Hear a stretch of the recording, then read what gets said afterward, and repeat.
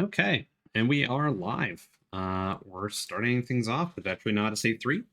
Welcome on in, Ditto. Good to see you, man. We've got our opening first. Hithy to the Ocean City, to the Yggdrasil Labyrinth, a journey to the Blue Depths to conquer the shadows of light. Though you know not what this means, you go towards Amarode.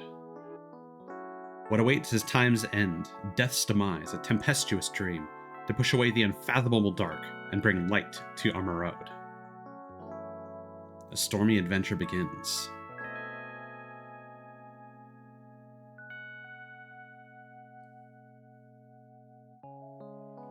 Welcome in, Cthulhu's. Welcome in, Indigo. Good to see you guys. Genuine question, because I didn't see anybody pop in until I mentioned everyone. Are Discord notifications just not working? Or does the @here not actually notify you guys correctly? Because like we do have a bot that should be prompting you guys. I know Twitch notifications don't show up on time, but curious about the Discord side of things. We're going to keep an eye on our settings here just because it turns out our entire playthrough of Etrian Odyssey 2 had anti-aliasing turned off. And I went to change that last night, and then when I rebooted the game, it was off again. So we're gonna keep an eye on that.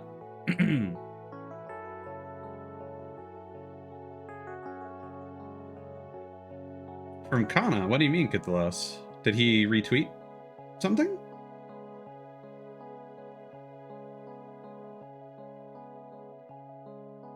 Okay.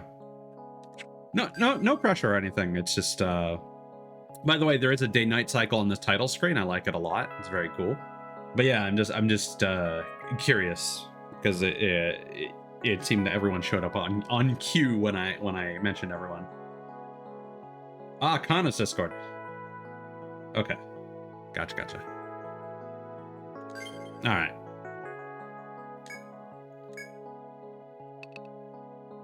I find it interesting that it starts you on Picnic. You'd expect it would at least start it on Basic. I am kind of curious how Basic difficulty plays, to be genuinely honest. Again, we are playing on the original difficulty because I am really curious what lessons they may have learned from Etrian Odyssey 2. I don't know if this is considered one of the easier or harder ones. The Regal Ocean City, Amarode. The Ocean City Amarode, far to the south, is said to have a ruin leading below the waves. As if tacitly admitting it, the Senatists ruling over Amarode have invited explorers to their city. The invitation drew throngs of eager explorers who gathered to traverse the undersea maze.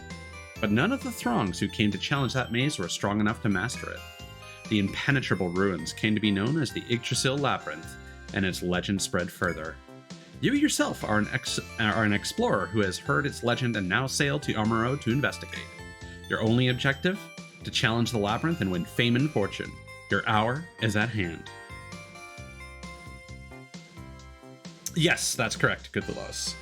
Basic is the new normal difficulty for the HD games, and then Picnic is basically for grinding and for people who just want to experience the vibes, which honestly is fair. Yeah, so maybe at some point in the future we'll try a playthrough of like Etrian Odyssey 2 on Basic, just to see. Explorers Guild. Organize your guild here. Join up today. Hello, newcomers. You're standing in the one and only Explorers Guild in the Ocean City of Amarode. I'm here to supervise all the explorers who find themselves in our fair burg. I'm not going to try and do an actual genuine accent. I'm just going to do whatever the fuck this is, so deal with it. Here's a little something I give every new guild for signing up. Guild certificate. Cross script. Resolve script. Offense script. Oh, he gave us homework. Guys, this might be the worst one yet. I wasn't prepared for this, the true challenge. Book learning. Now let's get to it. First, write your guild name on the space provided on the certificate. Think hard, because that name may be known someday across the 7 seas. It all depends on you. Please choose a guild name. Please refrain from including personal information or using words that other people may find offensive. In time, maybe we'll understand why this message is here.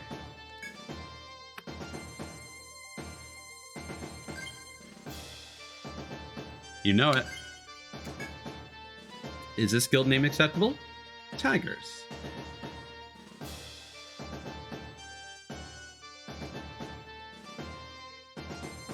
I don't know. I feel like this guy would have some kind of Caribbean accent, and I'm not even going to attempt. I just watched the Pirates of the Caribbean movies. I am not even going to attempt. Tigers, huh? An odd name, but I like it. Well then, step 2 is registering explorers in your guild. You'll need to hire a few folks, but it's up to you whether or not you want to become a member too. Hello. Shabingus. Welcome in, Specs. Glad we're not being immediately subjected to your chest like last time. You meant suspects. That's what it was. Indeed. The accidental dimension stuff sometimes happens. By the way, let me know if anything fucky happens in terms of the video, because I turned a bunch of settings off in Discord since we last screen shared. So just keep me abreast of that. Oh, hey Anna, welcome on in. I was actually I know you're probably still busy with your vacation and whatnot. I did want to mention that I have included an Easter egg in my stream setup specifically for you. You're the only one who can take advantage of it. Let's see, everyone, if they can figure it out. All right. At the Explorers Guild, you can register explorers and organize your party. Choose your favorite classes from the list and form a party of up to 5 explorers. Now, I mean, we're just gonna go for the money. We're just gonna go. We're just gonna. Yeah, don't be bad. Don't post sus cringe in. Sorry for Ditto cringe. Cringe goes like a sibling to Ditto.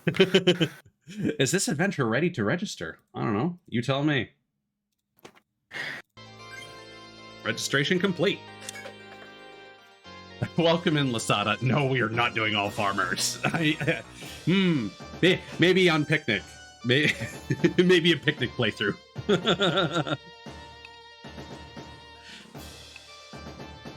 Yeah, that is the money. I love Buccaneer. Until we don't. All right. We are gonna get a couple obligatory things out of the way. So one thing that I have made a mainstay, considering that Kirsten is like the only other person in our friend group that plays these games. Hello, welcome in, Cthulhu's. Hello.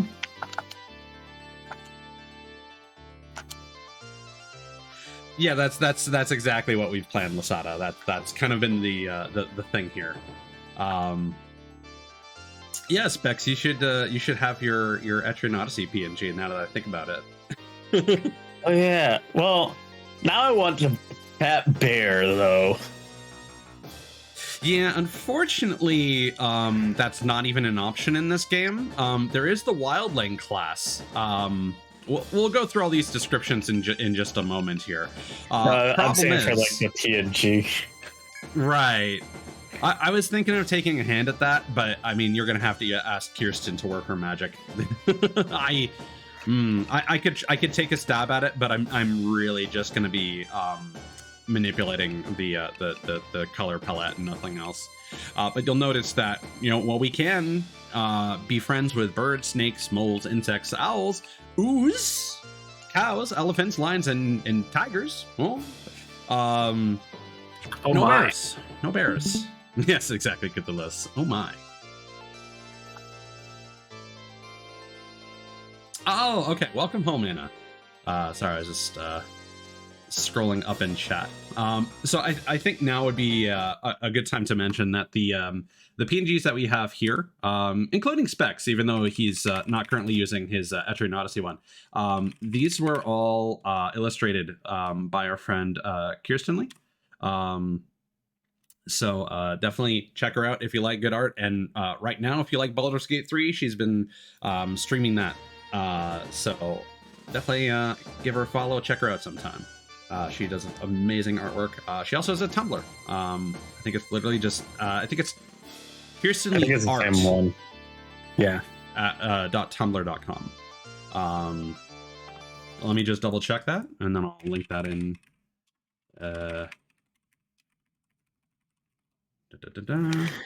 Is that her page? No, that's not. That is a art page, but you're getting warmer, Anna. It's not quite. But I digress. Also, welcome in, Gustavo. Good to see you, buddy. I hope I didn't miss acknowledging anyone. But I did ask Kirsten, since she's the only person in our friend group that actually is familiar with the series beforehand. I am including her in each of these playthroughs. She wasn't a big fan of the honk of badonkers on the new Zodiac portrait, but this is the class that she decided to represent. And then there we go. I am now perfect. Oh, yes. Oh, that's amazing. Oh, I love that.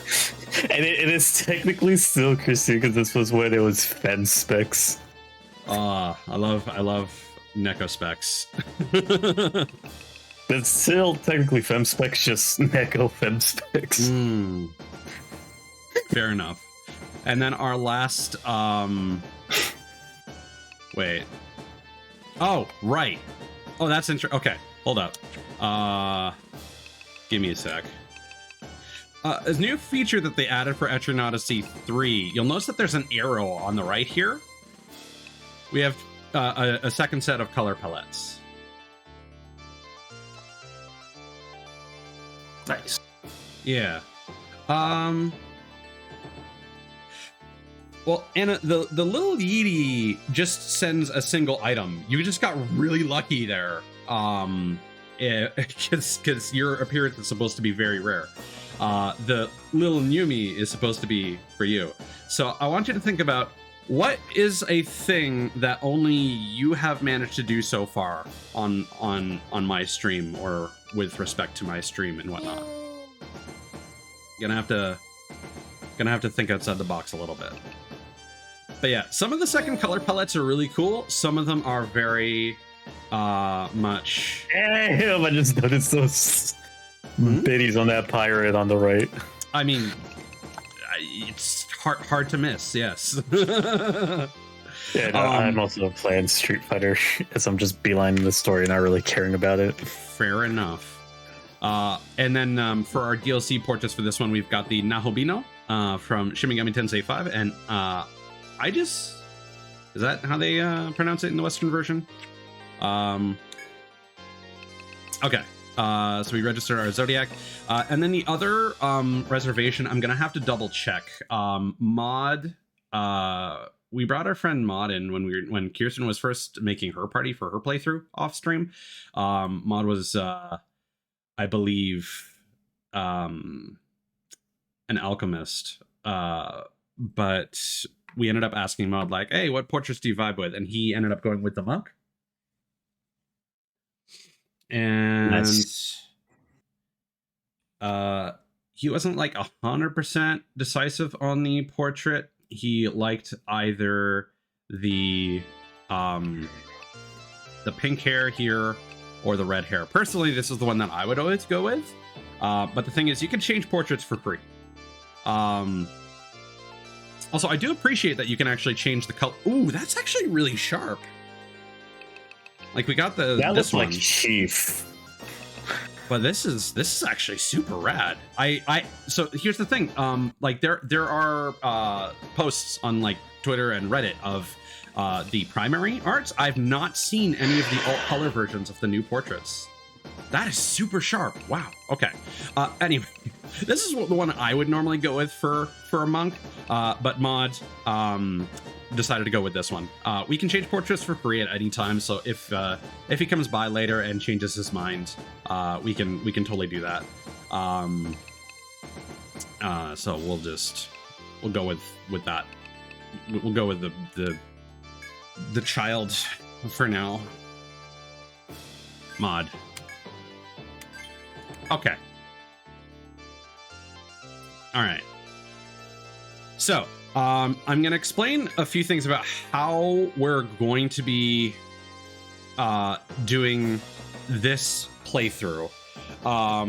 Because you'll notice that unlike the previous games, we're not really getting spoilers for these 2 extra slots here. But there are 2 extra classes that we will be getting later.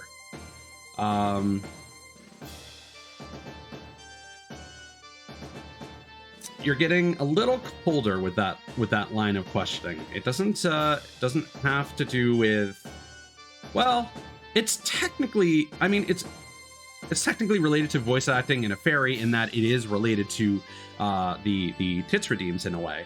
However, it's a specific trigger and it's not a word, and it has nothing to do with the invasion in Fall Guys. Much appreciated, Lasada. There's also another party building mechanic later on that I'm going to try and keep secret unless the user interface spoils that. That said, with what I've decided we're going to be doing for this playthrough, we are going to be going with a few weird portrait choices. Because I'm going to be honest, there are some classes here that I don't think are going to be seeing a lot of action. And I want to feature certain portraits more than others. For example, the hoplite. I don't know about you guys. I'm not the biggest fan of the class portraits for the hoplite. I like the one on the way on the right. Yeah, the new one, the new guy. Yeah. Definitely more up my alley. I like the idea. I like the idea that they're a more like almost mechanical looking tank. But like, I don't know. They seem like they're struggling. This is the struggle class in my head. And do like the second and the fourth ones. But I want to give it a couple minutes because there was someone who voted on the start time today that I'm hoping comes by because I do have an idea for them in mind. But again, we're not going to belabor things too much because we do need a tank. So we're going to go through the portraits here. We're going to read the descriptions of each of the classes, and we're going to start picking some characters for people that are currently here. All right. Well, I would like a tank, Lasada. Let's go with that phrasing. All right. So we'll go through the classes that we've already selected here. So I always make myself a buccaneer, at least at first. Gonna be straightforward. I will be changing this class later, but I will be retaining the same portrait. We are also going to have at least 2 other buccaneers for a fun strategy I'd like to try later in the game.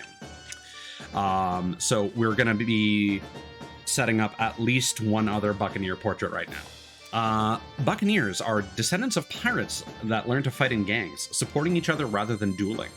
Cooperative attackers on the front line. So what does cooperative attacking mean? There we go. Cooperative attacks. All right, good stuff. Yes. Chase attacks. So this is an interesting decision in a couple different ways, for better or for worse. So with guns, they have the ability to chase elemental attacks. With rapiers, By the way, Specs, your mic is picking up like a lot of background noise for some reason. Just thought I'd mention that.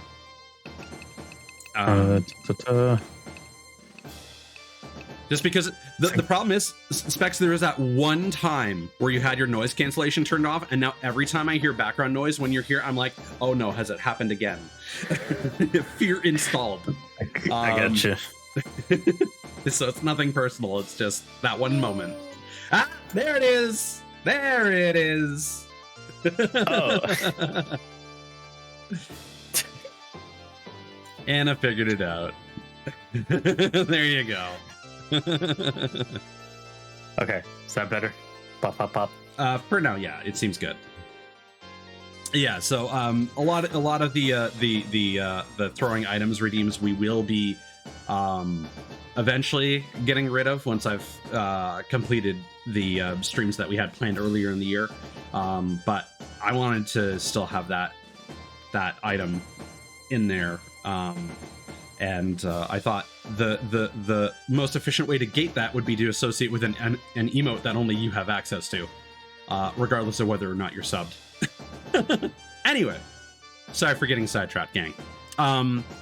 So we experienced this in the first game rather late in the playthrough. We discovered that Gustavo could actually do a fairly decent amount of elemental damage by chasing certain attacks. So similar to the Lance Connect, this game has definitely doubled down on chase abilities. There are several classes that feature these now. Problem. You'll notice that it specifies that it performs a follow-up attack to an ally's pierce attack. Follow up an ally's fire-based attack with a gunshot. Now, it's been a long time since I've played this.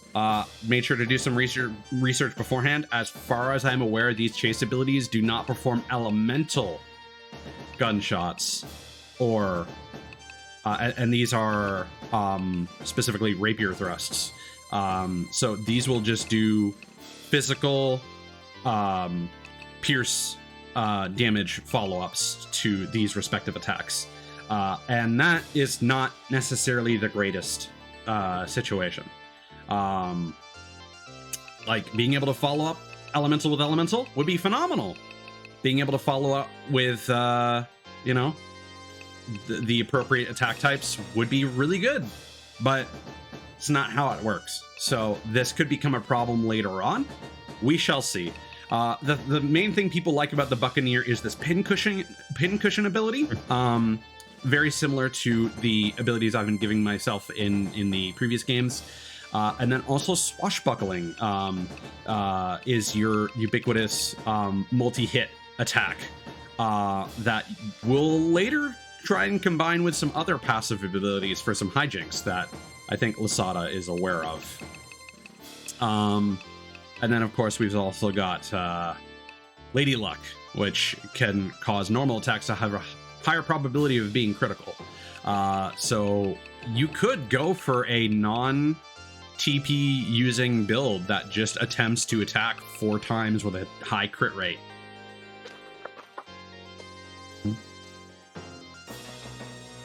That sounds nuts, though. Yeah, it can take a lot of time to plan for the final bosses. Oh god, you guys. All right. So we also picked out a Zodiac. Zodiacs are scientific magicians who manipulate the etheric energy of the stars. Highly valuable in battle.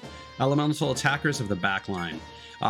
Very much the equivalent of the alchemists, point for point.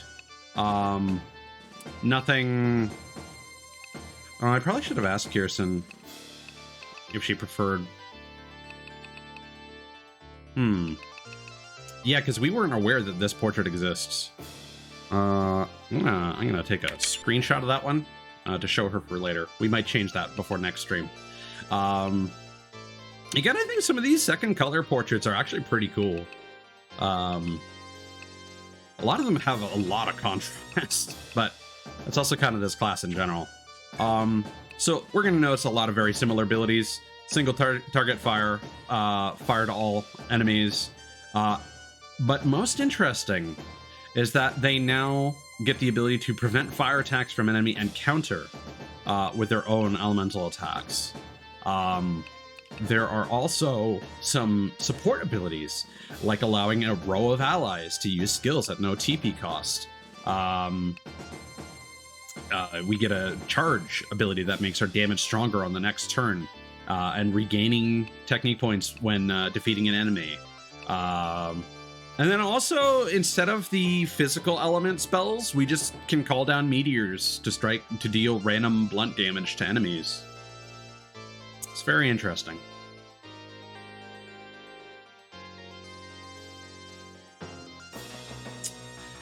Yeah, Lasada, that's definitely something we're going to be talking about probably sooner than later. Well, maybe not. We're not gonna, I don't think we're actually going to be seeing that feature in my playthrough until a couple stratums from now. And then we also have the monk. With the power of chi, they can both heal and inflict wounds. Their bare hands are stronger than weapons. Healing specialists of either line. So again, we kind of looked through these already. So monk portrait. Here's a move you're going to find familiar, Specs. So the monk class can completely eschew weapons in favor of this fist mastery that they can learn, which gives them access to a couple different interesting abilities. I kind of wish these counter moves were passive. You have to choose and use one of these skills, I believe, to counter physical or elemental. I might be wrong. But it doesn't say passive, so I'm assuming. And then we've got, a strike and fire attack that hits enemies at random. Something I learned, I don't know if this was the case for Etrian Odyssey 2, because we did learn that the Ronin can actually hit the dragons rather reliably for elemental damage with their skills. Apparently, the way elemental damage is calculated is that it works based on the enemy's weakest defense is what it uses to calculate damage for the overall move. So if you're attacking an enemy that's resistant to fire, but they don't have any resistance to strike damage, Break Fire Fist will still do full damage to them.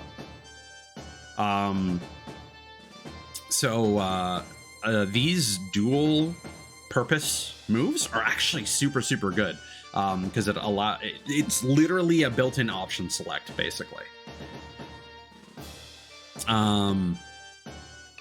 So they're very cool, and that is actually something that this game has doubled down on as well, in that a lot of classes have one of these for some strange reason, and that's going to factor into our build as well.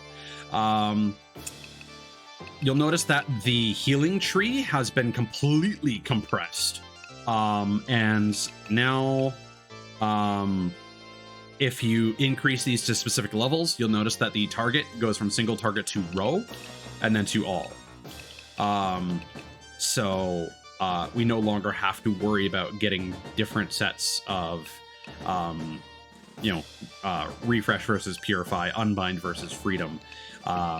Giving us more room to invest in some damage, which is really cool. Oh, yeah. Because Caduceus, as fun as it was not really worth the investment a lot of the time. So it's a good thing that they fixed that. All right, so going through the rest of the classes here, we've got the Sovereign, those of royal blood from kingdoms large and small. Their orders raise morale to turn the tide, supporting combatants on either line. So these range from small child to regal prince to Ojo-sama, in two different flavors. And then once fit for me. And then female isekai protagonist. Which one? That's for you to decide. Yeah, that's also very much the case, Lasada. I definitely agree with you there. Ooh, we've got some nice color ranges here. The color palette for all the new illustrations are so good. That's fantastic, man. Wow. Okay. Actually, we've got the Gladiator. We can take a look at their skills. We should probably, because we give the other classes so much attention. So this, they've actually renamed this class. It used to be called Prince or Princess, I believe, in the original DS game. And then when they brought it back in Nexus, they called it the Sovereign.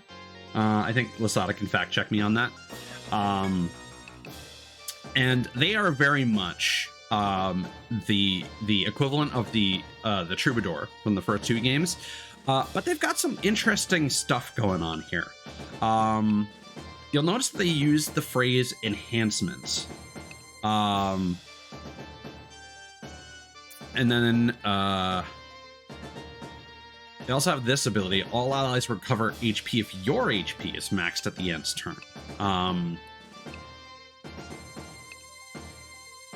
And then there's also an option to dispel enhancements, and that's kind of their gimmick. So similar to the Troubadours, they can apply various buffs to your party, and also restore debuffs, and recover TP. I don't know if this if the recovering TP is dependent on having to dispel something. It probably isn't. It probably just does both. They have an ability to make a teammate act first. We've got our defensive ability, in case you don't want to roll with a hoplite. And you can make it so that when you enhance an ally, they recover HP, so dual purpose. They don't have a lot of like direct healing options. It's kind of like a mix. I would argue that this is kind of like a mix between kind of what the War Magus was going for, but instead of more offense based, this is more defense healing based, in terms of a lot of their stuff being like conditional and kind of like a 2-turn effect thing. That's also another thing we're going to be seeing a lot of in this. A lot of skills will require multiple turns to proc, or will require multiple turns of investment. You can get ailment protection, max HP increase, healing HP at the end of each turn. And then we've got these attack orders here where we can, again, imbue one ally's weapon, and then dispel that enhancement to deal damage to all enemies of the elemental type, I believe, that the enhancement was. So they can make someone deal fire damage with their normal attacks, and then release that enchantment to deal fire damage to all enemies. So that is yet another way of dealing elemental damage to people without needing a Zodiac. Let me just catch up with the chat real quick. Oh, they were called the Prince of all. Okay, fair enough. Yeah. I'll admit I normally don't play with a Sovereign, but I will say they're a hell of a lot more interesting and compelling than a Troubadour was for me. So I'd like to maybe take a look at this later. And the Gladiator, courageous and strong, they eschew armor to display their trained bodies and fight with swords and hammers. I mean, much respect. Vigorous attackers of the front line. Coach. This isn't 100% sure. This person's wearing a lot of clothes, but you know. You want me to wear less clothes? Is snoo a skill? No. Okay, strange. All right, Cringe. well, I'm not sure. Cringe. Yeah, no so snooze. Bad game. 0 to 10.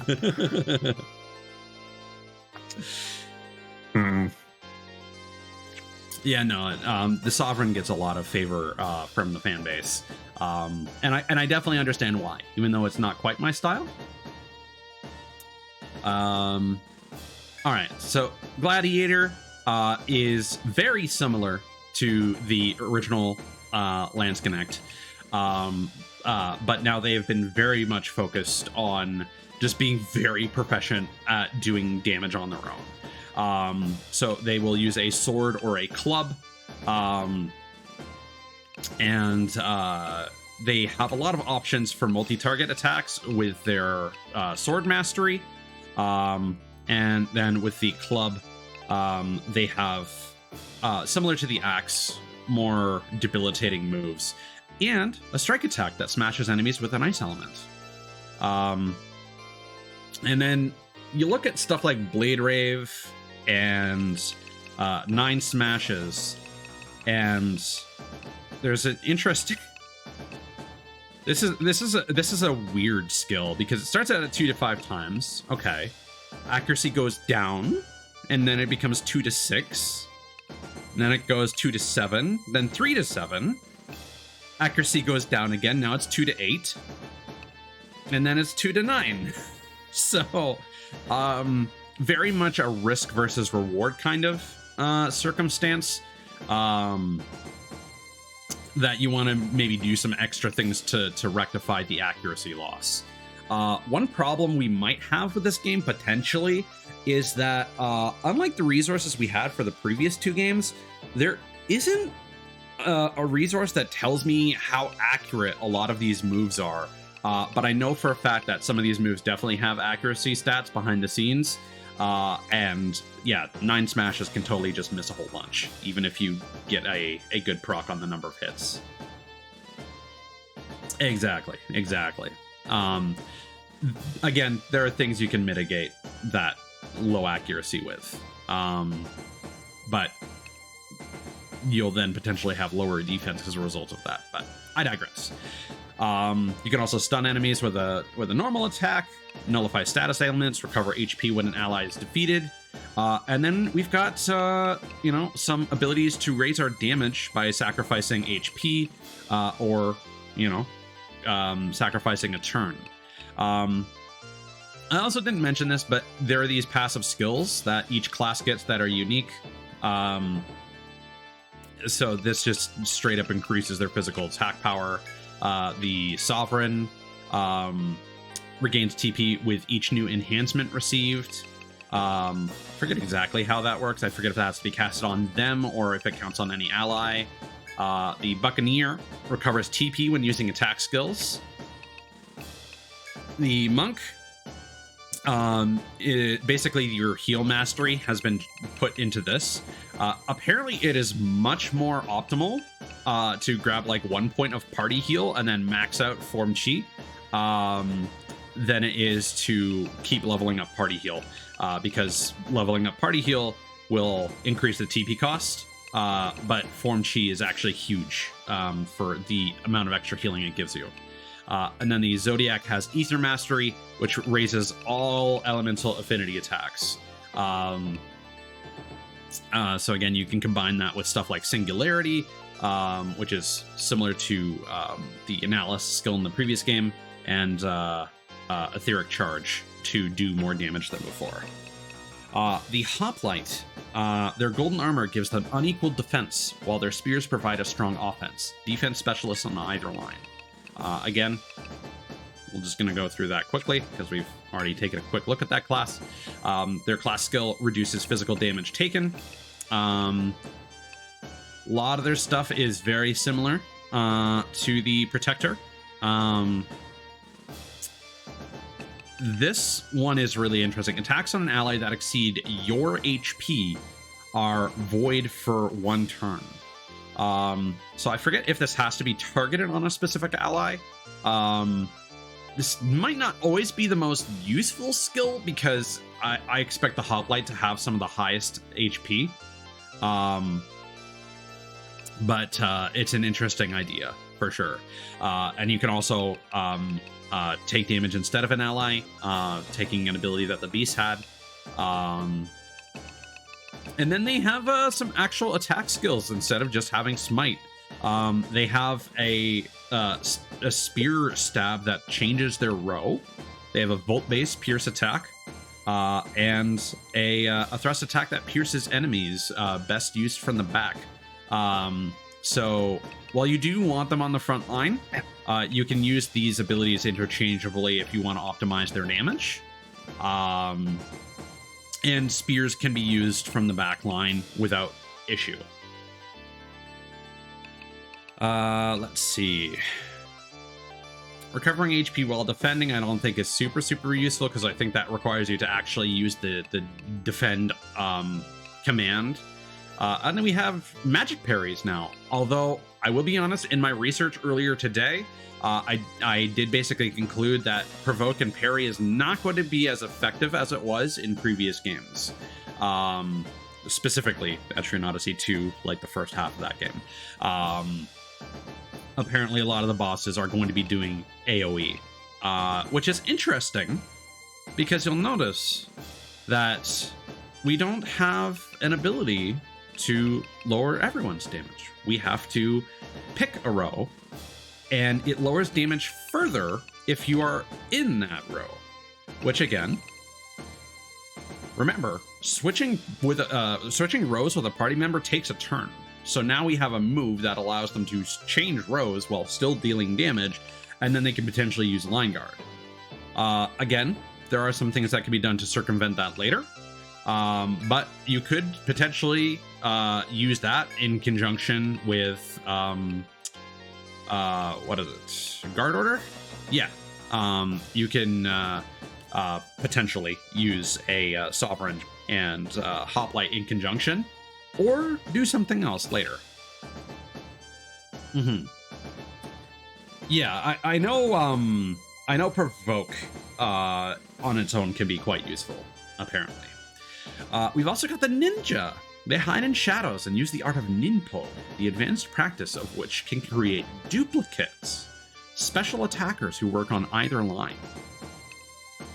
Look at all these very shadowy purple and black designs. And then this guy. I like that. Ooh, I really like that. So, they are going to be very much the class that we get that has the most difficult to discern move names. Some of these might have actually been updated. I might be incorrect on that. Their class skill reduces their TP used, and they have no attack penalty from the back row, which is nice, but apparently knives are super weak. So that apparently doesn't do a whole lot to help them. This may at first seem to be like a Dark Hunter Hexer kind of replacement. They are, but not in the same way. Like, sure, they can bind legs, they can petrify, they can slash random enemies. That also seems to be a skill that almost every class has now. You can team up with a copy for random slashes. But that does dispel your shadows and copies. Okay. What's that about? You can create a shadow of yourself in an empty slot to draw attacks. And then what was the other? Yeah, this is something that they, at least all the guys. What is the skill called?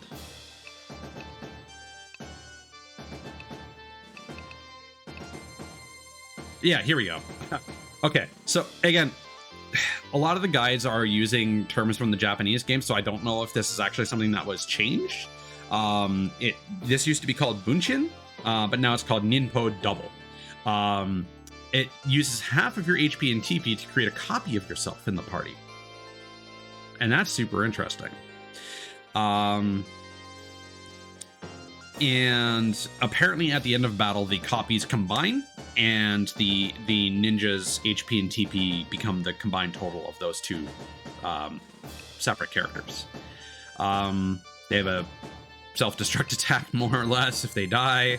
They can cause people to target a specific ally, similar to an old survivalist ability, I believe.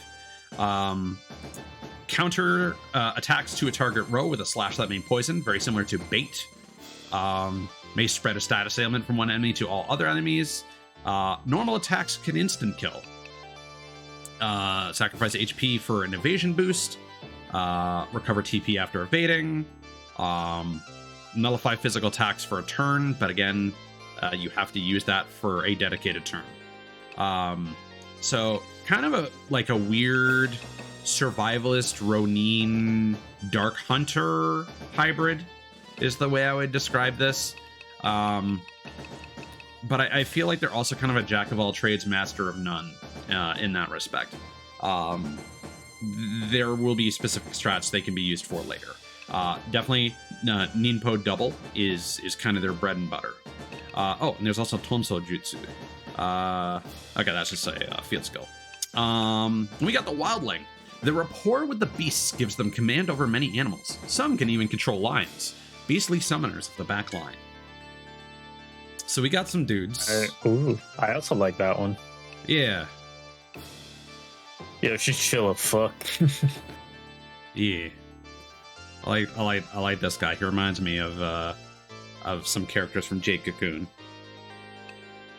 It's a good ass game if you've never played it for the PS1.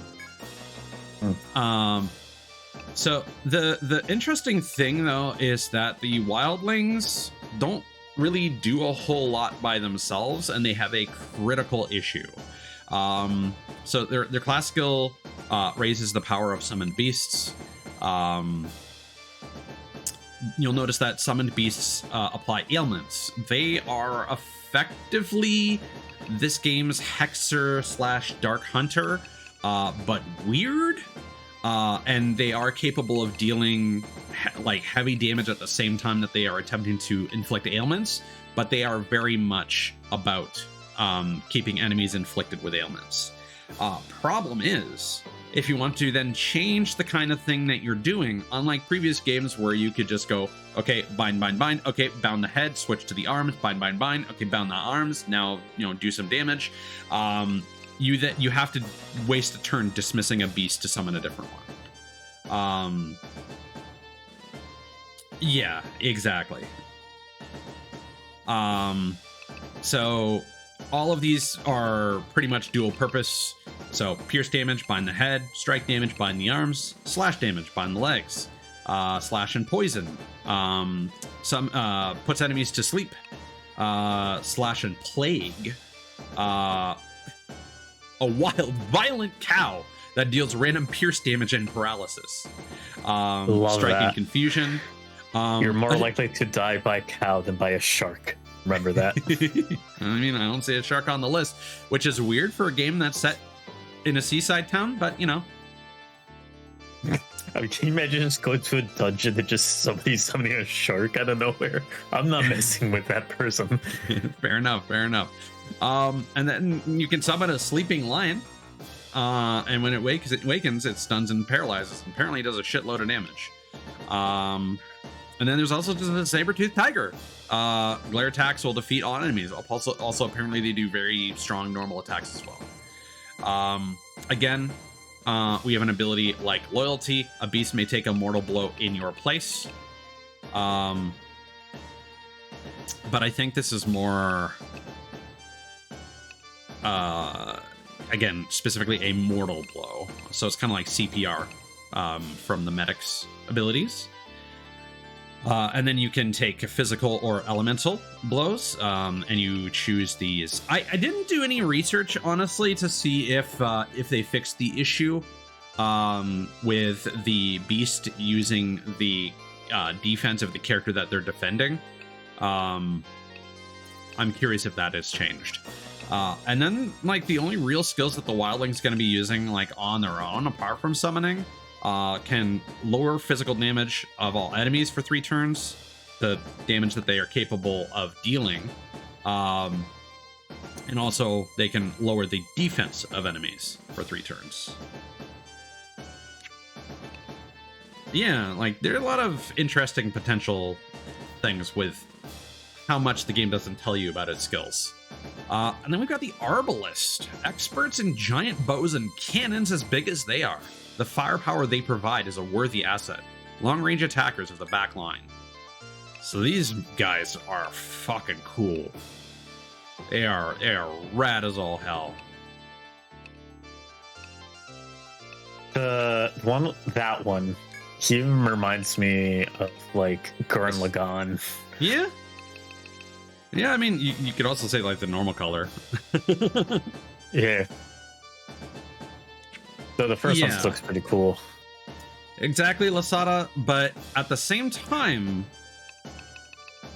I think one of their most useful abilities is their 3 barrage skills, which deals strike and elemental damage to all enemies. And if you remember, this game's very big on chase skills. Now, again, been a long time since I've played. I've only done so much research. But if these are dealing strike damage to all enemies, and it classifies the attack as doing both types of damage, what would you say might happen if we used, I don't know, Chase Blow and use the Arbalist to attack all enemies with strike damage? Just saying. And one of their other ubiquitous skills is Front Mortar, which we're going to talk about in a sec. I just remembered though. Yeah, class skill, Giant Kill. It allows Arbalists to do significantly more damage when enemies have notably higher HP. Basically, any boss or potentially FOE is going to match that criteria. The Front Mortar can only be used from the front line. Wait, no, that's a lie. It says more effective from the front row. Interesting. I'll need to look at those details. Everything that I was looking at claimed it could only be used from the front line. Okay, I'll need to look into that. But this apparently hits like a goddamn truck with the right setup. But the Arbalist is very much a glass cannon in that respect. So, you know, as much as you might want to get your pile bunker going, you are putting a very spindly little creature on the front line. Gotcha. Now, here's a question, Lasada, that I wasn't able to confirm. Fuck, actually, I can't... I can't ask that without spoiling something.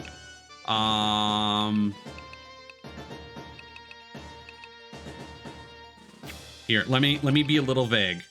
Lasada, could we maybe... a little maybe, and then maybe. Okay. Yeah, I do have some DMs.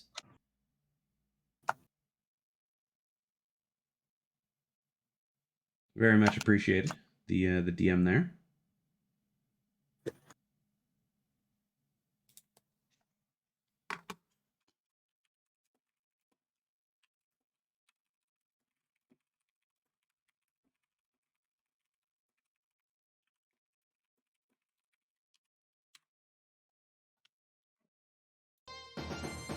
No, that is very much appreciated.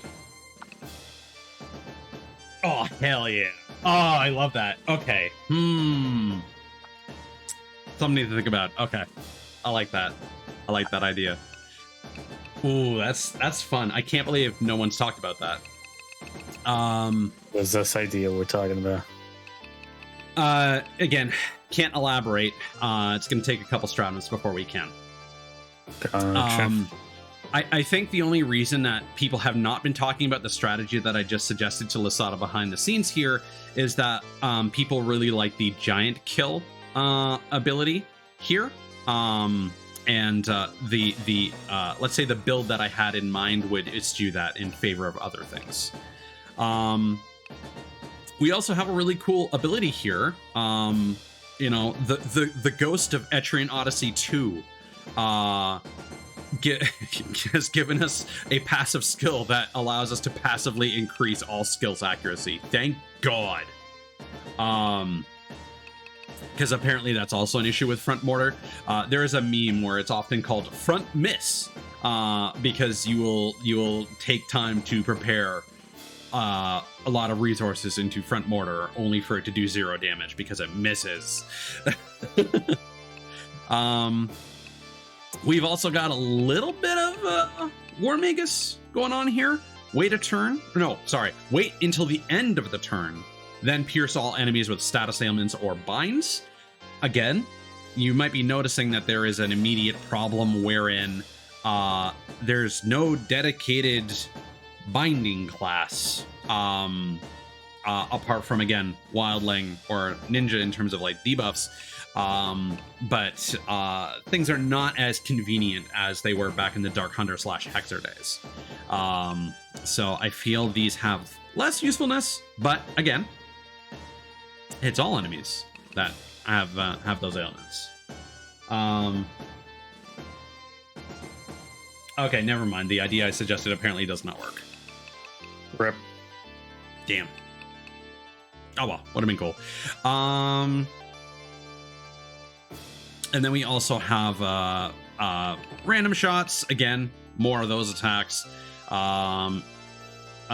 Ignore enemy buffs. Using skills targeting one enemy, the number of hits may rise, which is very cool because now it's based on skills. And then I think when it says raining pierce damage, I think this hits all enemies, like a cloudburst should, based on that description. There are also some skills that will be based on the time of day, like increasing crit rate during the night. You can increase the aim of allies, detonate a smoke bomb to blind all enemies. So the Arbalest could technically be self-sufficient if you blind enemies and then hit them with snipe. And then the farmer. These farmers seek to apply their wisdom to navigating the labyrinth despite their clumsiness in battle. They are exploration specialists of the back line. So you can live out your Stardew Valley story of seasons fantasies, or be an old creeper.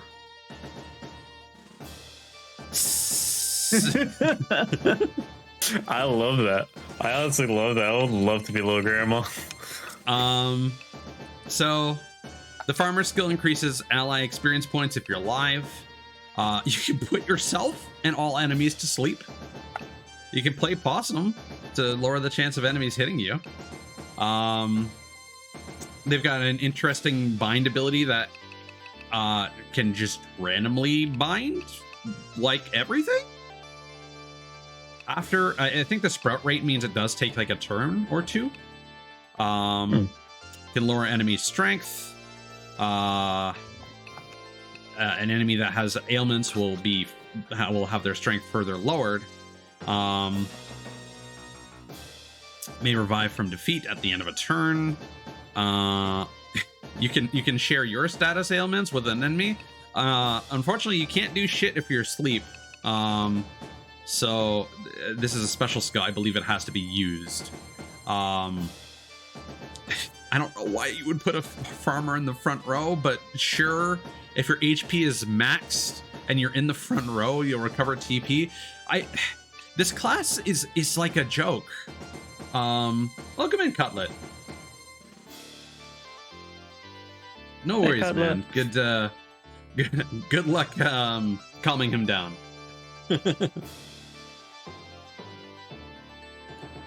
I really hope you're being sarcastic, Lasada. I don't know if I want to hear about the reality of gimmick farmer builds. Okay. Oh, dude, I believe it. Give him a shotgun and they'll kill God. I guess. All they need. That's all they need. Don't spite the British farmer that starved for 3 seasons. You've got more than enough hate for God. So they do have the ability to harvest from all points using a single spend. I don't know if this gives like 1 point in each per level. Find rare items at harvesting points. Huge. We're definitely going to need one for hanging out. Increases the number of times you can chop, gather, and mine. Also huge. But again, this is a search skill. Use it on the field. Revive and cure petrify at camps. We're going to be looking into camps soon enough. Increase item drop rate. This is now a dedicated skill for farmers. Revive an ally, but can only be used. Notice it's called Slap Awake. You wait for battle to end, and you just give them a little bit of the,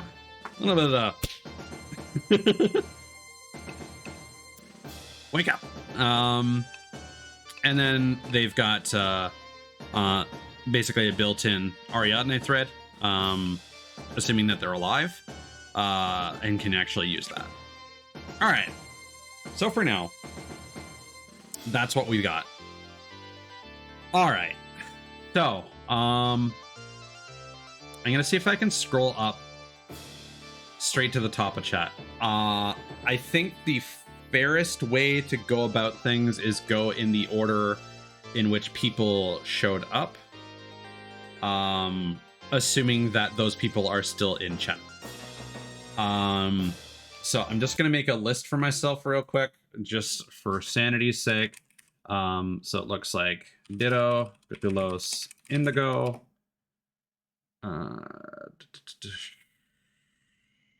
Anna, Specs joined at some point. I don't think you actually sent any messages in chat, unfortunately. Fame. There. Gustavo. Well, I'm gonna look at the chat and see if I can figure out when you joined, because I want to do this as fairly as possible. How long does it say I've been on the call?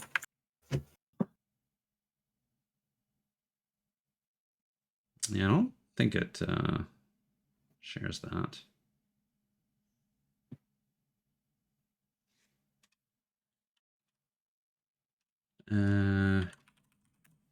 Weird.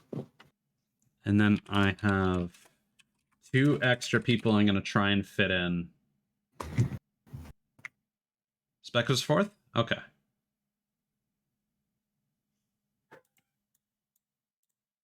Okay.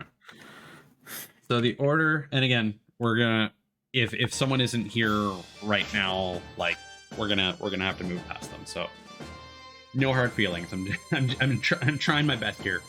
So Ditto. Okay, Lasada, if you did mention that you were interested in a wildling earlier. So if you do have to run off, I will default to making you a wildling. Do you have a preference for any of these portraits?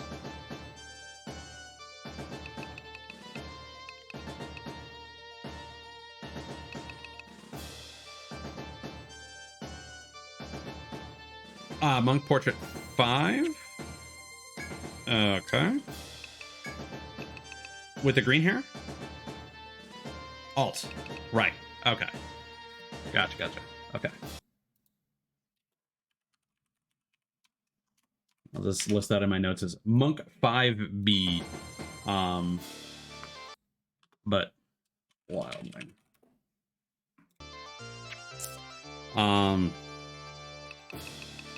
Okay. So, just going through the list real quick based on who showed up. Ditto appeared to be first, then Cthulhu's, Indigo, Specs, Anna, Lasada, Gustavo, Cutlet, and then I'm just going to share this now for those who are familiar with our friends.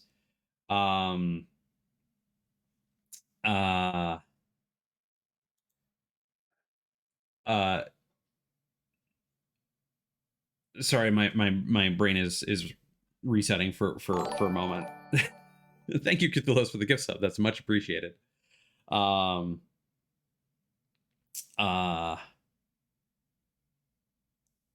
did see that Nia Aska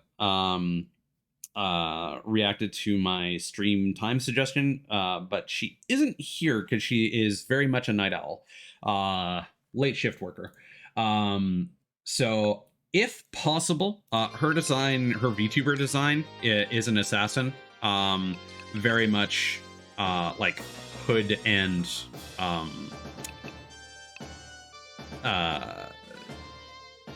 scarf oriented. So assuming that no one else picks ninja, we're gonna give her ninja. Again, because of things that I don't want to elaborate on, and because I'm not the biggest fan of the hoplite, if no one chooses a hoplite, we're gonna make her a hoplite with a ninja portrait. Don't ask. We'll talk about it later. It's gonna take a couple sessions. And then because you know me, I always go with like the femboy in my party. So we've been putting Kana in each of our playthroughs, whether or not he actually joins the party or not. We're putting him in as a gladiator. Probably gonna use a club, but because he normally plays like a healer, like a priest usually uses like maces and clubs in games that he plays, so I feel like that's most appropriate. However, the gladiator that I want to take with us for the first portion of the game, we are going to want club mastery. We may change that later, but we may double up at the beginning and change that at a later time. So I digress. Going from the top of the list, Ditto, do you have a preference for any of these classes that tickled your fancy?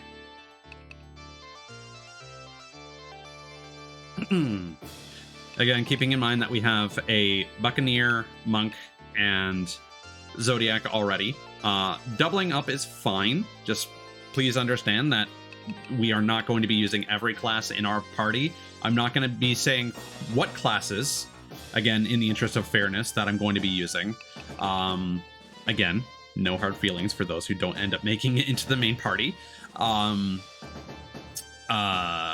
we are going to be having at least 2 to 3 Buccaneers and probably 2 Gladiators in terms of the sprites. And since Lasada has a very particular build in mind, we may end up with 2 Wildlings as well. Gladiator? Okay. Is there one of these Gladiator portraits that tickles your fancy, Ditto? Or do you want to choose from a different class? I kind of wish you could flip across the different portrait color schemes on this page. Okay, a gladiator but a wildling portrait. All right.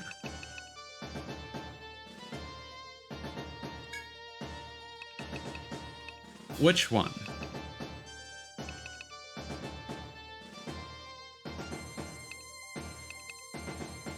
I feel like this portrait is feral Ditto vibes. Middle dude first page? Yes. Knew it. All right. Sorry. The Ditto cry. Yeah, that's a Ditto cry. For your name, do you prefer just Ditto or Ditto Dobby? Because we can actually fit the full thing in here. In previous games, I simply call you Ditto.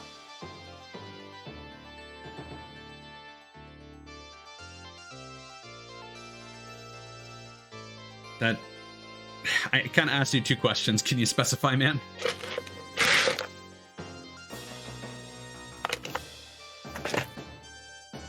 Ditto Dobby. Okay. Ditto Dobby. Okay. Register. So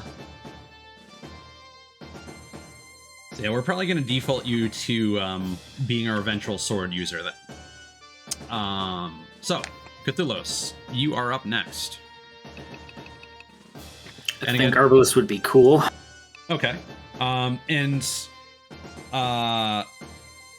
Should I mention what the upcoming... You can text it to me if you want. Well, you already know about the other upcoming class. Not to steer you in one direction or the other. So, okay. What I'll do is I'll say the names of the upcoming classes, and if someone would like to wait until those classes are unlocked and be one of those, they can so choose to do so. The first one we'll be unlocking is Shogun, and then the second class we'll be unlocking much later, unfortunately, is called Igdroid. So they're very much a kind of. I'm going to be basic and reference the thing that Cthulhu likes. It's very much a Made in Abyss style robot kid kind of thing. Gotcha. So now that that's been said, for those who are in attendance, Cthulhu, if you're down for Arbalist, is there a particular portrait from the Arbalist or from a different class that you appreciate? You can change your portrait later, right? Yeah, the portraits can be changed.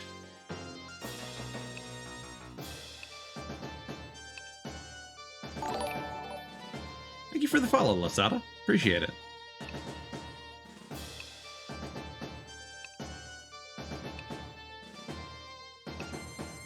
Yeah, portraits and names can be changed, but names cost 1,000 N to change for whatever reason. Enjoy your stream, Lasada. Hope it goes well. And I don't know if this is going to be a long stream or not. I kind of like to strive to finish the first stratum, but it kind of depends if we hit a wall, like we did with the Rage Horn in Etrian Odyssey 2. We'll see.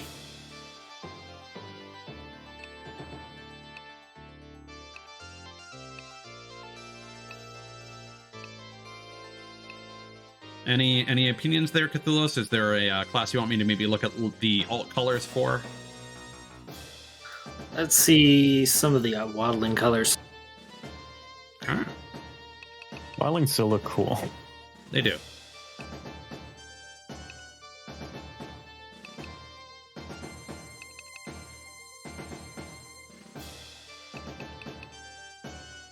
Can you flip back? Yep. Let's go with That one's waddling just- 4. This one? Yeah. Okay. I don't know, the wildling with the last one just looks so funny to me because it looks like she's already high, just getting that experience out. Right. But yeah, last thought, it's fun talking about builds and party compositions and whatnot in Etrian Odyssey. I enjoy talking about the games. I wish there were more party compositions that I enjoyed. I'm very basic in my taste when it comes to party compositions. Oh, got some big plans for tomorrow night, or are you just staying up late today and have like work? Oh yeah, Nexus. That's a lot of choice. Okay, next is Indigo. Indigo, you still there, buddy? Right. A sovereign? Okay. Damn it. From Troubadour's Sovereign. There we go. Which portrait do you like, Indigo?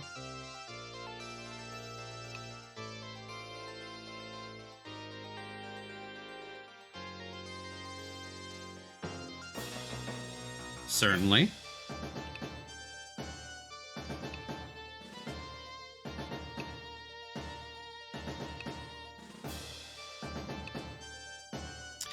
I'm probably gonna regret giving people the option of going crazy with their class portraits later. But again, we can always change that if that actually does become a problem.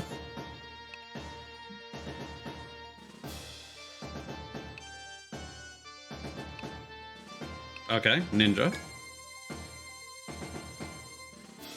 And which portrait from the ninja do you like best, Indigo? God damn it. Indigo and I have literally the same fucking brain. This one?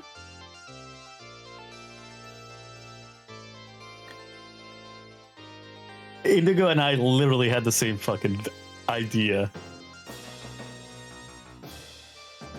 Okay.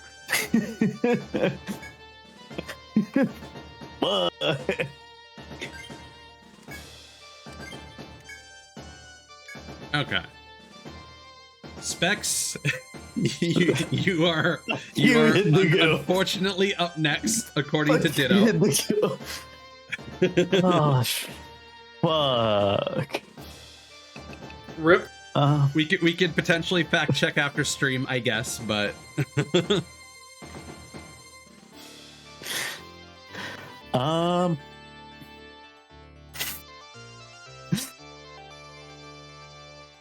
only because I want you to like. No, never mind.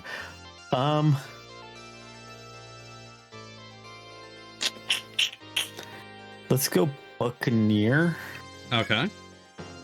But with like the portrait of the ninja that is the opposite of Indigo chose. Okay.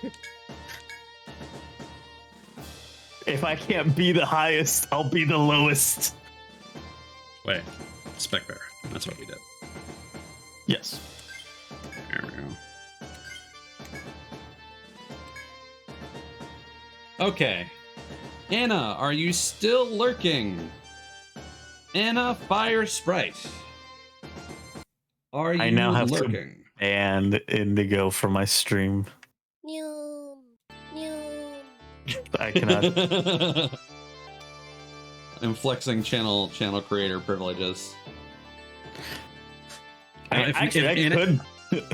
If Anna is not here, good. we're gonna default to making them a farmer because I know they love Stardew.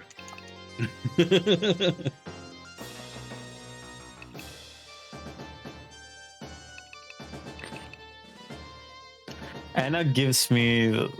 Actually, let me see the alts real quick. Basically, Lasada. Yeah, no, the fourth one with the orange hair that just gives me Anna vibes. Okay. Yeah, I was thinking like either we go for red outfit or red hair. She doesn't seem like one to chop and attack. She just gives me vibes that she'll bonk him. Oh, something I just noticed that's kind of cursed. Sleeping Granny. Creeper. She's awake. That's a granny that's been in the military. There's a reason why that's camouflage. Yeah. She's watching. Okay, so for the time being at least. Those mushrooms look very, I don't know, man. Delicious. I like how the sheep doesn't change at all. But these two it's sheep. Switch from a cleaver to you can have black sheep. Like a cleaver to like a fucking rolling pin. And then pitchfork and hoe. No. Oh, there we go. Black sheep on one portrait. There we go. I guess that's the same thing for the other one. What do you mean? Like, is the other one also black? Oh, no. No. Very strange. Indeed. They could have at least done like, I don't know, like maybe different horns or something as well, you know? But okay. We're gonna go with this. I don't think there's enough room for Fire Sprite. So we're just gonna go with Anna. Could possibly do Anna Sprite. Yeah, I was thinking about that. But I think we just went with Anna in the previous playthrough as well. So Lasada is next. So we are going with Wildling, Portrait, Monk. Ta-da!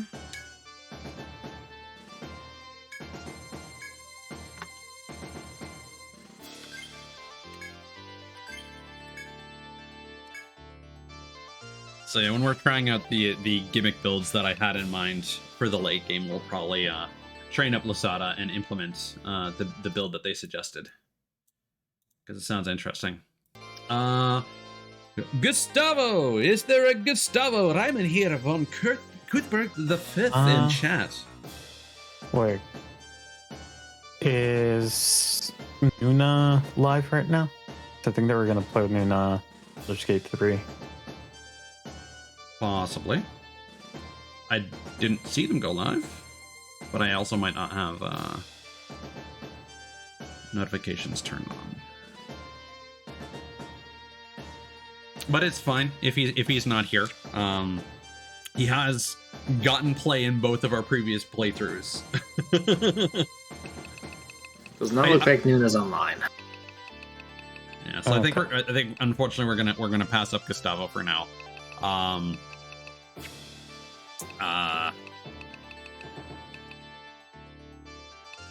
Yeah, the main reason I went with Anna specifically, just to be perfectly clear, is because I kind of wanted Anna to be a farmer from the beginning. That's one of the ideas that I had beforehand.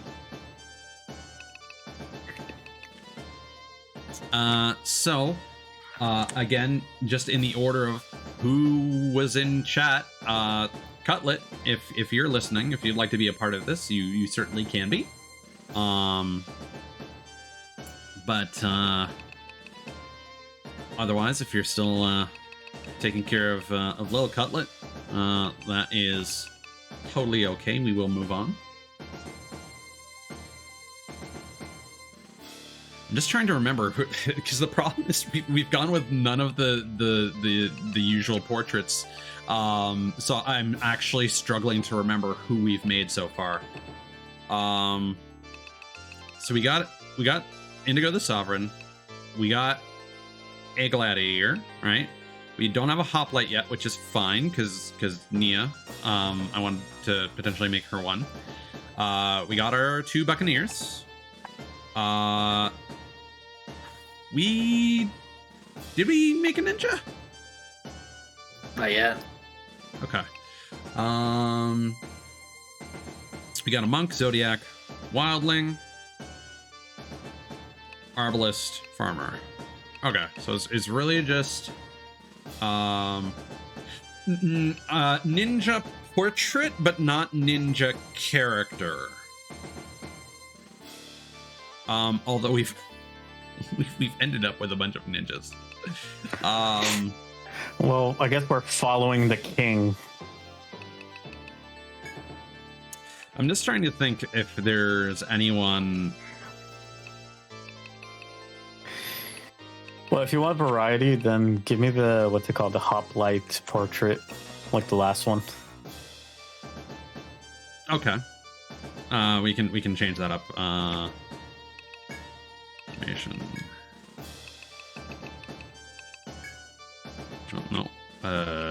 Organize.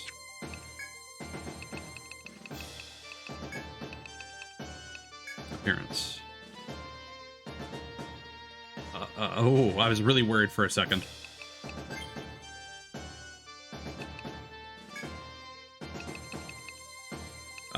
So this one? Wait, what? Hold on. That's Gladiator. Yeah, This one. I was gonna say. Yeah. All right. I mean, it's up to you. Like of all the classes, I like the Hoplite portraits the least, so I don't mind doubling up on the ninja portraits, to be honest. Let me see them again real quick. Okay, so ninja, Hoplite. But all of them, like basically just real quick, just slowly go through them. No, I mean for all of the classes. Sorry. Yeah. Okay.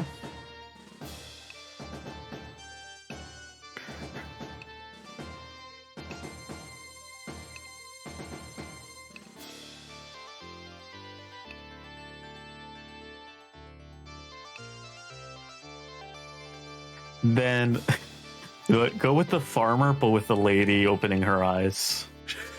All right. Okay. It would just be funnier.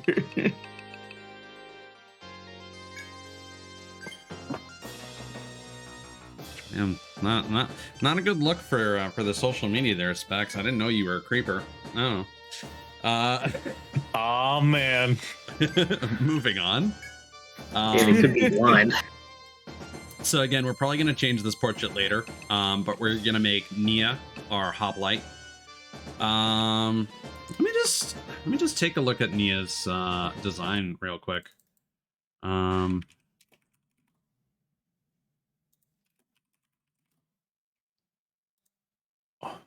There isn't one that's like perfect. She's got like purple hair, Like amber eyes.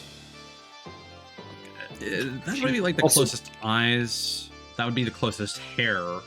But also like a red robe. Red face mask. No, purple mask. Oh. It's gonna be one of these two. I'm just salty that Indigo stole everything from me. Fair enough. No, that was the truest stream snipe we've ever had. I think if Nia pops by, we'll change this portrait. I think we'll go with this one for Nia.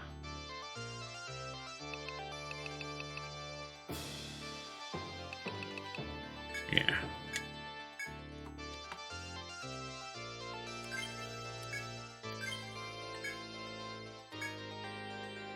Okay.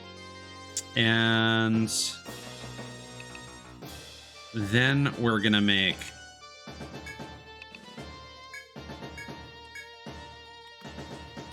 Kana. I didn't ask Kana beforehand because he's currently sick. He got COVID, unfortunately. So that's why we haven't been doing Yakuza over the past couple weekends. But he's getting better. But I didn't want to bother him too much. He is very much still resting. Yeah, so we haven't really had any Sovereign or Arbalist portraits.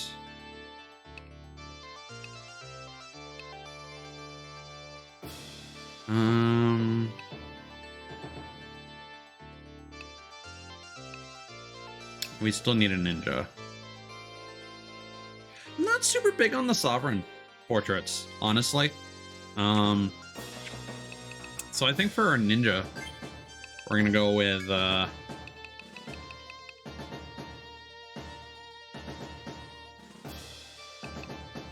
one of these.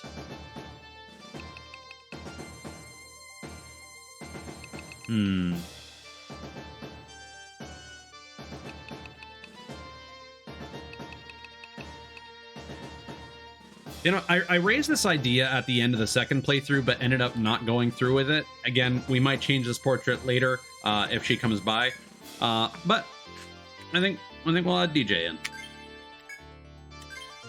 Just make an executive decision. I'll be right back. All right. Have a good fuck what? Have a good time being right back. Bleh. Okay, formation. Let's try and remember who the fuck each of these classes were. Okay, so Maud is our monk. Me, I'm gonna be on the front line. We want our hoplite.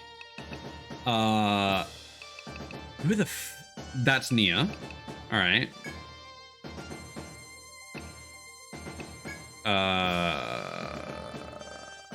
We want our Arbalist.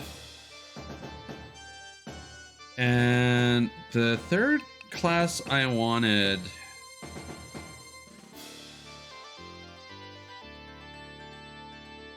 I'm actually struggling to remember because we've gone with all the different portraits.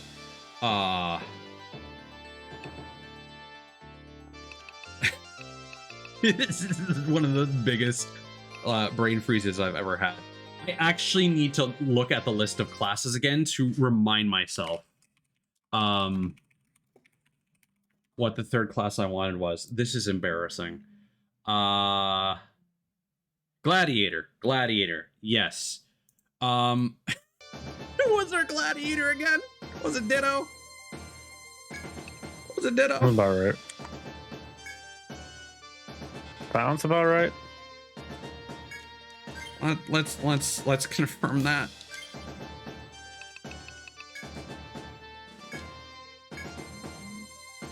Okay. Like the one person in our party that makes any sense.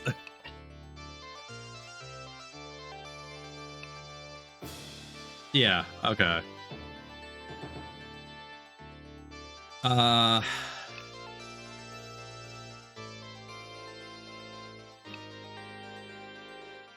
okay.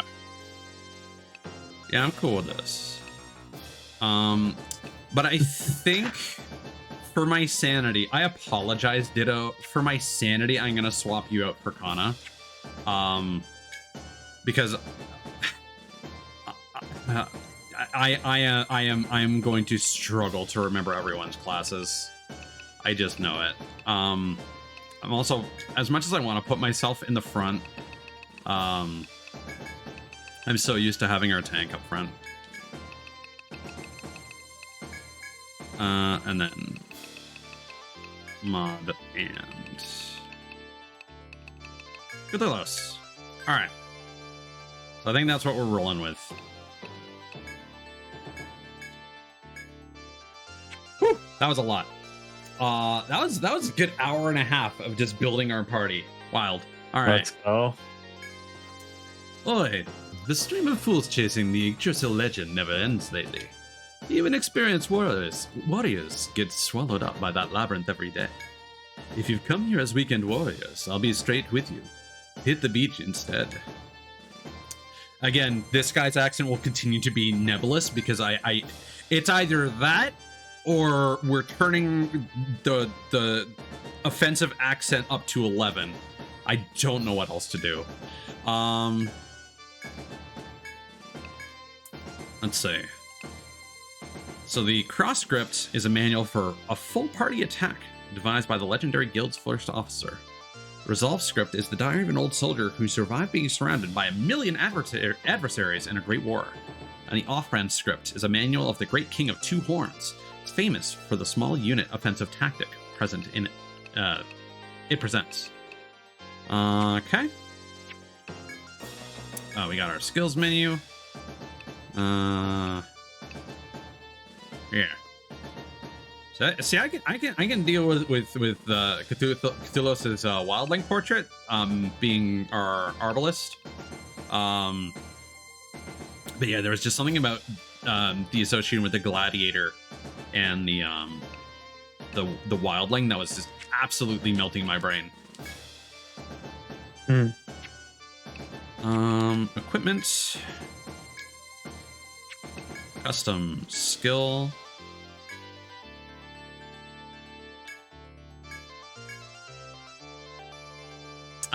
So this is something that they've changed. We now have a tab where we can apply common skills.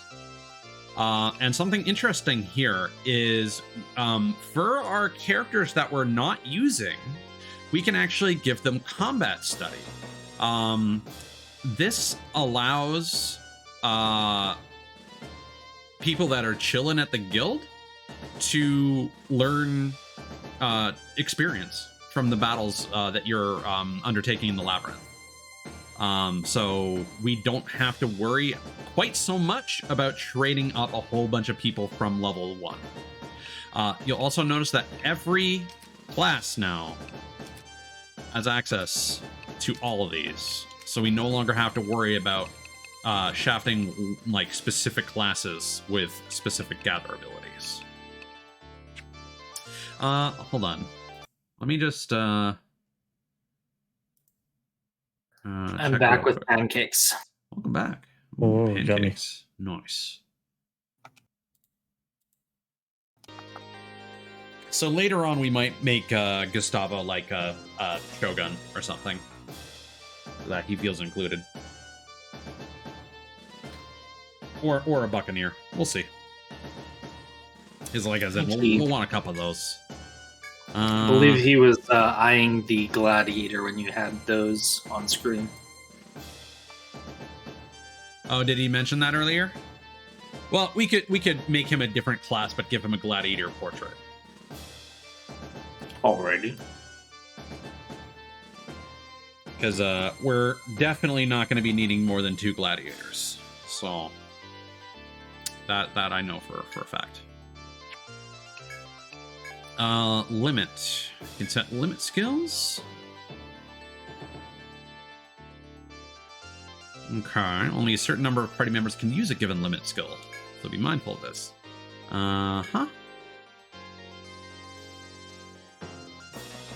Cross Slash. So this is a replacement for the boost and force skill system. So we can learn and assign limit skills to certain allies, and they will have a limit meter that they can use in battle to perform these sorts of moves. Cross Slash, deal powerful slash damage to one enemy when the turn begins. Indomitable, defense support. When fatally injured, you will have 1 HP left. Effect ends after battle. Charge Tactic, raise ally attack for 5 turns at the start of the turn. So I think we're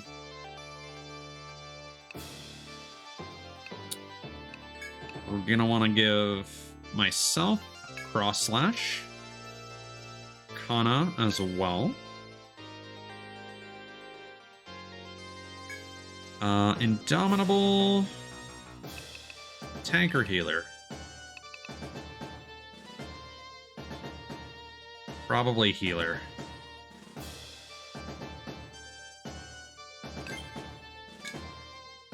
And then you guys get charge tactic.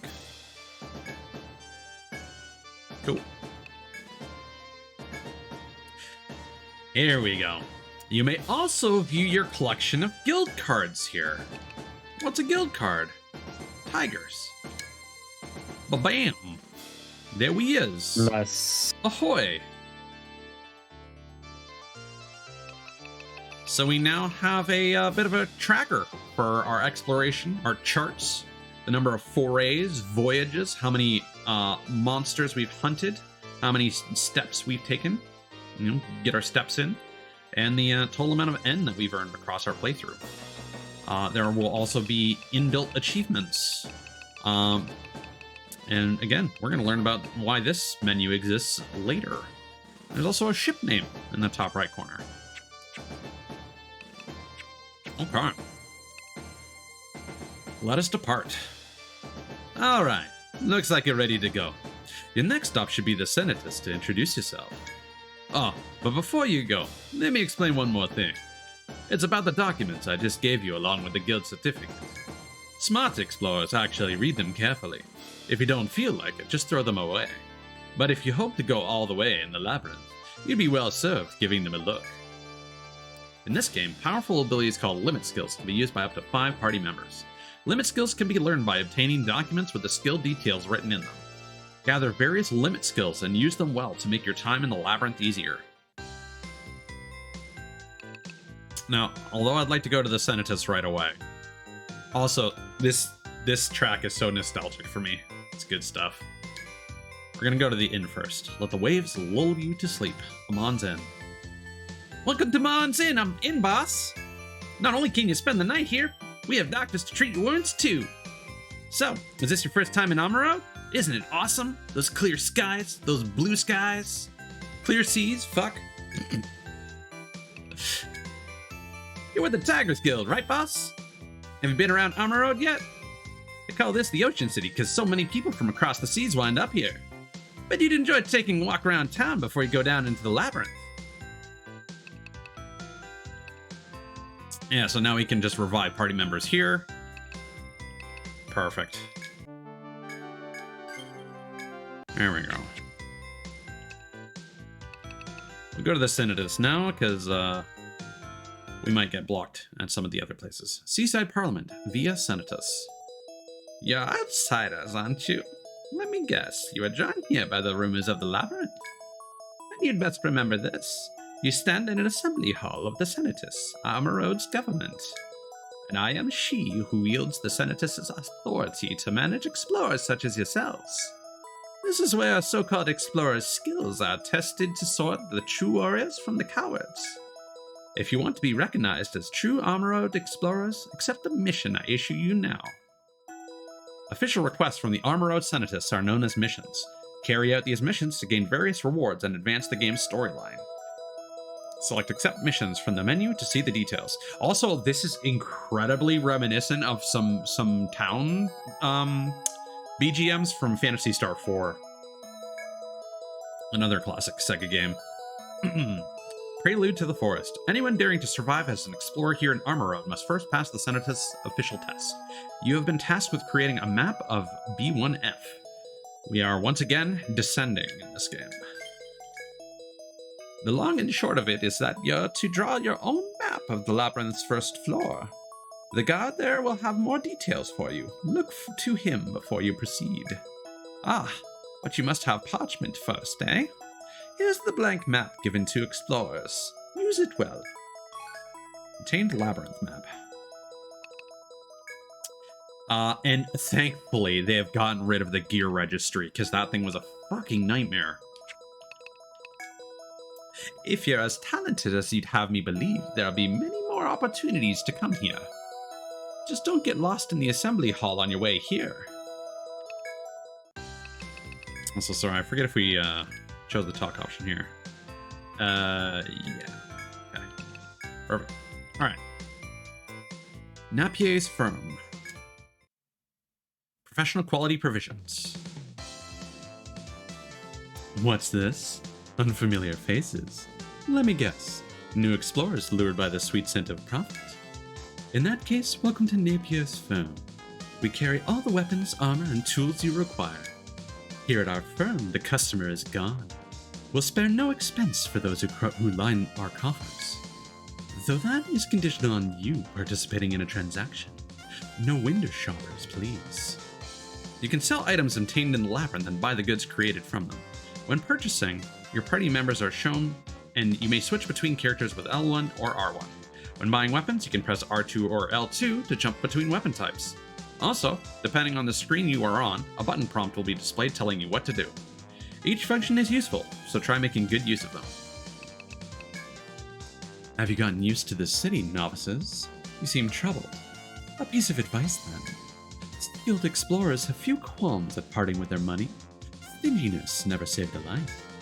All things depend upon money. Your finances dictate whether you master Yggdrasil or die penniless. Remember that. So then, what can I get for you?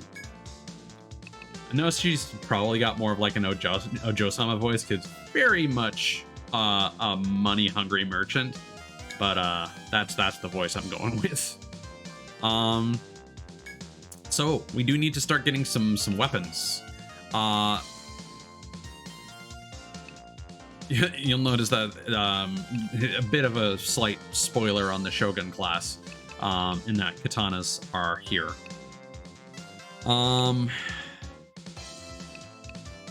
I like how they had instead of the prince class, they had to wedge SO for sovereign in there, because Shogun also starts with an S.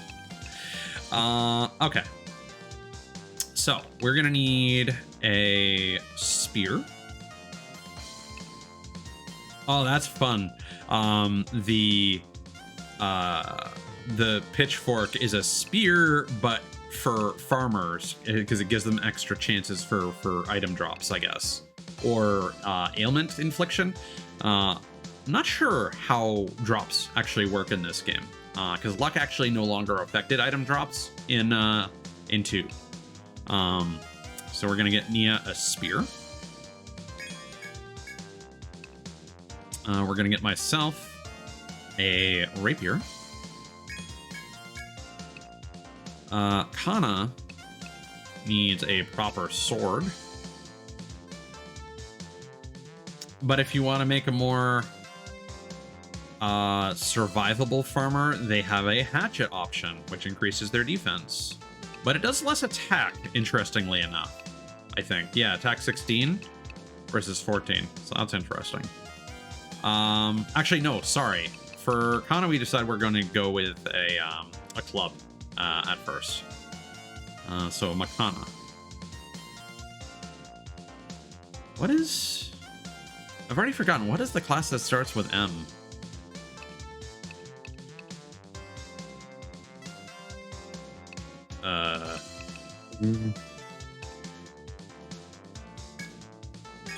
Monk. Oh, yeah. That's weird. Okay. Well, that is a good point. There are no staves in this game. So yeah, the sovereigns use swords, and the monks can use blunt weapons, but they're supposed to be unarmed. And then Cthulhu's is our arbalist, so you get a crossbow.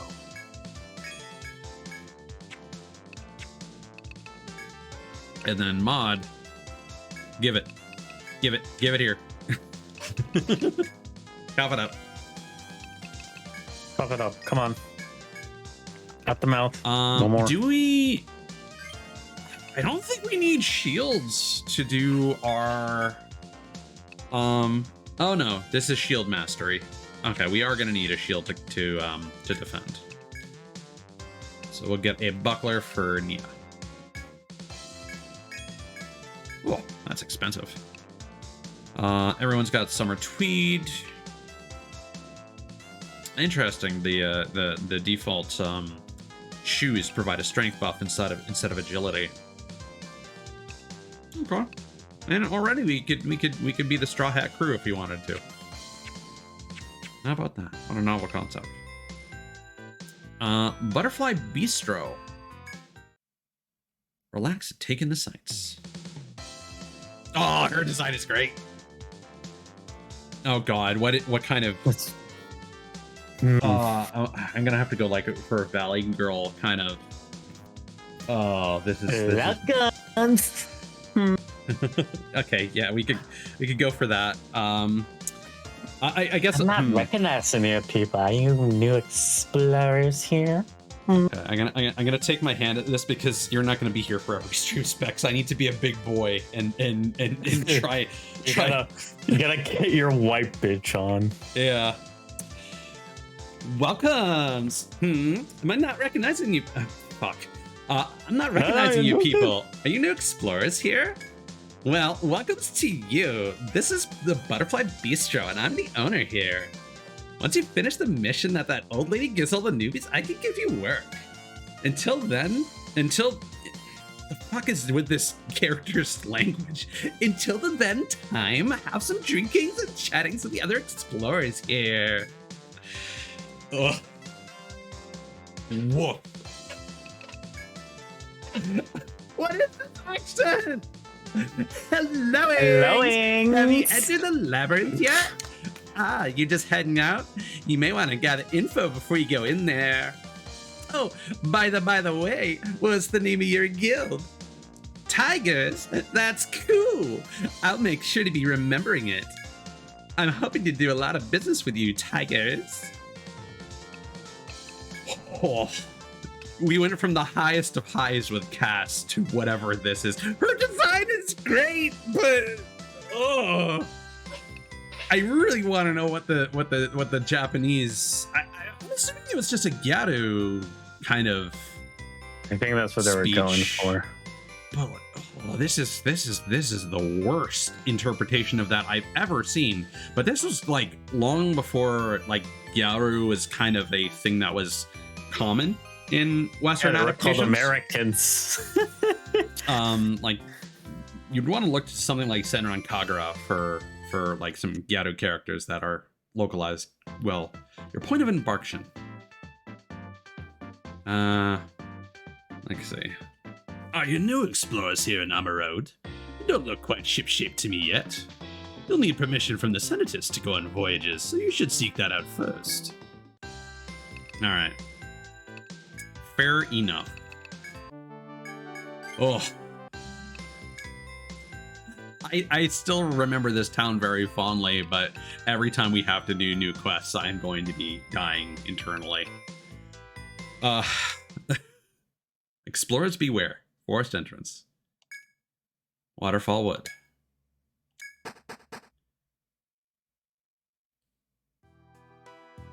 There it is.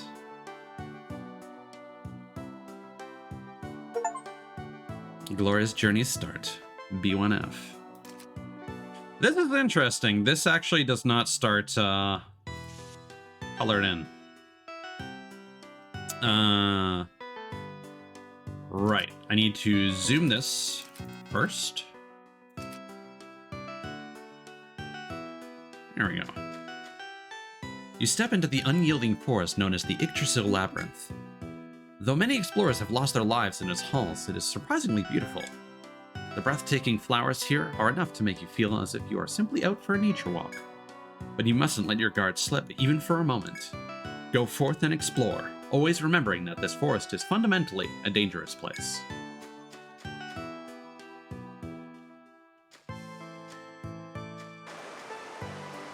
We got some environmental sound effects now. Quite nice.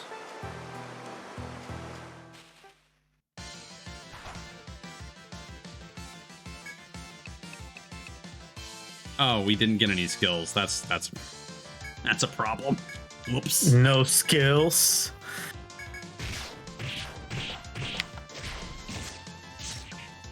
Oh boy, this is gonna be a rough first battle.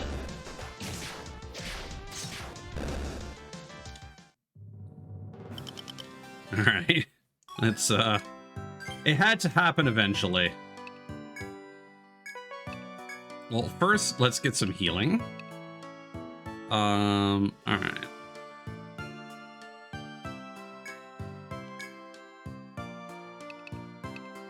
And we'll get some fist mastery just so that mod is at least doing some damage.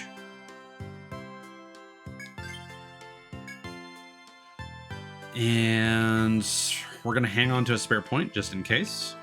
We need bolt mastery.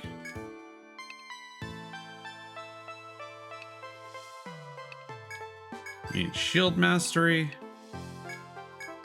Rapier. Club mastery. Definitely want our first damage dealing skill for our characters here.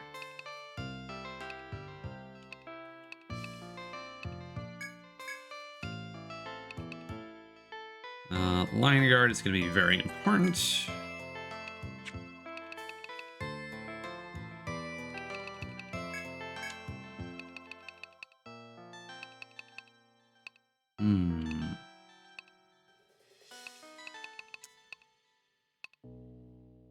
Yeah, I might want to grab one instance of spear mastery, maybe.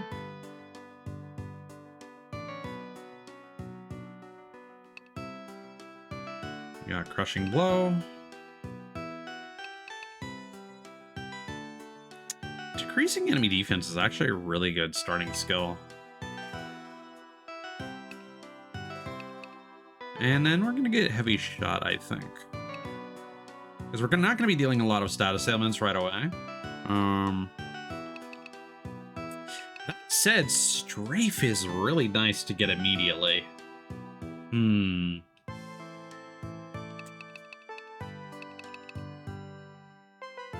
could also just get a barrage skill like right away.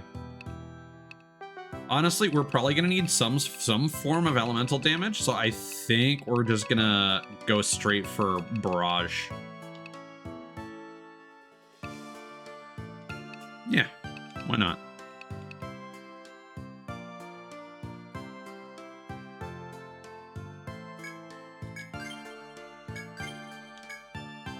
Okay. And we'll quick save just in case we get murked on the very next battle we fight.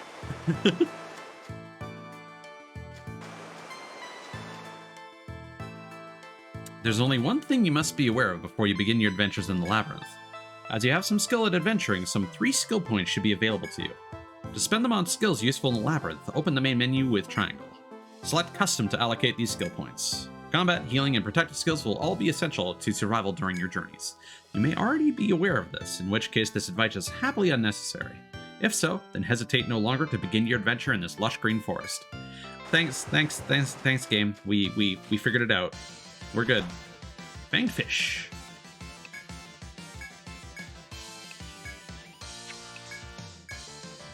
There's a weird pause on a lot of these actions, and I'm not sure why. Like, whenever I choose a skill...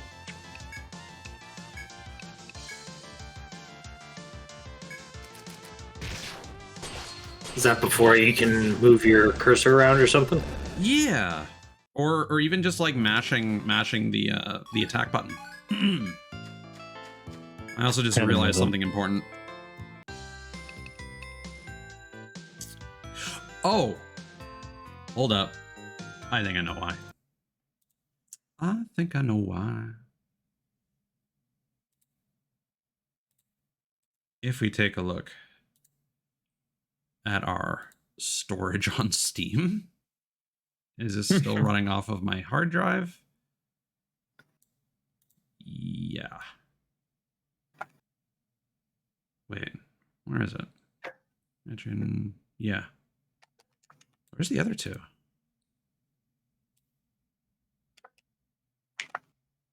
Okay, I need to move that around after stream. If we take a break, I'll take that opportunity to shuffle that over. There was a bit of a weird load earlier when we went to select our characters as well. So it seems like whenever it's loading sprites, it's taking a second. But yes, I just remembered before we get too far into things. Oh, we can't even buy. We can't get Ariadne thread yet. Resting, thankfully, is cheap. It's been a long time. Hello, Anna.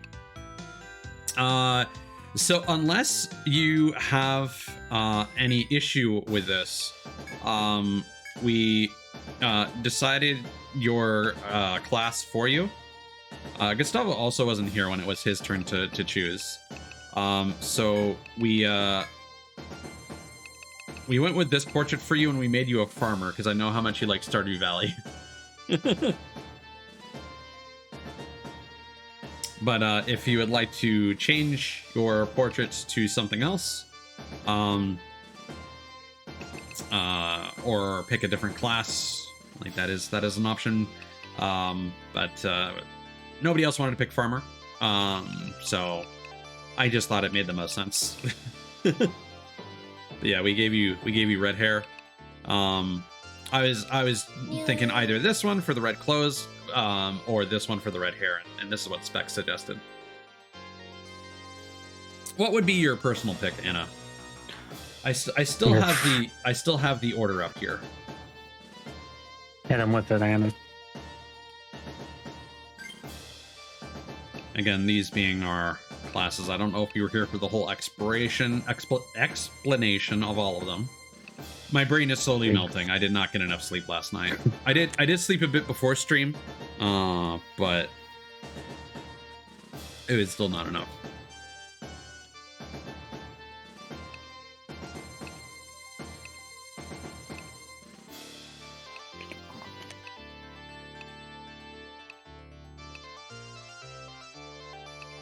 You could always be the new gender-neutral sovereign.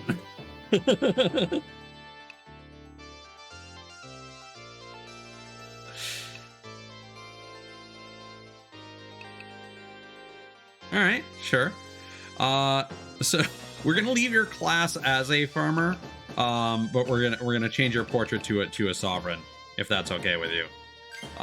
Because Indigo picked sovereign as a class already, and we do not need to. But is there a portrait here that you like the best?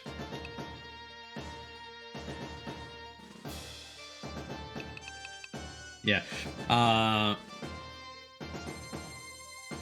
It would be up to Indigo if he wanted to change, but I mean, he was one of the first in stream, so we did it based on the order that people showed up.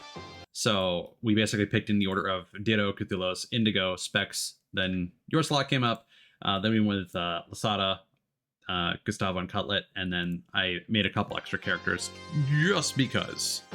Oh, unless I suppose we never made a ninja. We ended up relegating DJ to the ninja class because we needed a ninja. We went for an arbalist portrait. But that's another thing we could another class we could potentially give you. Red hair portrait, all right. Yeah, in terms of like classes that we need to spare would be farmer or ninja. Later on, we'll unlock Shogun and Igdroid. But for now, this is what we got. And again, I have a feeling Gustavo probably will want to be included later. Hell yeah. Okay, so would you prefer to be a ninja then, or a farmer? Is there still a cost? Yeah. But there's also no reason why we can't just dismiss these characters and recreate them.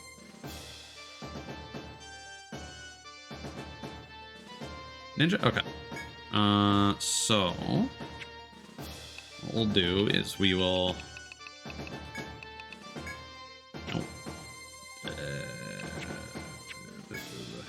menu stuff. Get some spare money. Okay. Dismiss. And then equipment.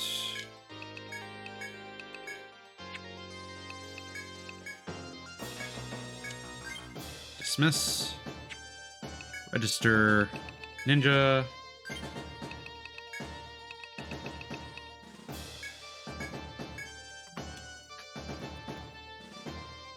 And we just went with Anna. Anna Fire Sprite won't fit. Cthulhu suggested going with like Anna Sprite. Are you cool with just Anna? Okay. Cool. And just because I committed to it already, Cthulhu, you made this joke early about a farmer with a shotgun fighting God. I mean, now our farmer is DJ with a gigantic crossbow. Mistakes into miracles. That's all right. That said, I did mention what we're gonna do for all these characters is oh, we can't. Okay, hold on. We're gonna do this now, so it's not a problem later. We're gonna grab everyone we're not currently using.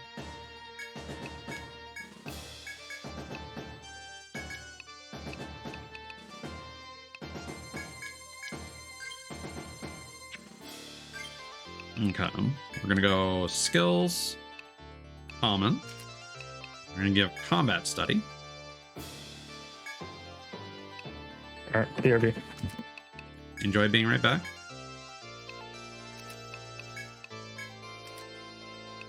Oops.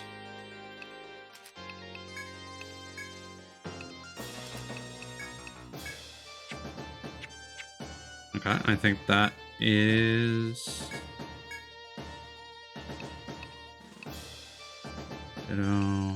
Indigo. Yeah, we're not currently using specs in the party, so yeah.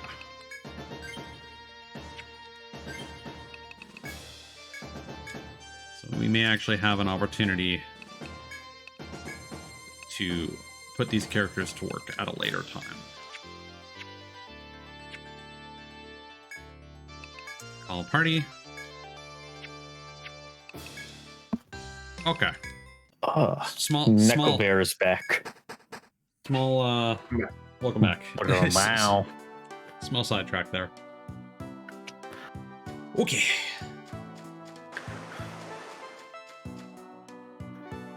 While appreciating the roar of the nearby cataract, you find a guard alone at a crossroad. I heard there'd be newcomers to the guild coming. Welcome to the Yggdrasil Labyrinth. The guard greets you cheerfully and then motions toward the unmarked map you hold. I'm sure they told you at the Senatus, but your first task is to map this floor. Mine, meanwhile, is to instruct beginners such as yourselves in the cartographic arts. Upon saying this, the guard explains slowly and plainly to you how to draw a map. Just in case there are any differences.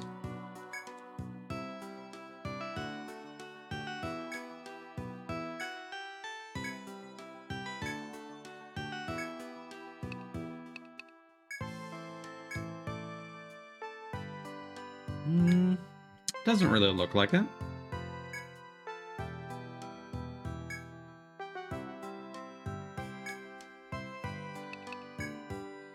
That concludes your cartography lesson.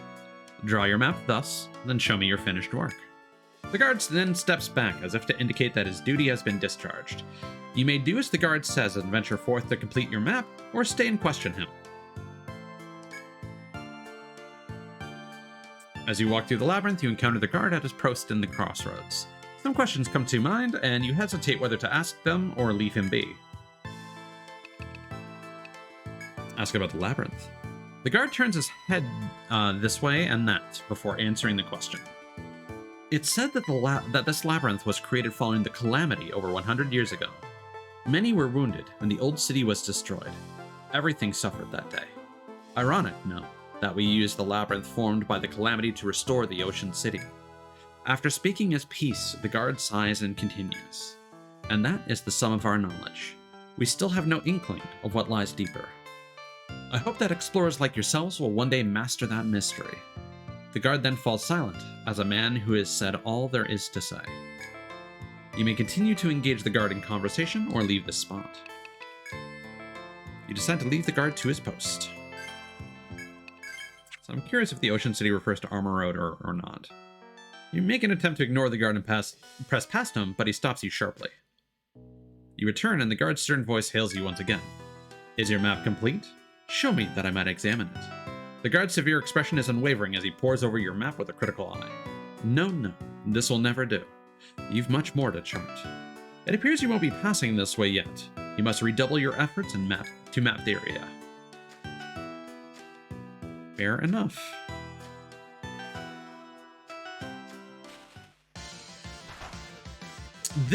The way this map is configured already?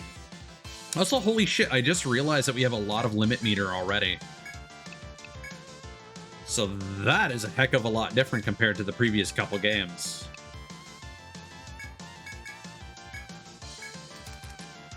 I do really like the battle theme for this one.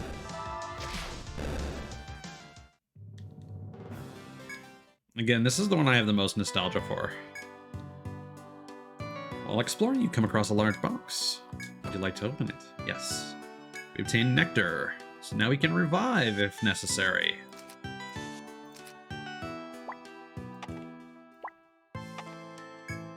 You find a small crack in the wall before you. A person could just about fit through here. Continue forth. Yes. A small crevice is visible in the wall before you. Perhaps a person may fit through. However, it appears to be impassable from this side.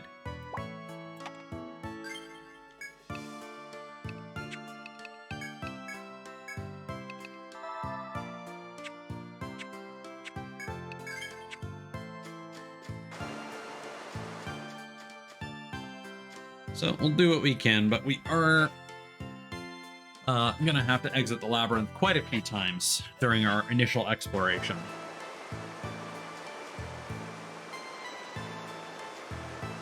Ooh, some treasure over there. As you venture through the tree-choked area, you notice that you've come to a dead end. You find an old sign in front of the wall of trees, written in large print. Caution! Not all roads in the labyrinth lead ahead. Only explorers who are careful to examine their full surroundings will be able to continue forth. You surmise that the sign, which contains elementary advice, was written for novice explorers.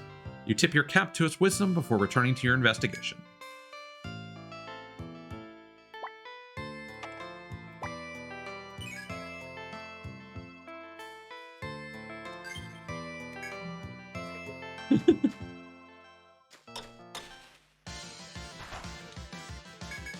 And look at those chompers. Yeah. Yeah, no, it is taking a second to load for whatever reason, so. I think after we've completed our map of this first floor, we'll take a brief interlude to transfer the data over to my primary hard drive. Small crevice is visible in the wall before you. Lots of shortcuts already.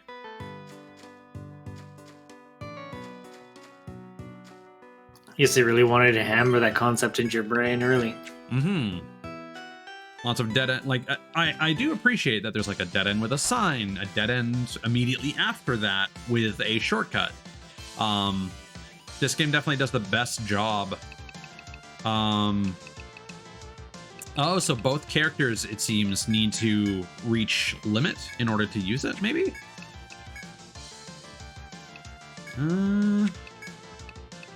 Deadly Durian. Oh, no, nobody can use their limit yet. But yeah, I think this game does a much better job of introducing those kinds of mechanics.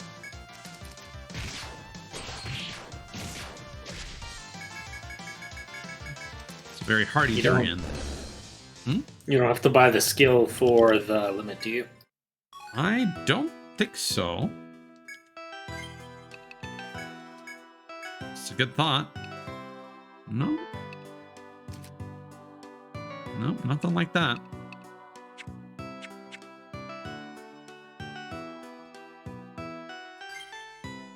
I feel like we're already getting kind of... Oops, that's the wrong menu. Skills.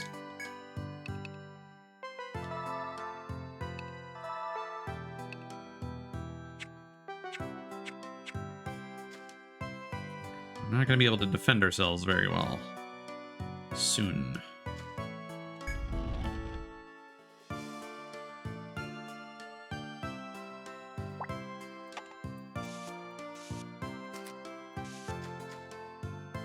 We got a chop point.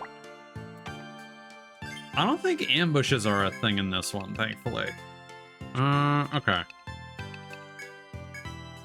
So, who be chopping? Let's see.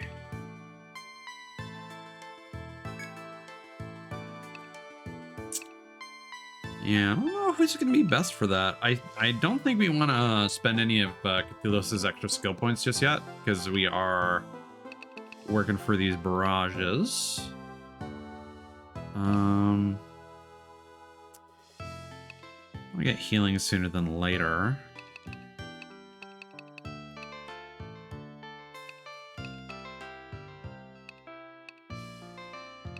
So I think for now,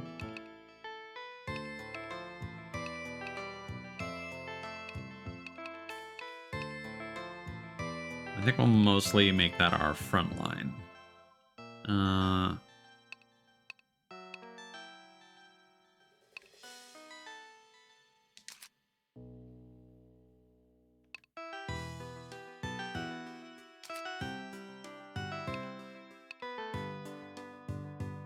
Yeah, let's have Mod karate chop the trees. Wait.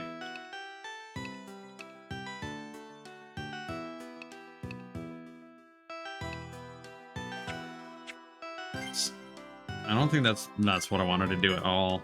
Sorry, my brain is mush today. Yeah,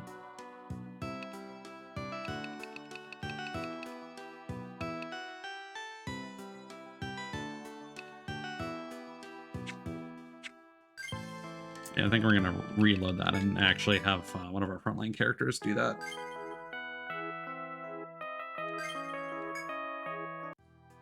Also, not the biggest fan of the menu being on the left on the title screen there, but not that it matters. Okay. So for chopping,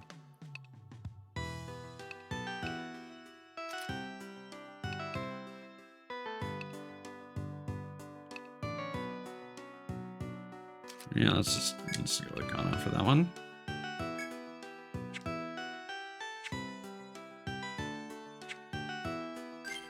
Yeah, hope we get some good. Supple branch.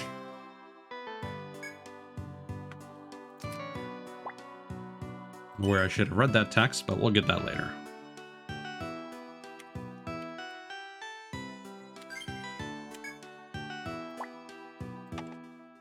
Is there anything particular here? No, just classic square room.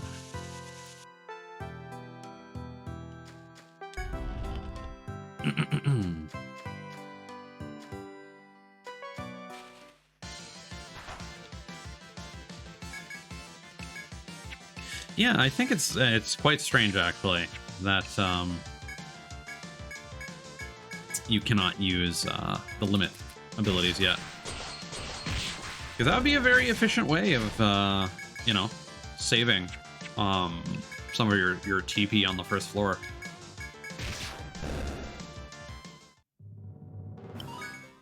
There we go. Walking the path, lush greenery and vibrant flowers surrounding you, you reach a dead end. Gentle sunlight shines through the leaves and you hear the chirping of birds. So peaceful here. You don't sense any monsters around. The spot seems ideal to take a rest. But continuing your exploration seems more important than resting here, so you take your leave.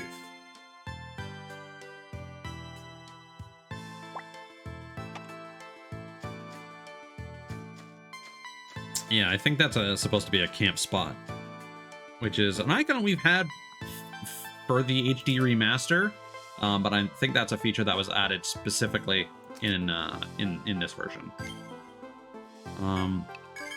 I think we can map this first section. I feel like we can probably do this in one shot. Hit him with it.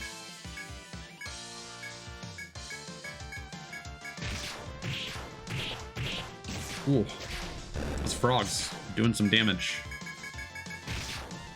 Frogs are indeed very cool. Oh, that was interesting. It seemed like Nia recovered from blindness at the end of the battle. Which is strange, because ailments don't normally carry over outside of battle.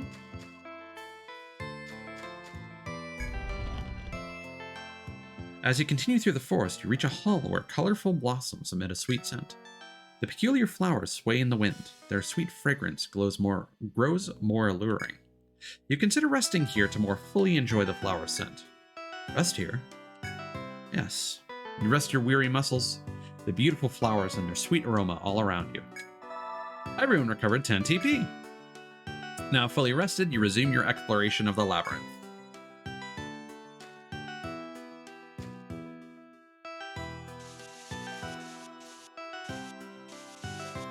Again, getting those initial interactions out of the way that don't do a whole lot to mess with us until they suddenly decide to.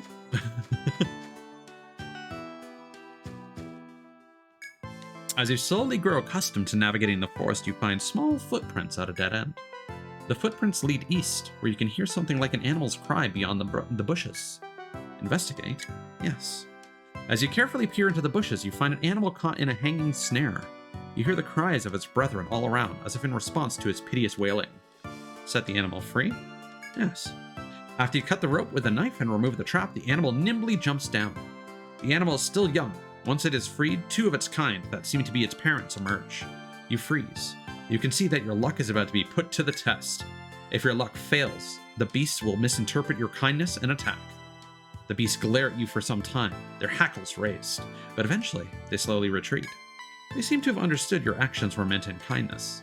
You watch the animals go as they protect their young before resuming your exploration.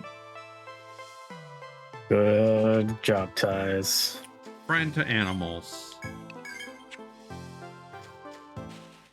No wilding necessary. Okay, let's see if we can get this frog out of the way on turn one.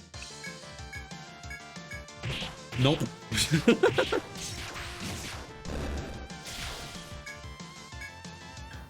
You're a little croak there, my guy.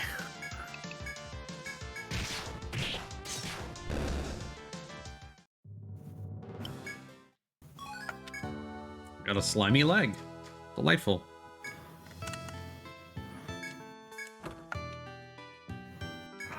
Got some healing.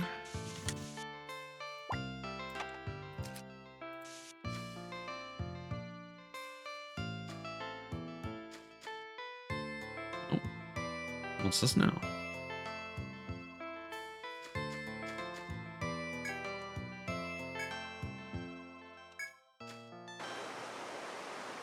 Oh, and that's a two-way. Perfect. Got ourselves a little bit of a shortcut here, gentlemen. Nice.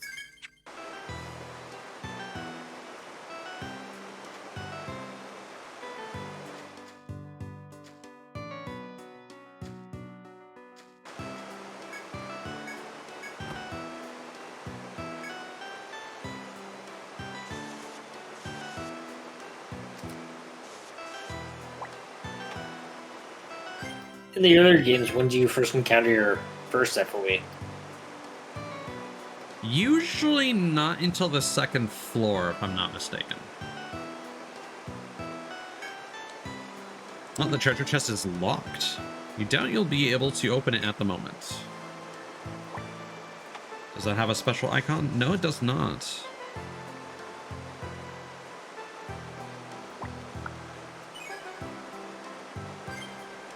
Interesting.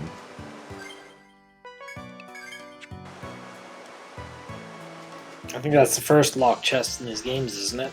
That would be correct, yeah. Got him. You know, we should probably use some skills. Spread the damage.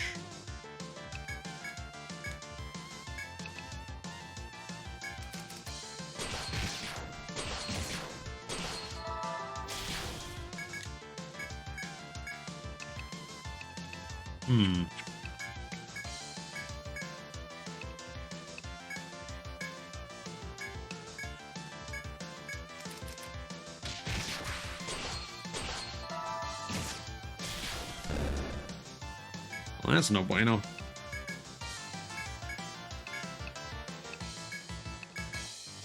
Alright, everybody pile on. Get them all at once. They can't stop all of us. Yeah, I'm wondering if that extra pause at the end of the battle is being caused by the slow access speeds as well.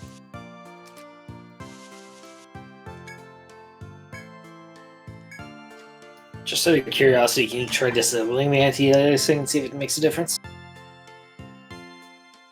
It was not a problem when we played Etrian Odyssey 1. We will try that if the thing is still happening after the transfer, because I don't think it would be a performance issue. Uh-oh.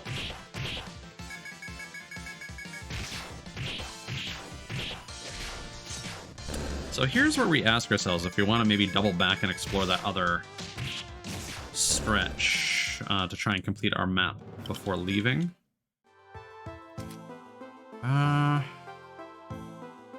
Or if this is going to branch out to a whole bunch of extra stuff. We probably have enough healing.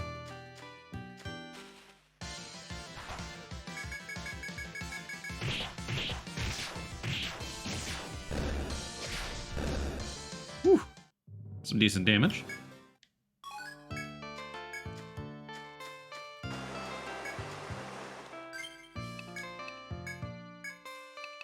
Yeah, I feel like thus far the game is being a lot more straightforward than Etrian Odyssey 2, which is hopefully a good sign. While wending your way through the forest, you stop at a small passage next to the waterfall. As you gaze upon the waterfall in this relatively clear area, a cool breeze washes over you. It might feel nice to rest here for a while, you reflect. Rest here? Why not? You decide your current pace is overtaxing, and it would be best to take a brief respite here. After all, the air is so clear that you can feel your strength replenishing just standing here. Mind and body both refreshed, you resume your journey. Having recovered 15 HP. Well, how about that? Sometimes you just gotta stop and smell the flowers and not get murked by some frogs. Actually, hold on, we should use Line Guard.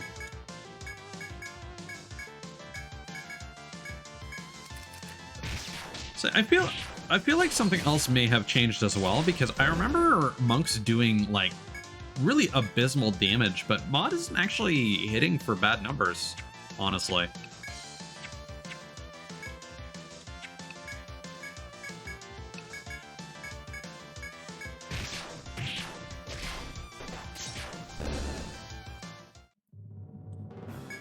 Yeah, also the pauses are inconsistent, so I really don't think that's an issue with the anti-aliasing.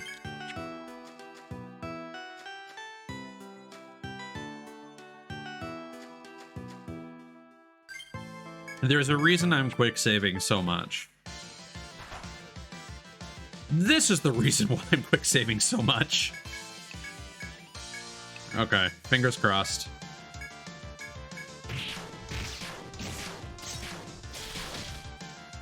Okay, we confused it. Nice. Okay, so these guys, the Great Lynx, these, I believe, are super strong, and they can totally fuck you up, and they only show up during the daytime. This is the game's first situation where random encounters change based on the time of day. Oh, yeah. 35 damage to our most defended character. That would have one-shot any of our party members. Whoa. Yeah. So yeah. Generally on the first floor, this specific section of the first floor, you ideally want to explore at night. But Labyrinth didn't raise no bitch.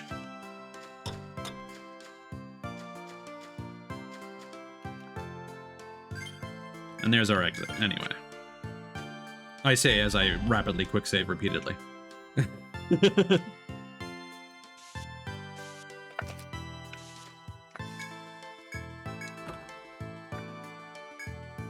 $100, nice. Whoops.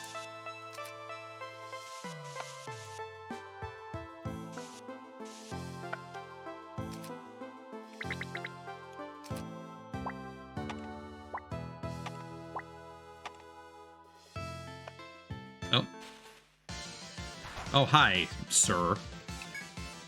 Yeah, we don't have the resources to deal with you. Oh, and that was just... Okay, bye. Fuck.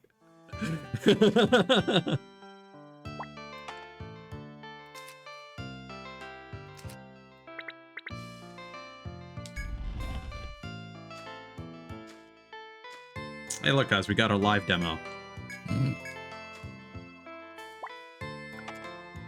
Just in case anyone doubted me. As you walk through the labyrinth, you encounter the guard at his post on the crossroads. Man, you guys got fucked up by that cat. Damn.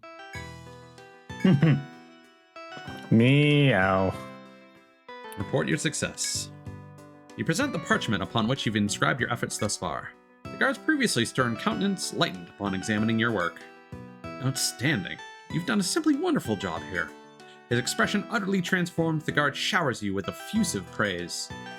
Go now hence to the Senatus and report to them your success to claim your reward.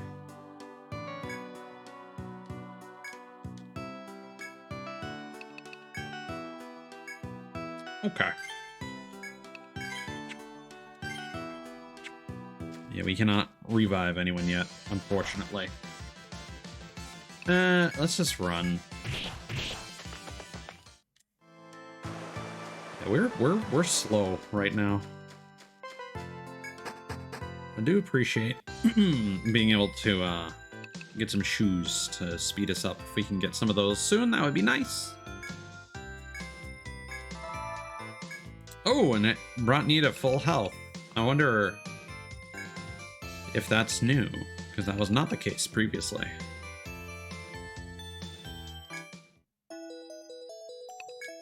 Report results.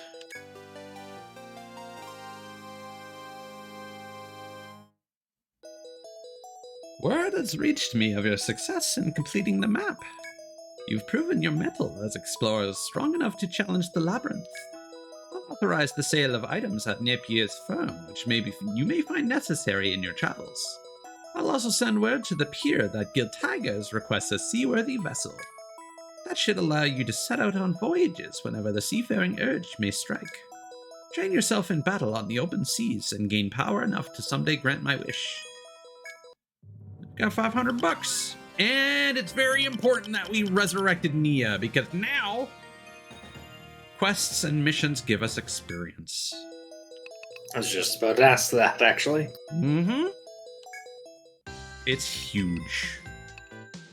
All right. I see you've successfully completed the Senatus's orders. I received their notification. You see, there's only one item that may only be sold to explorers authorized by the Senatus. It's called an Ariadne thread. When you're lost or wounded, use it to be teleported back to Armor Road. You should always have one with you when in the labyrinth from this point on. Stare at it all you want, though. I do not give them out for free. There's no percentage in that. Alright, sure. Fleece us for all we're worth. Capitalism, am I right? Yep. Keeping a good explorer down.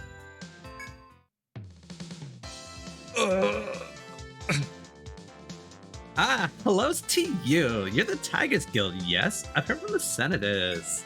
Here at the Butterfly Bistro, you can talk to people and take on side jobs called requests. There are all kinds of different jobs, from monster hunts to item collecting. If you accept a request and complete the mission, report back to me. When you do, I'll then give you the reward that the client gives me when they put it up. Doing these requests might make you some easy cash. I'll keep getting more and more requests as time goes on, so come back here lots, okay? That's pretty much it. Do you want to be taking on one of the requests right away? Gather information. Sand fisherman. Have you folks been out to sea yet? If you're out in the water, try catching some fish. There's all kinds of fish around Armor Road. If you catch any, folks at the port will pay handsomely. The rarer your catch, the more you'll rake in. Give it a try. Scavenger Toma. Ain't seen you before. No explorers, I take it. Alright, and here's some advice. Did you know if you beat monsters a certain way, they'll drop different stuff than usual? Some you gotta kill with a fire, or maybe you defeat them when their arms are bound. That kind of thing. I know all sorts of secret tricks like that to get good treasure. If you want to know, just ask. I don't give them away for free, but you buy me a drink or something and I'll gladly spill for you.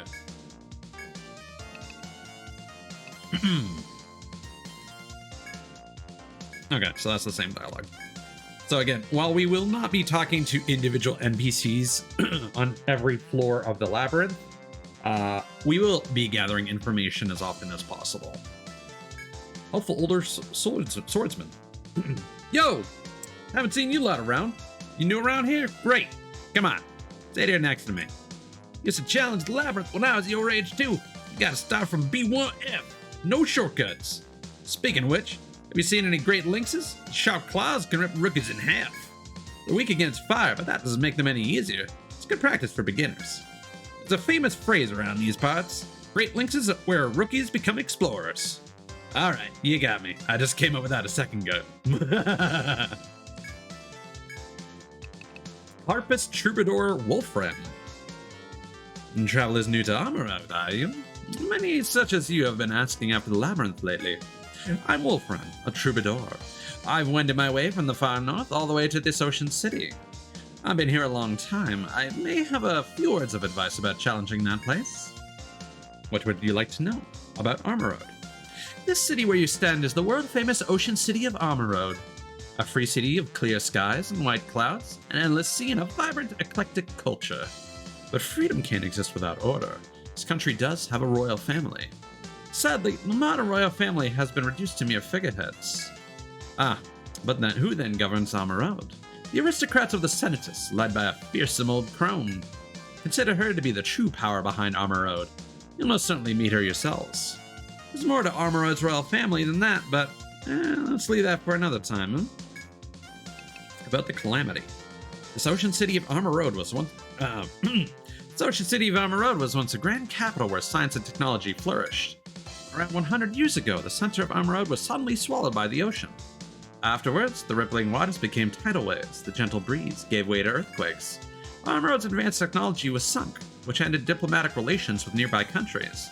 It's been a long road to recovery for Armor Road, but even today, it's nowhere near what it once was. Not since the Calamity. If you ask anyone here, you'll get nothing but a stony silence. Then again, that's just because no one knows exactly what went on 100 years ago. Wasn't all bad, mind you. After the calamity, a labyrinth was revealed, drawing explorers here. Though the Senators had other reasons for gathering explorers, but that tale can wait for now. About the princess. Glad you asked. That's the most popular story of the day. I'd appreciate a tip for the telling. Her sobriquet of the porcelain princess comes from her pure white shining skin. Her voice is like music from the harps of the goddess, radiant enough to tame monsters. But even the goddesses wouldn't linger in her presence for having to compete with her face. She is Princess Gutrun, a lovely goddess of Armorode in her own right. Her visage is the stuff dreams are made of, though mind you, I've never seen her in person. Each successive princess in Armorode is named Gutrun. I'll tell you the reason later. Did I speak out of turn? I must protest. My profession requires me to sing loud and long. Ah, but I jest. Come again, explorers, if you wish to hear my stories. Alright, what do we got on the menu? Butterfly Bistro's new menu. I'm gathering ingredients to make a new frog dish for my restaurant. Couldn't get any easier than this. A request, huh? Oh yeah, do try. What the fuck am I doing with my voice here? Oh god, every time I have to like recalibrate my brain to do this accent. That request, huh? Oh yes, do try that one. It's most decidedly easy. I'm wanting to make a new menu item here at my bar, and I'm needing ingredients. What's required is 1 frog cheek and 3 slimy legs. I'm most sure you can gather them by killing forest frogs on B1F. I could be counting upon you, yes? Good. Now hop to it. I don't know what I'm doing here, man. Suffering. Slows in your mind. The Fisherman's Rest. I'm looking for a place I can sunbathe where nobody will find me, and I'll be safe from monsters. Oh, you accepting this request? Yeah? So easy, it's so perfect for you. Mine is Bill, an apprentice fisherman. He's known for being a lazy oaf. He says he's wanting a safe place to sunbathe. I bet he's looking for a nap spot. Maybe be finding such a perfect spot somewhere on B1F. Yes? Find a good place for him and let me know. Yes? That'll be the end of this. We'll be running along now, adventurers. I could be counting on you. I think she's supposed to be American. Because I think Japan sunk and Armorode is now on top of it. And I think she has come from America to see the sights in Japan, and that's what they're going for. Because it seems like she just doesn't speak the language, if we're being honest here. So that said, we still want to make sure we sell at least 1 slimy leg and 1 frog cheek, so we don't potentially miss out on anything in terms of gear or items. I do not like the color difference between the shades of blue here. It's actually hard to tell if you selected something or not. Strap shoes, Copus, my kitty, scale jerkin. Those strap shoes provide vitality? Don't like that. Would like some agility. Thanks. I'm gonna keep saving.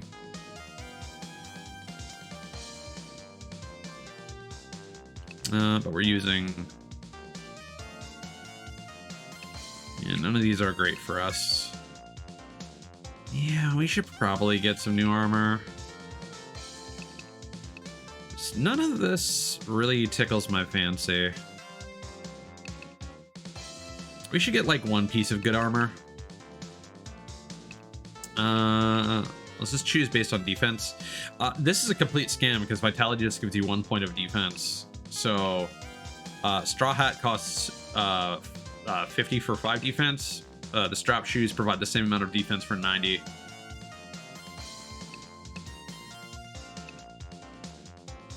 Yeah, so I think we want to get everyone a straw hat.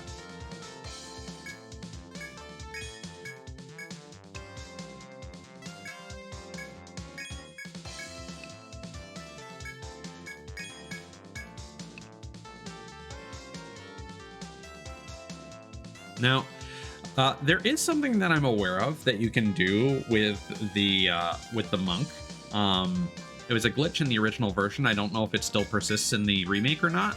It probably does because they didn't really patch any like beneficial glitches out of the game or anything like that. But basically, although the monk is designed to be unarmed, what you can do is instead of one of these pieces of armor, you can equip a weapon in one of their other slots. And it will, because you don't have a weapon in the first designated slot, which is supposed to be for weapons, it apparently allows you to use the attack power of the weapon while still performing unarmed skills and benefiting from unarmed mastery. So that's something a little cheeky you can do.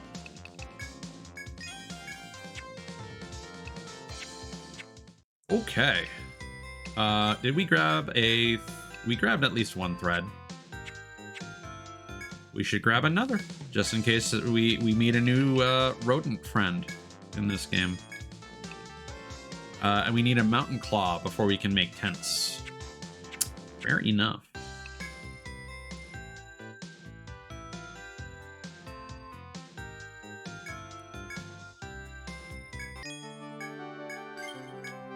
Okay. I do really like the transition between day and night there. Okay. So I think what we're going to do is we're going to take a brief break while I move this game over to my solid state drive. And then we are going to resume our explanation of the first floor here. So let me just switch things over to my AFK screen and the... Waking up. Wake up! Russia, put a little makeup. And we will be back momentarily.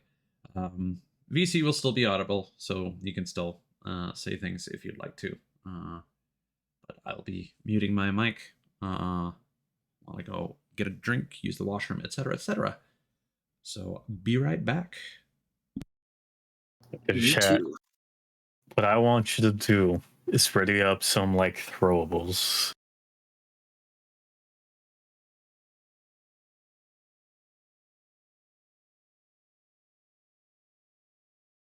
All right. So when Heist comes back, you just beat him up.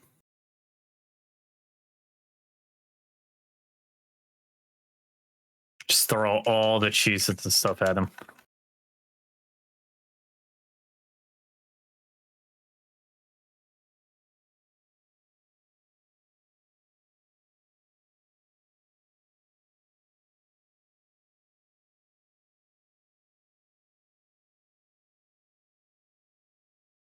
Or make him do a voice. That would be funny too.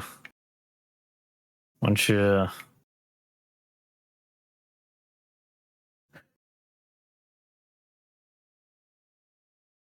Oh man, I've just been playing Street Fighter. Hopefully y'all are doing well.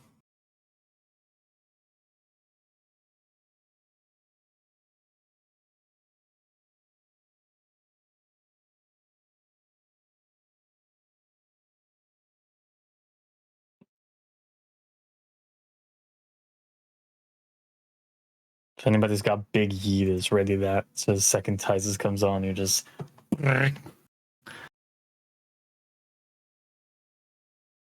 No questions asked.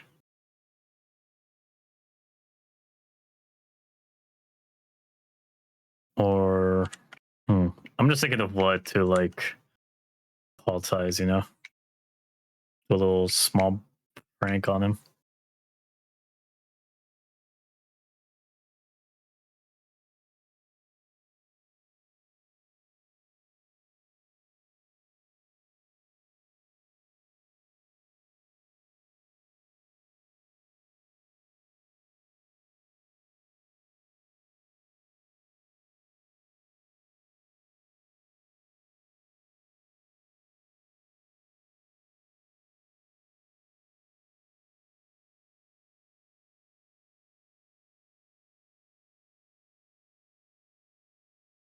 Got a big kid and some sipping away from...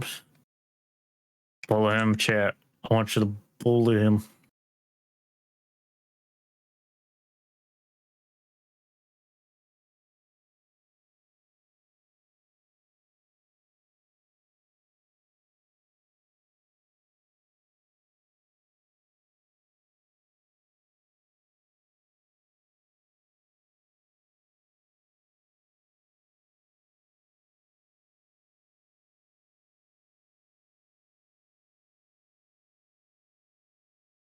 Bully Cthulhu's and ties at the same time, and I don't even know how.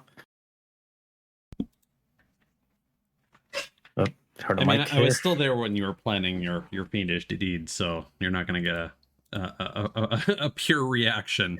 See, it was the psych because I had to think of how to bully you before you realized what really was going on.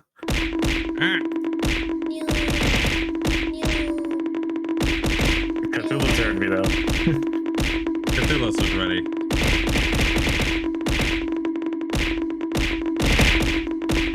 Phyllis, I don't think you should be feeding the kittens Cheez-Its, but you know, that's just me.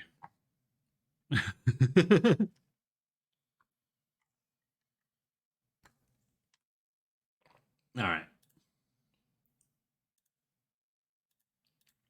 We may need to customize some settings because sometimes when you transition a game from one drive to another, yeah, reset the audio. Sometimes the options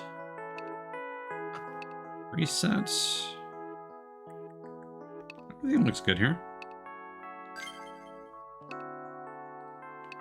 We want to load.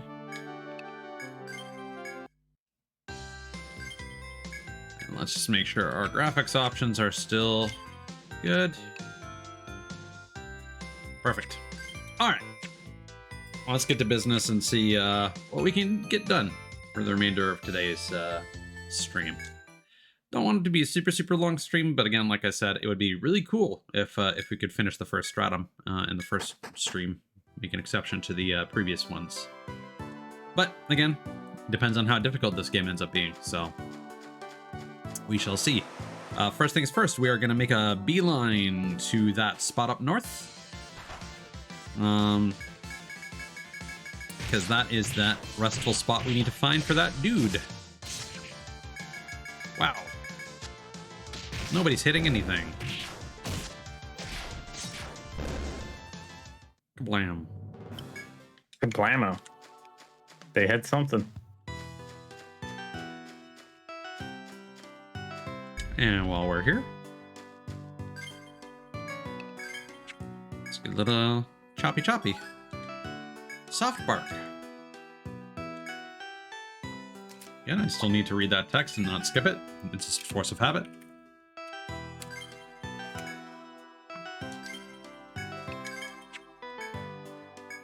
There.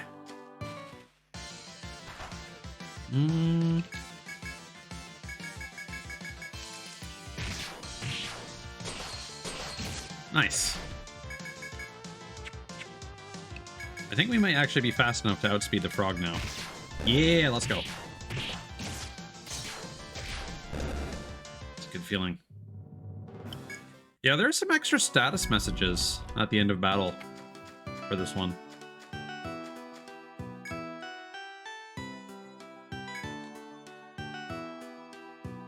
I think that might be new text and might not be. As you explore the labyrinth, reach a dead end where the sun shines brightly. You suddenly recall the request you accepted about finding a place to sunbathe safely.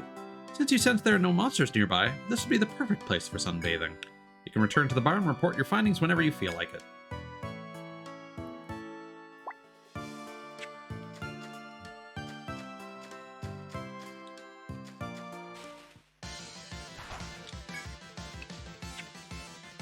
So the thing is, I don't know if we can encounter the lynxes on a different floor or not. Oh, bummer. Yeah, we might want to invest in that accuracy increase sooner than later.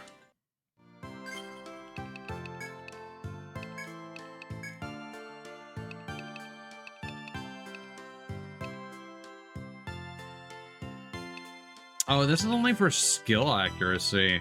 Alright. Never mind. Rip. We'll see if that becomes a problem later or not.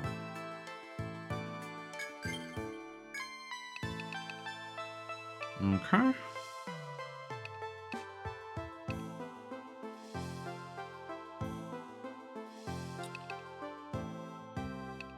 And then getting refresh and unbind would be very useful.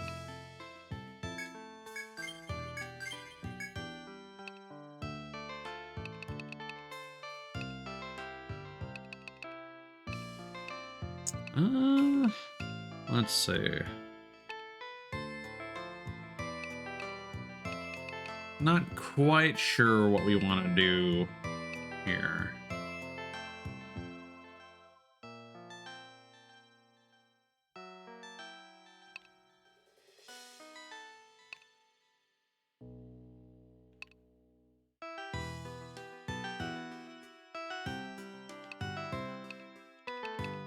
Yeah, we're gonna want to get Chase Blow sooner than later.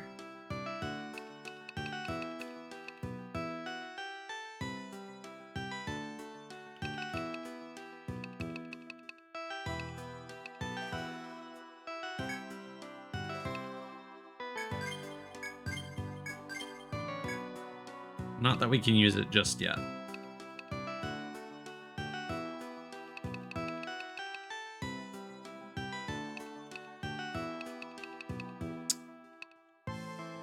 Having some extra damage might be nice.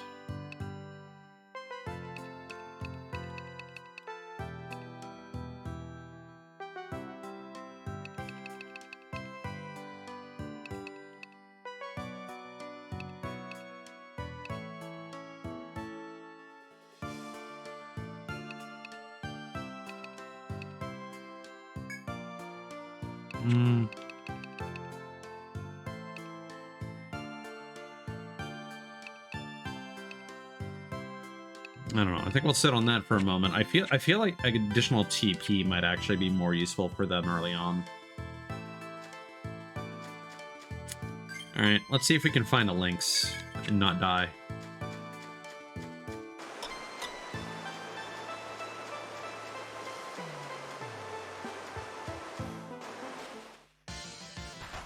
All right, there they is. Oh, I also noticed we already have our limit up. I don't think that transferred from out of the fight.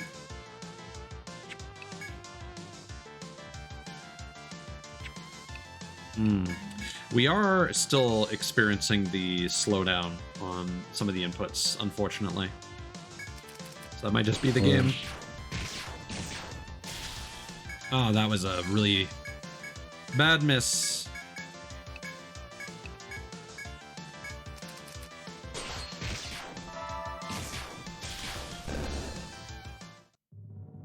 Okay, we got one Mountain Claw. But we do need another. Wait, what do we need the Mountain Claw for?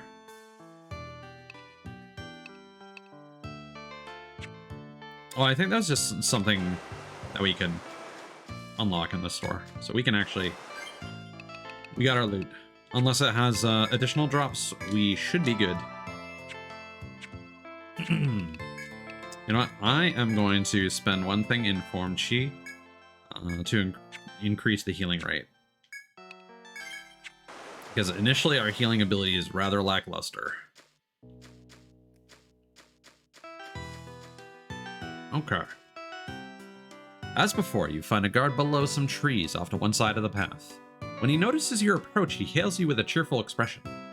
Made your report to the Senatus, have you? It means you've the right to go on ahead from here. In honor of your accomplishment, I'd like you to have this.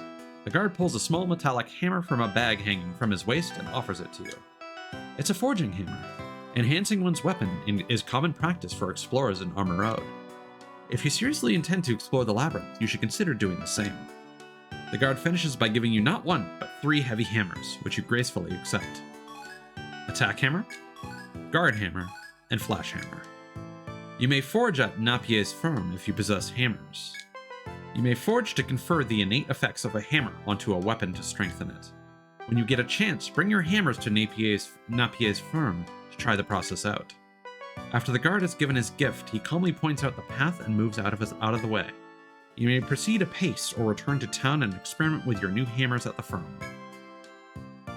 I don't know if those are one use or infinite use. It's been a while, so we shall see.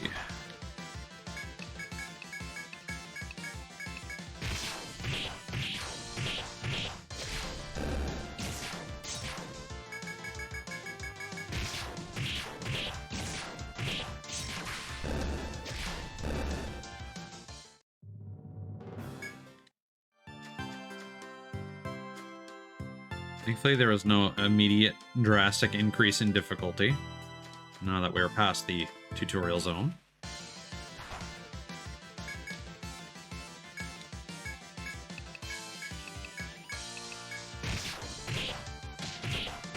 Well, that's rude.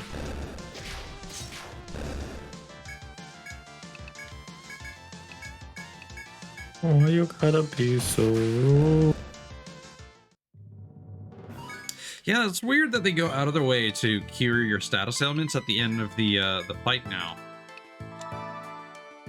Oh yeah, that seems better. As you walk through the forest, you see small yellow sprouts at the roots of luxuriant trees. The sprouts look as if they might be edible. Will you muster the courage to pluck one and eat it? Try eating a sprout? Yes. Cthulhu, entranced by its fresh scent, takes a bite of the sprout and swallows. Suddenly, Cthulhu begins to complain of severe stomach pains. Seems that the sprout, far from being edible, was a species of poisonous plant.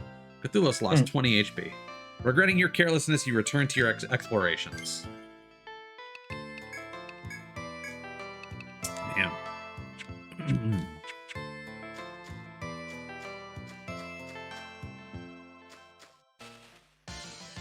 Uh-oh.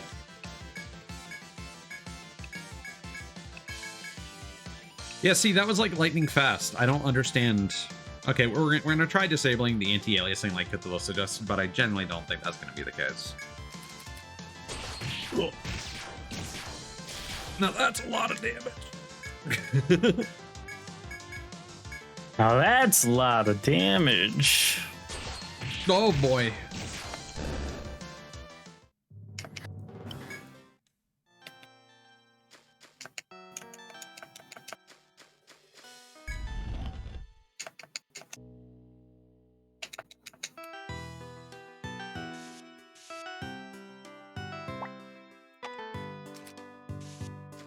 Just seeing what I can explore here.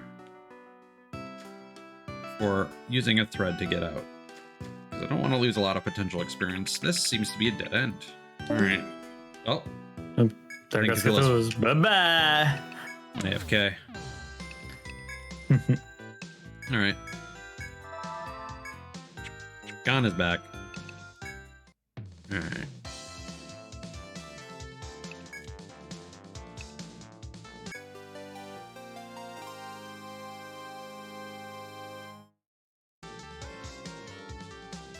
Yep, back and alive too. This is good.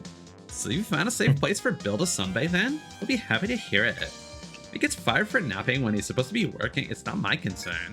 Well, regardless, here's the reward. I look forward to further dealings with you. Okay, this screen is going to be like a jump scare for me each time. I'm not used to it.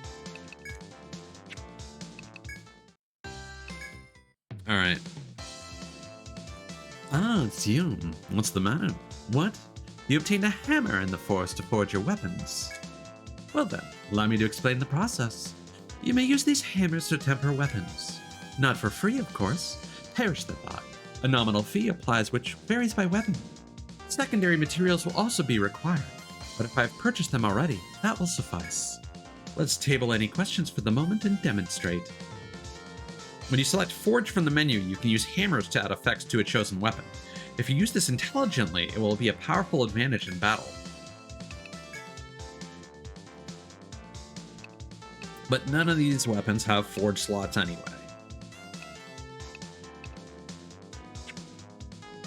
So, whatever. Whatever.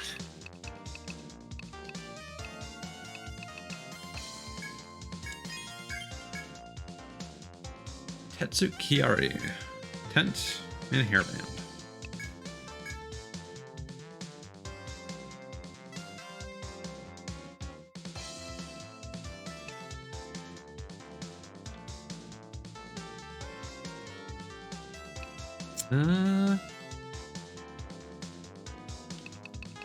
These icons are a little... Ooh, that's really nice. Expensive, but nice. Oh, and I think that blank spot means it's got a forge slot. Don't mind if I do.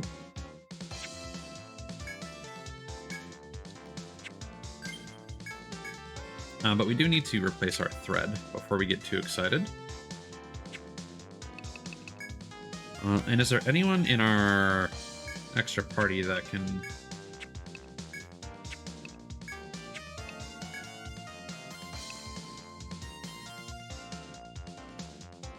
Sure, yeah.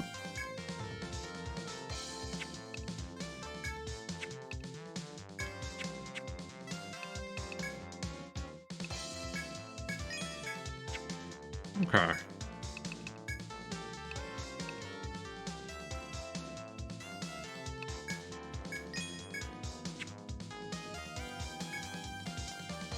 May as well grab a tent.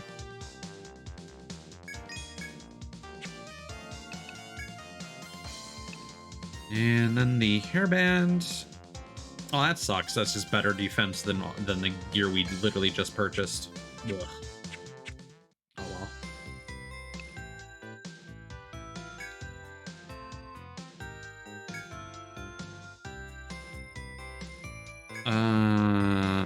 Yeah, I'd like to avoid the lynxes if possible. Let's rest until night. We also didn't go back to the port. Ah, members of Tigers. This is Denver, Amarod's largest trade port. Or what's left of it. When the calamity struck a century ago, the topography changed and commerce ended. Since then, many have worked to reopen trade routes. Nobody can get ships out past these currents. That's why the Senatists and I are asking explorers to set sail and create new sea charts. The rewards are handsome indeed. If you can chart a course from here to the north, it'll be worth it. I've even gotten them to lend you a ship exclusively for Tiger's use. Got a name in mind? Please name your ship. So, this is a name I came up with back in the day. I struggled to think of ideas. I like the idea of a ship called like the White Gold, but that didn't fit. So I shortened it to Wit Gold. Yes. You're not the first girl we've given a ship to, but most seem to care about the fishing money. You're different, though. We'll be counting on you to restore Amarod's name as the Ocean City. Alright. So, we do have a bunch of things that we can potentially report. Ah, if I recall correctly, you're the novice adventurers from Tigers, correct? How are you finding the Yggdrasil Labyrinth? Its grandeur and depth is like the greatness of the sea. But remember, you've been tasked with an important mission on these seas. Don't get too preoccupied. I shouldn't worry, though. You're young yet. I'm sure you can take on both the labyrinth and the seas. Alright. Settings for trading guild cards with guilds that you go on oceanic quests or trade items with. Enable guild card exchange? Hell yeah, why not? We also got our first achievement in here. Proof that the Senatist approves your guild entering the forest. Controller. Hello. Hello, controller. Hello. Hello. There we go. What's interesting is that we haven't explored the labyrinth at all yet, allegedly, but we've charted 3%. I feel like charted would apply more to the ocean. Unless it's just a question of, like, just the sheer difference in percentages. Connect to the internet and trade items? What? Sail the seas on the Wit Gold. Ah, yes. You also need to load food on your ship. Your provisions determine how far you can range. This isn't very tasty, but it'll keep you going. Use it to learn the ropes of charting the sea. Obtained biscuits. Also, it's a little threadbare, but you should take this flag as well. It's a good luck token, commonly hoisted by fishermen praying for a big catch. Your objective is to fill in the sea map, but voyages get pretty costly, so I propose a deal. When you notice fish during your voyage, catch and bring them back. That'll bring in a bit of income. Just make sure you keep your eyes on the real prize. Obtain fishing flag. So, ship's biscuits will... this is basically hardtack. If you've ever heard that term before. This will give us 6 turns to move away from Armor Road. And the fishing flag provides us with a bit of a buff to our fish schools. Nice. Traditional voyage food so hard they're compared to steel plates. Because yeah, you're basically expected to crack them up and soak them in water, and then eat your soggy metal bread. Eat the soggy fish. Modest flag said to bring good fishing luck when it is hoisted. Let us set sail for 10 smackaroonies.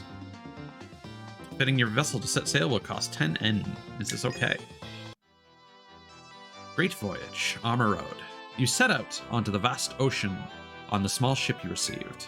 Your duty, to chart the boundless ocean, recording its shores and shoals on your map. You decide to start with the area around Armor Road to get used to navigating the seas. Your objective at sea is to chart the vast oceans you explore. Review the controls? Why not? Advance. The counter in the upper left shows how many times you can sail forward. Turning.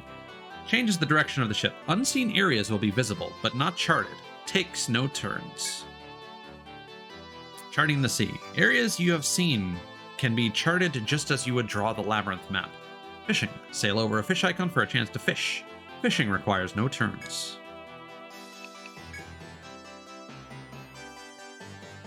This song is a vibe. Alright, so we've expanded a bit.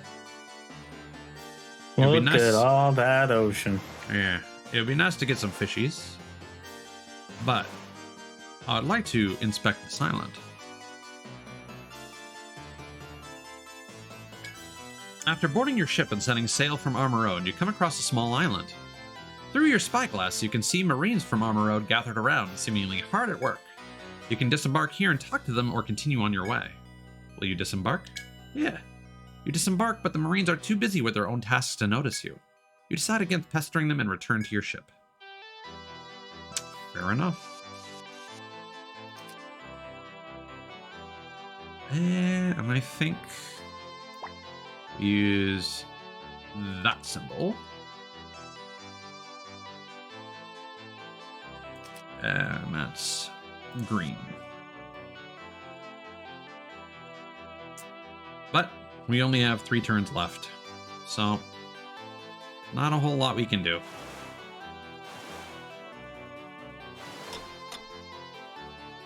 You're out of provisions. Return to town? Yes.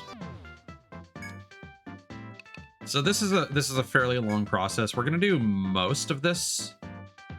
We is winning mod. I thought I would ask you, because we are live now, and because it turns out that there are alternate color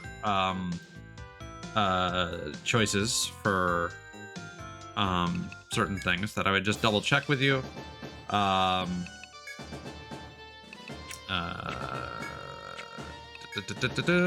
Mod appearance.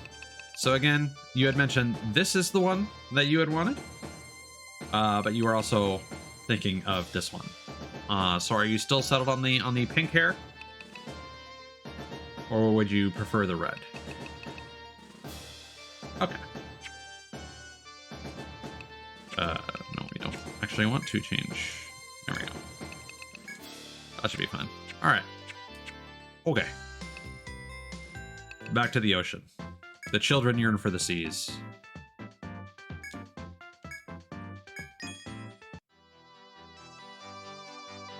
How you doing, Mod?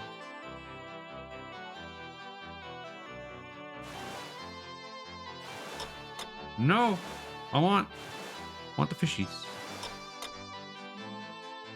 See you later, peaches. Obtain 7-star sardine times 2. Hmm. You better I'm not gonna move. start heading out. You're heading out? I'm gonna head up. Yeah. All right. Have a good night, Specs. You too. Thanks for hanging out. No worries. Bye-bye. We just got flying fish times 7. And that's 2 tiles ahead. There's some kind of like dungeon or something there. And not exactly sure how I want to mark all this stuff. But there's like that. We'll do that.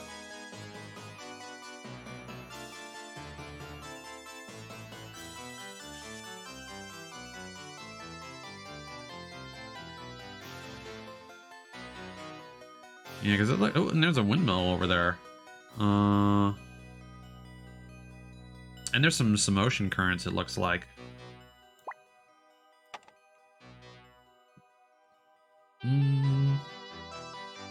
It's like, so that would be one tile.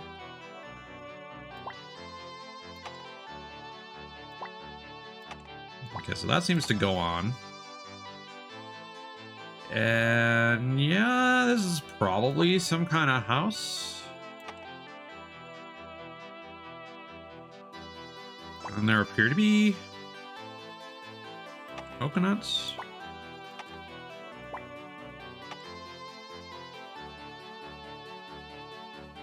There we go. Hello. There you are. How's it going? All right. How about you? Yeah, doing good.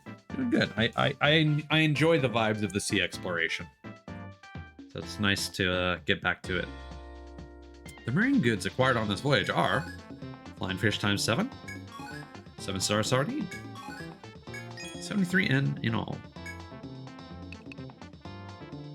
So I'll be honest, I forget what the major point of this is. I know that there are some optional boss fights that are unlocked through sea exploration, but sea exploration I think is completely optional.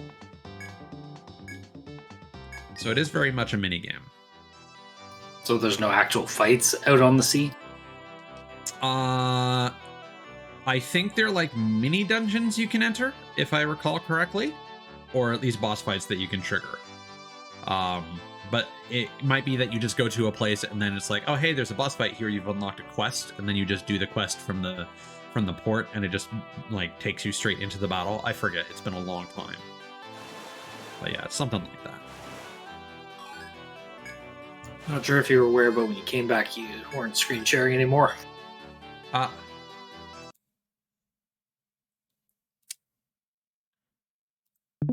Specs did not say anything, but thank you for the heads up. It's all good. That's weird. Looks like you have to go fishing a certain number of times to get that.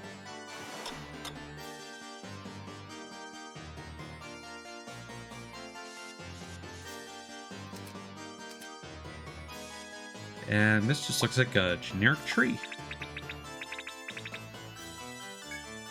You discover a small deserted island just ahead of your position north of Armor Road. You mark the island on your map and attempt to set sail when the trees suddenly sway. Something may be nearby. You wonder if you should stop to investigate or continue sailing. Disembark onto the island? Yes. You disembark and come across a flock of Armor Road sheep with brown wool and spiral horns. From the rear of the flock, you hear the unexpected voice of a man. This here's an island of wild Armor Road sheep. You came by boat, didn't you? An old man emerges from behind the flock. It seems he lives on the island as a shepherd. He explains that the sheep's pen has deteriorated and he needs good cedar wood to fix it. The old man asks if he can bring back some Armor Road cedar, found west of the Ocean City. You make a note of his request in your logbook, though you can't be sure when you'll get to it.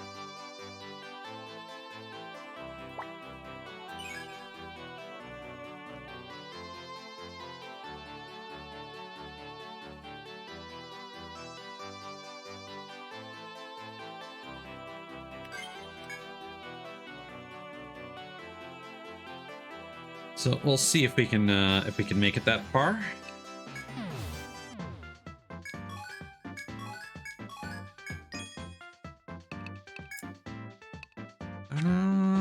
Let's see. So west of Armor Road.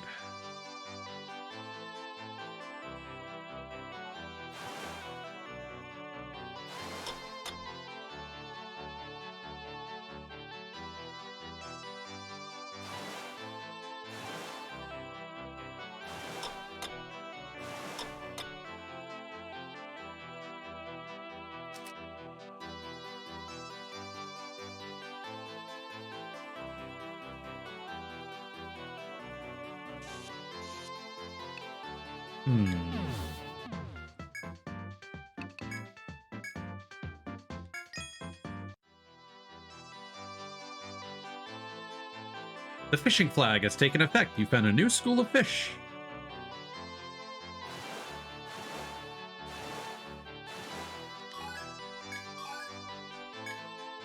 Ooh, and they're very much plentiful. But I think we want to... Oh, on the high seas, as always, you came across an unusual landmark while bearing west. The giant lighthouse to the west of Armor Road towers over the surrounding seas. The lighthouse has stood there for ages, its majestic bearing always visible. You may visit the lighthouse or simply go on your way.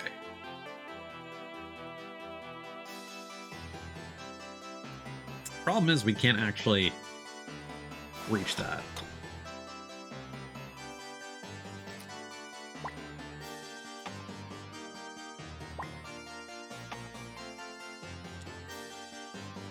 There's also no way to access that tree. Looks like your investigation is going well. I'd expect no less from you guys. Have you heard of the Scandalia Lighthouse? Before the calamity, it was a beacon of commerce. But ever since, its light has been extinguished by a bird monster nesting there that attacks ships. So not only are sailors forced to go without its light, we can't even get close enough to repair it. But maybe it has a blind spot, so to speak. Would you guys be capable of finding a safe route there? The Marines on a small island to the north have a stock of dried peas they could share with you. With those, you could sail further. If you can get to the beacon, we can dispatch combat engineers. This is a crucial part of restoring Armor Road. I wish you the greatest success.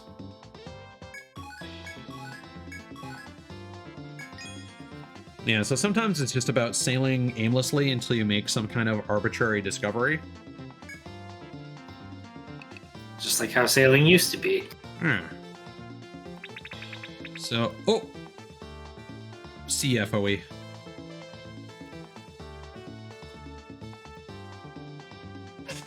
I don't know if they still move like everything else. I'm not sure what I should even color that with. I'm gonna get rid of these trees because they actually appear to be non-interactive.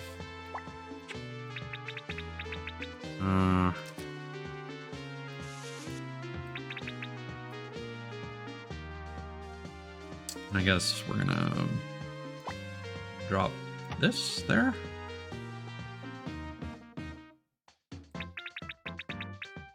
Let's see.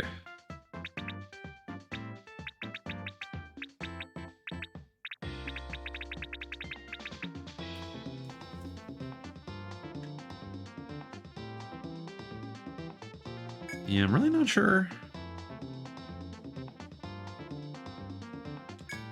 Oh, I might want to map out the path of that FOE. Assuming it does move.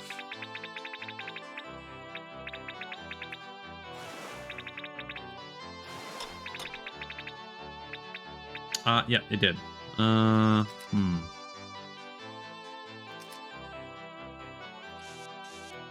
guess I'll use that path until something else tells us otherwise. After boarding your ship and setting sail from Armor Road, you come across a small island. Through your spyglass, you can see Marines from Armor Road gathered around, seemingly hard at work. You can disembark here and talk to them or continue on your way. A seaman who had watched you disembark addresses you. Oi! What brings you to this tiny island? Make dried peas here. Let's chow for the Marines. You explain that you need dried peas to reach the lighthouse. Really now? Well, if that's the case, I'm more than willing to share some with you. They're long-lasting and they'll hold in the stomach. Marines and Labyrinth gods both love them. They ought to come in handy if you're out to explore the sea lanes. You thank the seaman for his dried peas and return to your ship. Alright.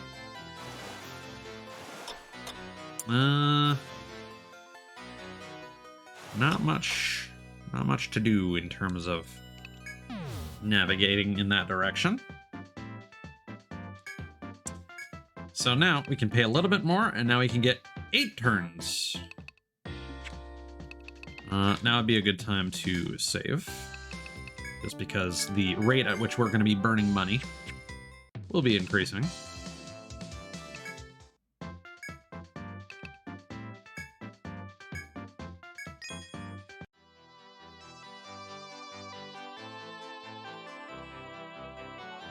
Okay.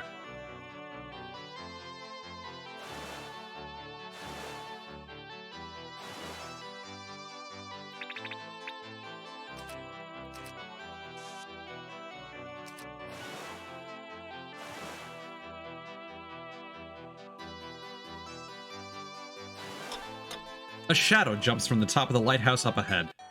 Its identity turns out to be a monstrous bird that has claimed this territory as its own.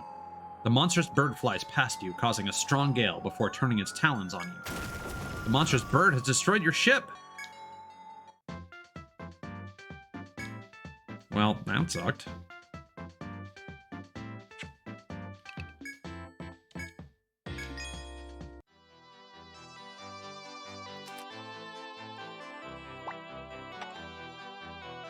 I'm not sure if that's actually the icon I should be using for that. Let's do that.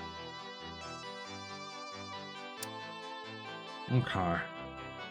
So we're still looking for something west.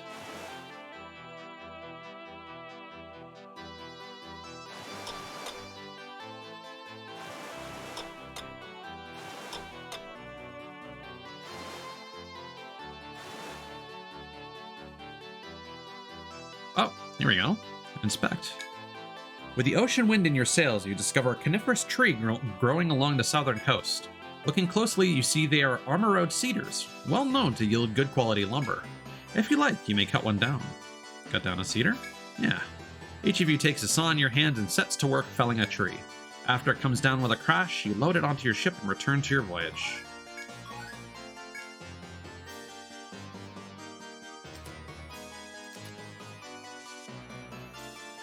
Again, don't really know if I should be marking this.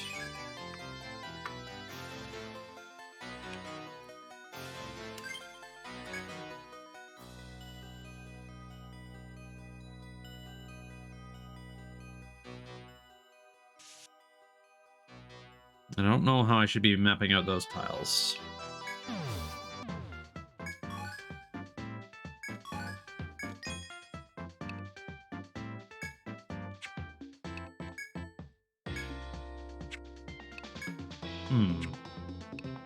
Now, does that go in like an inventory that I can then bring to this this farmer? I would expect so.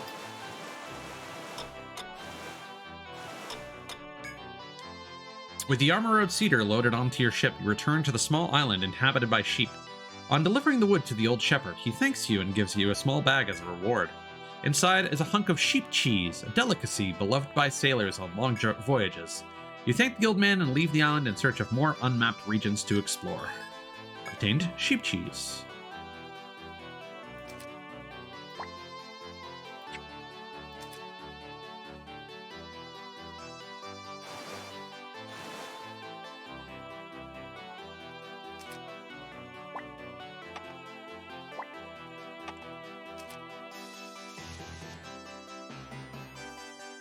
And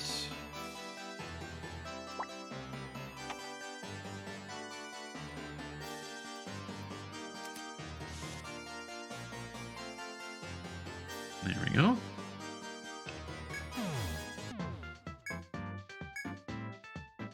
"16 turns, but it's expensive. So now we want to save.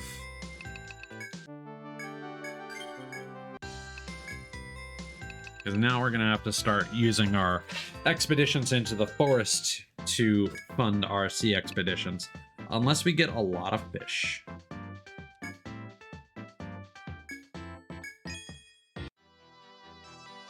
Which honestly might be a good idea right now.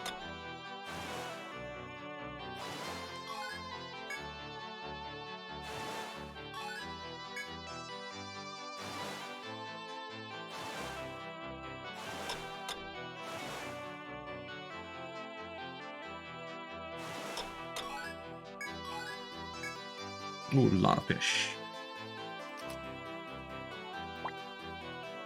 There is also what appears to be a whirlpool.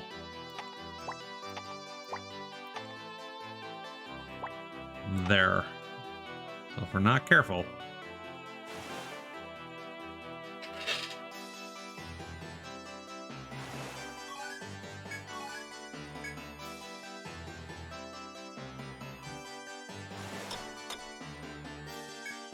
Your ship nears one of the many islands that surround Armor Road. It's a featureless island, but on close In inspection, you see that something is washed ashore. Looks like one of the dolphin statues that were once attached to fishing vessels for luck. Lasada, welcome on in. How's it going? How is your stream?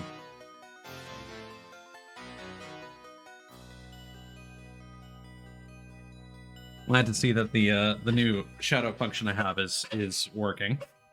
I might need to. Oh, that's going. Yeah, Cthulhu, you don't need to do that anymore. It's automatic now. Oh, okay. Yeah, I switched to a different stream shoutout thing. It just shows their name and avatar now instead of playing a clip. I may eventually go back to the shoutout clips, but I'll have to figure that out. But the tool that I'm using now at least does it automatically when raids happen.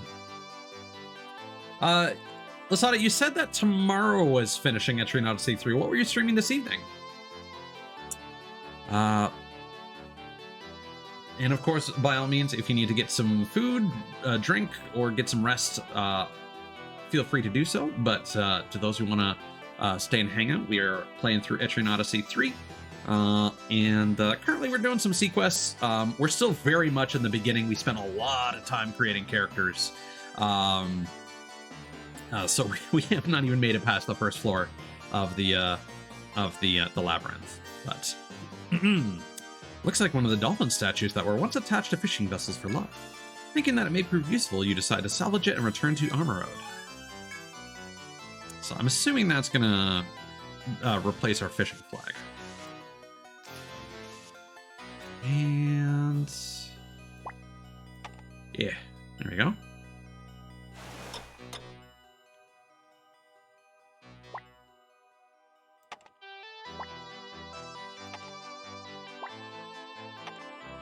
And that just goes off into the distance. That is going to nuke us if we touch that one.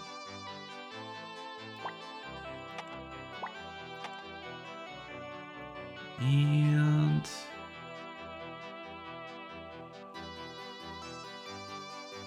yeah, that looks like another arrow that's going that way. And then it looks like there's like a gap.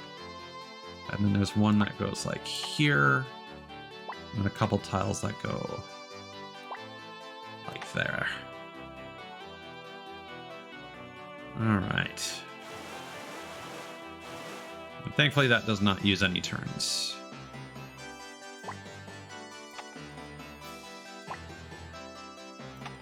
Yeah, exploring the ocean is a vibe for sure.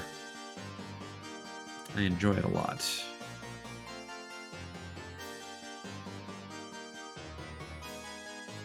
Yeah, I really don't know if I should be putting these palm trees on every tile or not.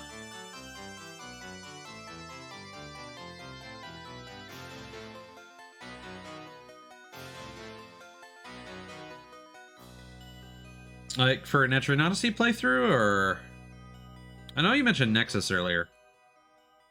I'm not sure if that's what you were doing tonight or what have you. Congratulations!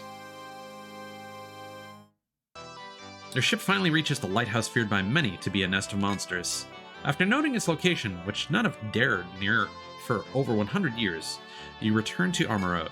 The day of Armor Road's return to glory is now one step closer. I am from the sailors on guard. We've done a great thing here, members of Tigers. Paving the way to the lighthouse is the first step restoring our city, and we have you to thank. Keep at it, and we'll see Armor Road restored to its former glory, or better even. Here's your reward. It's a foremast, great for catching the wind. Try it out on your ship. By equipping a foremast, the ship's moving distance will always be +1 space. And 500 N. Also, now that you've secured a route to the lighthouse, we can take out the monster bird there. We've already had quite a few hot-blooded adventurers gathering at the port to try their luck. If you're ready, you should try lending them a hand. Requests called Oceanic Quests can be accepted at the port. These quests can be played by connecting with other players and cooperating with them. If you're attempting the quest alone, bring the adventurers who issue the request to the port. Try selecting an Oceanic Quest from the menu and see what you think.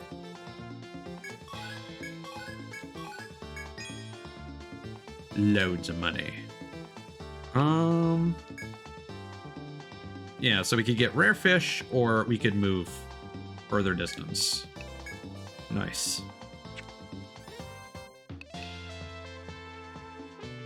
Oh, okay, so that just automatically added it to our map. So we don't actually have to do anything there. Cool, cool, cool. Ah, doing some tabletop. Nice, nice, nice.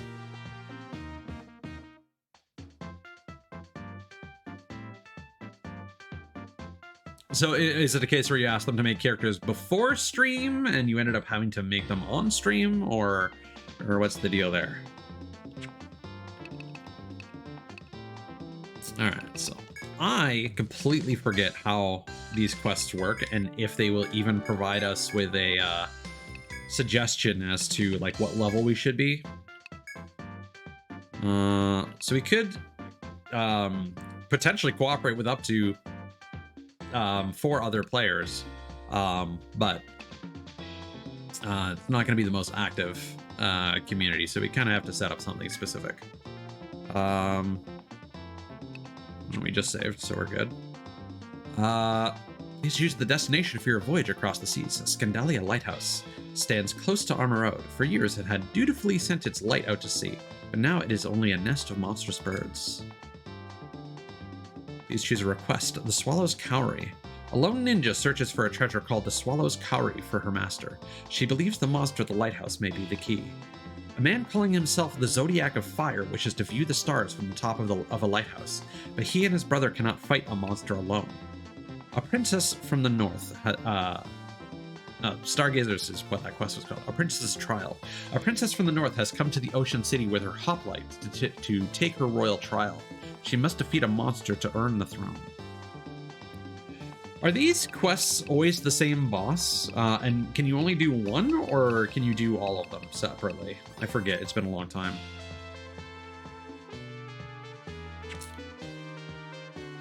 But I think we are going to want to go back to the labyrinth and level up before we attempt that. But I also want to kind of explore our surroundings just a little bit more, because I want to see what that one location to the southeast was.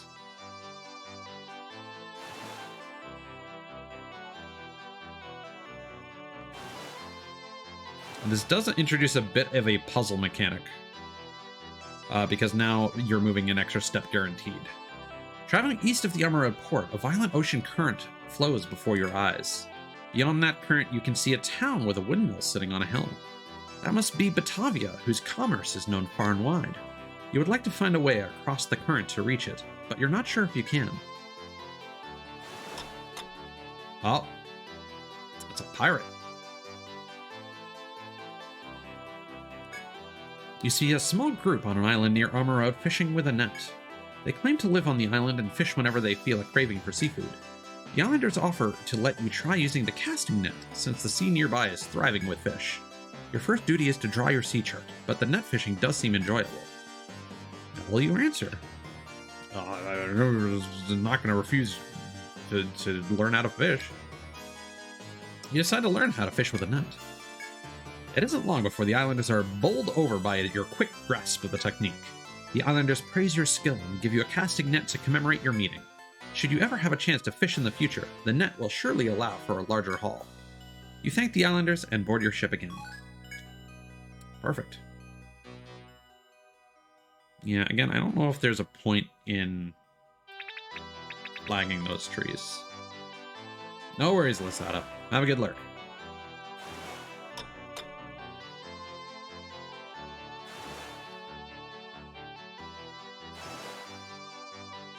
These are impassable.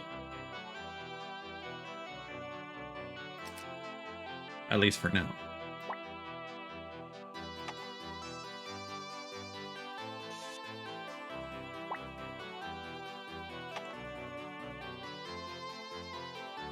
There's a hidden reef nearby. Your ship's current durability makes it dangerous to continue. Okay, so eventually we'll... Whoops. That's not what I wanted to do. Eventually we'll be able to do that.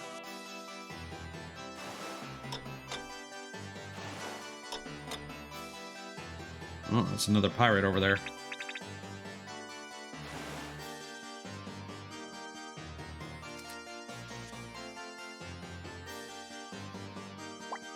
Nope. This.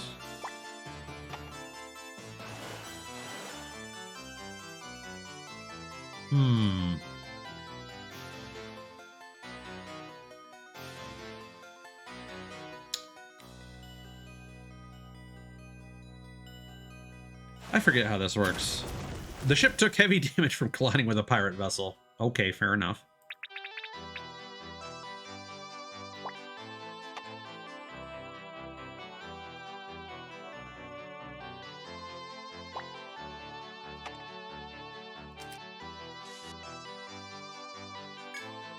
You return to town for repairs. Welcome back, everyone. I dare say you found your sea legs. You probably noticed, but some of the waters near here are prone to severe currents and raging tides. The calamity changed the face of the world. We aren't the only city to suffer from its effects. One such city is Batavia. There was a time when trade flourished with them because they're so close.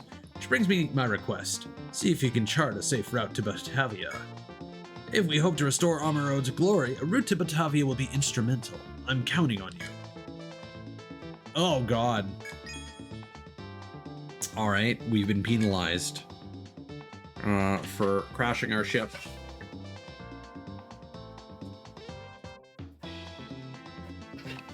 Okay. So I think Fish Schools Plus increases the chance of fish appearing, but Fishing Plus means we'll get more fish per cast. And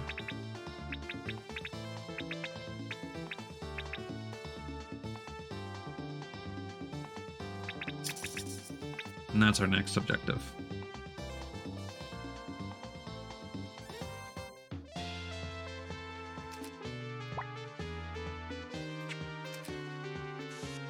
Okay.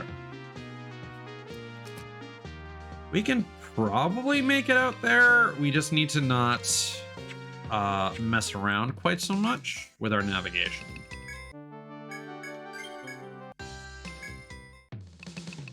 I think we'll try and make it there, and then go back to the labyrinth. Assuming it's possible. We might have to sail in some different directions and get some different resources first.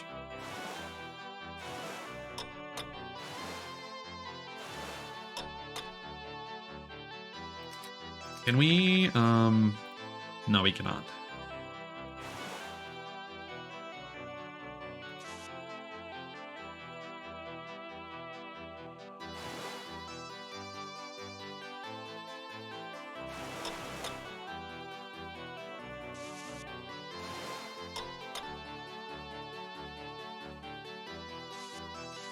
There we go.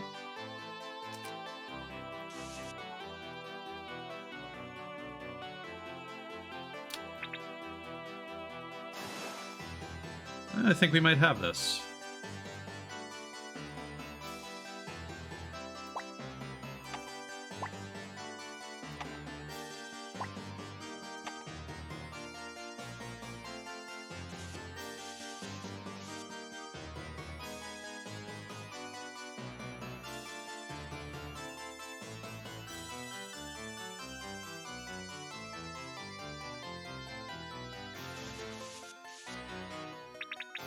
Yeah.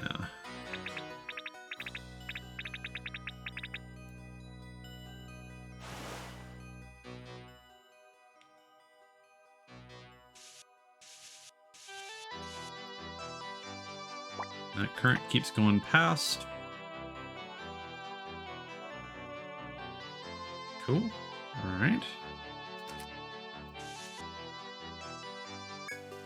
Congratulations! At last, you reached the harbor of the famous trade city of Batavia. You overcame freak currents and eddies, as well as dastardly pirates, to reach this place. You note the route to Batavia on your chart and decide to return to Armoroad and report. The day of Armoroad's return to glory is now one step closer. Great job reaching the trade city of Batavia, members of Tigers. I received a report from a marine on guard. Must have been tough navigating those severe currents. Your achievements are a beacon of hope for all Armoroad. This isn't much, but I'd like you to have it.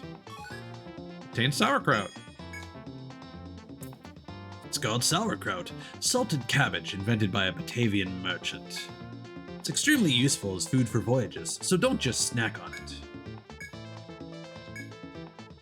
There we go. 20 turns. Okay. So I think that's enough sea exploration for now.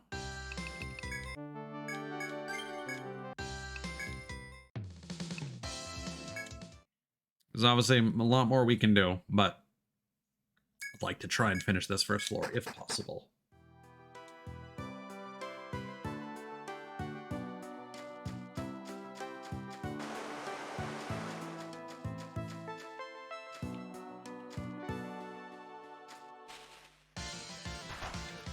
Well, already getting some kind of locked door, it looks like.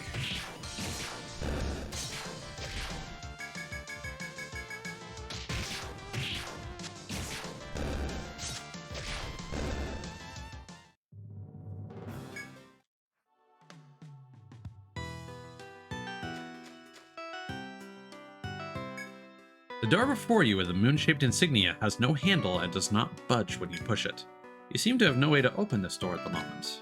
You leave it be for the moment to explore elsewhere. Actually, the way we would usually do this is locked door, moon. There we go.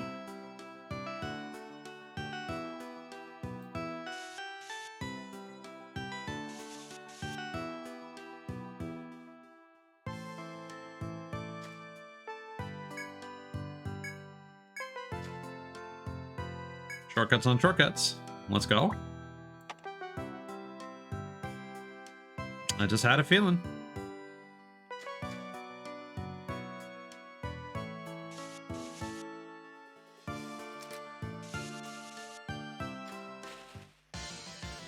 Okay. Okay. No, it's just a matter of luck.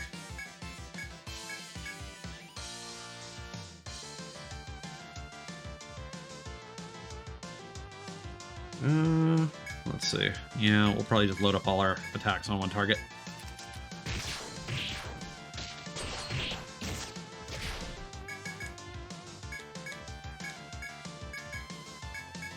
Yeah, not a fan of the weird, like, random lag on, like, certain command inputs.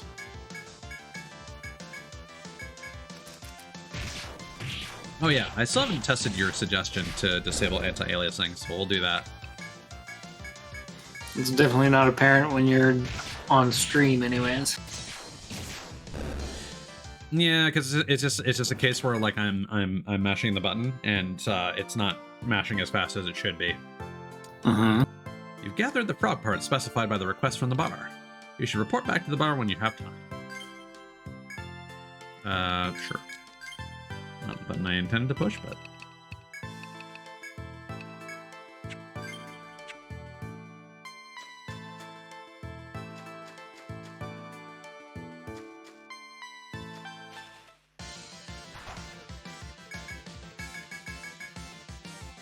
Oh, it totally was. Huh. Huh. Right.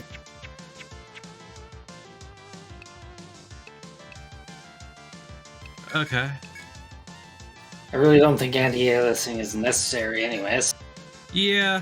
I mean, we played through the we played through Etrian Odyssey 2 with that. Wait, no, it just happened again. Hold on. Oh.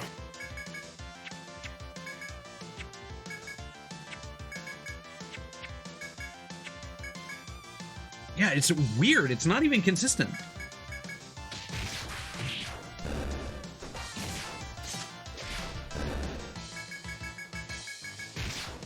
Yeah, when I'm like just holding the button, it's fine.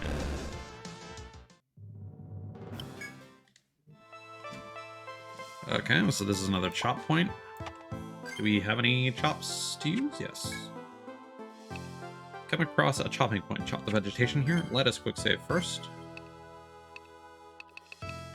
We'll see if it gets more common, because I haven't admittedly been holding the button too often until that very moment, so Let's do some double checking.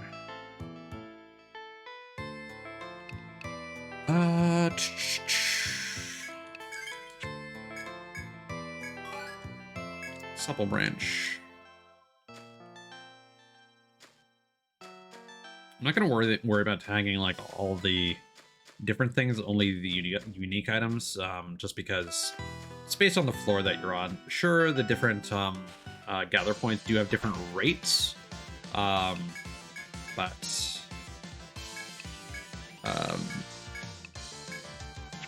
like any chop point on this stratum is going to have the same stuff. Unfortunately, things like accuracy and chances for things to drop are not information that's readily available. I know that information exists because people do have this information, they do refer to it on game FAQs, but there's no actual like FAQ that has all these stats listed for 3 specifically when in respect to it's like accuracy, but for gather chances in general, that information is nowhere. Oops. Just noticed this is in the wrong spot. Now here's a question. Ha ha ha! Yes! Oh no, it's impassable from this side. Damn. Hold on. I thought I was so smart. Whoops.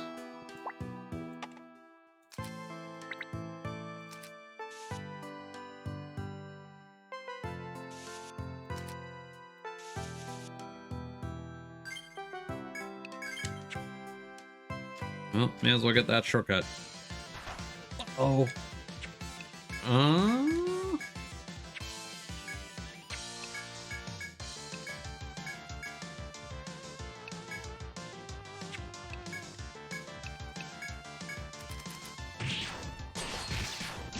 Okay, we're starting to survive these guys better.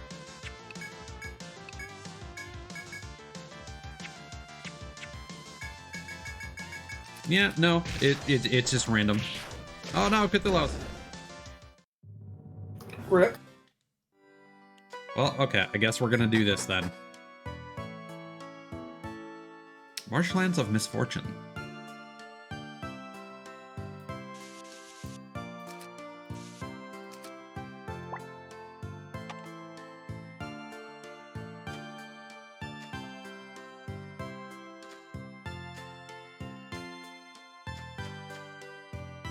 Ah, here we go.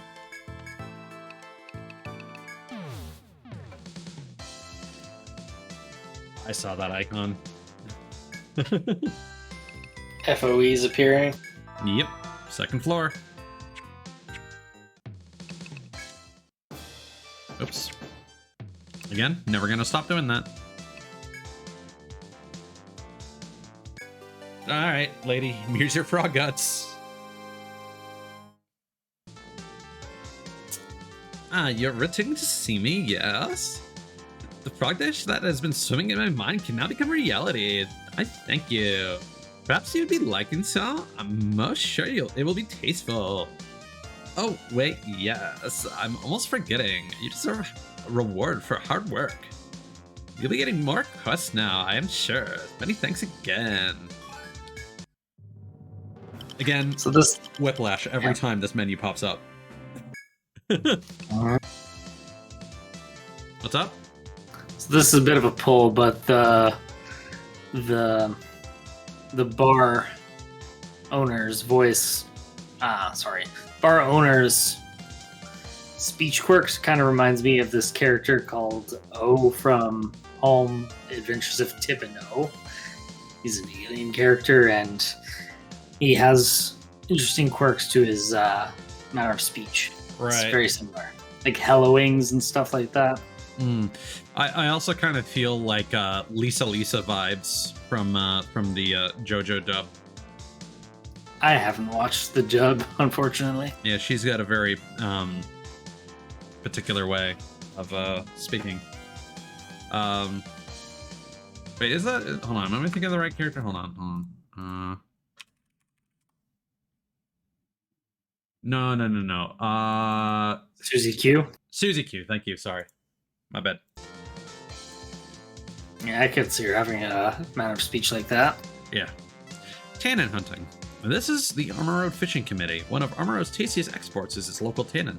Please catch one. You're going to accept this request? It was put up by the city's fishing committee. It was sounding straightforward. Go out on a voyage and catch a tannin. Simple, yes? The committee wants the tannin to be from local waters, so catch one near Armor Road. That's all you're having to do. The deep blue sea calls you. Do not keep her waiting. Oh, I'm being all excitable about this. Get out of here so I can calm down.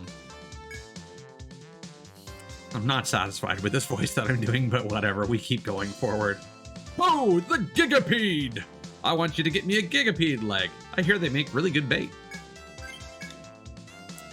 Accepting this request, are you? Since you're finally accustoming to the labyrinth. The fishes in the city have asked for a Gigapede leg. Gigapede legs are used as fishing bait. Amra does a lot of fishing, you know. Of course, you must be fighting Gigapedes to get Gigapede legs. They only appear at night. Labyrinth becomes a very dangerous place at night. Keep your gunnings high. I'm counting on you once again, adventurers. Off you go to victory. Request from the firm. This is the owner of Napier's firm. I need small flowers to make nectar. Let's discuss this more in person. Hello. Are you accepting this request? The girl that shop made it. I'm remembering that she said she wanted to speak about details in person. You go to Napier's firm and learn more about this request, yes? Yes. Off you go. Goodbye. Oh no. Are you here for the request? Well, turns out that I've been out of nectar for a while. Demand is high, but my supply is too low to maximize my profits. I can't let this chance slip. That's why I've been gathering small flowers so I can make nectar out of them. You can gather small flowers on B2F. When you find one, come back here and sell it to me. I'll give you a little bonus on top of the standard asking price for the flower. Alright.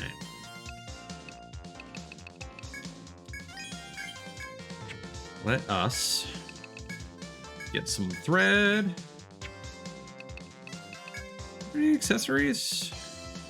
Life belt? It's not super great early on. Agility might be nice, honestly.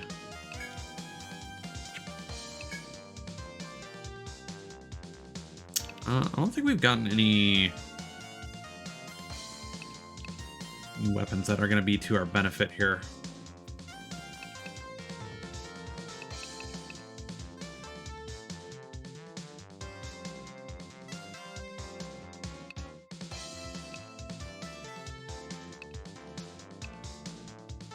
Admittedly, I am struggling still with the class portraits when we start looking at weapons. Because I'm like, yes, Cthulhu needs a spear. Wait, no. If you want, you can switch me to the arbalist. I don't mind the first portrait. It's fun. I'll probably get used to it.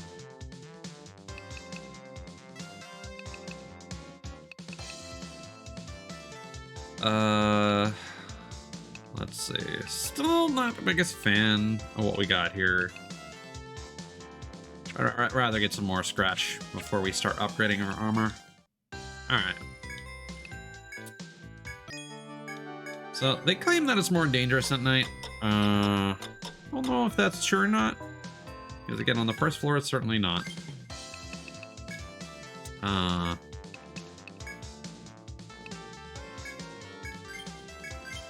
What we are going to do is we are going to give you Fire Barrage. That is going to be super useful. And now for me, we're going to get Chase Blow. Bam. And now we got some synergy. Do you want some advice for the later floors, like after second floor? No. I'm down to find out for myself. Especially early on, it shouldn't be that much of an issue. So I feel like right now we need more resources for like healing and whatnot.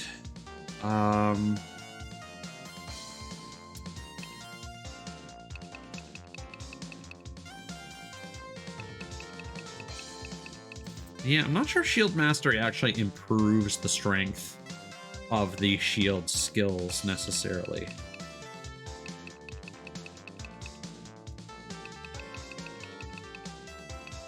So I'm not quite sure what I yet want to do with the hoplite.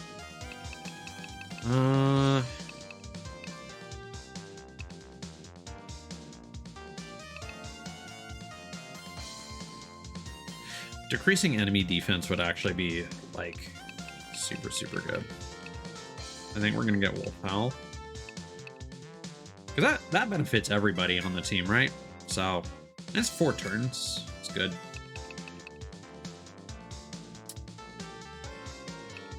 And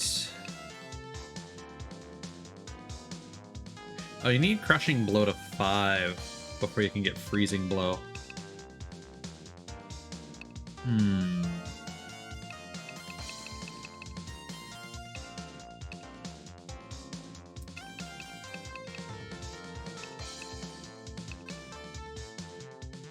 Well, we definitely want to get... Oh, and this is no longer... So refresh is no longer specific to individual ailments. Oh, that's so nice. So the only reason to level this up... Okay, lowers TP, then increases, then lowers. Ah, that's so nice. That's super good. Hell yeah. Let's go. And then we're going to want Resurrect as soon as possible, because that's going to start saving some money. Yep. Alright. Stuff's coming together. Good shit.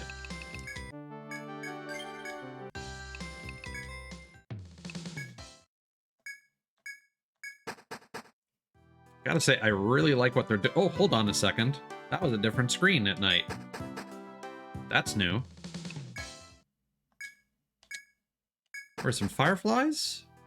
Oh, hell yeah. Beautiful. Oh, that's so cool. Hmm? That's beautiful. Yeah. I wish there were more games that had Etrian Odyssey's aesthetic, honestly. It's a shame there aren't. Again, Mistover is like the closest you're going to get to the sprites at least, but you can't buy that game anymore. Unless you import a Switch copy from Asia. Can't even find a Switch copy, which is what I was looking for. It's mainly just PS4 I couldn't find. Hmm. And there's probably a reason for that. Alright. Everyone wants to keep their Switch copies, Yeah. or did not sell. Well, it's probably that the few Switch copies that did exist got bought out.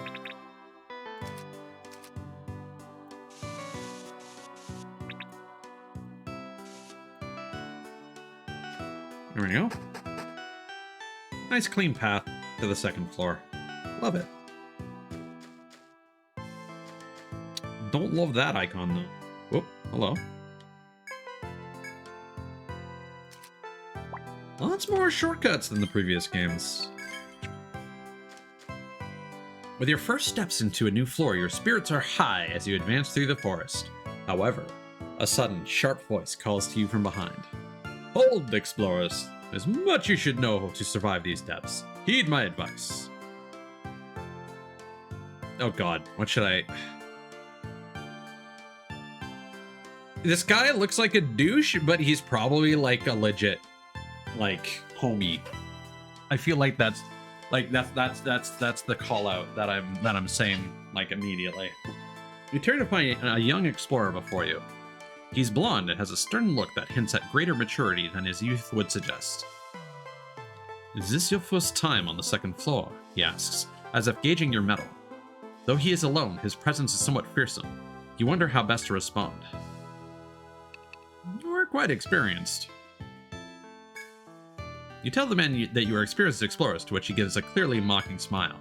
Ah, pardon me.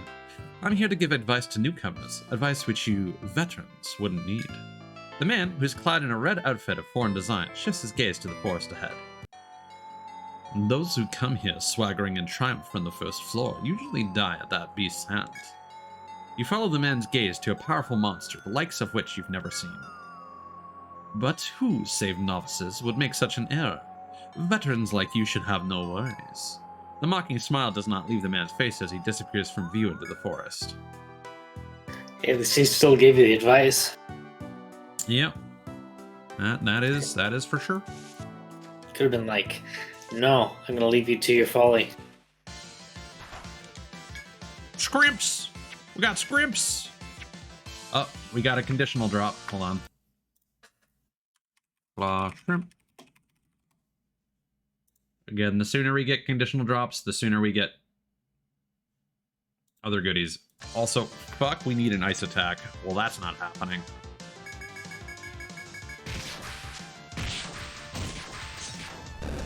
Cool, that guy is pretty healthy.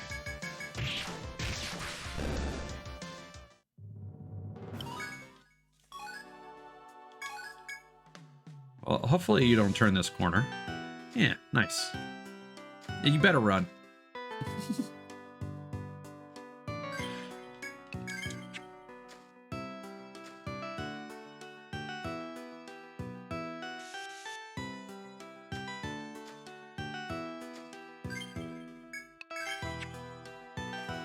I mean... yeah, that's about right.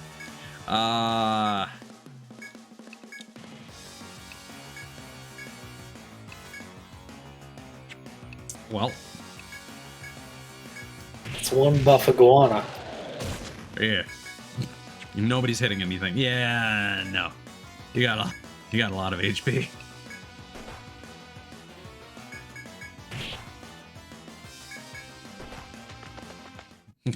Mod lives. There you go. I feel like some of the BGMs are a bit quieter than the previous games.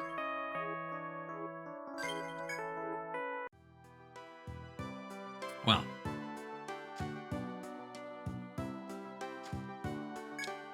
You examine the vegetation-covered wall to find one section is hollow with something shining inside. You try peering inside, but it's too dark to make out whatever is glistening within. It probably wouldn't be too hard to reach if you tried, but is that the best idea? Yes. You're about to approach the hole when Maud suddenly stops you. You shift to Maud's vantage point and see that, in fact, a monster was hiding inside. What you saw before was the monster's hide, glistening with viscous fluids. The beast that had hoped to catch you unawares rushes out in a blur. Draw your weapons and fight. Oh boy. Alright. Yeah. Oh, no. Here, hold on. Chase blow? Let's see if this works. So, crushing blow. Melee attack, fire barrage. Chase blow. Mod. Kablam. Oh. Shit, there's an activation limit. That sucks.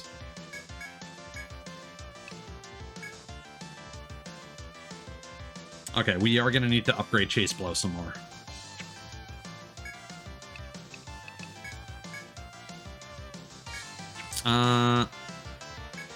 For all out. Oh, that's good. Hell yeah.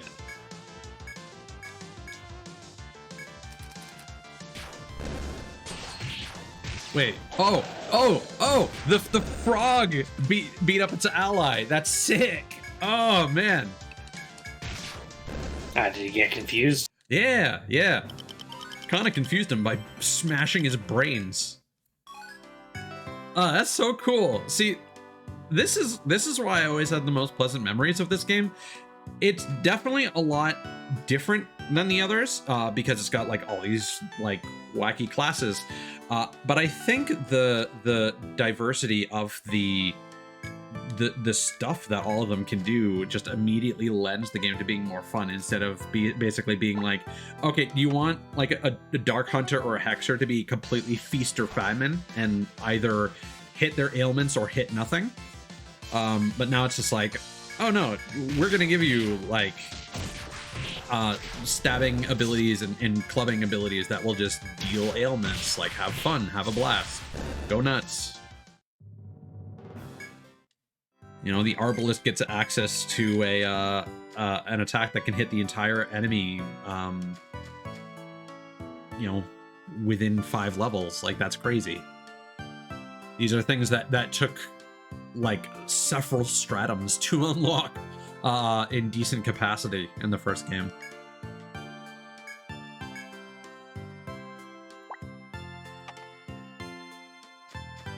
Now, there are some potential problems that I do foresee late game with the way that some things are designed, but we'll see. The Great Platypus. I'm curious if they can poison. I imagine so. Look at its tail. Yeah. But like, if I'm not mistaken, platypus claws do actually have venom in them. I thought it was its tail, but I might be mistaken. I can look it up. Please do. I do not remember. I think this guy's around the corner.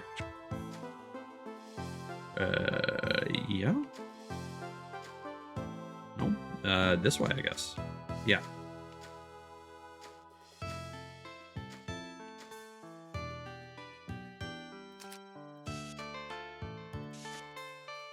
So male platypus have half-inch spurs on each of their hind legs, which are connected to a crural gland or a modified sweat gland, which secretes a powerful venom.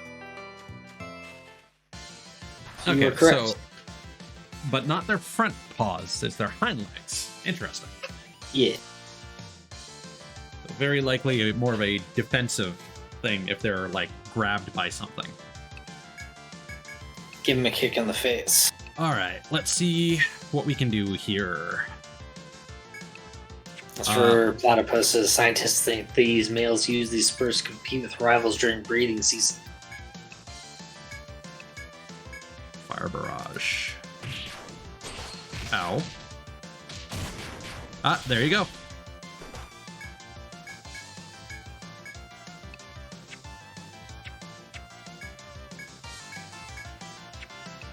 Mm-hmm.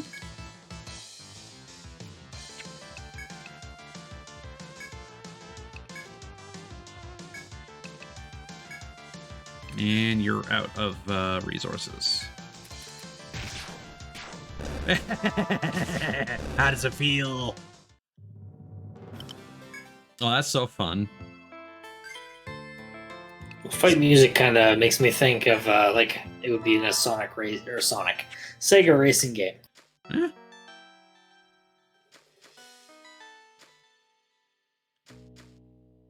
As you go forth, matching wits against dangerous monsters, you see a cloaked figure. Noticing you, the figure comes near. You can see it is female, and what's more, she's smiling. Hello, it's nice to meet you.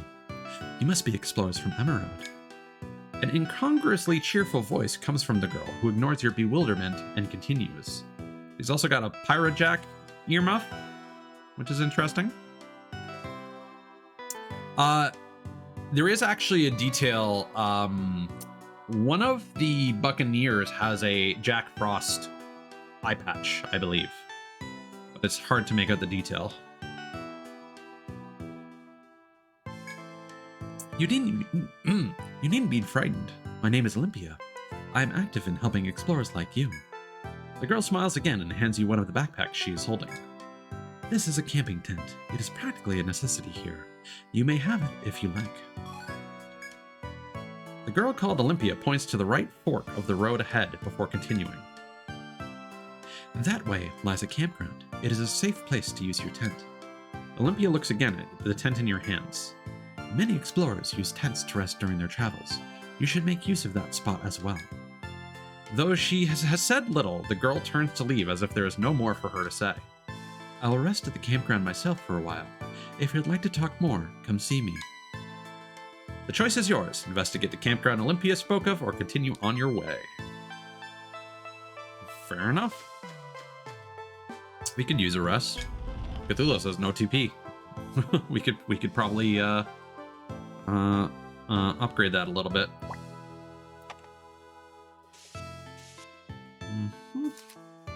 You pass through a door to reach a small open space inside the forest. It is spacious enough to camp. You can see traces of countless others who have been here. Near the trees further in, you see a lone girl resting against one of the pines.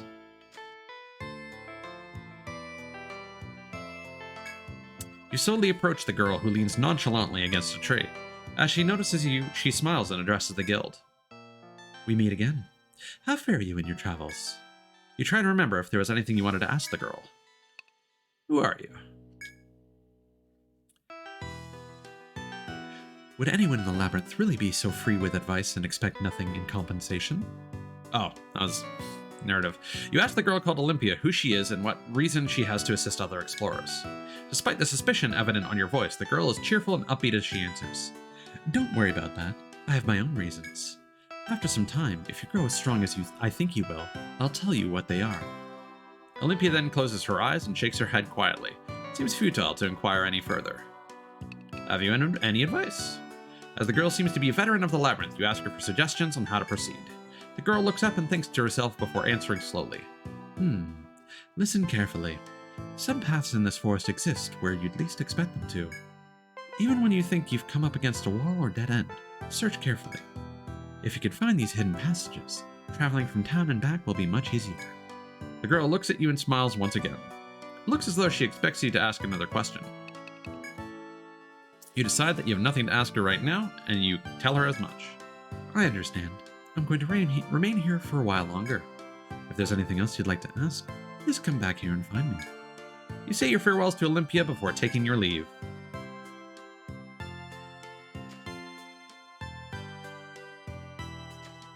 I do appreciate that this is a non-hostile area. Let's camp. You don't detect any imminent threat. It is no doubt safe to camp here. Pitch a tent and camp. The party decided to pitch a tent and rest at the campsite. The party rested, recovering HP and TP.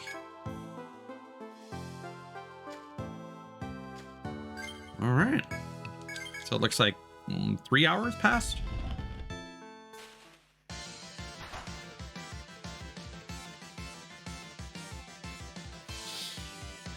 Yeah, so the Gladiator and the Arbalist are definitely lacking in TP.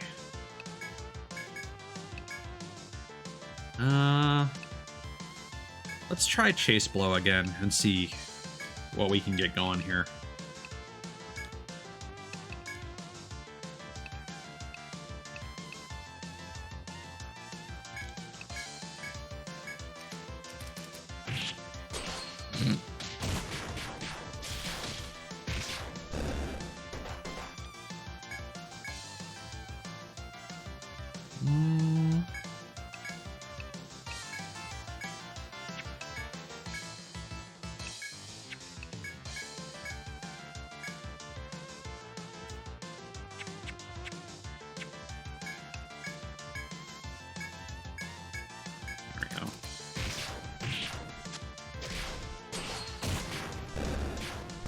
Perfect.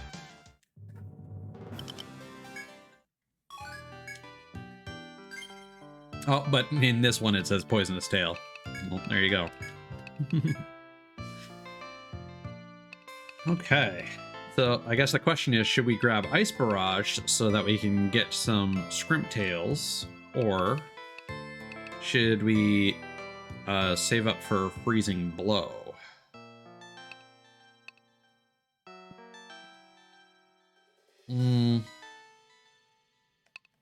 I mean, I think we're going to need both. We're going to need elemental options.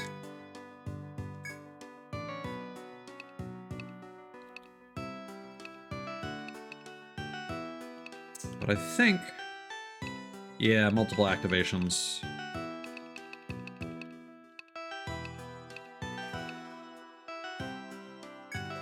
That seems like a good investment.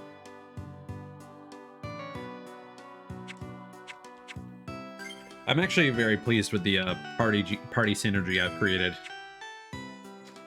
I will admit the reason why I woke up at 5 a.m. this morning and couldn't get back to sleep is because I realized that when I was planning the party that I was going to go with, I miscounted and I actually thought of 6 classes that I wanted to grab, and so I just woke up and was just like, fuck, I'm gonna have to make sure that if I remove one of the party members that I had wanted, that things were still gonna work out fine. And like originally I was gonna include a ninja, but we're gonna have to play around with that class later.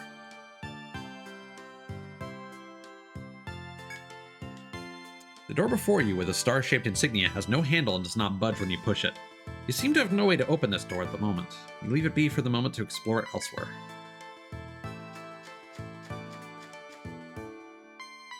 Yep. And here's the marsh. So what's gonna happen here? Ugh. Okay, they get 2 turns. Oh no, they're using yellow tiles for that. No! As your boot sticks slightly in some mud, you take a second look at the path you tread.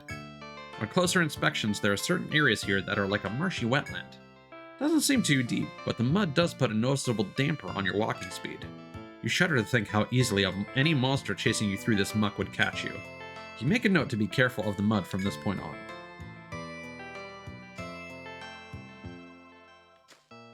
Oh yeah. So I think what we're gonna have to do then is we're gonna tag these with red.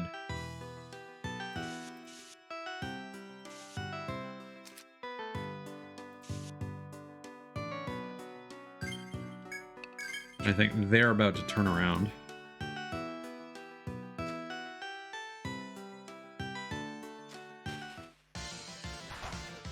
Ooh, this is not a great arrangement.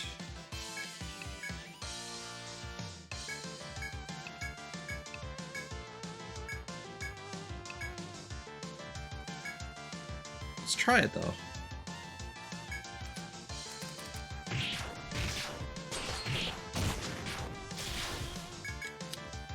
Still only triggered once. Not great.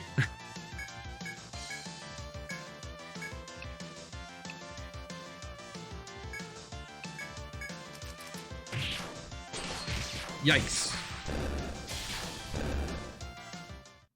Alright. Kana's living.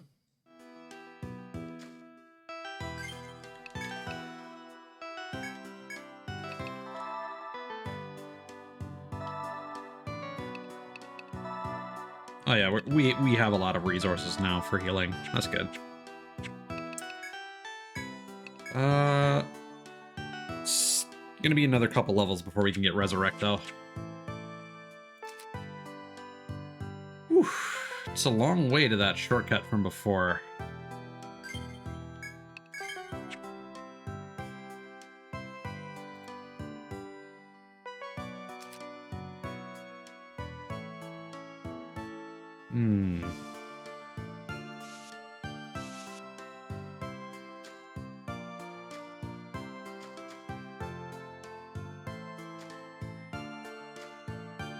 Ah.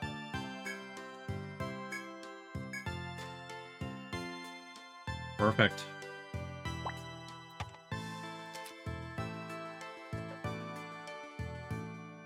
Now that's a welcome sight. Yeah, this game's going kind of ham with the shortcuts, and honestly, I'm down for it. Oh, what the fuck? Titan Arum.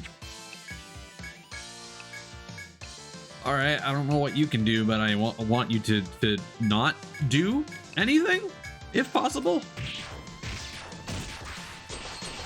Oh God! All right.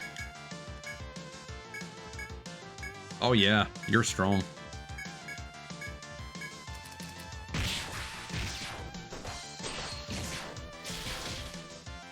Perfect.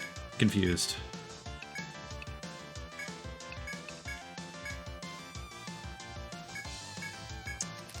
Yeah, so it's getting to that point where we might already need to look at saving up for line heal for our monk here.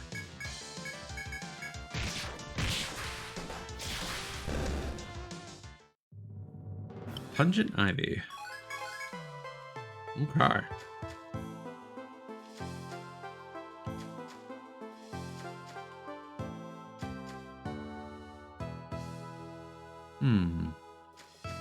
Does it connect? Perfect.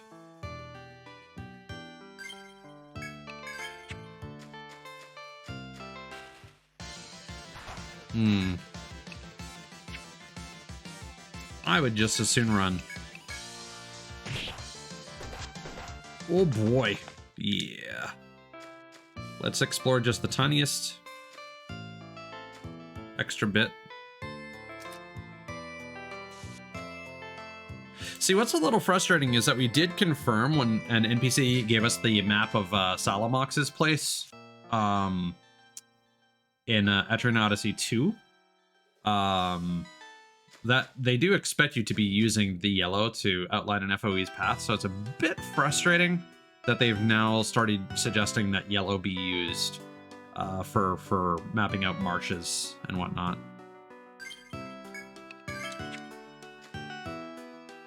For that one marsh back there, the first one you stepped on, you might want to change it to red then. No, I'm still going to use yellow paths for FOEs, but when an FOE path overlaps marsh, I'm going to use red. If that becomes a problem later, we'll look into adjusting that logic, but for now, I think that's going to be helpful for me. Sure, I'm just saying that the first marsh you ran into is yellow by default then. Yes, and I'm fine with leaving that yellow. You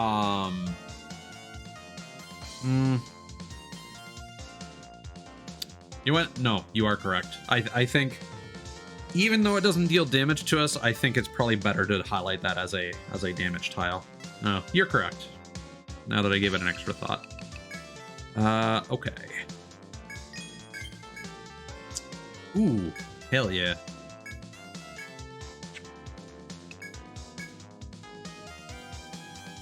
Sirius's blade. Nice. And an Oyumi with additional accuracy. That would be really good. So you can have that. 100%. Nice. Nobody else uses... We only have one arbalist. I don't think we're going to need another, so we can sell that. What's going on with our armor here? Tech. I don't think any of our...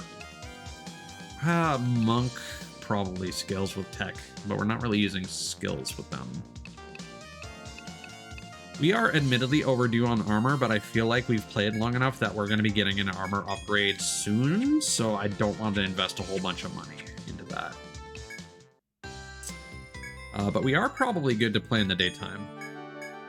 I will say I really like this innkeeper. I wish I had a better idea for a voice that came to mind. I like that they call you boss.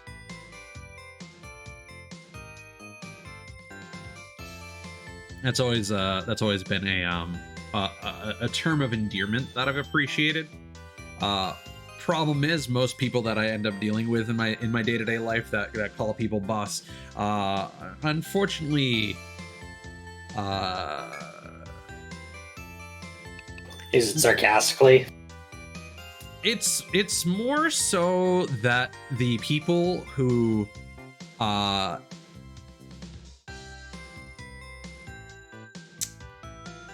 just trying to think of the best way to phrase this. There is a it's a specific type of person, and that specific type of person also makes things difficult at the same time. It's rare that I meet a pleasant person who refers to people as boss, unfortunately, IRL. But I do like the trope. It's one of those things where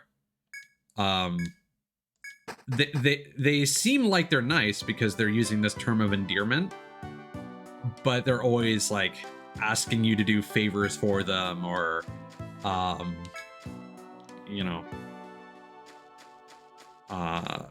asking you to do things at work that would get you in trouble, or it's sleaze bags in a lot of cases.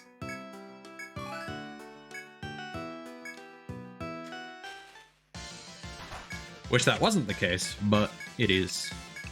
It be what it is.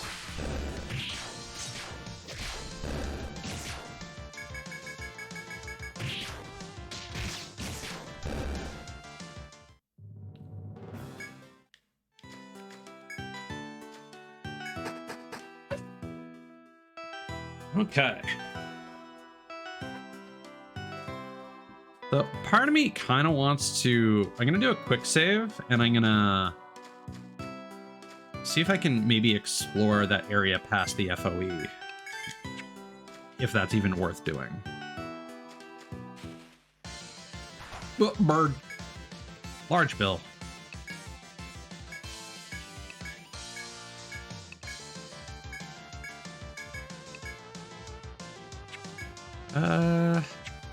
Yeah, I think fire is going to be good for a lot of the enemies early on. That's usually the case for these games. Oh, fuck!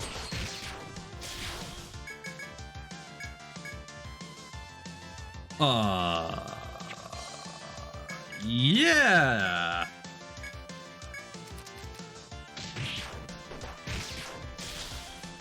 And they seem to love targeting the backline.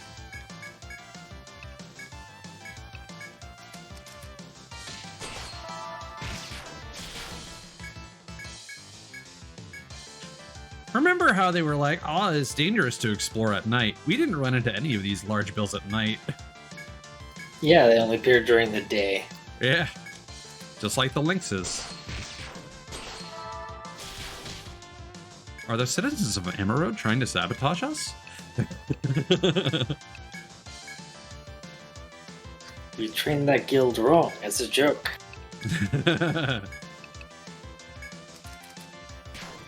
Hey, well, no, that's good for something.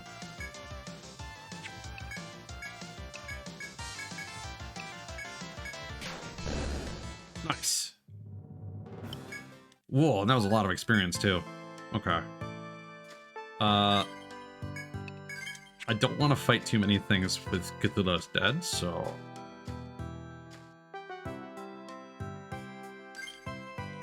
we're gonna need to be careful here. Nice. No, no, no, no, no, no, no, no, no, no, no. Coupon.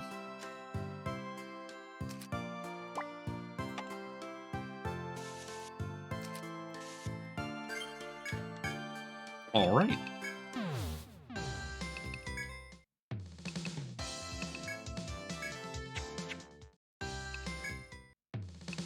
What is that going to do for us?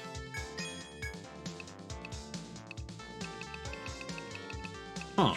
It's not in our primary inventory.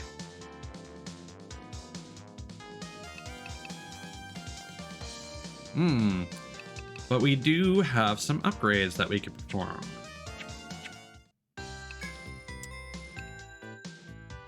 Treatment. There we go. Stay until evening.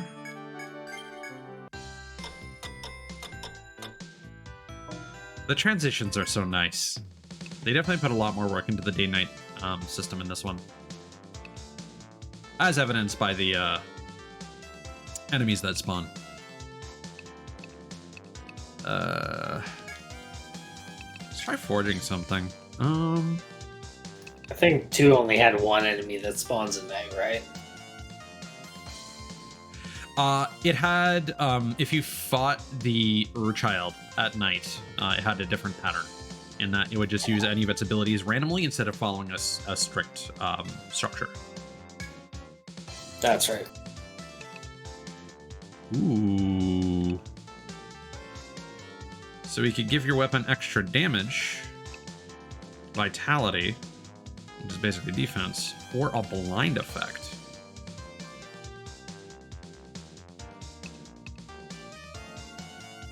How much extra attack we talking though? Is it just one?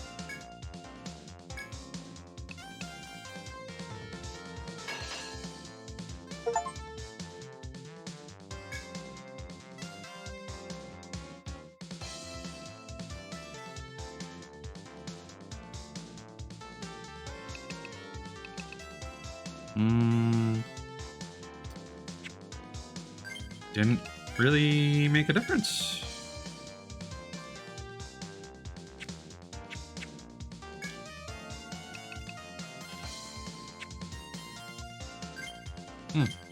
Okay. Well, when we get more resources, we'll try putting an effect on our weapon. I don't know if that's just... I'm assuming it's just for normal attacks.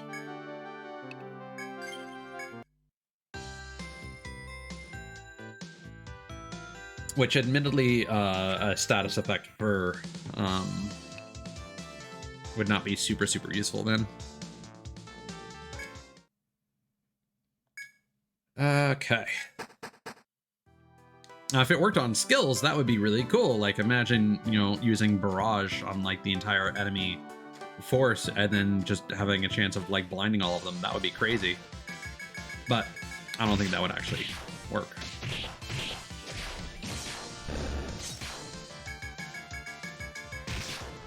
Yeah, so thus far, this game definitely seems more on par with the first game in terms of its difficulty curve. We haven't... if you recall, like, Etrian Odyssey 2 is, like, extremely mean, like, right from the get-go.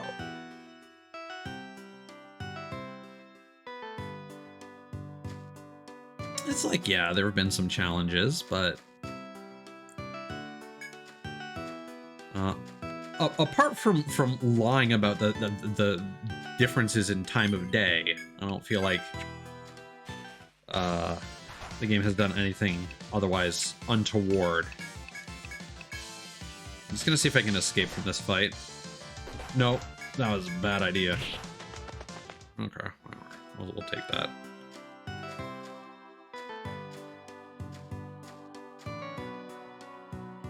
I'm just curious what's down there.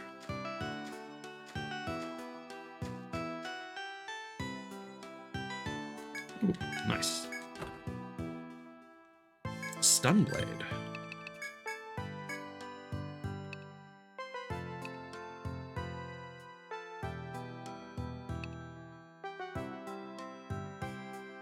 Huh.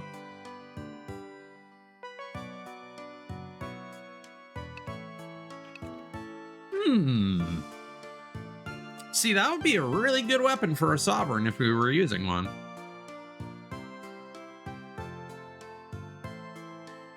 Huh.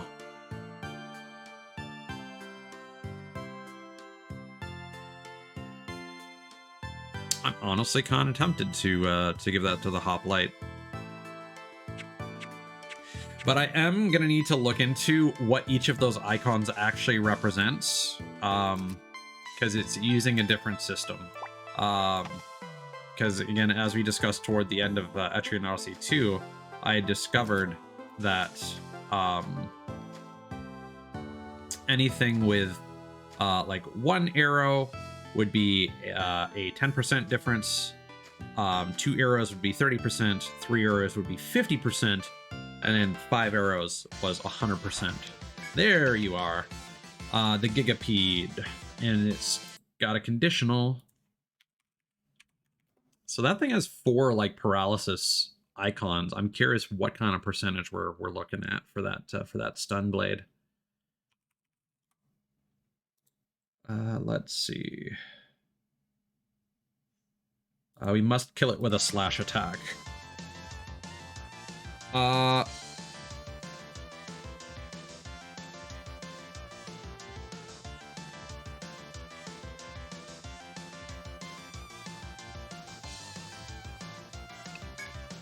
Oh, we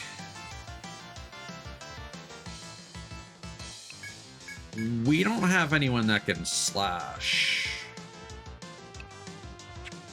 at all.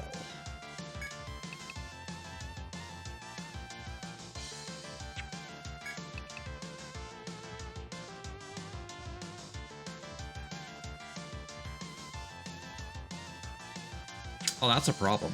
Huh.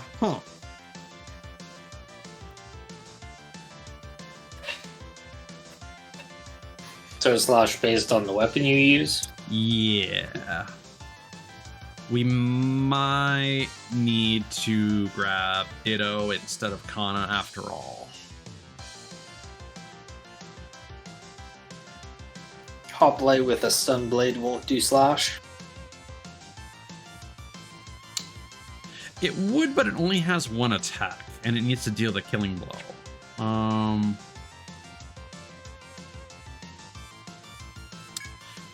We can certainly try that, but the problem is you cannot change equipment during a fight. So yeah, I think that's what we'll do tentatively, and we'll test things out.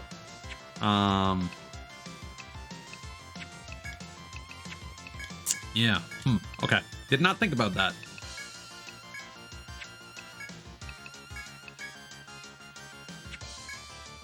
You guys are weak to ice, actually.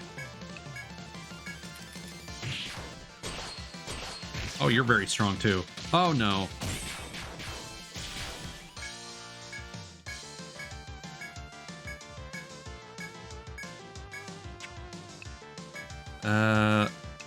Yeah, let's keep Kana alive. Oh, nice.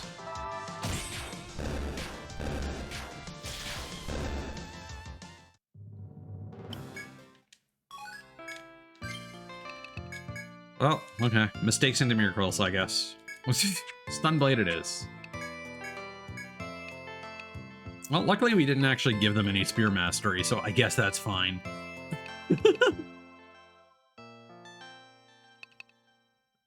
Yeah, because all like rapier skills are pierce. Saragun skills.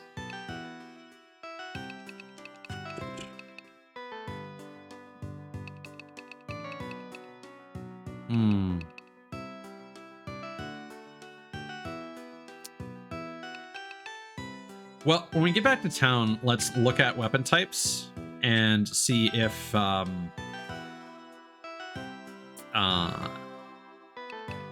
yeah, we may just want to give Nia a slashing weapon if at all possible. I'm not sure if you can use the forge system to apply different weapon like damage types. That'd be cool if you could. That would definitely solve our problem.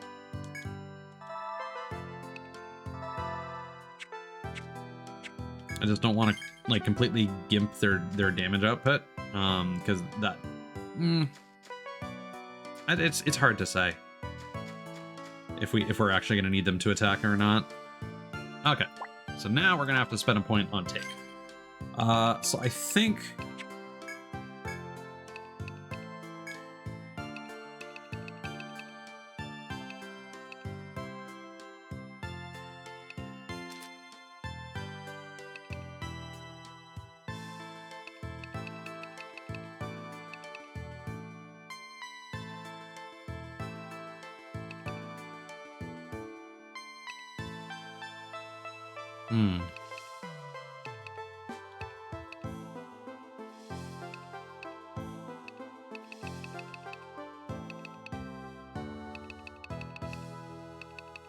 yeah, no, this is bothering me actually.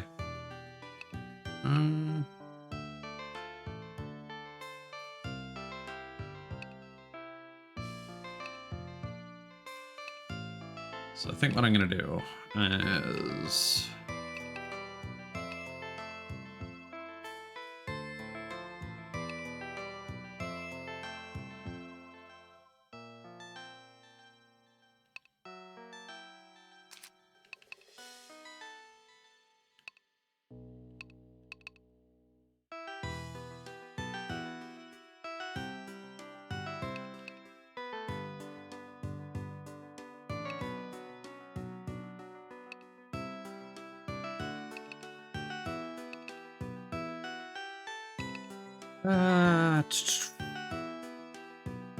see, this is the only downside of having all these options, is now I am not sure who I want to give our gather abilities to.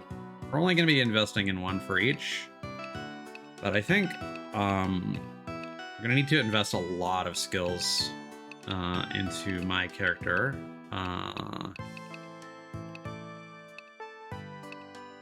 Well, not quite so much.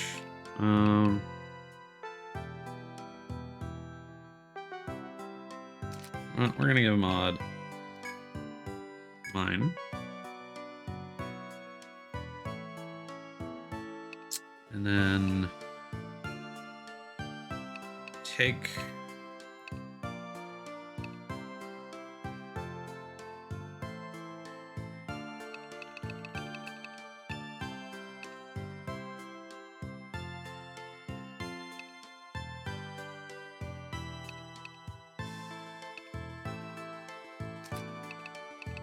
fuck it.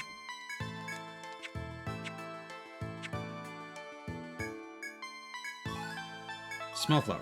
All right. You found the item that was requested by the firm. You should sell this now.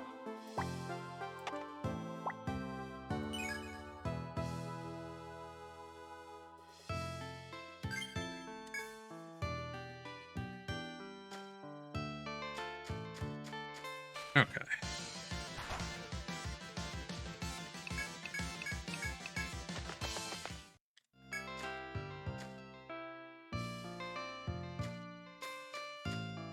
So again, I kind of want to see what's going on up here.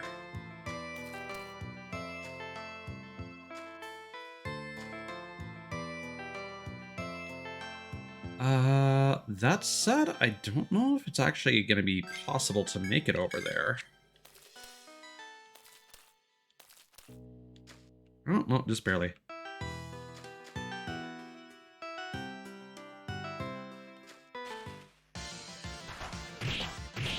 Oh, God. All right, let's soften up the shrimp, because it was actually a decently hardy enemy. So let's hit it twice.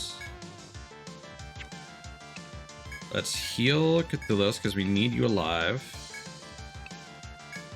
I think the... let's attack one of the frogs on the first turn here.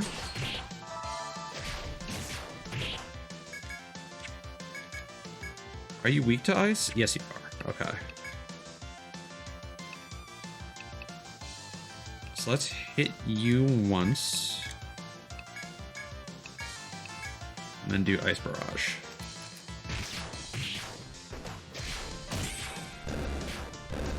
Perfect. There we go.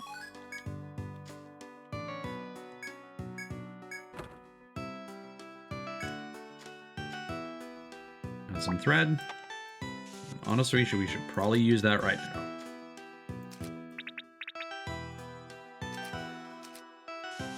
Not before we fix that.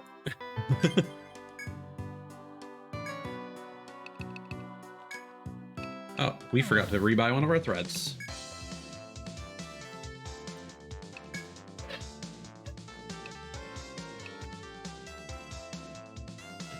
Oh, we need to sell it to the firm, right?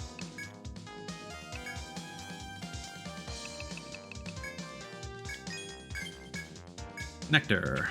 All right. Hi, do you have a moment?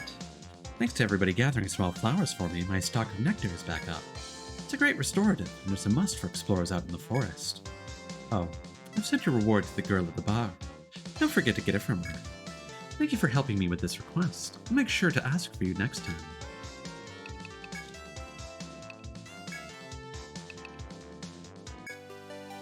Get some volt damage.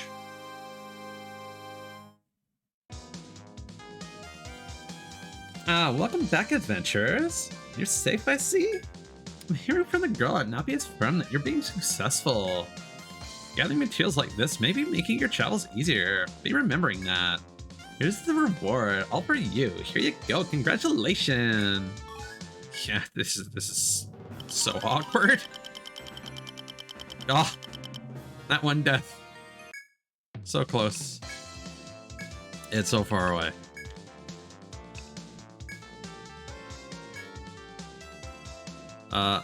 No, let's not purchase at a discount.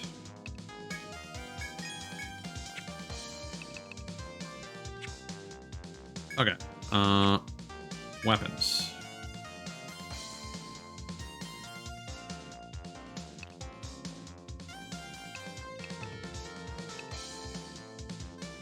So, interestingly, the hoplite can totally wield swords.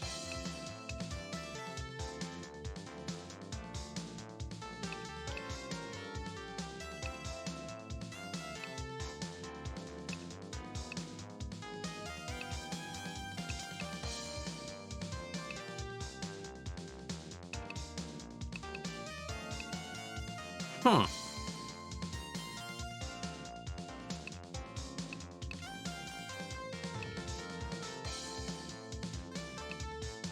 And books, for some reason, everyone can use books.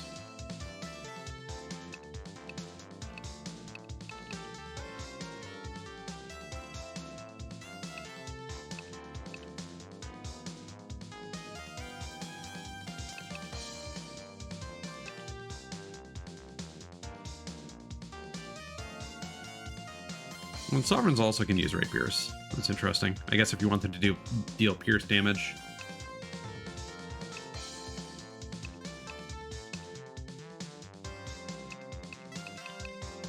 Well, I think, didn't we get a sword for one of our... No, we had a short spear.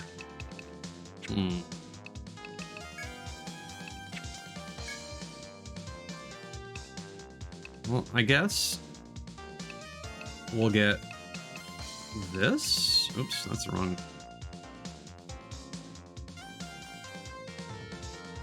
I do kind of want to try out the stun blade and see how that works. But I'll buy this as an extra. Might be a waste, but.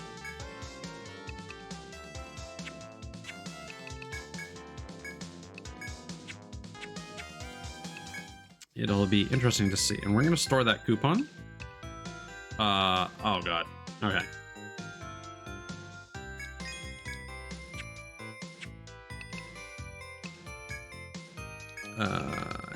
Yeah. And I do appreciate that it now allows us to just rest until the next evening without having to rest until morning, then evening again. But again, now that day-night actually matters, you know, that makes perfect sense why they've added some quality of life for that. Okay. Let's hope we run into one more of those buggos then.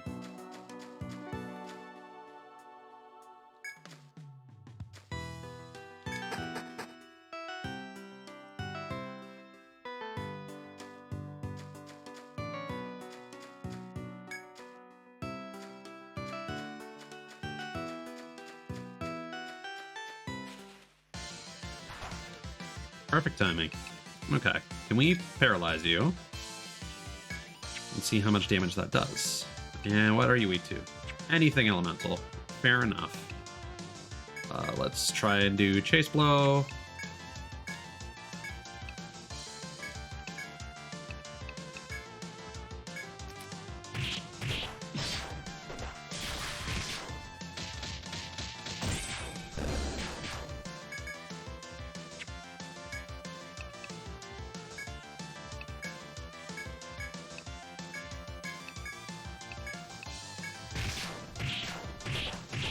Yeah, so it's only doing single-digit damage, unfortunately. Oh, it's highly resistant. No, who's dealing super low damage? Damn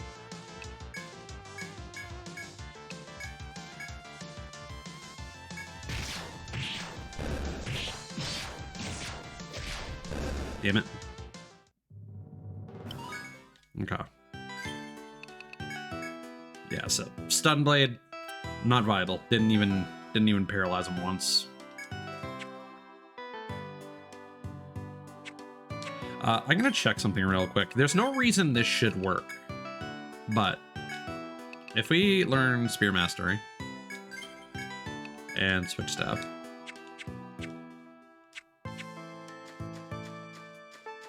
and get into a fight. Actually, we could engage you real quick. No, cannot use it. All right, fair enough.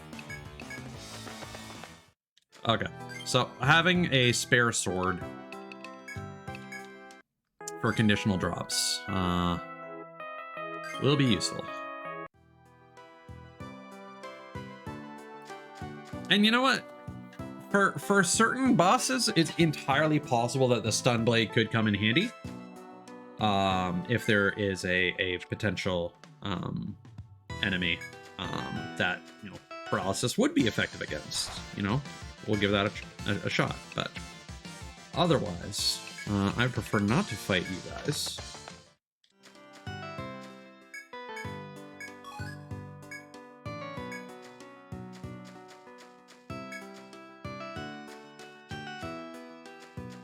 I'm going to be right back and grab a quick drink. Sure.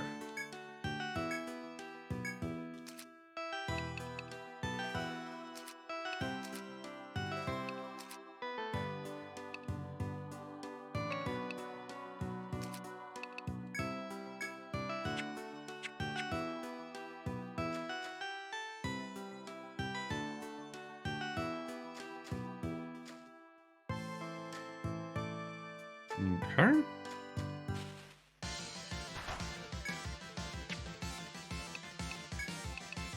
What are you guys weak to? No particular weaknesses. Okay, let's see how much damage Nia is doing with a sword.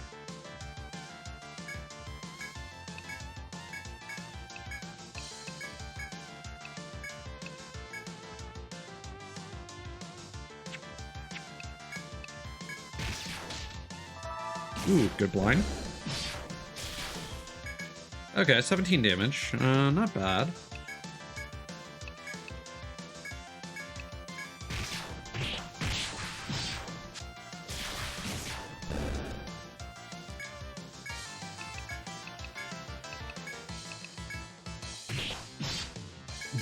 Okay.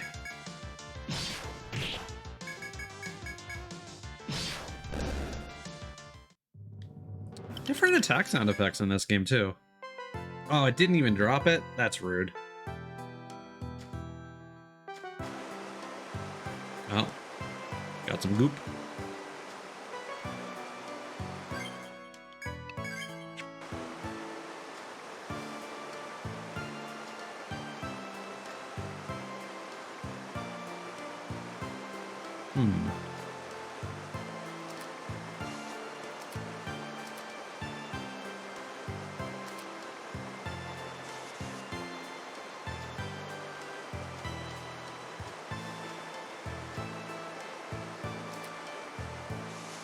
Yeah, I don't think this is possible, because even if we were one position behind,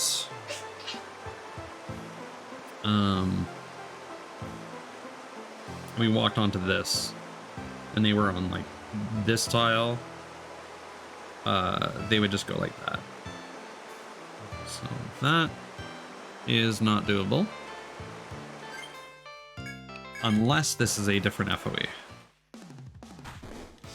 And it is not.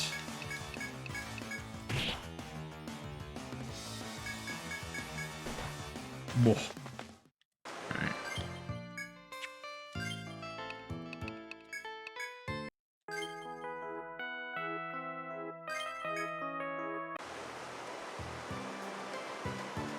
Well. At least this weapon should work in theory.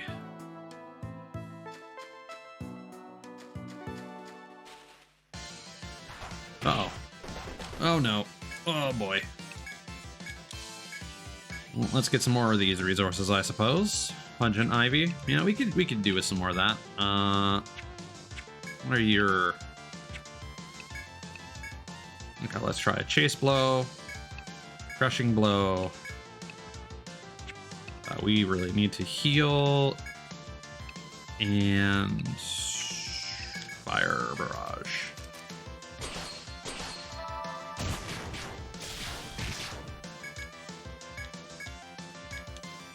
Yeah, it doesn't seem super worth it. I'd rather just attempt to blind it.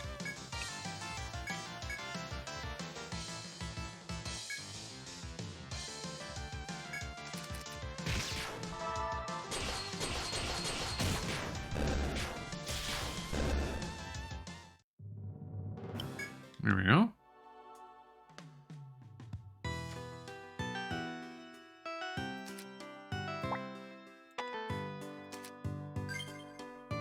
Take attempts have not been restored yet. So we'll just do this for a second.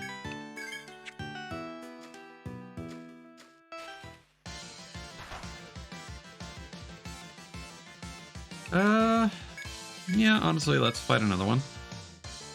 Did our limit abilities somehow become unequipped when we changed party members? I think that's what happened.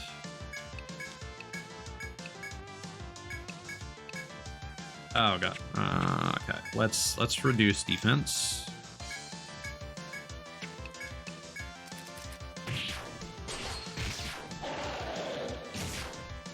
Mark.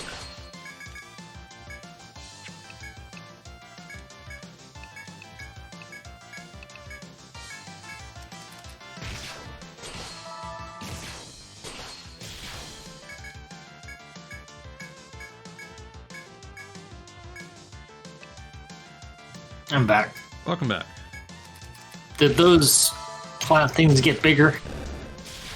No, still the same size. They're just big and weird looking. I also just came to a realization of why we are not able to use our limit abilities. Oh. So because we equipped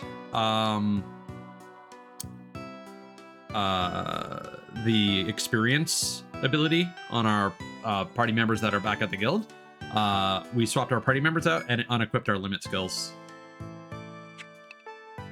That's weird.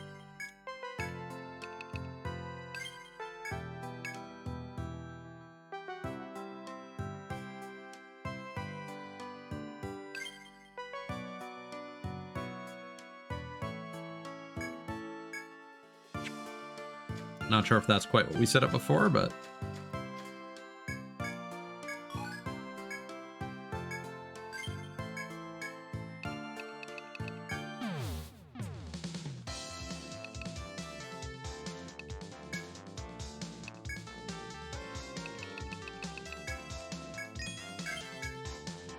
intellect book.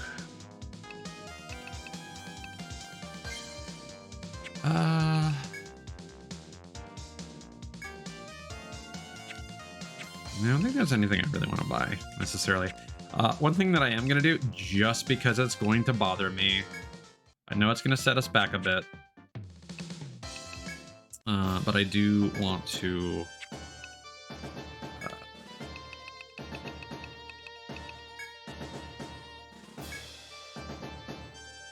we're gonna rest Kana.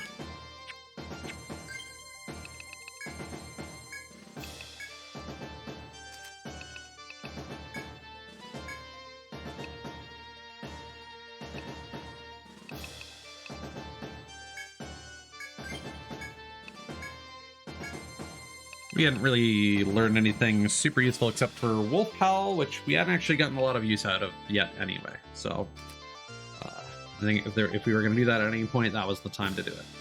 All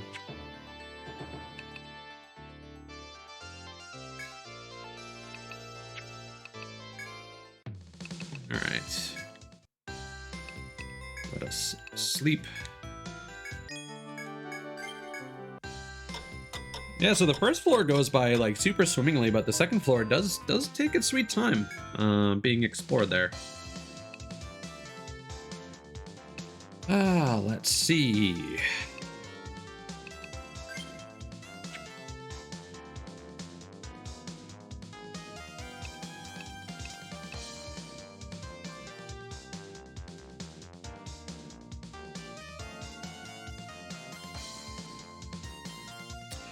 What do you mean, Lasada?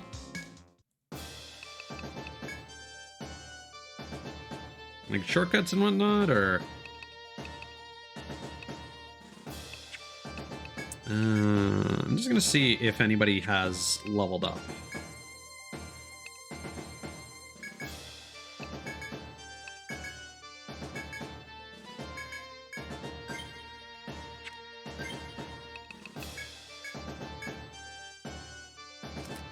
No, they are getting some passive stats.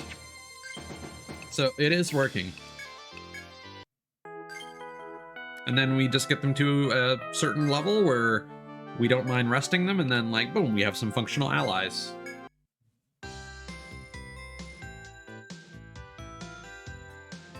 What's the rate of growth? I don't know.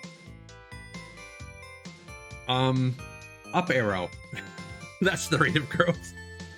And you get more up arrow as you increase the level of combat study. Number go up. Yeah, number go up. But, like, considering that this thing is all about splitting, like, the experience that you're earning across your party, it's nice that people that are back at the guild hall can get any experience whatsoever. And as far as I'm aware, that does not take away from what your characters are earning on the field. So it's like they finally figured out a way. It's still kind of stupid because it's silly that you have to invest in this skill and then rest them later, so they're gonna lose 5 levels eventually when you actually want to use them. But it's nice to actually have the option of potentially switching to some different characters down the road. All right, so unfortunately we got very lucky. We did not get the drop that we needed.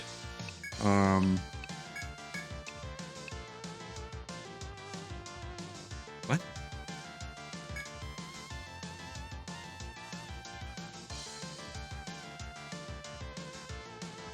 Did it unequip Kana's weapons?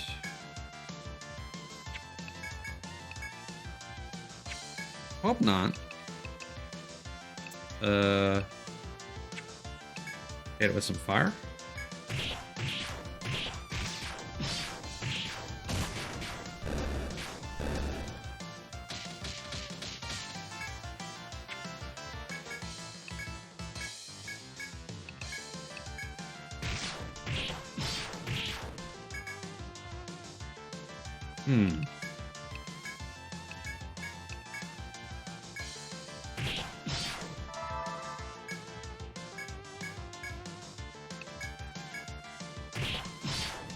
Kablam.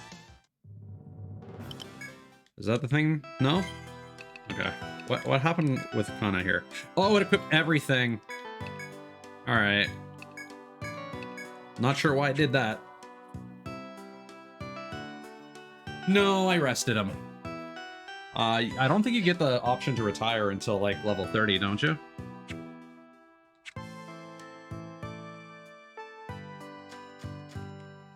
I made a bad investment that was bugging me.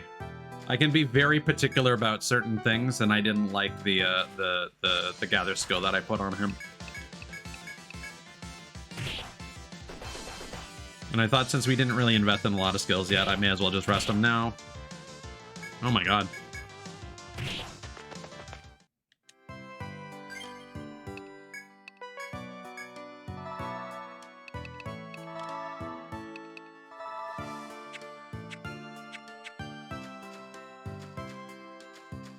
Probably should have just fought that fight, but whatever.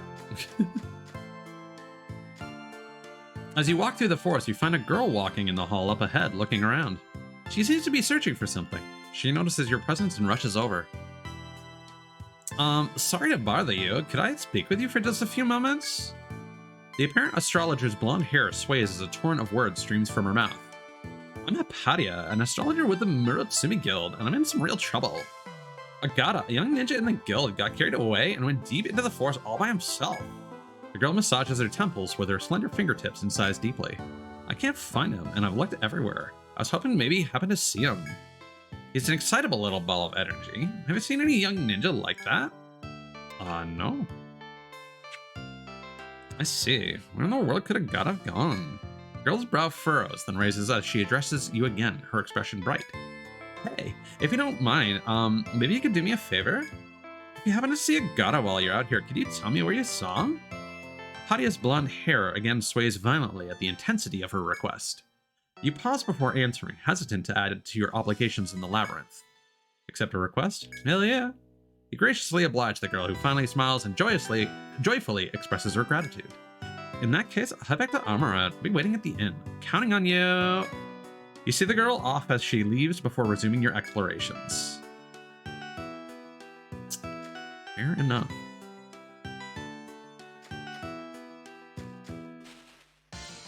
Oh, boy. Oh, no. That binds your legs. Oh no! Oh, that's the worst. Oh, that's the worst. Okay, we need to put that Lynx down. Burn it with fire. Oh no. Yeah, we're gonna need line heal soon.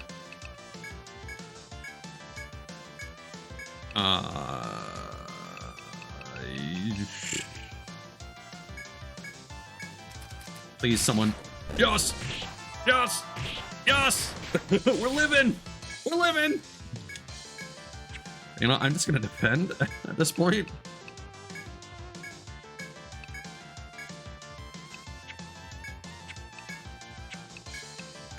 Okay, we're out of juice.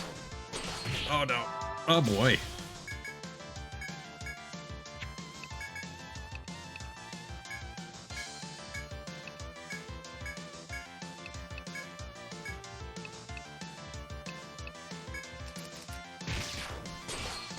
Ooh, that was a mistake.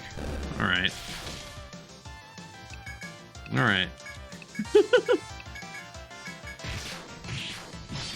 Okay, so I was remarking before about how thus far, oh, we found the item that was asked for in the request. We should take it to the bar. I was saying before that thus far the game didn't seem to be quite as mean as Etrian Odyssey 2. Might have to take that assessment back. All right. Red, yellow.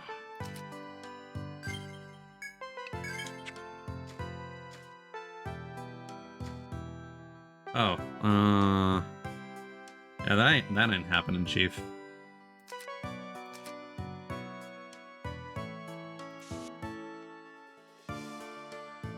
I mean, we can maybe go up this way.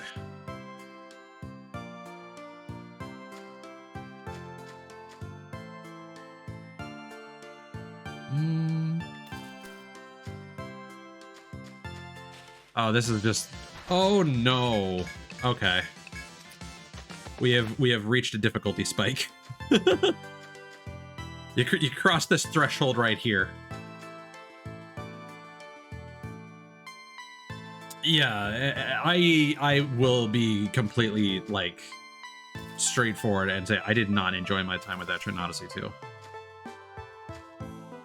I thought it was, like, super rough and tuned in some very strange ways. In that, like, everything kind of fell before, like, binds. And, like, a lot of the endgame bosses just didn't really seem all that feasible without blatant exploits. Which, again, you know, RPGs will do what RPGs do. It's all part of the game.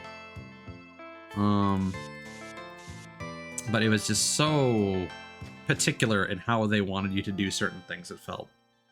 But I was remarking earlier that thus far it seems like they're more eager to give you access to lots of cool tools. Like I was remarking on how, like, yo, we're already confusing people. I did not play through Etrian Odyssey 1 or 2 with a Dark Hunter or Hexer because I don't like the risk versus reward aspect of, like, constantly trying to bind or inflict ailments. So now that we have attacks that can just, like, straight up, like, deal damage and also have side effects, I'm having a good time. As you walk through the darkened forest, you come to a hall in the corner of the labyrinth. The thin branch cover allows you to look up and see a sky thick with stars. You're tempted to gaze at the starry heavens for a while, despite other pressing issues. Spend a while stargazing? Yes. You decide to stop and enjoy the beauty of the night sky for a brief while. The serenity of the heavenly vista soaks into you. You find its brilliance soothing. Everyone recovered 20 HP. Nice.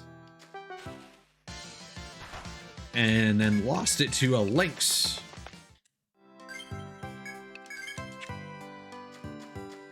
Lynx be like, your HP?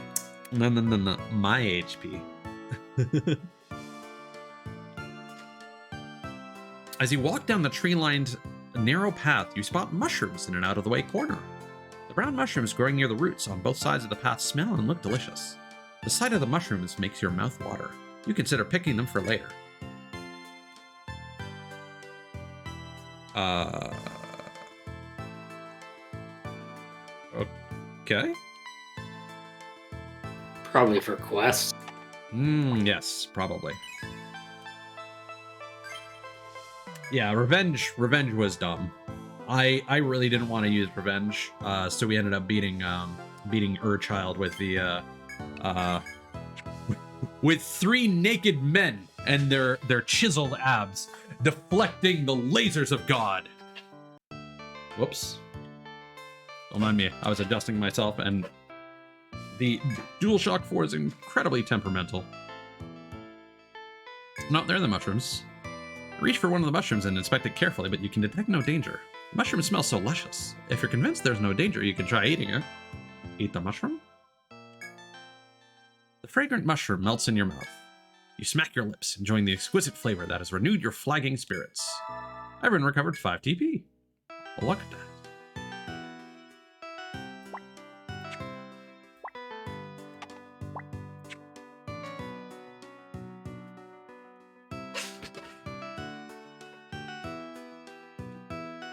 I don't know. I don't think that's any less abuse than a 1 HP Hexer casting Revenge. Oh my god.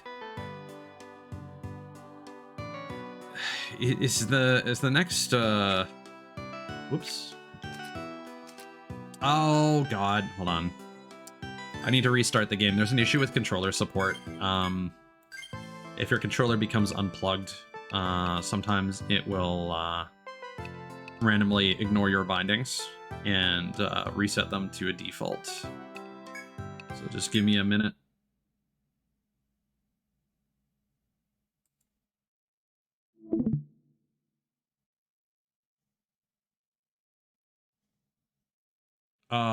Whoops. Okay, and Steam is apparently crashing. Oh, give me a sec.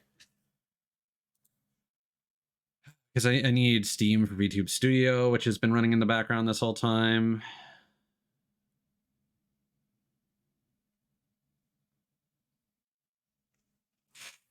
Yep, that is correct. It's a 35% chance of counter reflecting that damage. But that said, you're using Painless to keep your Hexer alive anyway, so as far as I'm concerned, it's the same difference. But the thing is that like every single guide out there recommends the Hexer Revenge methods, and I was just like, I'd like to try and beat the game without having to resort to the thing that literally everyone recommends. And we did achieve that. We used a very similar method, but a method that I think is way more fun. At least you didn't have to boost a Hexer. Yeah, that was also the other reason I did that, because it was very easy to get a few Lance Connects to level 20 approximately, rather than having to... I'm not sure if the maximum HP on the Hexer actually matters. I didn't do enough research because I just really didn't want to do that. Oh, yeah, ignore that. I think the video I saw didn't have a whole lot of levels. Hold on, let me hide tits. There we go. Okay, it is working. Okay. And then I also have to reconnect BTS React.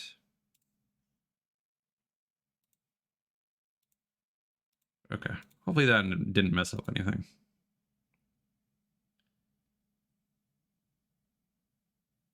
Okay, so 1 HP always counts as 1%, regardless of the Hexer's health. Oof, yeah.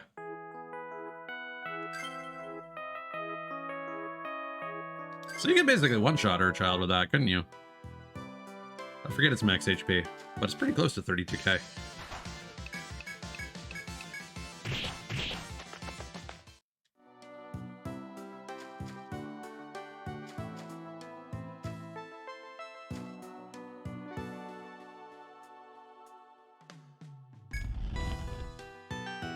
As you wander the winding path past the door, you find a clearing devoid of trees. The sunlight pouring in from above warms the clearing, making it a haven within the labyrinth. In the hall's center are the same mushrooms that were growing on the side of the path before. There's nothing barring your way from picking one of the mushrooms should you choose. Reach towards the mushrooms? Sure. As you crouch and reach for the mushroom, it suddenly starts to move as if alive. What had appeared to be a small mushroom is revealed as a fungus-shaped monster. Too late, you realize their form is designed to mimic mushrooms to lure explorers in. If you don't want to become a meal for the mushroom, draw your weapons and strike it down. Venom shroom. Fair enough.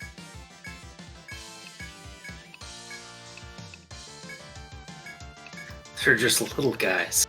They are little guys.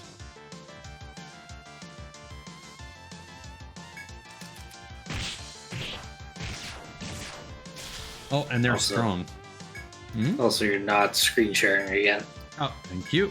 I will take care of that in a moment.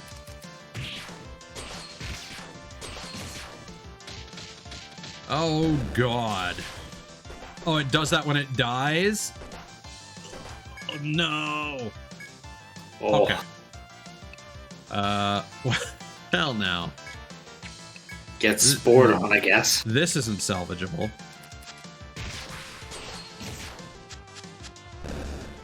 Oh. I spoke too soon.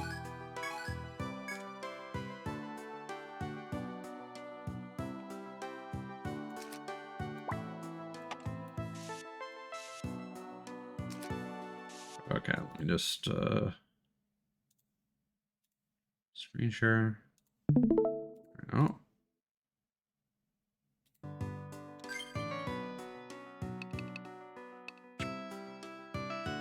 Okay. But we did our homework and we have a shortcut. Aha!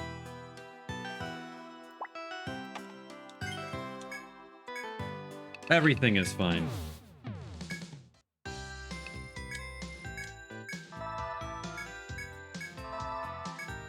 Yeah, it seems it's so. Lasada, in this one, does it just heal you all the way when you get treatment? Oh, it doesn't heal your TP though. Remember that was always a thing in the previous ones. Okay, so we need 1 gigapede leg.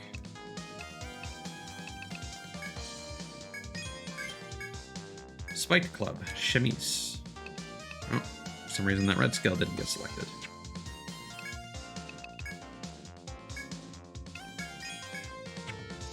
Ooh, we are getting low on funds. I suppose it's still nice if a character gets nuked at the start of a fight.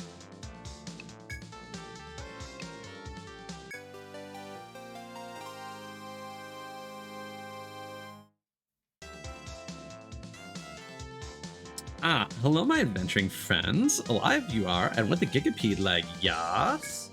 Yes, that's a gigapede leg, and no mistake. I'll see it gets to the client, thank you. I was a labyrinth at night, scary, yes? Many monsters only come out once darkness falls. Here's the reward as I was promising. I can count on you for more requests, yes?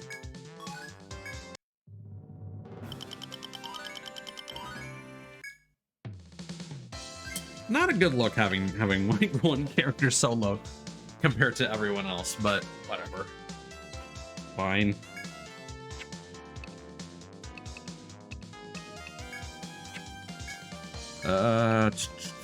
Let us get Volt Barrage. Can't get Resurrect just yet.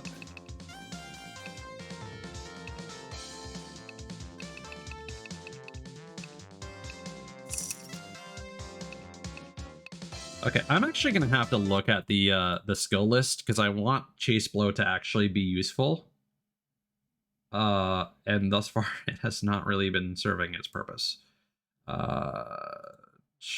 Buccaneer, Chase Blow.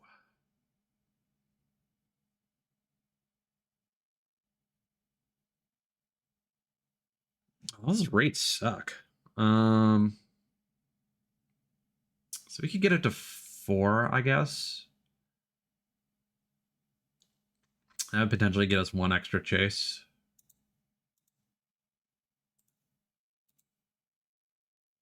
But would it be maybe more efficient to invest in lights out or hanging?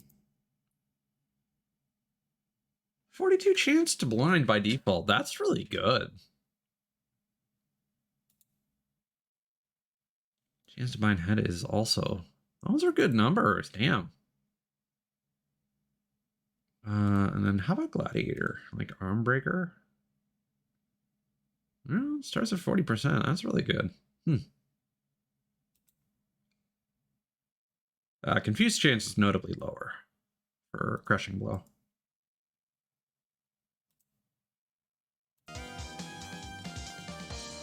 Well, that's the thing, Lasada. Our party is pretty much composed to take advantage of Chase Blow because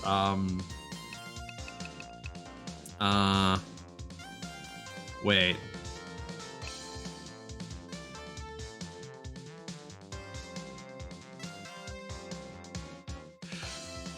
Please tell me when it uses the word attack, it doesn't literally mean attack.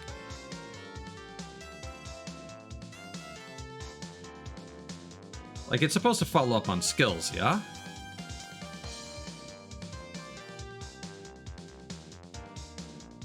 Because I just noticed that. Are there strike or slash skills?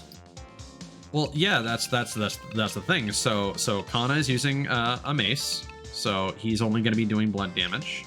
Mod uses fists, which is only going to be doing blunt damage. And the barrage skills deal blunt and elemental damage. So there's no reason why Chase Blow shouldn't be getting triggered. But I've only ever seen it trigger once, and the only thing I can think of is because we are normal attacking with Mod and using skills with everyone else. I'm gonna look that up real quick, unless Lasada has the answer.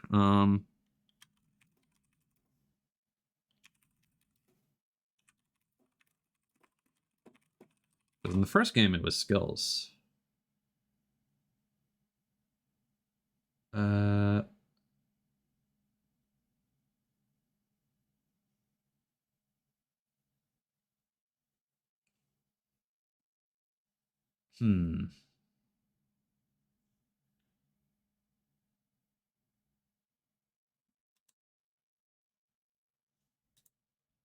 They do work. Okay. So I'm just getting really, really abysmal RNG. Okay.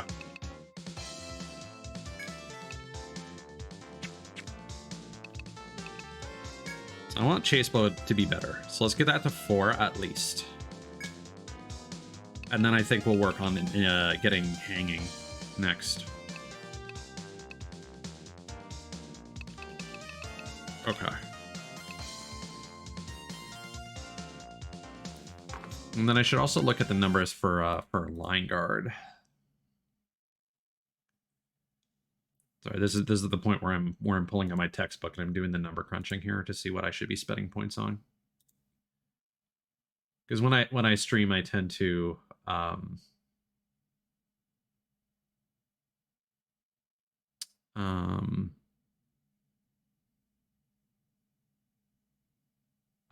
wait until after stream to spend on characters that I'm not 100% sure on.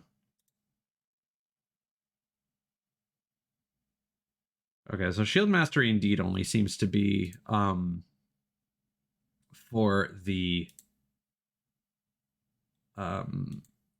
hoplite themselves.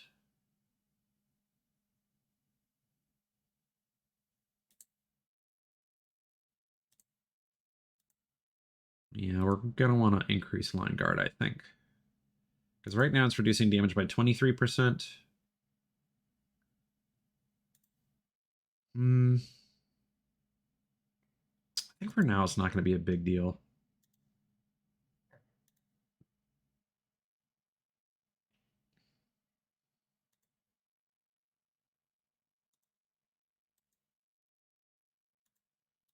Yeah, I'm learning that.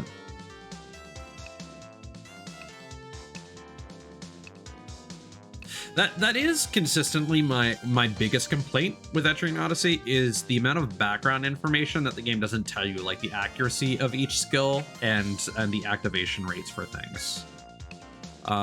Like, oops, no, don't do that. Like, it does tell multiple activations up. I really wish it told you the number. And the reality is it's not a fixed number. It's every time it activates, it has a % reduction of activating one more time, depending on its level. So the math is more complicated unnecessarily. Okay, we can just barely afford that. Probably a good idea.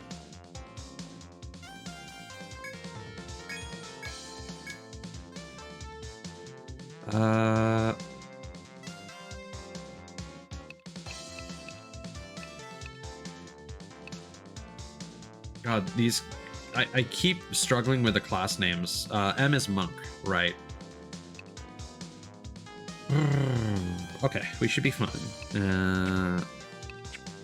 Yeah. We can sell that. A boarding book that makes those around the reader very sleepy. See, and that one has 6 sleep procs on it, and I don't know what kind of percentage we're looking at there.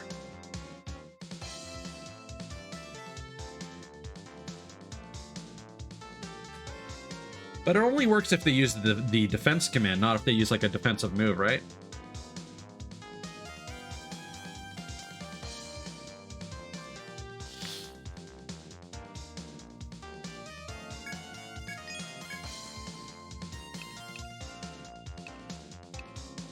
All right.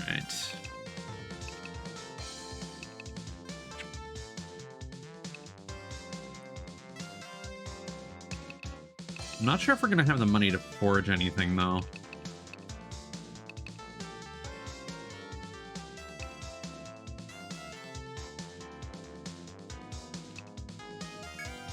Oh, and this is probably an obvious question, but I'm curious about forges. So like, the blinded paralysis would only apply to normal attacks and not skill usage, correct? But I'm curious about the attack and vitality, because we had upgraded one weapon with an attack buff earlier, but it did nothing to the actual like attack stat over here. Is it just like a background thing? But I would assume that the attack stat would still at least benefit skill damage. Nice. Good to know. Well, the attack stat on the right is your strength plus the weapons attack. That's all it shows. So there's basically no reason for that to exist because it's just a sum total of 2 numbers. Okay, we already handed in our Gigapede leg. All right, so let's nap. We still want it to be nighttime.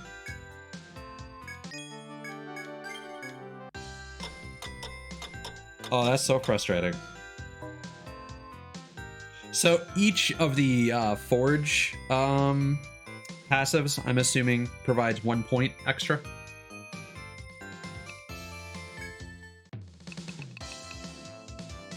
I mean, yeah, and that doesn't even help because like every skill it deals like a certain percentage of damage anyway based on its level. So like he may have 63 attack, but I don't think he's ever hit 63 damage.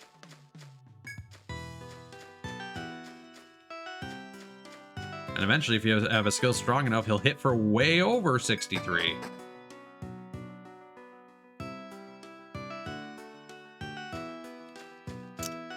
Gotcha.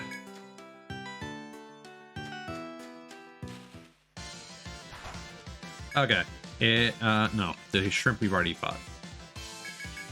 So those gigapedes, I specifically have a bladed weapon, a slashing weapon on my. Yeah, unfortunately, the one thing I realized, like, just before you got here, Lasada, is that none of our characters can use, well, none of the characters, the way that we've built them, are able to use slash attacks. So, that's something that we may rectify later with what we're going to be doing for our gladiator. Oh my god, no thank you. don't want what you're selling. But yeah, it's gonna be a while before we get some regular slash damage here. But we haven't invested in any spear abilities anyway, so it's fine. Oh, that's sneaky. Oh, that's fun. That's an interesting shortcut. I like that a lot. Yeah. Right, we're going down now. Again, I have to train my brain. We're descending again into the labyrinth. We're not ascending anymore.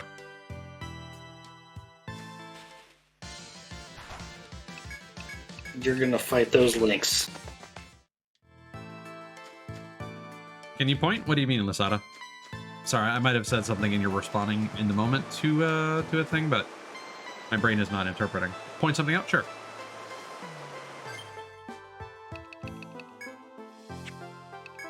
You have just made me remember. Uh-huh. Yep. The east walls. Okay.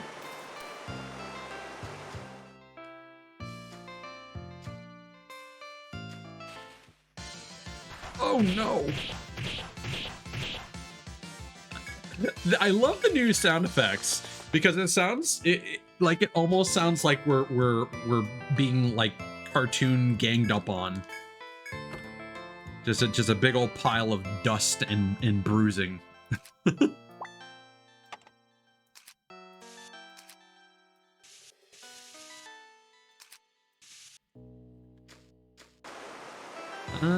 Can we make this? Probably. Bye, nerd.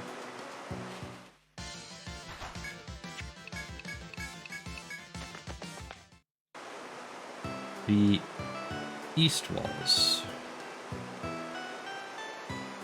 In the FOE hallway?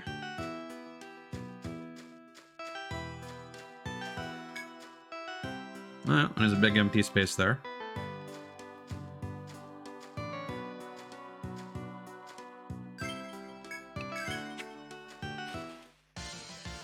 Oh my god. I don't want to fight any of you right now. I want to fight a Gigapede and I want to get the conditional drop. That's... Oh my god. Oh my god. Oh my god.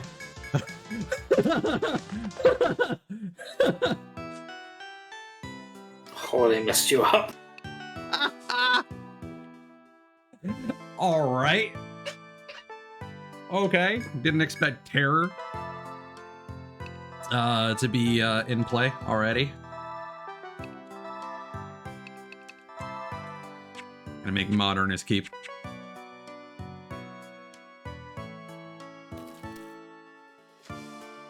Ah. Oh, nice. Good stuff. Thank you.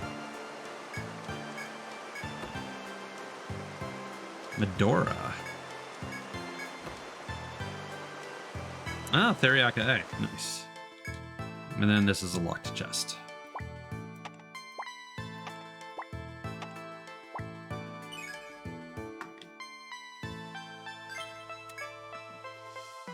Cool, cool.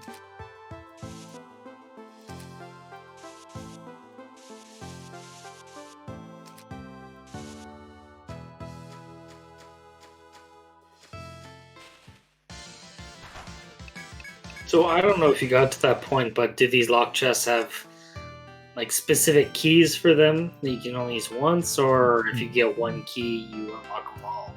We have not gotten an explanation yet. The Surging River Shores.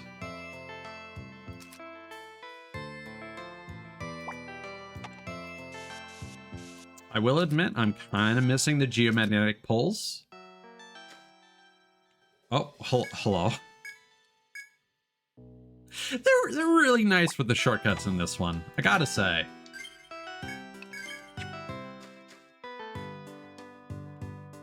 They're literally just like, hey man, before you explore the third floor,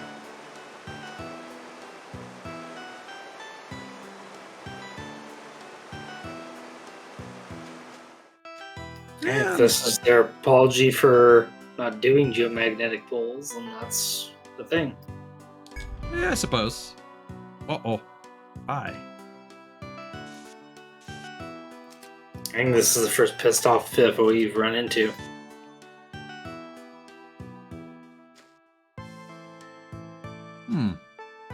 Just as you are about to cross the hall, a dreadful presence suddenly appears before you.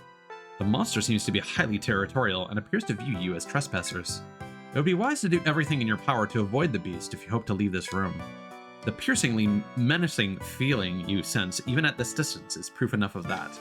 Your survival now hangs on your skill at watching your enemy's movement in order to avoid him. Well, that just sounds to me like there's something in this room I should be looking for.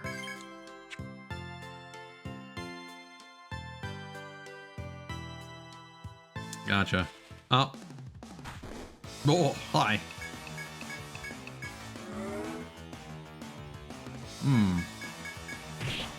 Kablam. Territorial hippos, that's a thing. Yeah. No, I'm not gonna make jokes about a hippo. Those things will fuck you up. Yep. Now, do you work on stalker rules? Three footsteps and then you stop? Oh, Venom Shroom has a conditional drop. Venom Shroom.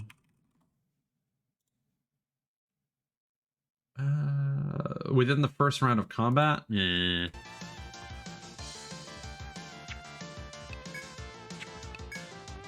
We can try. You know what? We leveled up Chase Blow.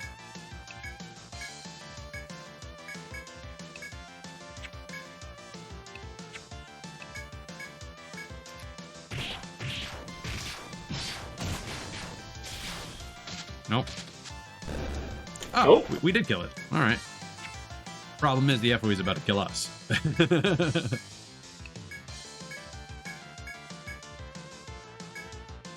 You know what? We should do line guard.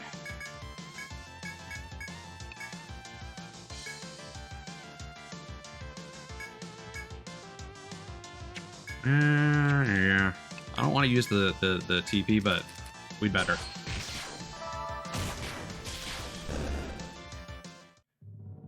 I have a question for you, Lasada. Is there some sort of issue with the HD version of Etrian Odyssey 3 and inputs? Because I find sometimes when I'm like selecting a command, it like pauses for like a millisecond before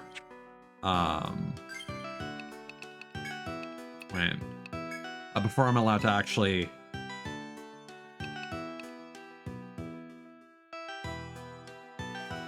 Oh, right, because healing. This is no longer healing mastery.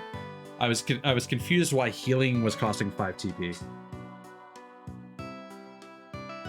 Okay. So I've been finding in battles when I am pressing a command to attack something, there's like usually like a millisecond or so randomly where I experience like a delay before I can input the command and actually like perform the attack. Is that something you've experienced with the HD version? Or maybe the original even?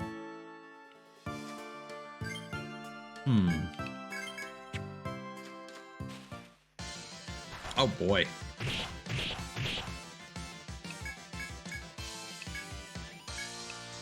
Silicrab.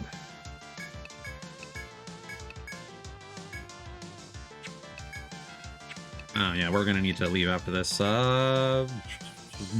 Crab boil. Oh, you're healthy. And you're confused. Haha. Oh god, you're really healthy. Yeah.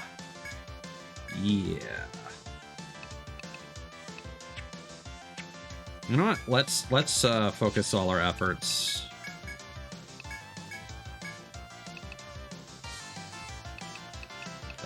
More productively.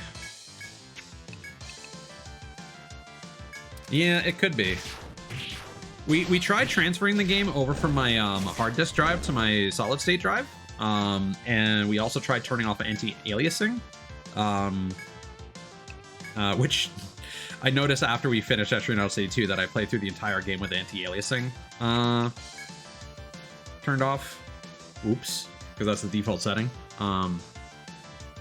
But we did play through the first game without issue with anti-aliasing at 8 times, and we've done the same here.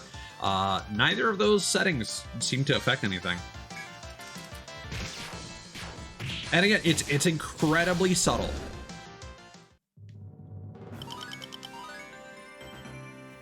So unfortunately, it's just one of those very specific things that I feel like even if I like look this up online, people probably wouldn't be talking about it very much. Okay. Let's get out of here. Medora. He has a little HP of a row. Okay. Ooh, we are low on the money.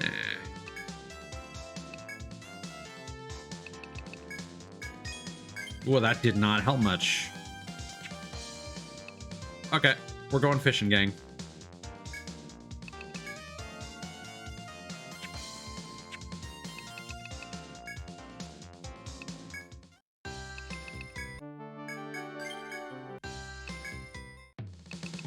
Let's also grab our quests before we...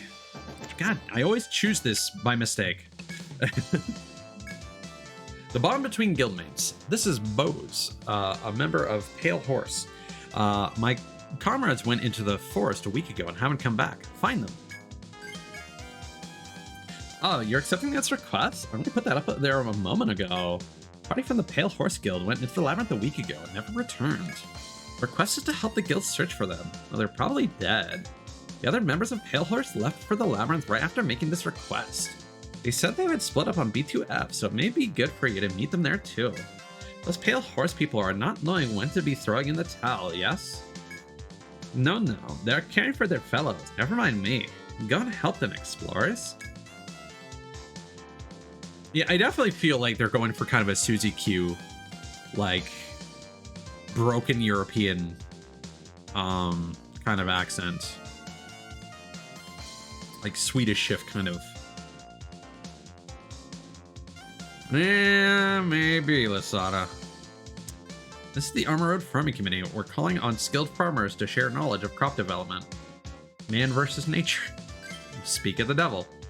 Oh, you're accepting this request? This one comes from Armor Road's Farming Committee.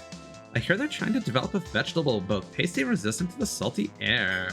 They're calling farmers from far and wide to discuss the issues. Are you having any farmers in your guild? Perhaps you could share your knowledge with the committee if you do.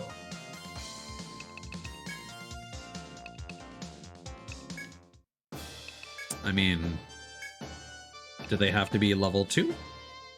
Wait, our farmer is... Farmer with a shotgun. Right. You remember the request that you accepted at the bar? The farmers in Amarod were holding a conference to develop a new breed of vegetable. The farmer in your party right now seems to be experienced enough to be of some help. You should go to the bar with this farmer when you have time. But you get experience now for completing quests, so we need to have a full party or else we're going to waste a bunch of experience. Yes, I just realized. Thank you for mentioning that, though. Okay, who do we want to bring with us? Let's see. We're definitely bringing Kana. We need to fix our mistakes.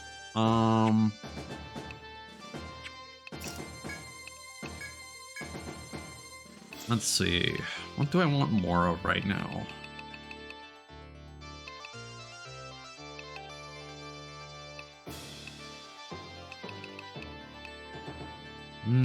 Better healing would be really nice. Yeah, I think right now the Hoplite is the character that I'm most kind of like ambivalent toward. I'm just kind of like, yeah, they're there, they're doing their job. I don't think they desperately are in need of levels. Alright. Again, famous last words. Might regret it later. But that's what picnic difficulty is for. We can always farm off stream.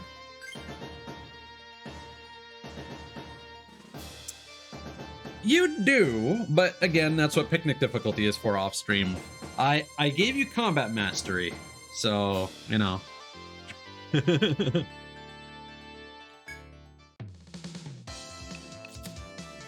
Right now, I'm more concerned about the main party. Because I don't like to waste too much time on stream with like grinding and whatnot. So I do a lot of that stuff off stream. A lot of the quest work too. I hand them in on stream because I feel like the dialogue is worth reading. But a lot of the in-dungeon stuff, unless it's relevant to the story, like all these characters we just ran into on the second floor, you know, all the like side quest dialogue, I don't care quite so much about.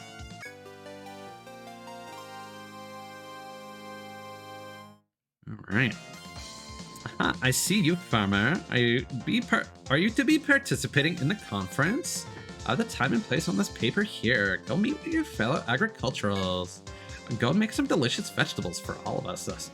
For us all. The rest of you can wait here. I'm welcoming you. How was the conference thing? Is your job completed? It was so-so, you say? Well, I'm not to be complaining as long as you helped. Anyway, your assistance is sure to prove fruitful or veggieful. Here's your reward.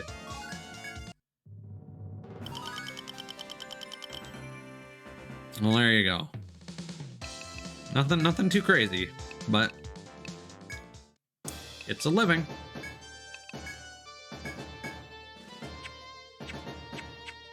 Okay. Let's get some fish. We did need to get a tannin. I keep choosing the Explorers Guild. Oh, big fish! Whoa! Whoa! Whoa! Oh, big. Oh, big! Classic Metal Slug voice lines. Let us get more. Oh God, we don't have the money. We don't have the money. We're broke. We're broke. We're so broke.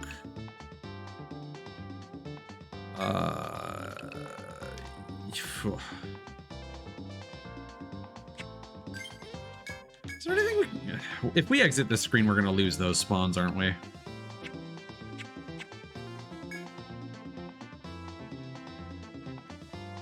Wait, what's that golden arrow?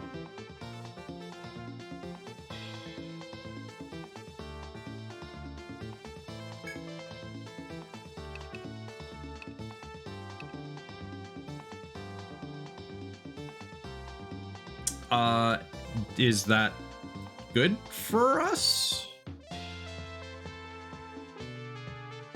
So it's just kind of random. You have a chance. Okay. All right.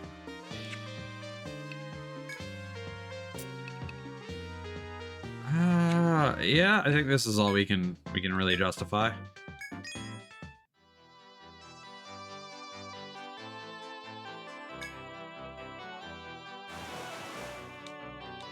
You see the shadow of a tannin below the waves.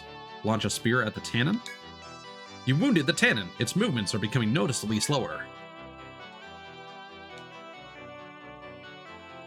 Seems to be greatly weakened. Kablam! The tannin is yours. Obtain tannin skin ×8. You've successfully caught a tannin, as requested by the Armor Road Fishing Committee. All you need to do now is return to the city and report back to the bar. Ooh. Flying fish ×3. Hell yeah, brother.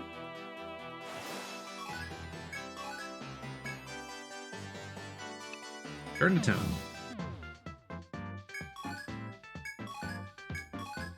Woo! That's some good money.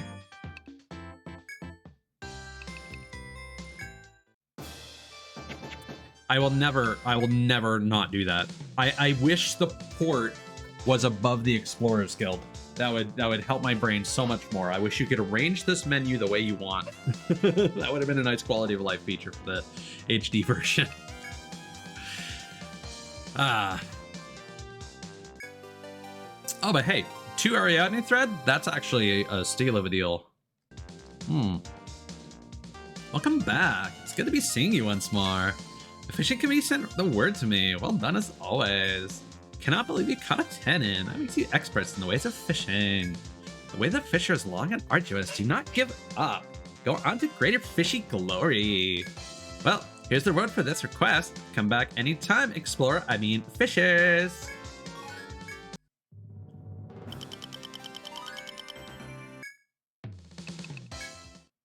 All right.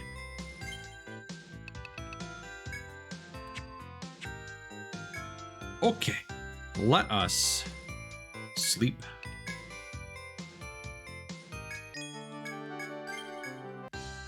We don't need to buy any threads now, I suppose.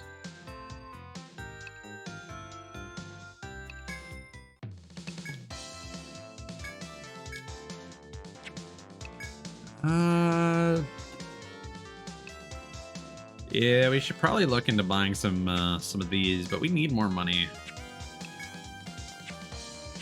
It shouldn't be a problem soon, but for now it definitely is.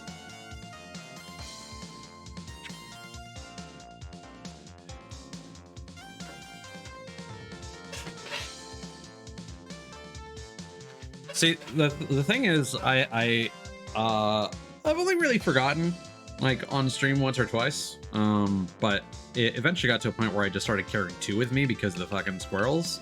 Because I thought eventually if I kept interacting with the squirrels, there would be some different dialogue. So I got a perfect squirrel run in Etrian Odyssey 2. It was great. It's a secret achievement nobody tells you about.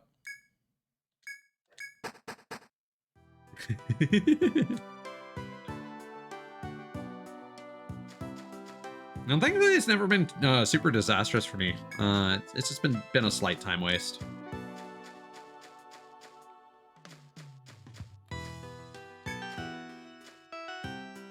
I think the time I was in the most dire straits was simply one of the quests with the hospital assistant where she doesn't bring her own Ariadne thread, and it's like, oh, you gotta walk back, and it's like, oh god, I used a lot of resources to get here.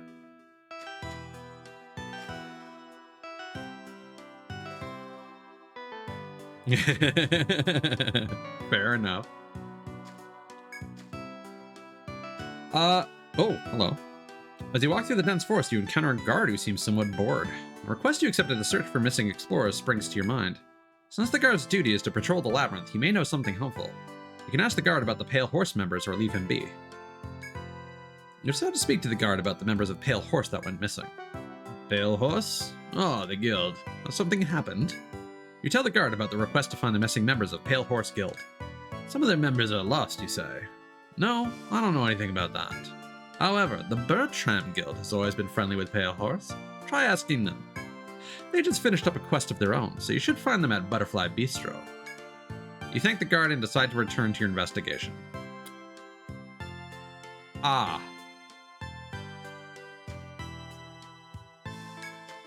You know what? I just realized we have not been gathering information. That is a very useful reminder.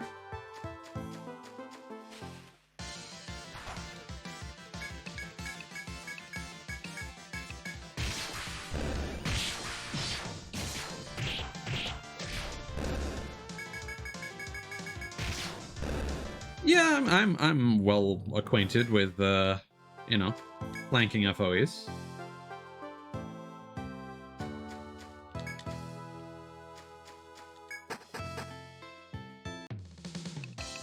I do consider myself relatively proficient with the series, though I'm one of those people who has started more of the games than I've finished. I looked at Explorers Guild and I'm like, yeah, that sounds about right. And I selected it again. I'm so bad for that. Bertram guild member. Pale horse is lost. This is a joke, right? Wow. They posted a request? Well, you're right. So you're serious? The pale horse is lost? Now that's rich. They're famous for playing it safe. They're usually too overcautious to make a move at all. It's ridiculous. Their motto is, those who control the campgrounds control the labyrinth. Who knows? Maybe you'll be able to find something if you check the campground on B2F. Good luck with that. We'll head out too once we get settled here. Ah, you. Does it keep you up at night wondering how I got this thing? Funny coincidence, that. I'm in the mood for a drink before I head to bed.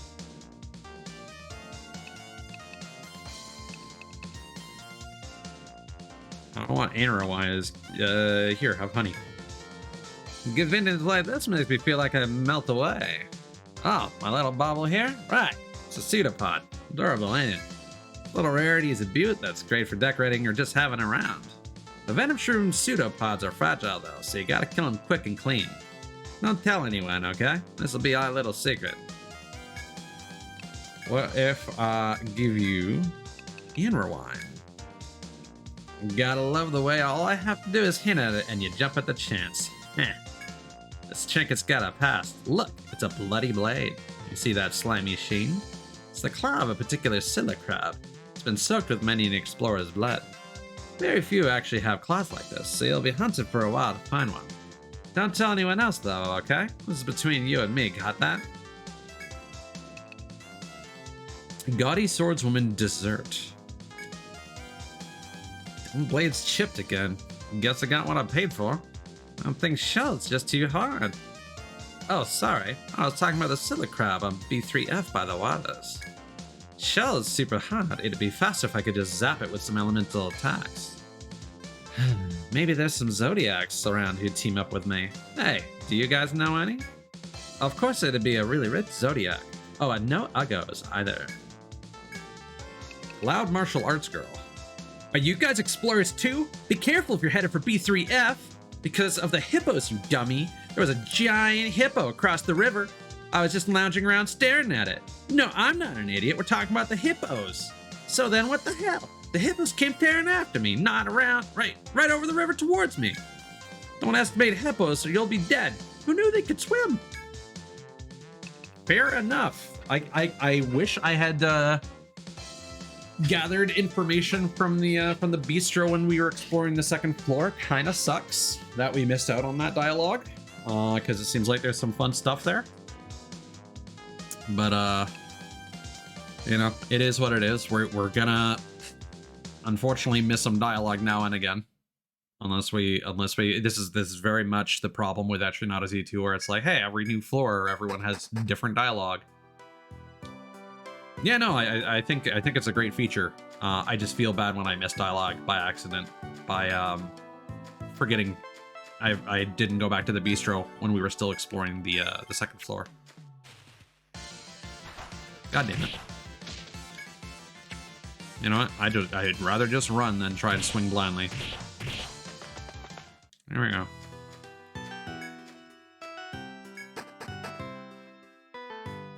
But yeah, like there's still some oddities about this game for sure. Like again, with a lot of the skills and how they don't tell you diddly squat, but I think they've done like so much with this game compared to the first two in terms of quality of life. And that goes a long way, honestly.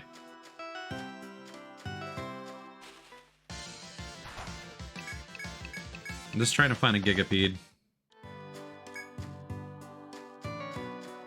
Because I really want their conditional drop. Here we go.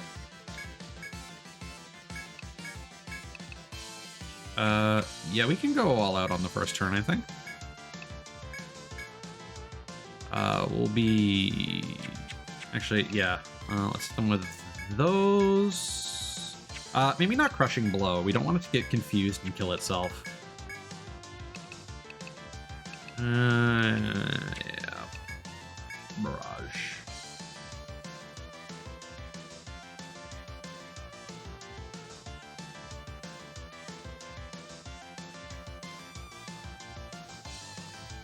That seems to be the case for a lot of people, actually, like more than I expect. I definitely think that 3 is the favorite for most people. But there are more people that seem to favor 2 than I would have expected, considering just how much I personally disliked it. I think there are redeeming things about it. I think the characters are very cool. I think the environments are nice. I just think the gameplay kind of sucks. I'm very much a person who cares a lot about game balance. I did actually go to college for game design, so and I'm the kind of person that will talk about games endlessly. So just some of the decisions in that game are extremely questionable to me. There it is. Finally. All right, Nia, you can have your spear back.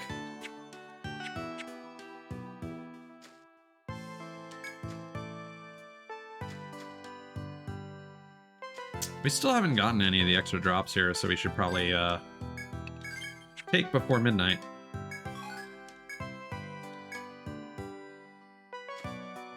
Are you raising up Kana to be able to do slash moves? No, I'm not. I rested him just because I picked a gather skill that I didn't want him to have. Big OCD moment. Don't worry about it.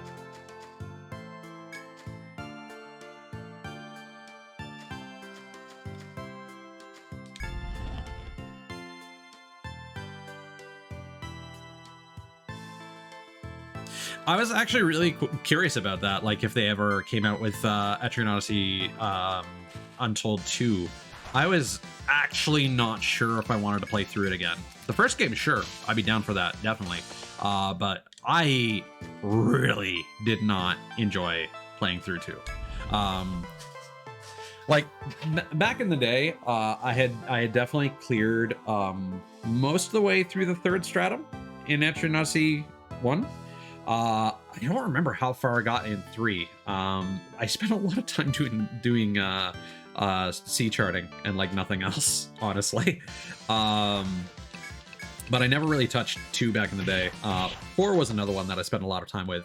I have not touched 5 or Nexus personally. And I did play a little bit of Untold 1, but I don't remember how far I got in that one.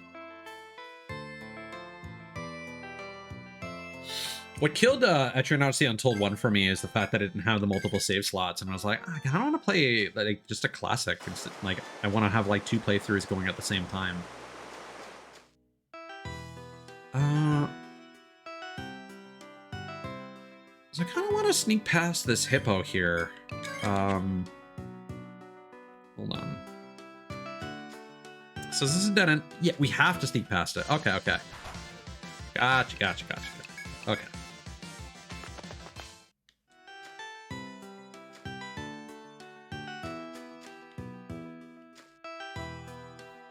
What is the right. It's still only 6 stratums though, right? But they're all borrowed from the other games. So I think what we're supposed to do here is I think the hippo only aggroes when we get close enough to it. So if we strafe around it, yeah.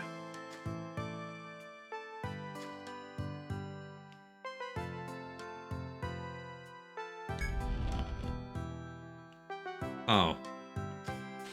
Fuck. Oh no. Okay.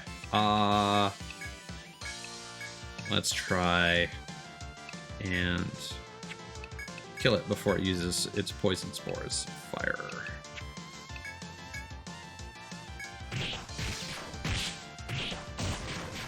Well, that's no bueno. Ah, I see, it explodes when it dies.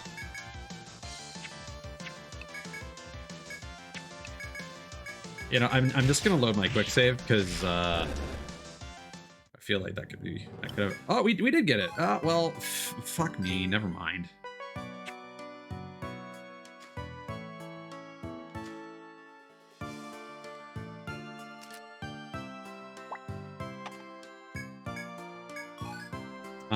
Phonolite.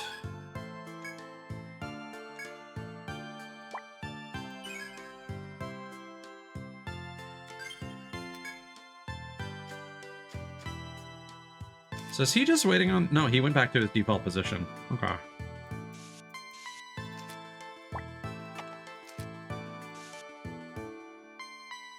Welcome back, Ice. Welcome in, Ice, actually. Hello. How you doing, man? Yes, it does look cool. It's, very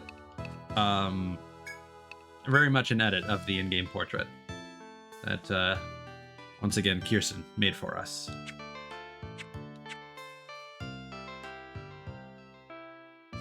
Wait, 8 other stratums? Like, are they longer than 5 floors each? I'm doing okay, Ice. Thus far, the playthrough's been going well. It's definitely a lot more chill.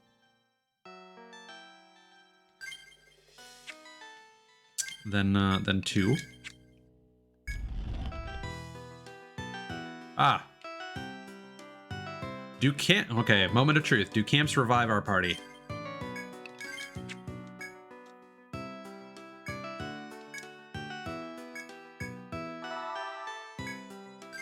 No. Okay. There was a farmer skill for that, so that makes perfect sense. Okay.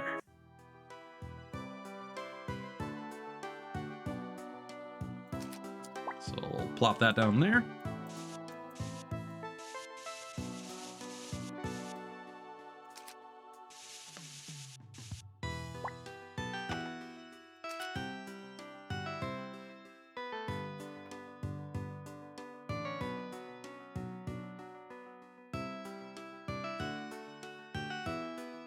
That makes sense. Uh-oh, hello.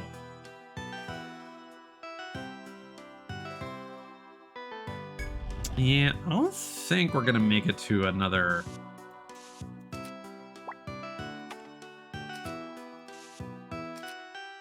shortcut.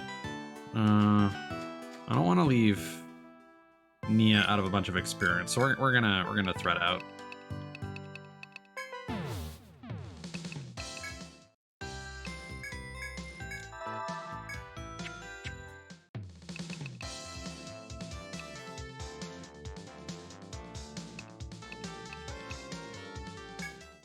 So Ice, we have already created our party for the most part. Although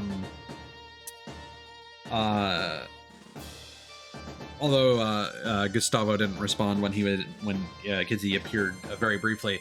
Of these classes, if we ended up making like another one of these, is there a particular class that maybe tickles your fancy?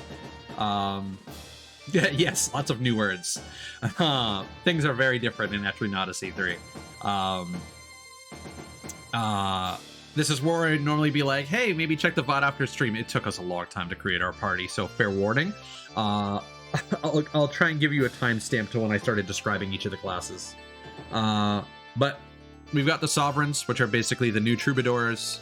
We've got the Gladiator, which is basically the new Landsknecht, or Landsknecht. We've got the Hoplite, which is the new Protector. Buccaneer focuses on chase skills. We might make a gimmick build later in the game that uses a couple of these, so we might end up using another one of these. Ninja, they're kind of... what do we describe these guys before? They're very much the Dark Hunter, but they've also got some other gimmicks associated with them that we compare to something else. The Monks are basically medics, but with some combat ability. Note the green-haired fellow. Zodiacs are basically alchemists. Wildlings are beast plus hexer. Arbalist is your survivalist plus gunner. Farmer is farmer.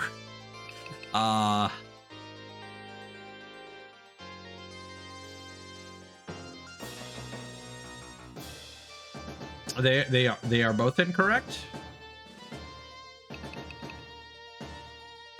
Oh man, I just googled it. The Stardew Valley, I guess. And later on, we will be unlocking the Shogun, and much later on, we will be unlocking the Igdroid.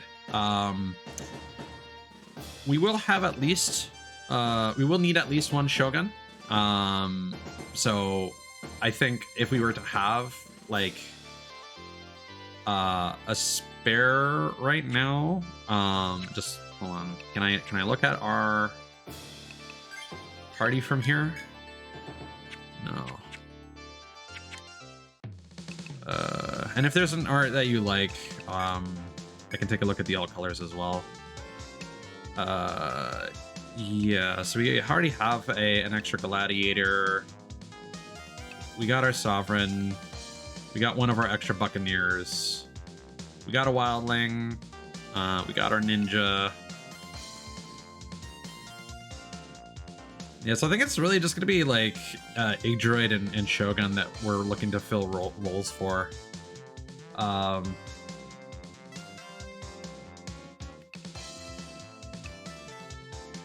mean, since Gustavo ain't here, like, feel free. Shogun or Igdroid at this point. Assuming you want to be involved in the playthrough. It's not like you are required to participate. You feel free to just kick back and spectate, but I think I got the impression that you enjoyed being a part of affairs, so I thought I would offer that opportunity. Okay, so we got the pseudopod and the phonolite, and the large jaw. So let's see what we get. Kettle hat, leg guard. Ooh, that might be helpful. Ooh, that's some good defense that we can't afford. Okay. And now we're probably good to explore in the daytime. What floor did the bird show up on? Was that the second floor? Yeah, not on street. Yeah, I mean, we could have more farmers. There's always room for more farmers. It's just I like to give people an opportunity to potentially show up on stream, and I'm not going to be farming on stream.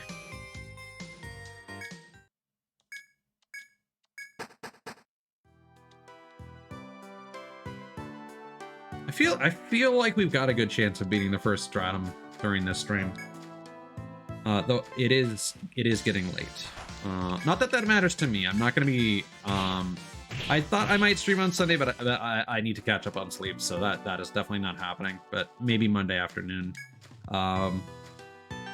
Tuesday afternoon, Wednesday evening, and sometime on Friday, for sure. But we're gonna need to put that to a vote, because I want to know when people are gonna be around to watch Armored Core 6. It's gonna be super hype. Okay. I'm actually kind of surprised you opted for that one, but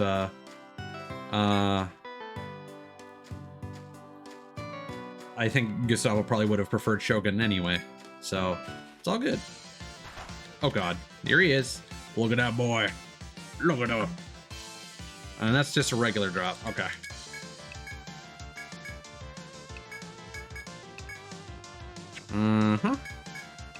And particular weaknesses? No, resistant to fire. Nice. Kablam. Yeah. This is not a great situation.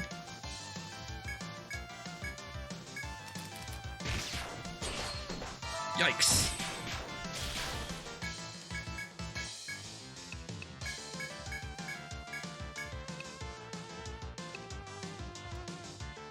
We got it. We got a heal mod, unfortunately. We don't really have much of a choice here. Ooh, good. Kablam. Get out of here. No, still no drop for the bird.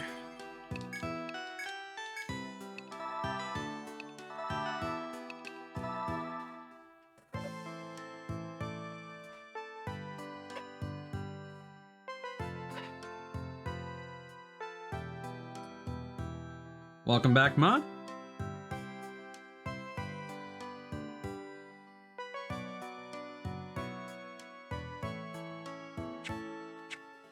All right. You have a good night, Lasada.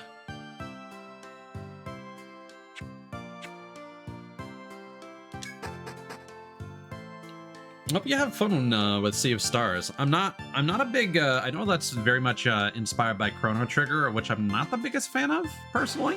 Don't have a lot of nostalgia. Oh my god. Oh boy. Exploring.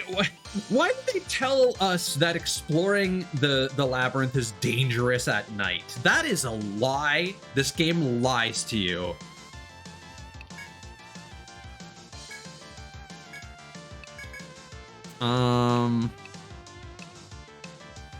Yeah, we don't have the resources to deal with this. But yeah, listen, I get some good rest. I'm a night owl, so this is kind of, oh my god. Oh my god. Just let me run.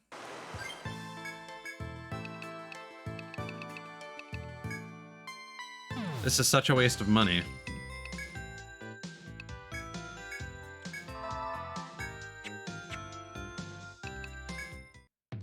I'd like to be able to fight those things, but...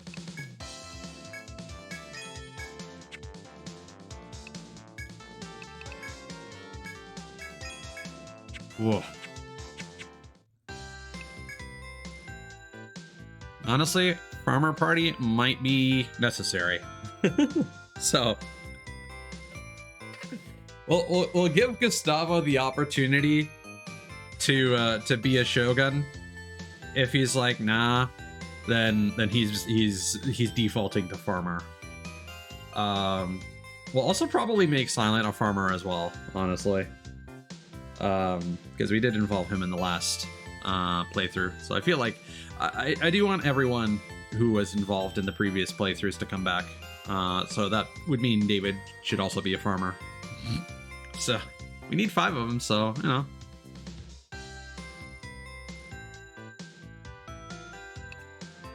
In fact, you know what? Hold on. Let's just do that now. So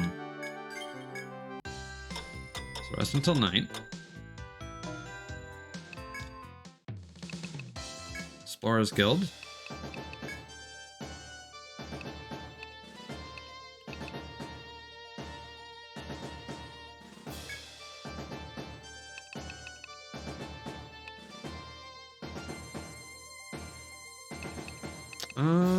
Let's see. What has the most silent vibes? Yeah.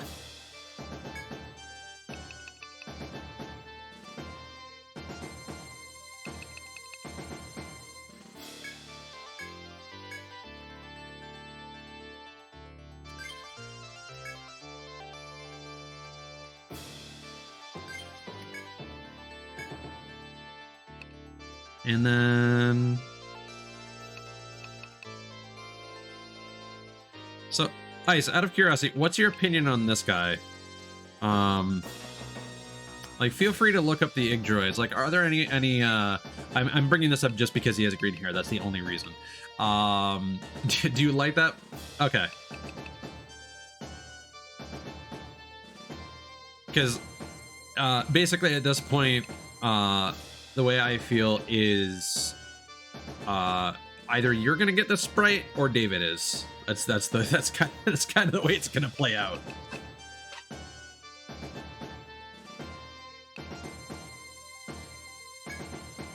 And I think for the time being, we're just gonna preemptively make David, but we can change the portraits later for free.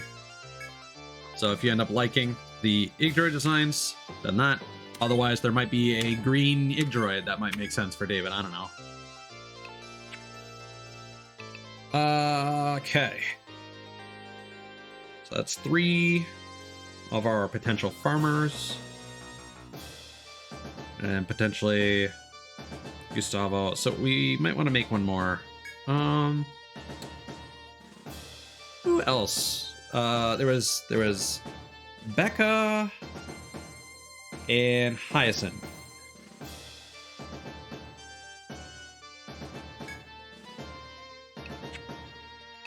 Hopefully I'm not forgetting anyone.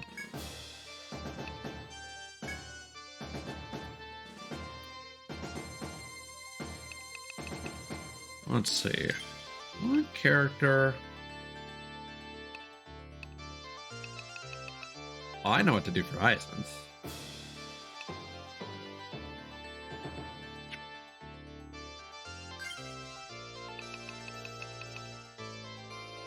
And again, I'm going to keep the offer of Shogun available for who appears in chat. So if one of these people pop by, they can usurp the potential title from Gustavo. But he's getting the first claim because he was here earlier, just not when we were actually making characters. So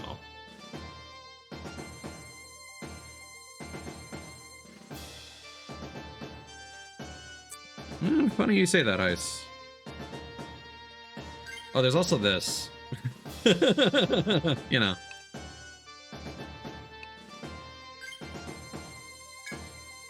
I think we're Hyacinth. We're gonna go with this.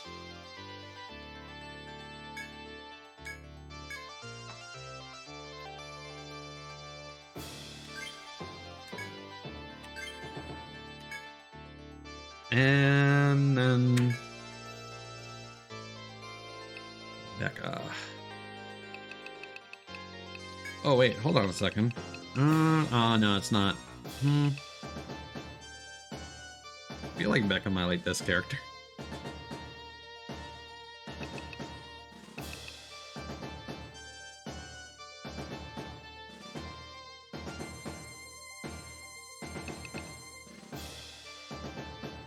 Are these the alt colors? Yeah. Or the original?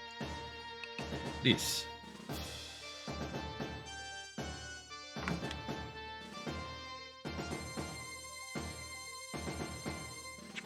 I'm just trying to think, because we've got our 2 gladiators, we got our sovereign, got our hoplite, we already got 2 buccaneers. Technically, we're not going to be making another one, but we could use that portrait. Although I do kind of want someone to have the Shogun portrait, at least one person. Got our Ninja Anna. Got our Wildling. Yeah.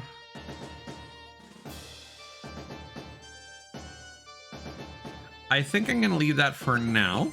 And then we're going to leave that to be a toss-up for Becca and Gustavo. If Gustavo goes with Shogun, then we'll make him a Shogun. If Gustavo chooses Farmer, then we'll make Becca a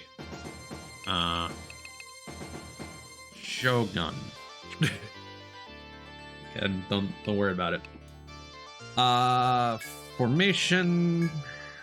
Let us grab these 3.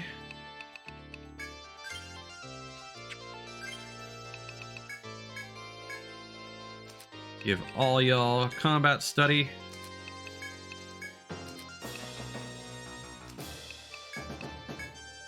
Perfect. And call back the party. Now, does it reset our limit skills every single time? Ugh. Yeah. No, don't do that. What? Oh.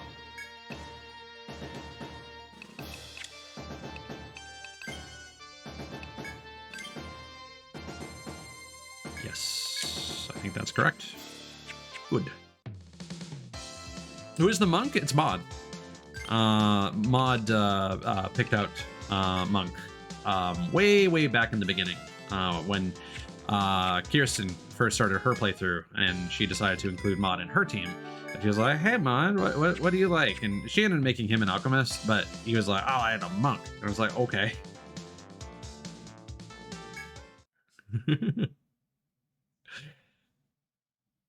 So he's got a special little. He's got a special little PNG.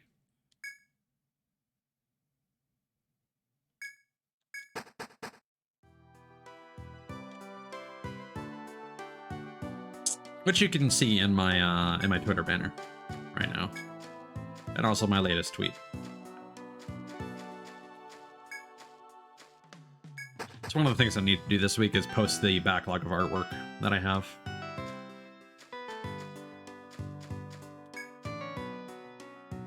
Spin.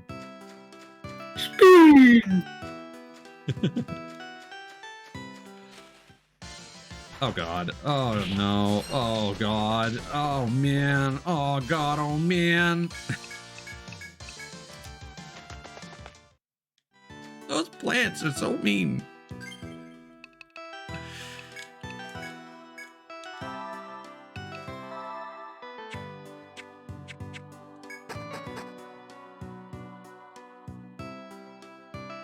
I still maintain that this game is much more fair than Etrian Odyssey 2, but some of those enemies... Okay, so these guys are weak to elemental. All right, fair enough. Not that we have much of that we can use. We're gonna use ice, blizzard. Yeah. Lights out. Crush.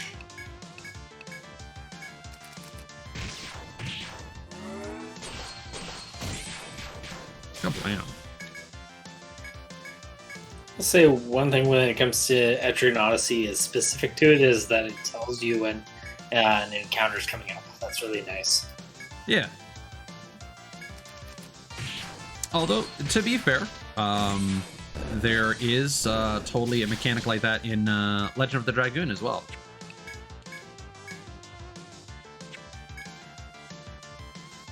I was not eagle-eyed enough to notice that. Pretty sure it was Legend of the Dragoon. There's a little arrow above your head that changes color when you're approaching a encounter. Yup, not eagle-eyed enough for me. Ah, rude. Oh god, he got cured of the confusion. That sucks. Here I was trying to save some TP.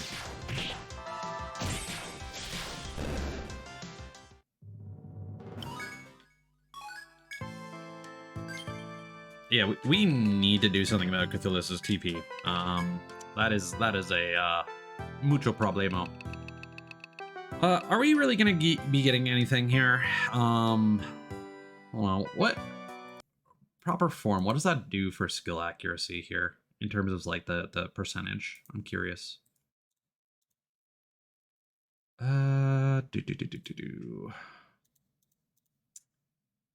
Arbalist.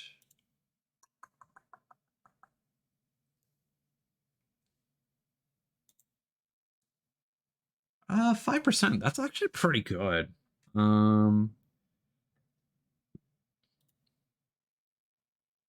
Ooh, baby. They have gone back to Etrian Odyssey 1 numbers for putting a single point into TP up. You get a 10% boost. That is huge. God damn. Yes. Absolutely. Yes.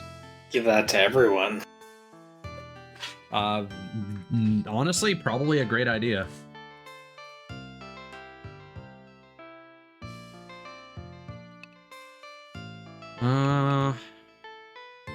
Although Mod desperately needs to be able to resurrect, so we're gonna Mod CP is actually fine for the most part.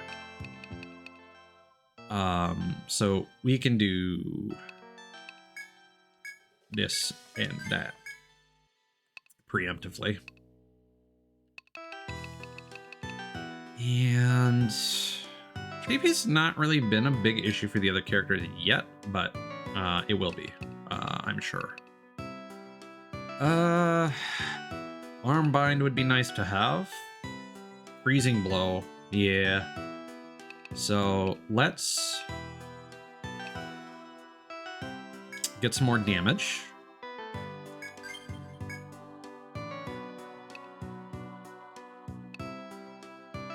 And then we're gonna get, I think we're gonna want, Armbreaker will more consistently bind an enemy. See, the problem is Wolfhowl has not yet quite reached the point. I think against a boss, that'll be really good. I'm gonna get our 1 point in TP. And then we'll see if we need that sooner or later. And then here, I think I'm gonna wait on that. And yeah, we're stocking so many points here. TP would be nice to have.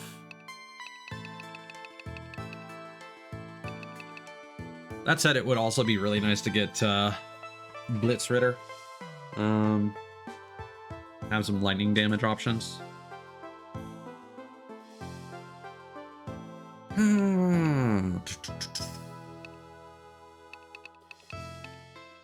But maybe when we're getting our ass kicked a little bit less. Everybody's spinning. Okay. Oh. Oh. Well, that's nice. But I am going to reload that save because I'm not sure why it aggroed on us instantly.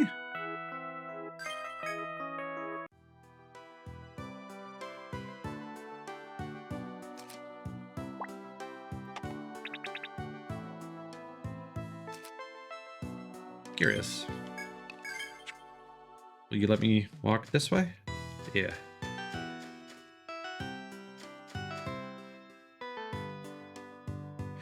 We still need to check out that camp on the second floor, but I think right now I want to progress. Ah, these guys, we can still run into them at night. Nice.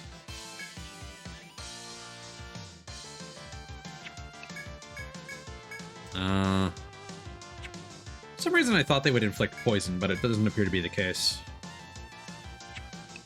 Let's try this out. Hold on. Let's do Chase Blow. And then attack. And attack.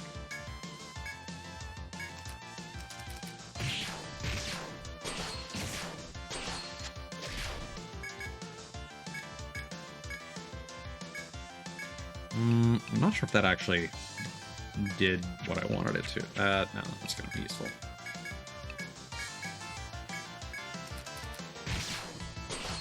Whoa, okay.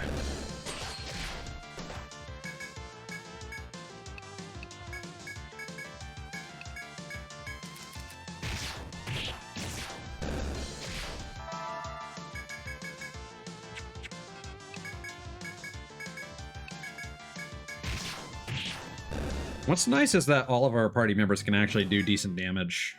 We don't have anyone who, like, completely doesn't have to participate in combat.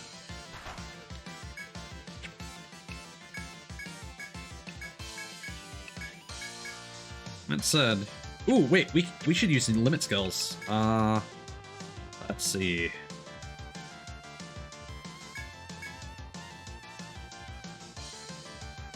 Oh, you still get a turn.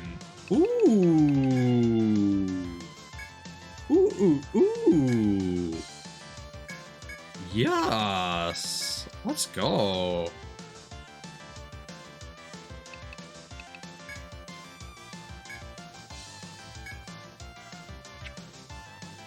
But it does seem to use both of their meters combined, or at least they can't use them on the same turn. You can't stack them, I guess. Kablam! Oh, hell yeah. Oh, I like this system. Oh, this is cool.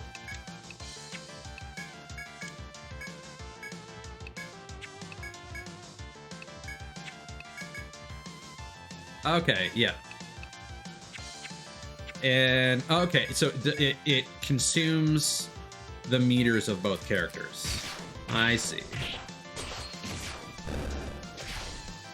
Very cool.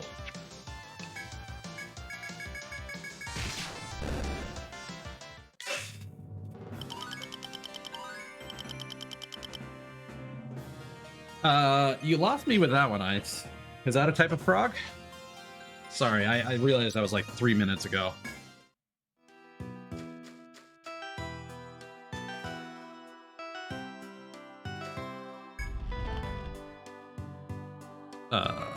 Yeah. Pokemon.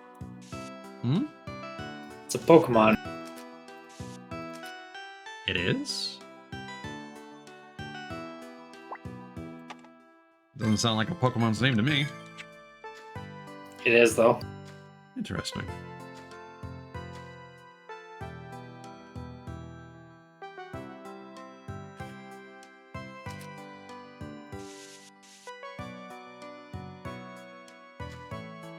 Oh.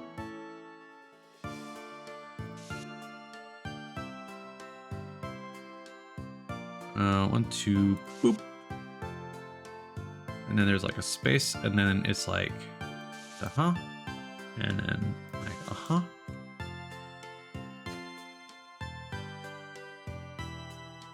Wait, were you actually stupid enough? Huh. Interesting. I'd be able to grab that treasure.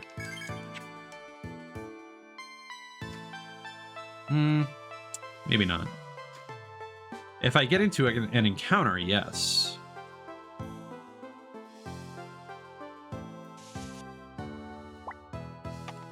What's going on there? Oh, there's a door. Ooh, and it has a shortcut.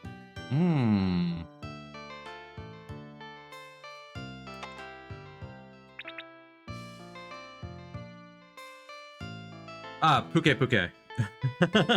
Yeah.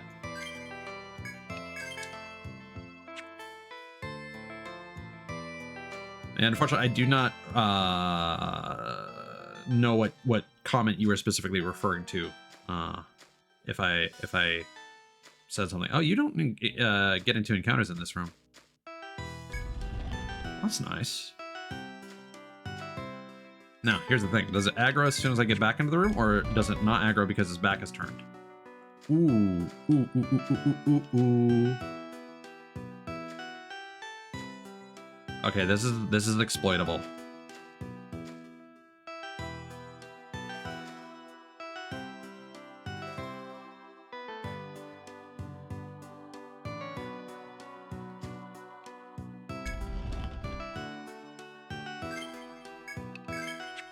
Now, is it gonna go one more tile, or is it? Oh yeah.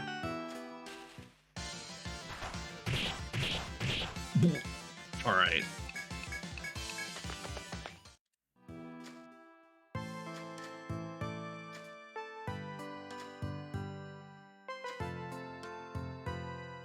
And if I walk on here, it's gonna catch up, right? Yeah. Oh. Yeah, I think there's probably a way. All right. Oh, that's our game over screen.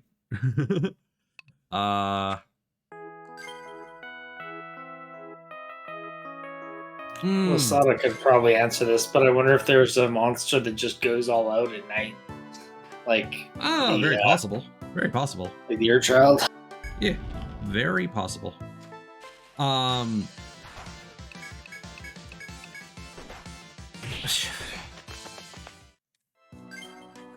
It's because of something we ran into earlier. We ran into, I think it's because of the poison shrooms for some reason. I thought it was in fact the frogs that we ran into, but that is not the case. This is gonna be the same fight, isn't it? Yeah. Can we fix the RNG?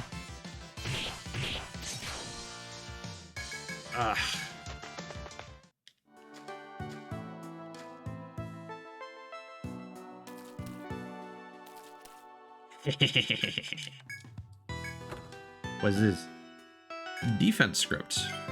That sounds like a new limit ability to me.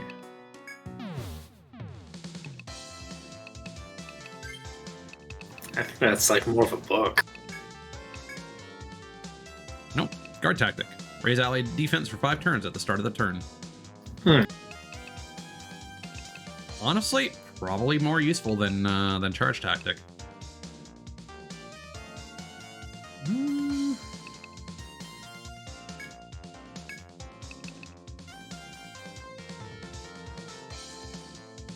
Wait, do I have to?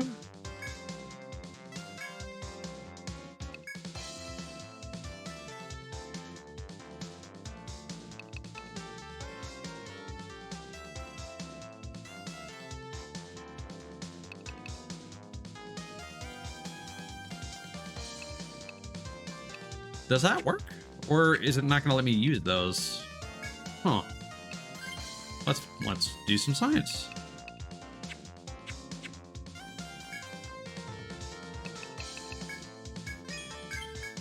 Spiked leather that we cannot afford. We are in dire need of money. I think that's why. I think that's one thing that they might have done to balance things, because now that the farmers exist, it seems like they kind of expect you to grind materials.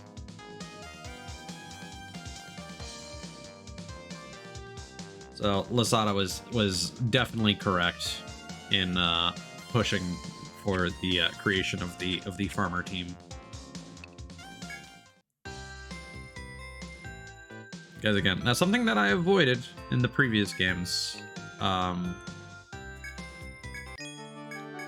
Because my logic was like, in the first game, 2 points was enough. For Etrian Odyssey 2, the RNG was way too fucky. But I still didn't want to bring a survivalist, because apparently the survivalist in 2 just deals abysmal numbers.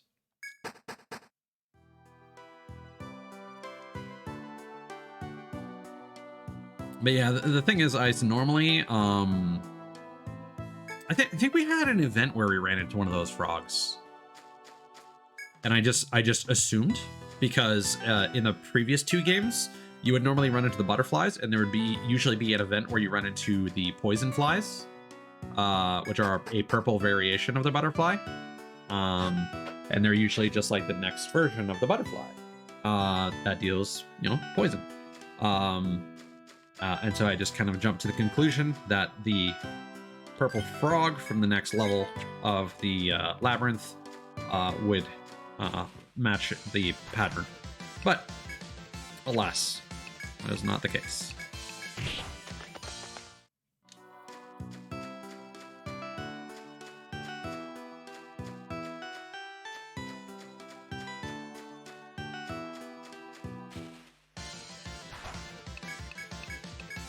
Do we still get everything? Yeah, okay.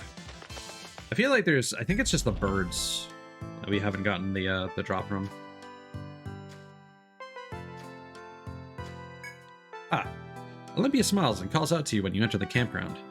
Long time no see, everyone. Is your investigation going well? You're free to ask her some questions, or you can simply leave her alone. Ask about Pale Horse. According to what you heard from the Bertram Guild member, the missing people used campgrounds. You decide to ask Olympia about the Pale Horse members that have gone missing. Pale Horse, you say? Yes, I did see them. They camped here last night. Gaining hope from her words, you explain what is happening and ask for more information. Speaking of them, I found this after they left here. I hope it could be of some use. Olympia removes a piece of paper from her robe and hands it to you. Diary page. The blue horse marking shows that this was a Pale Horse journal. The page says, "It's about time we headed down to the 3rd floor. Considering our current abilities, we should be able to reach as far as the 7th floor. But caution precedes all. We look before we leap, and never leap if we don't like the looks. I believe the best thing to do when we reach the 3rd floor is find a place to strike camp.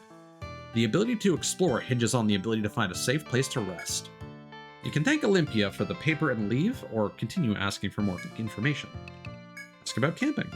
As Olympia seems to be a more experienced explorer than you decide to ask about camping. Let's see.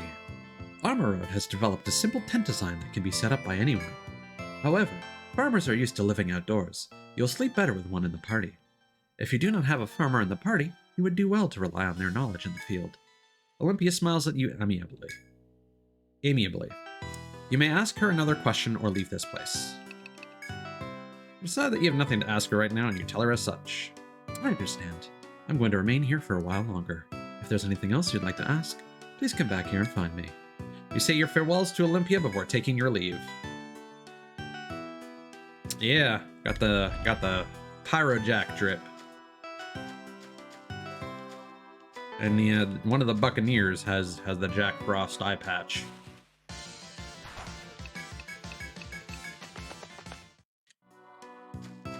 Just the look that up on the wiki, and it is definitely notable if you zoom in. Yeah.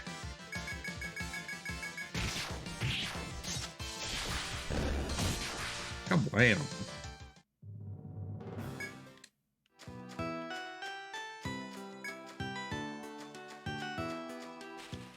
Uh-oh. Uh-oh.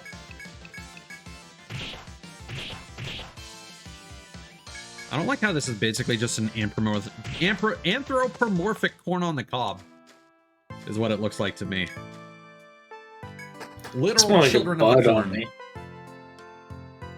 I mean, yes, it is a bud, but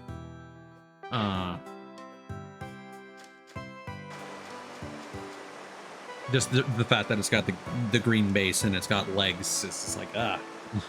As you make your way through the forest, you stop suddenly as you sense monsters. Looking around, you discover monsters tearing out a backpack. The monsters have noticed you. They bare their fangs and attack with a vicious howl. Okay. Well, thankfully they're nice enough to make it in a type that is weak to our attacks. Yeah, let's Crush Blow. And Ice Barrage.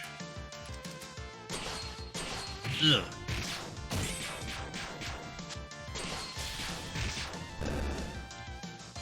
Not a bad turn. Let's use Lights Out, though. Don't kill me.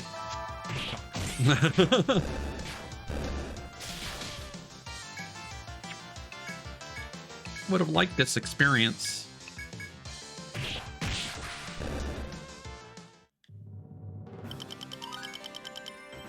Oh, Mod did just level up. Hold up. You defeat the monsters and decide to search through the ransacked rucksack. You find an ID issued by the Sunidus sewn into the interior of the damaged pack. The ID has the Blue Horse logo of the Pale Horse Guild on it. It seems they went missing on B3F. This new clue gives you an ominous feeling, but you decide to continue on. Yes.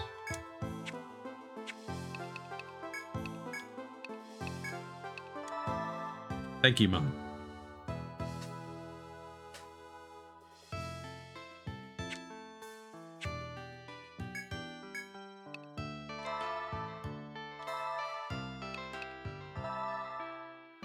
I mean, the scrimps shouldn't be making any noise, but the frogs would probably just go like either like or like one of those more guttural like just kind of. I mean, there are frogs that have a horrible screech to them. Yeah, no thanks.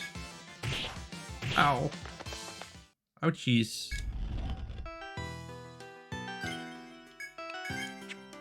I will say, the zoomed out map makes it a little difficult to see the campsites.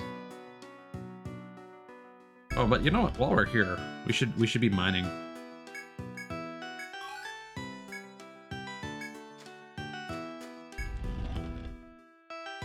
Because we've not been lucky with some of our gathers.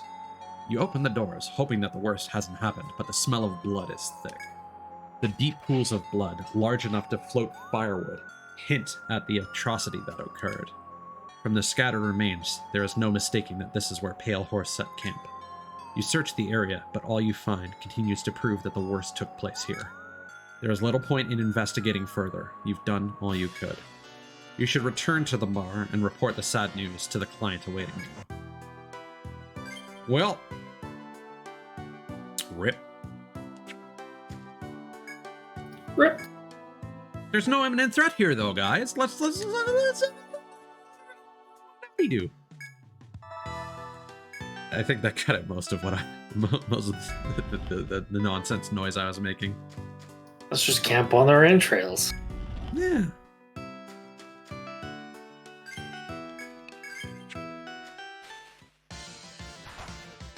Oh, here's this guy. Oh, yeah, we already got the pseudopod. I don't want everyone to get poisoned. I prefer not to. We just healed everyone.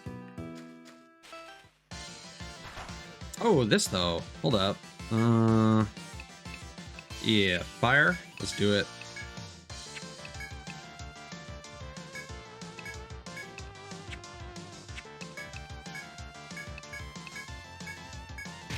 Kerblam.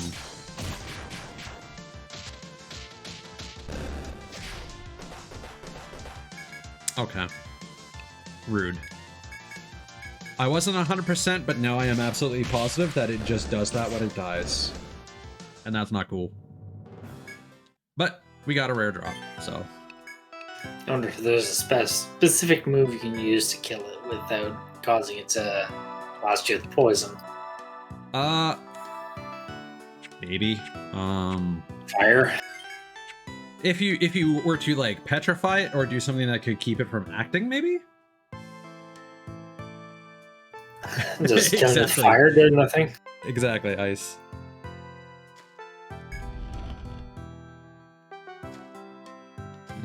Can we? Ooh. No, not that. I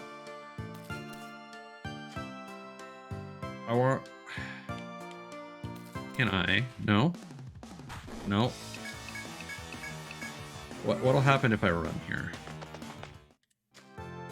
That's not where I wanted to be. Shoot. Yeah, I don't think avoiding the poison would be related to like an elemental damage type or anything like that. It would have to be something that would prevent it from using a skill. Wait, there's a... Oh. Hi. Hold up, hold up. The other way might have been a dead end. I don't wanna waste time backtracking if we don't have to.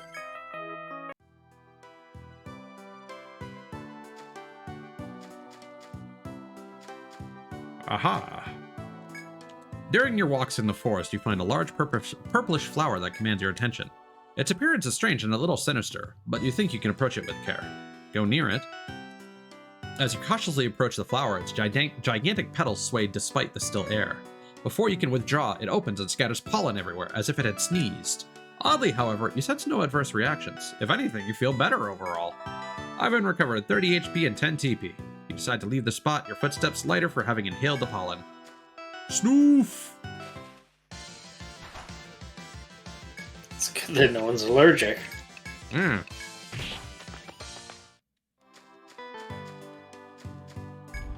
One of your party members suddenly dropped dead. Oh no.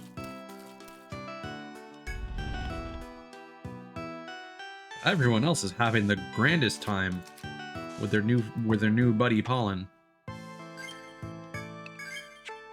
Okay, so if we go back in. Oh yeah? Oh yeah. Oh yeah. Perfect. Oh, goodies. Okay. So knowing that, sorry to keep reloading quick saves as much, but this is going to save more time in the long run.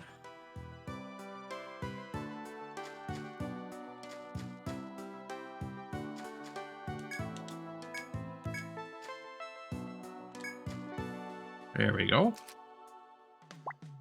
Boop.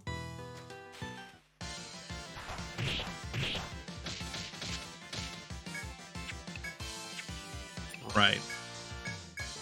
Oh, right. You know, I lied. Because I just realized that the only reason we made it to that treasure room is because of the position of the FOE. So we have to take that opportunity when it presents itself. Oops.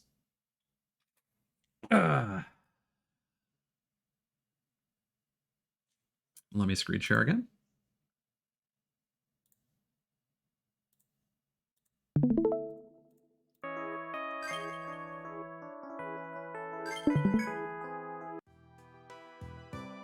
We'll grab another beer real quick. Sure.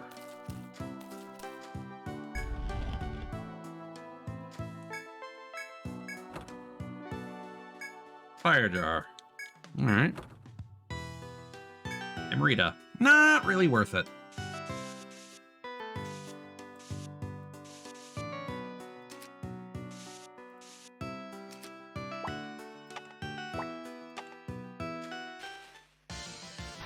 Oh, that's super not worth it.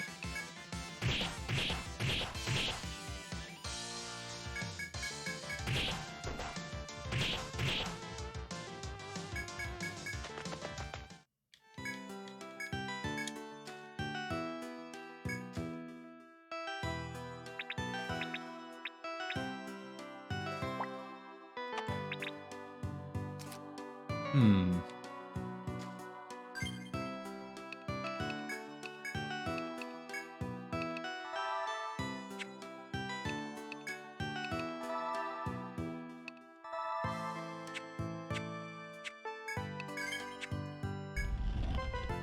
Can we?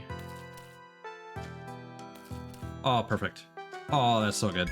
Yes. That's efficiency.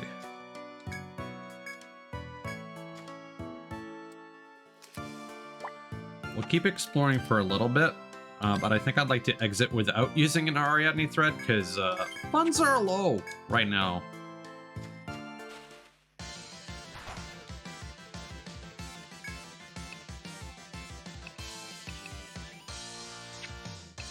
I don't want everyone to get poisoned. Wait, how much? Oh, these. Hold on. I understand now. Here we go. Hold on. So what we're gonna do is we're gonna hit them with our best moves, and then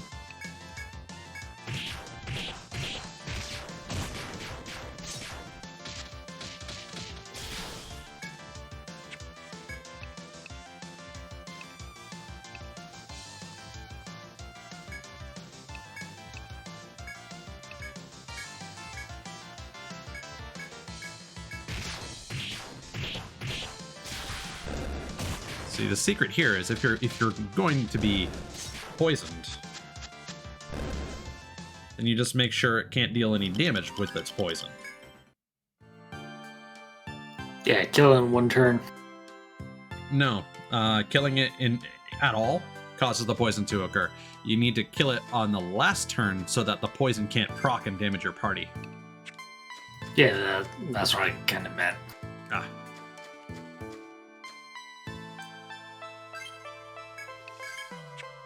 If it's by itself, that is, but kill Yeah. on last turn, yeah. Bird, it's daytime. Welcome back to daytime.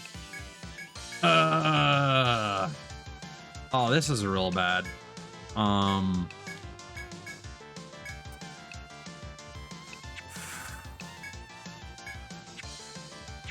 we have any limit skills? No. That would have been helpful.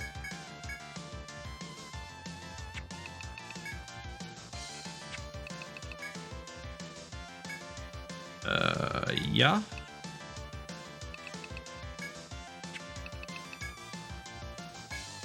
Fire. Okay, good. Optimal. Ow, ow, ow. Okay, no one's terrified.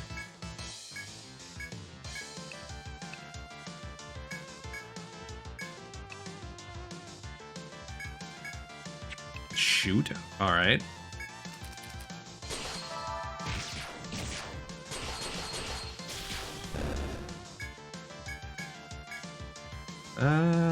Yeah. Lights out, crushing blow. Nia. Ow.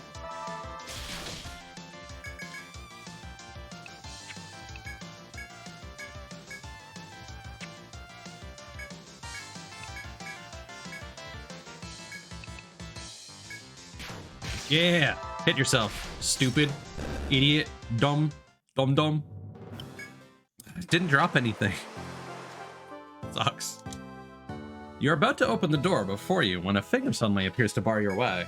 The one who surprised you is a boy clad in ninja garb, an eager smile on his face. Yes, I finally found someone. Hey, you guys must be explorers if you're down here, right? You're a bit taken aback and not quite sure how to answer the boy's carefree, earnest question. Tell him you're explorers? Yeah. You tell him that you are indeed explorers, to which he snaps his fingers excitedly. Honestly, guys, I'm kind of in some trouble. You know the things on this floor that chase you? I dodged them so far, but the one in the room ahead just doesn't let up. I can't get past it. So I gotta ask you, can you find a way to avoid the monster and teach me how it's done? You're still not quite sure what to make of the boy or whether to honor his request. Agree to his request? Sure.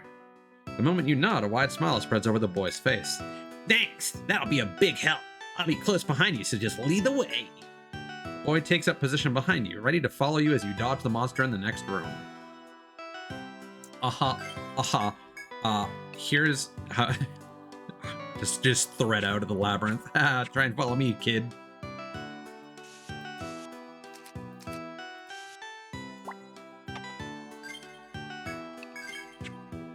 All right, kid. You can hold on to Cthulhu's corpse.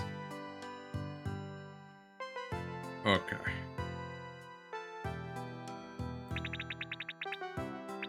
Oh yeah, we should probably be yeah, doing that.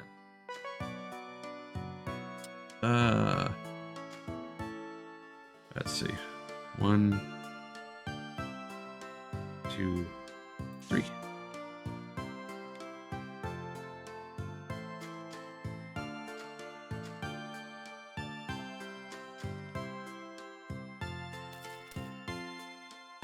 Oh, it senses the swamp.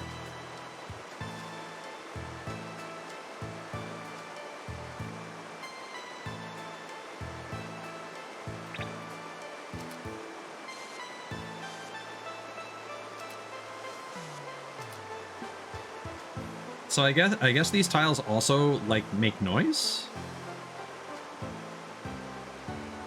Oh, of course it swims across. Oh, but there's the door.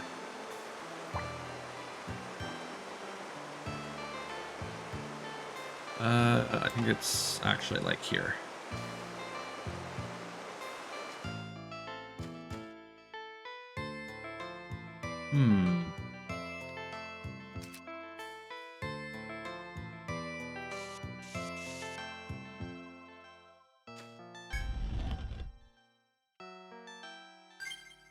Okay, child. Well, first you juke it by staring it in the face.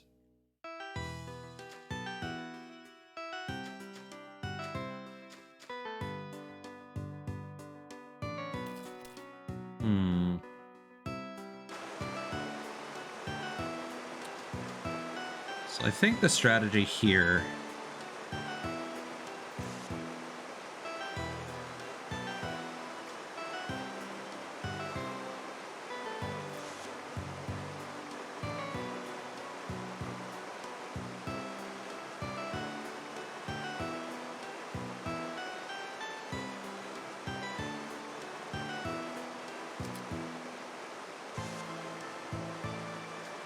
So you want to lure this buddy around here.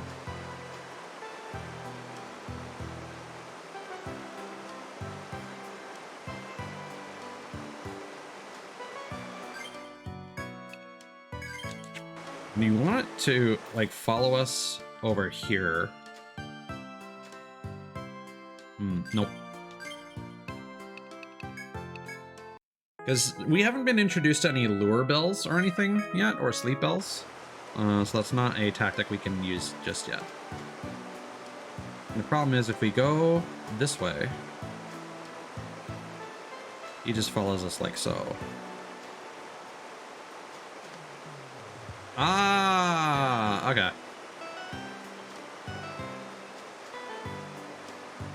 Oh yeah.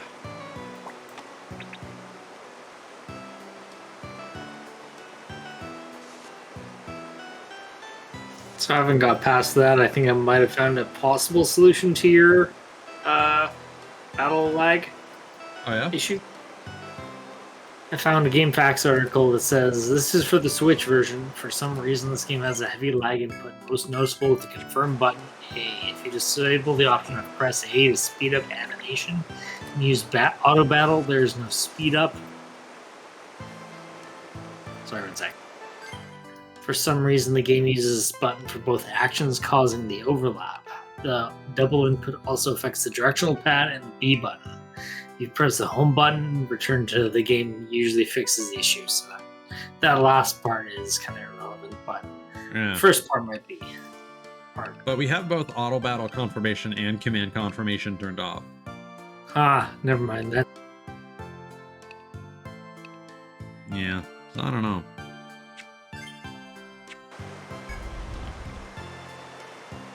After shaking off the monster that had pursued you and catching your breath, the boy pipes up. Wow, thanks. I'd never have done that on my own. Looks like I was right to trust you. The boy falls silent, peers at you, and then slaps his forehead and continues. I didn't introduce myself, huh? My name's Agata. I'm the ninja leader of the Muratsumi Guild. You recall hearing the boy's name some time ago in a previous conversation. The girl calling herself Hypatia said she was searching, or Hypatia? It's probably a flower name. Hypatia said she was searching for a boy by this name. It might be best to tell this boy that Hypatia was looking for him. Tell him about Hypatia? Yeah. Hypatia was looking for me? Seriously? Yeah, she's hopeless. Okay, I'll head back to the city in a bit. If you get there first, can you tell her I'm coming? See ya. Calls out Agata over his shoulder as he hurries on ahead. You can go the same way, or return to the city and give Hypatia the news about Agata.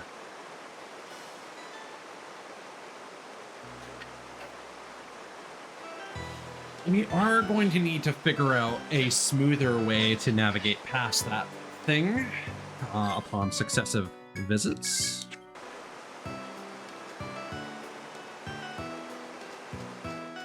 But for now,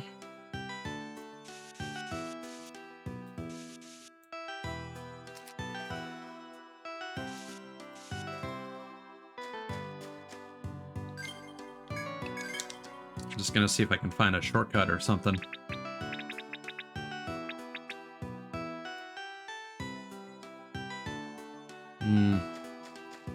Looks like a fairly lengthy explanation, or exploration.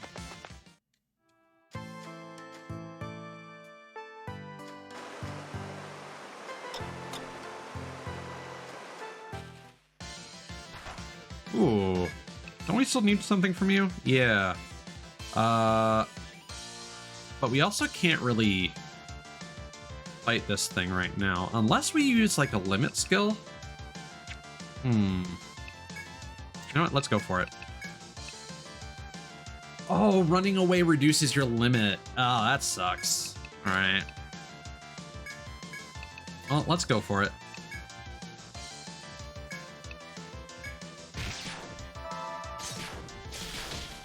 Ooh, good hit. Now let's split our focus to all these fanged fish. Kablam. Good stuff. All right, now it's focused on us again.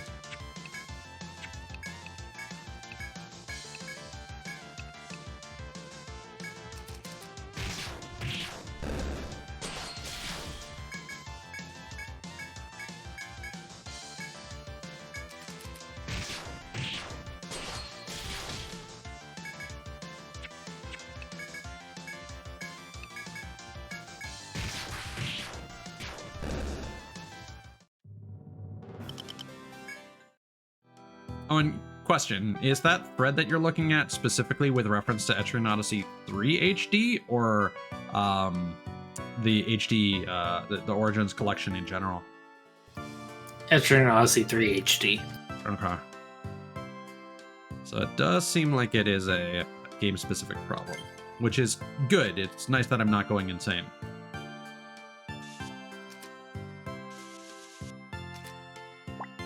Bam.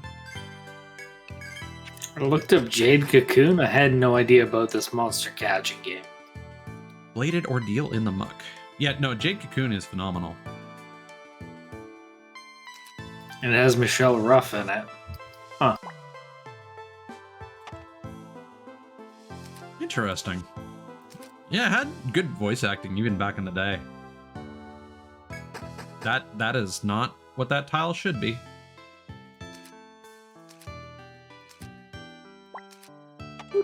There we go. Yeah. Let's see if we can find a shortcut.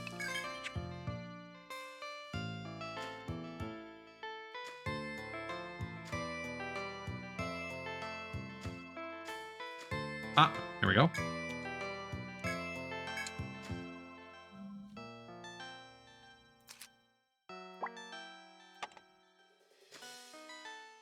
Oh, yeah. The double shortcut.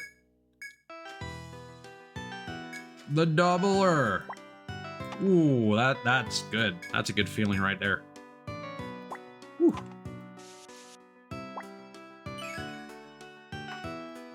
What?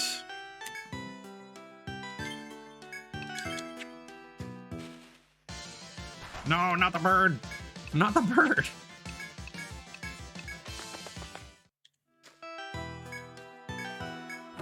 Quick, throw my corpse at it to distract it. See, that's the thing. If it kills more people, that's going to cost more money.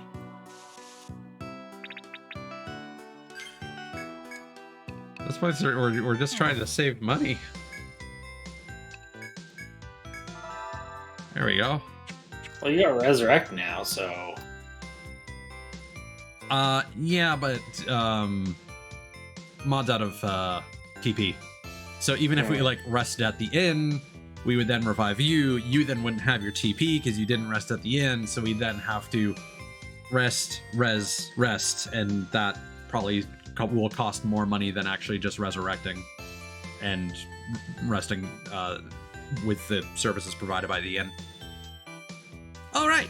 There was someone who wanted to talk to you. I'll be right back. I'll be back with her in a sec. Hello everyone. It's dangerous to stay in the labyrinth for too long, so please be careful. I hate to nag, but have you seen Agata anywhere? Tell her you found Agata? Yes. Huh? He went after you? I'm so sorry for all the trouble he's causing. I'll give him a good talking to later. But for now, I'll wait in our room for Agata to return. Thanks for all your help.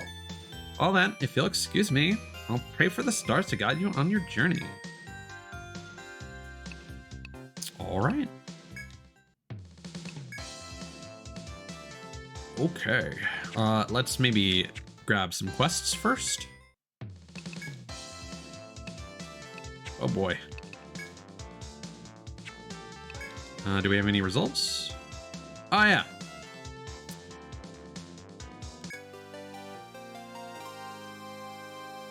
Yeah, we found the blood log. Ah, you're back. I've been waiting for you. The party from Pale Horse that went missing on B3F came back the moment you left.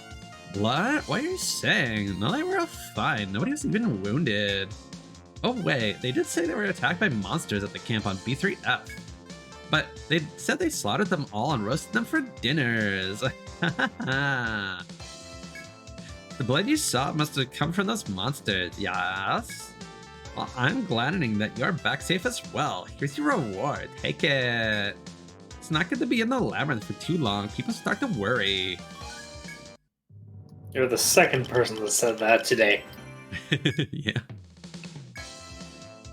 Amber Delight. I am Espier, and I travel the world in search of delicacies. I have yet to taste the honey of the amber bee. This requesting is from the traveling gourmand Espier. Bastarding Espier goes around the world searching for delicacies, and now he's here. Have you heard of amber bee honey? That is what he's wanting. Says it's very sweet. I hear rumors that an amber bee nest can be found on B4F. Getting a nest can be a tricksome experience. I only say once, so be listening. First, you smoke the nest. This should knock out all the bees and they'll all fall out of the nest. Then you must climb the tree and cut the nest off the branch. It can be hard, but do it. Finally, put the nest in a bag and bring it back to me. I'm counting on you to get it done. Go explorers. I miss the guy from 2. So do I. Dearly. Letter in a bottle one. I found a letter in a bottle on the beach. I want to write back, but I don't know what to say. Please help me. You're actually accepting that request? It's more of an advisor position, though. It would seem the innkeeper's son found a bottle on the beach with a letter in it. He read it and said it came from someone not of this world. I mean, this city. You can color me with the surprised paint letter all the way across the sea. Anyway, the son wants to write a letter back, but he's not knowing what he should say. Such inexperience. But that is what youth is. He doesn't even know if it'll get there. It's not the point, though. He wants some help writing a letter. That's it. Now go. Good night, Mod. Fuck. Good murders are getting murdered. One of them.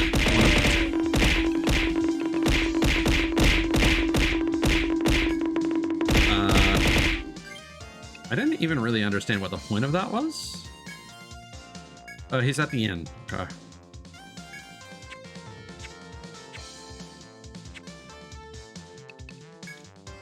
Scavenger Toma. Ah, you guys, come on, sit down and buy me a drink already. Oh my god, he's gonna fleece us with fire wine. Here you go. Now that hit the spot. You got my number, don't you? This is a sharp fang. It's just what it sounds like. I got it from a great anaconda on B4F. It'll meet physical attacks with its fangs, so you gotta stay away from brute force to get them. That's the secret, you understand? You'll not tell anyone.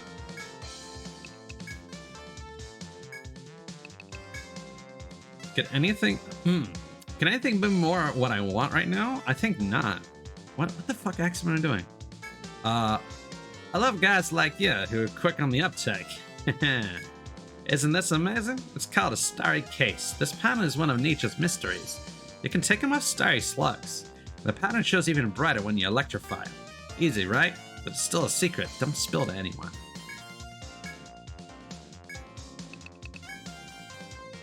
Ah, that's what I'm talking about. A drink for me, a hit for you. That's how the adult world works. This tip's about a violet comb. The color you see when light shines through is popular now. This type of comb comes from a devilfish. You singe it some and it turns to this color.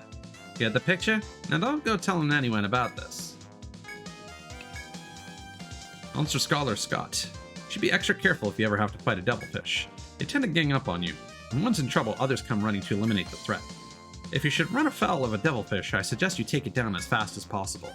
Hey, I guess they're kind of like explorers. You both gang up on your prey. Unlucky lady. I'm drinking here while I wait for my new husband to learn from the labyrinth. Ever heard of the monstrous fish Narmer? Very cowardly. Wound it and it'll run away. But I wouldn't chase it too far if I were you. There are dreadful bugs in its home in the wetlands. If you're not careful, they'll swarm you. How do I know this?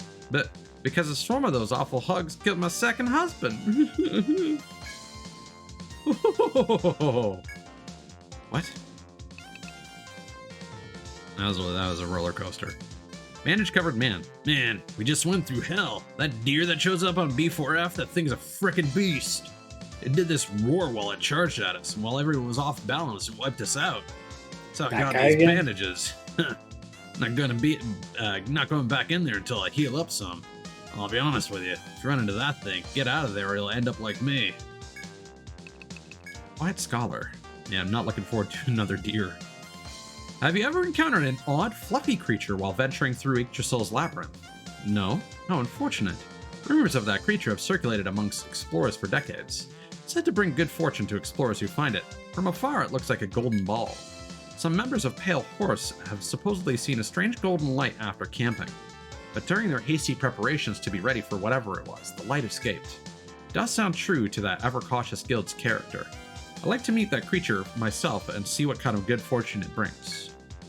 So that's a reference to a new monster they've added called that we're gonna encounter. It has a higher chance of spawning after resting in the labyrinth.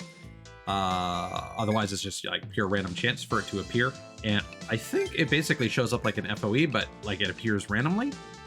And it's basically like a metal slime. And that it gives a bunch of experience if you defeat it.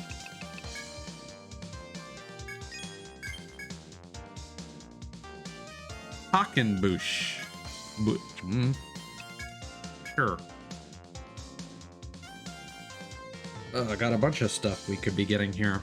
I feel like our party's really under-equipped right now. It doesn't help that we're really struggling with our funds.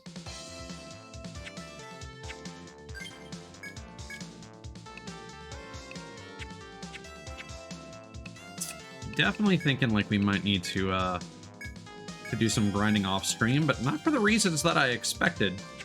Like, I think we're still, we're struggling, but I think we're making our way through at a reasonable pace, especially for like early in an Etrian Odyssey game.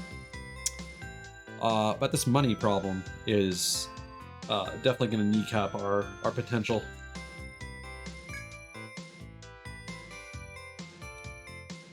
Oh, hello everyone. You here to see me? Oh, you accepted my request. Thank you so much. Isn't it wonderful how a letter from the outside world made it here? Oh, I'm sorry. That's not really important, is it? Let me tell you about the letter. A girl named Ellie wrote the letter. She said she's a fisherman's daughter. She really likes flowers. She wrote a lot about this field she could see at home. That's really all there is to it. What should I say when I write back to her? Write about flowers. Why not? I'll talk about what grows around here. Flowers. I don't know very much about them, but I think Ellie would enjoy reading it. Okay. I don't know if I can say a whole lot about them, but I'll give it a try. Thank you for your time. I'll have to reward at the bar, so please get it there. Oh, and in thanks for what you've done for me, I'll take 50% off your storage fees, okay? Please don't tell the other guilds about this, though. Oh, that's nice. I'm gonna see if there are maybe different results to that.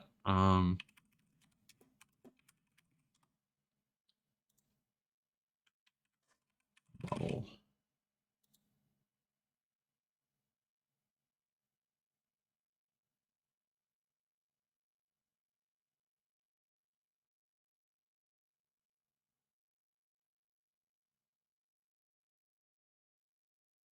Okay, so the result's the same either way. Apparently, our ideas suck, and we're gonna get a worse reward because we didn't decide to go around town and get ideas from other people. But whatever. I'd rather get the experience from completing the quest than a couple shock oils.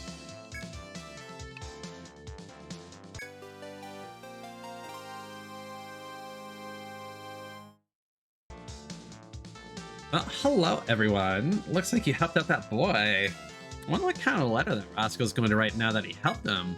With your advisings, though, there should be no worries. Explorers are always writing. I wish someone would write me a letter like that. Why don't you do it? That'd be nice.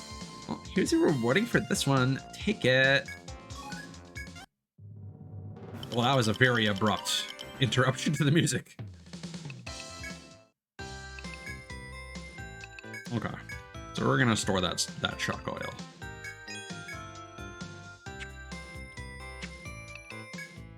Okay. Evening is probably still the best. Oh, that transition is so smooth. I am gonna check the map for the next couple floors. Because it is getting late.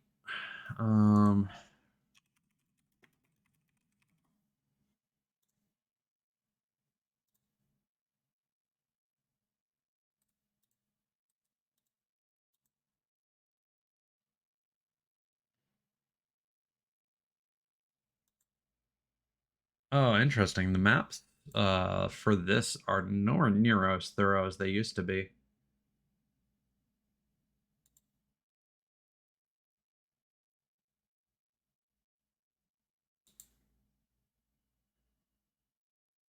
Wait, what?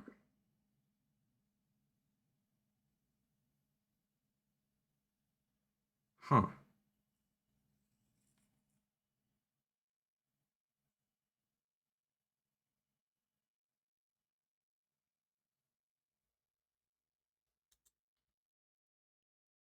Wait.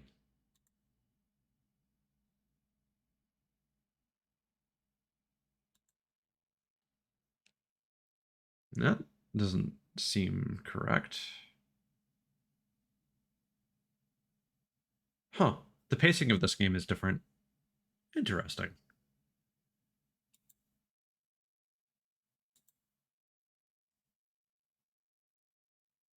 See, what I kind of liked about the maps for the previous games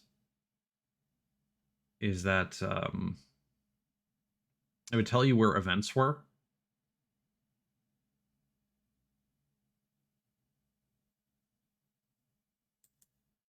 And so I can kind of plan ahead of a stream.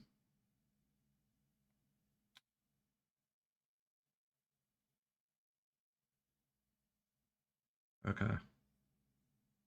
So there doesn't seem to be much point in backtracking to explore the remainder of the third floor. We'll see what we can do on the fourth floor. I think we'll probably run into some story stuff there. So we'll see if we can quickly get that out of the way. But I definitely think I'm gonna need to do some grinding pretty soon.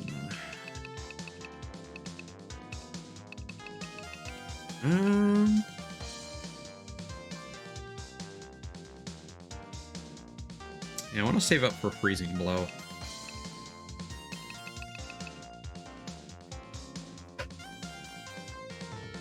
And here, saving up for line heal would be really nice. Because that's 3 heals for the price of 1, potentially. Or for the price of 2, even. Let's see. Yeah, no, I think without we're good. Just we need to upgrade gear.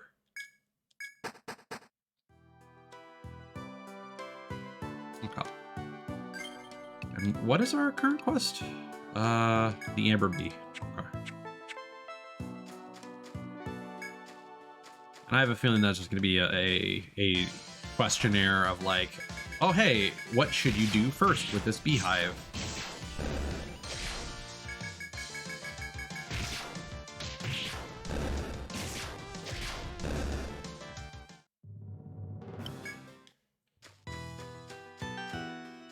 Yeah, we should definitely get some materials so I can get a new rapier. I think that would be very helpful. Because right now, my character is definitely underperforming. Maud would probably be handling decent damage if he was in the front line, but not going to do that.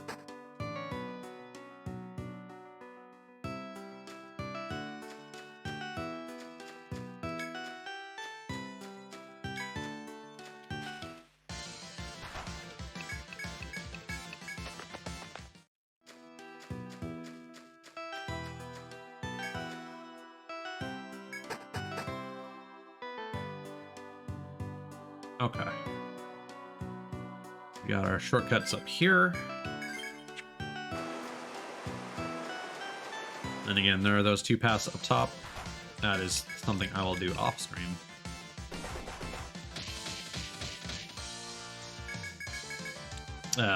You know what? We're just going to reset the RNG on that.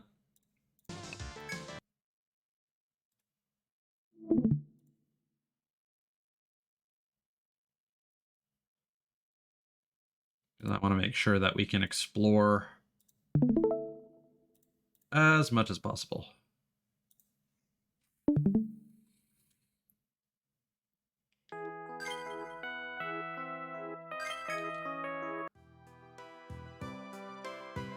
Okay, so it should just be as simple as taking a couple steps back.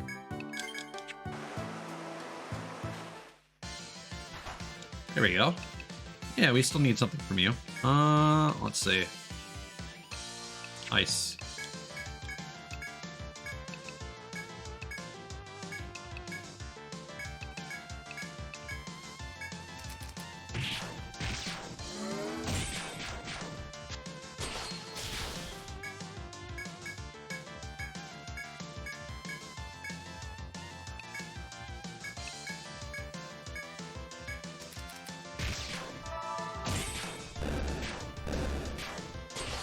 Was a good turn.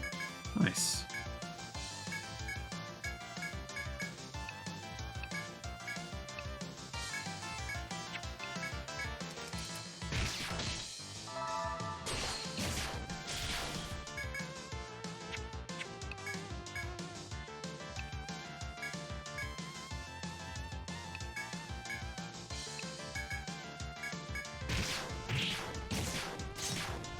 Perfect. Ooh, good stuff. Lots of goodies.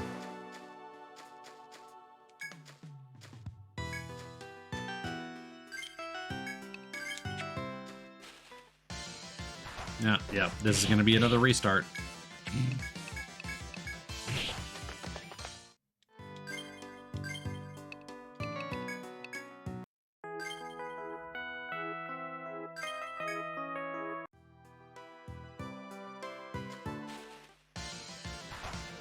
All right.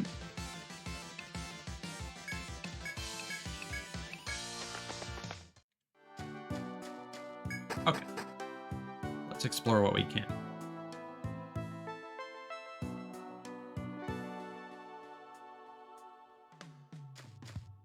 Oh, I might have read the map backwards now that I think about it. Oh well.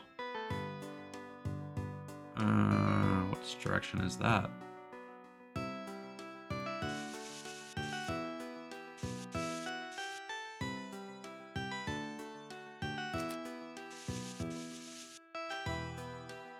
As you steadily progress through the labyrinth, the young man appears before you. His piercing gaze relaxes into a smile. He speaks slowly, as if choosing his words carefully. We met on the second floor, no? Glad to see you safe here.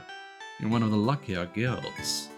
The young man then shifts his gaze deeper into the forest. Lucky though you are to survive thus far, trespassing further into the labyrinth is forbidden. It's simply much too dangerous. He shrugs, his piercing gaze again fixed on you. He seems unlikely to bend in his stance, though you may attempt to appeal to his reason. Speak to him, yeah. You ask him why those who are here to explore the labyrinth are barred from doing so. This is far enough for those with idle curiosity. Only those with higher callings may go further. The young man runs a speculative gaze over you before continuing. If you strive for greater than to see the labyrinth's sights, then return to the Senatus and petition them for a letter of marque. If you wish, that is. The young man nods curtly and takes up his firm stance, blocking your way. It seems your best option at the moment is to return to Armor Road and speak with the Senatus. And we are now tasked with either wasting 100N on an Ariadne thread, or walking back the way we came.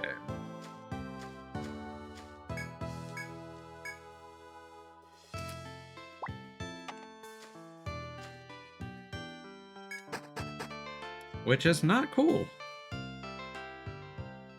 But hopefully this will be the last time that they... I shouldn't say that, because that totally happened on like the 3rd floor. Yeah, we'll fight another one of you guys. We'll get our money's worth.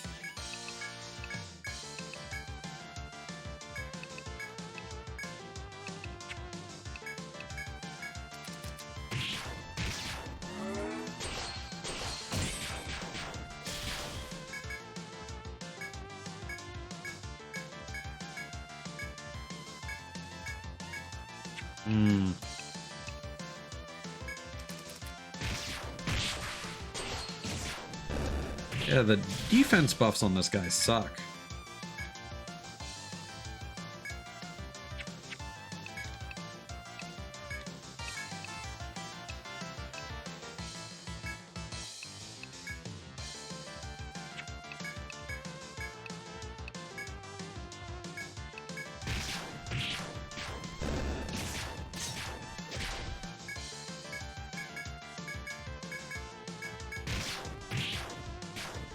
Nice. Still not getting that extra drop.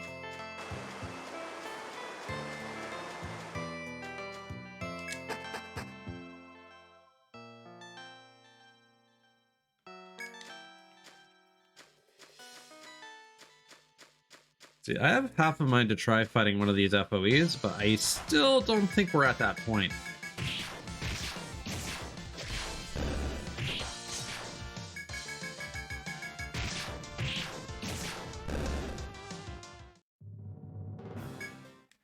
Maybe if we hit them with some limit skills.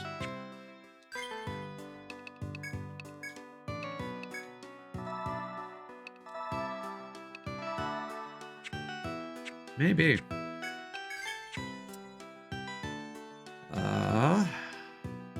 Yeah.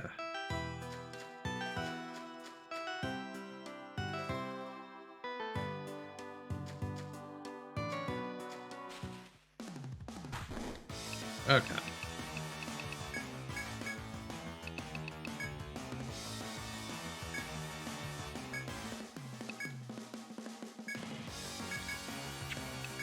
Yeah, and sometimes it does like a double input, which I think is part of the issues that you mentioned before.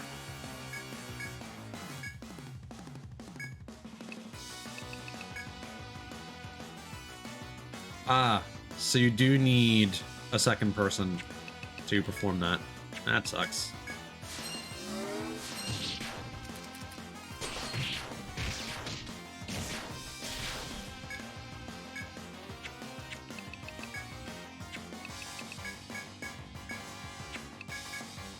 Oh yeah, no, this is not happening. These guys have way too much health. Well, it was worth an attempt. I wonder if this is going to be like a repeat of the first game, where you eventually get to a floor where there's like a bunch of FOEs, but they're like pretty much normal enemies for the most part, like the wolves. So far, FOEs seem pretty mean, even though they don't really chase you too much. Mm-hmm.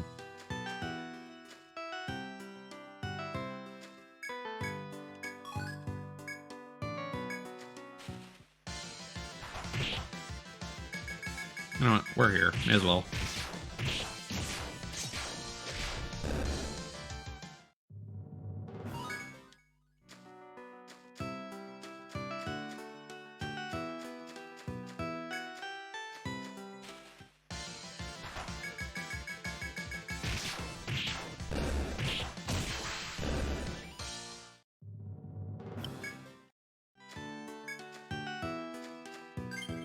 So that's set. If we go customize limits, I feel like defense appeals more right now.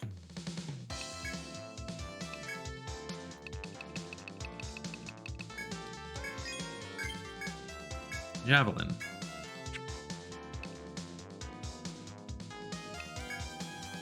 Okay. It seems the exploration is going smoothly. I hear you met Kajura in the 4th basement. Oh, I prefer to refer to the young man in the flashy red outfit carrying a katana. Kajura is right, I'm afraid. You won't be able to explore any further for the time being. The labyrinth is becoming choked with explorers in the depths of the 1st stratum. To correct that, I'm thinking of issuing a mission requesting the guilds to slay a certain monster. Just sit tight until it's made official.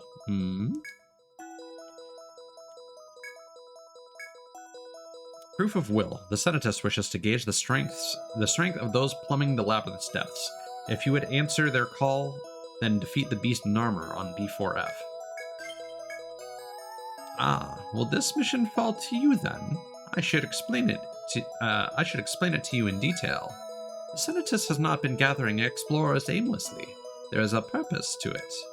There is something we hope you can claim for us in the undersea realm beyond the 1st stratum. To challenge those depths requires more than a journeyman's skill, else it would be a suicide run. Thus we assign this ordeal to explorers to test their worthiness. See if you can best the giant catfish Narmer, guardian of the 4th floor. The ideal outcome would be to defeat Narmer and see what lies beyond. Fortune go with you.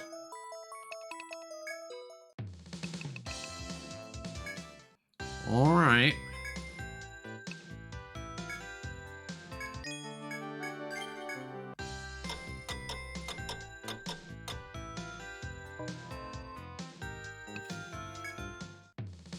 I do think there are some recommendations out there for certain things you should have before fighting Narmer, in terms of like skills.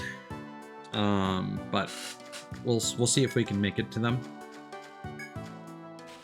At the very least, if we can get a shortcut to them, so I can then grind off stream and make sure that I'm equipped to defeat them.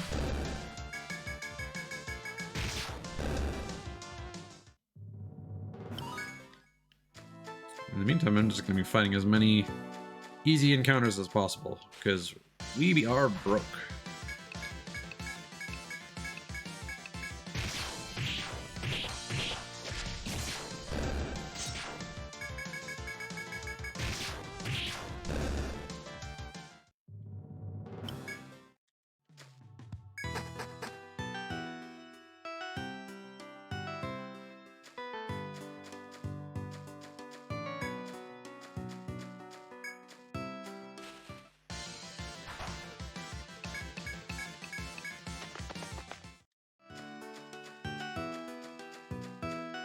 Yeah, I do really enjoy how fast the limit gauge increases, although the abilities are also nowhere near as strong as force skills were.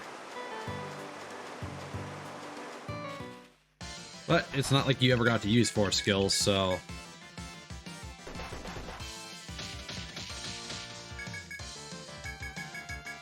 I'm just waiting to die at this point.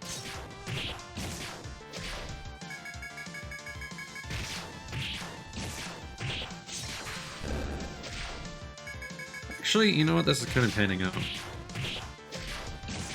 We can just heal Mia and we'll probably be okay. Yeah. That wasn't anything too bad.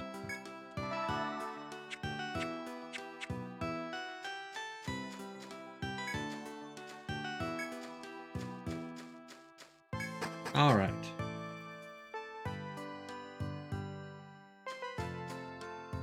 You step forth to hail the young man who stands exactly as before. Has the Senatus given you their approval? Very well. You are free to proceed if you wish. The young man stands to one side and throws you some medicine, calling it a parting gift. Narmer. In the ancient tongue it means raging catfish. Do not fight it in anything but peak condition. The young man steps aside, clearing the way. May you live long enough for our paths to cross again. Goodbye. With that, the man with Eastern features turns to leave. You take his words to heart before going your own way. No, don't go your own way! That's not the... No! We don't stand for this. Oh my god, look at this little guy. Starry Slug. Although I already forget what the guy told us for the Starry Slug. So we're just gonna do what we always do. And check the wiki. Volt. Alright.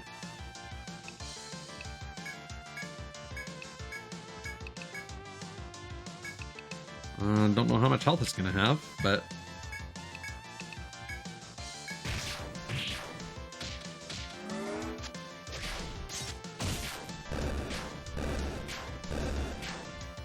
Oh, okay.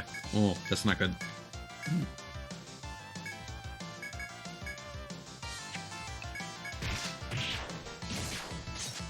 Oh.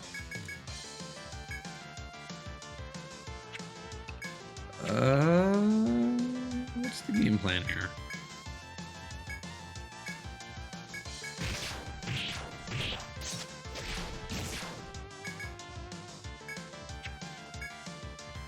I thought it had a buff that was making it so defensive, but I suppose not. You know, let's use a limit ability.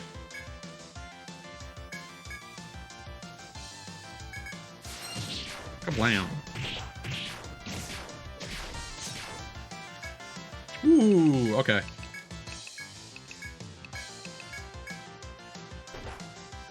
Really?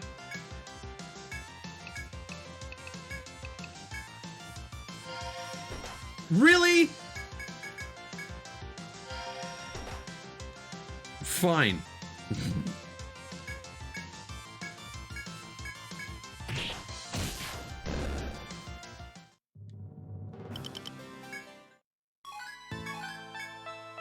Hi. So stupid.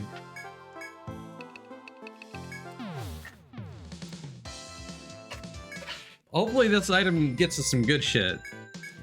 Because I don't think that was monetarily worth that decision. If I'm being honest. Yeah, no, didn't even unlock anything. Blah. But now we hopefully never have to do that again.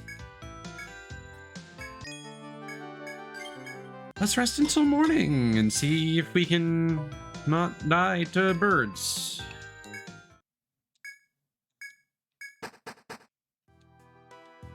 Yeah, I will say the severe financial issues are a problem. And again, not a significant gameplay issue per se. I wouldn't say I mind it, but it is a huge flow breaker for streaming.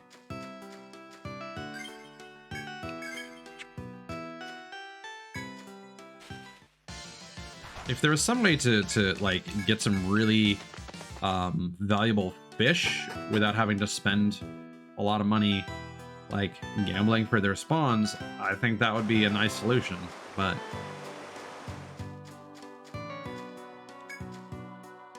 it seems like the methodology here is farm or die.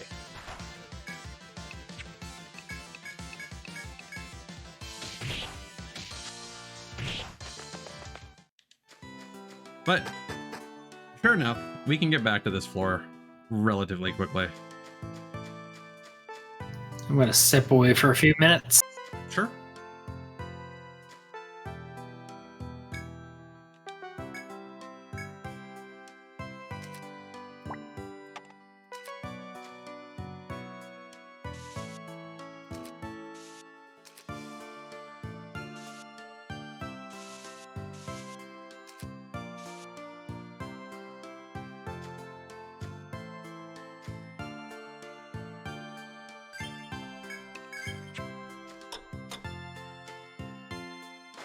Oh, no, the tile is there. All right.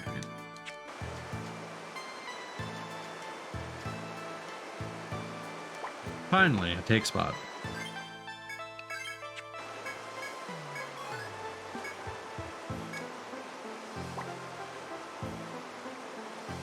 Actually, no.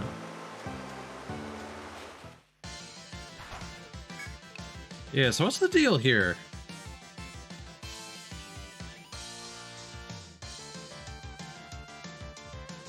Yeah, I don't know why we were hitting for such low numbers, but I kind of don't want to fight it with these big cats.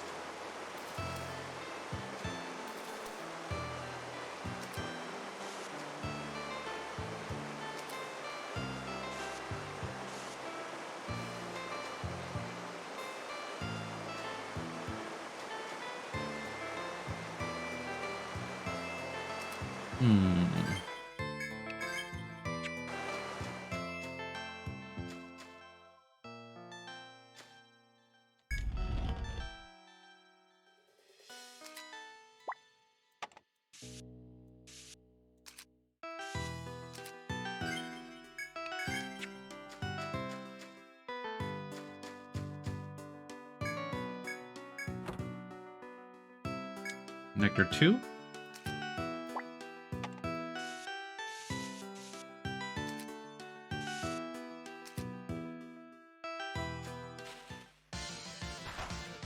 Yeah.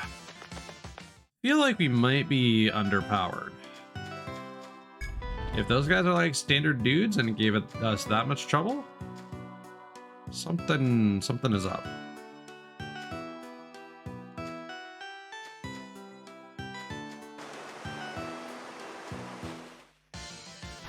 Ah.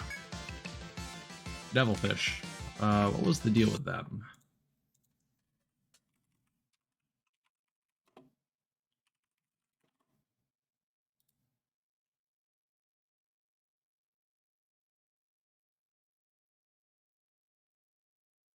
Okay, so it did increase his physical defense for 3 turns. So that was the simple reason why it was so difficult.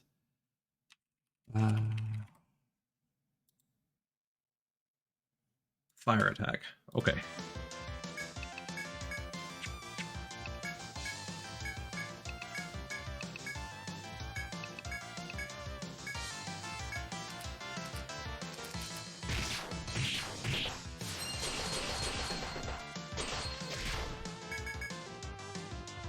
Wait, what?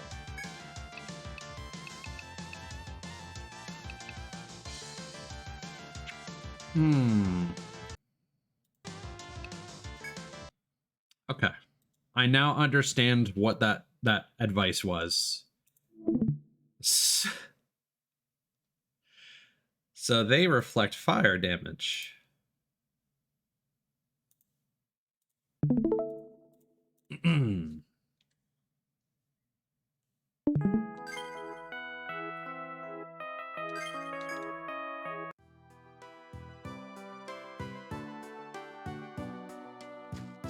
I'm back. Welcome back.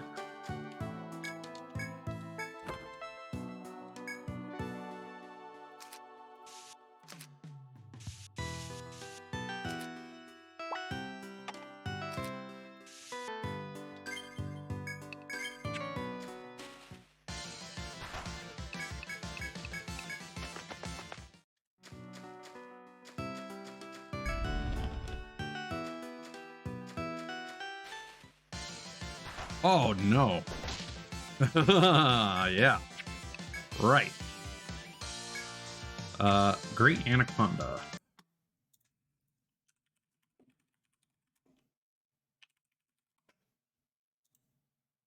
That's for our enemy variety is pretty decent. Non-physical attack. Hmm. That might be a problem. Hmm.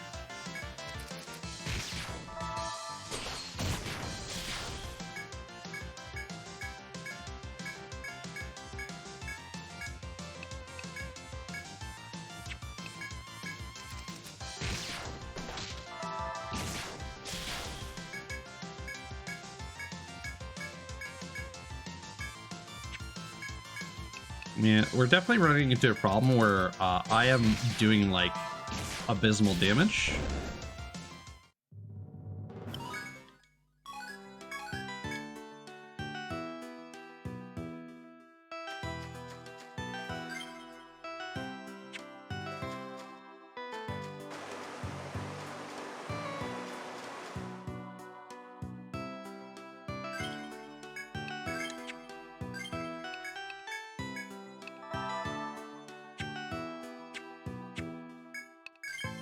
And I definitely think we need some materials so that I can get better stuff.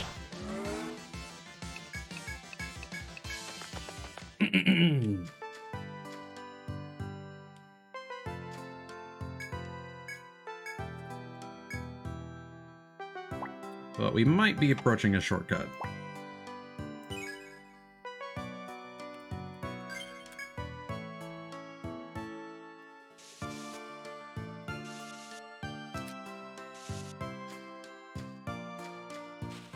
Or not.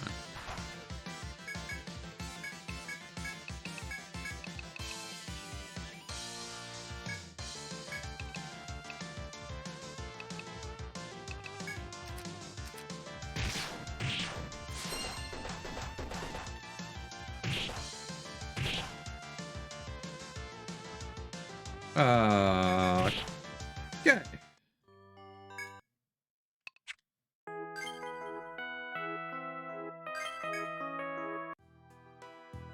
So I don't really understand what that guy is doing.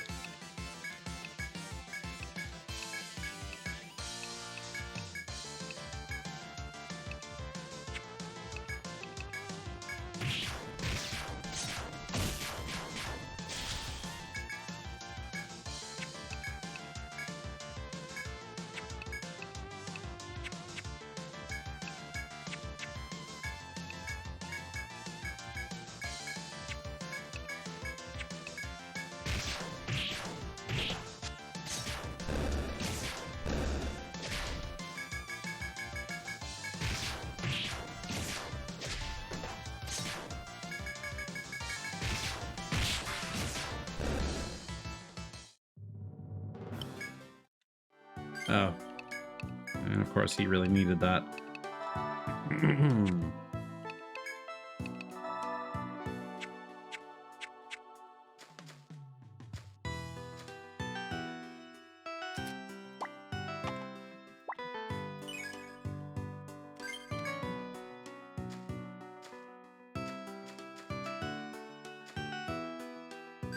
Yeah, the fact that a lot of our adventures here are ending in like absolutely zero profit is a huge problem.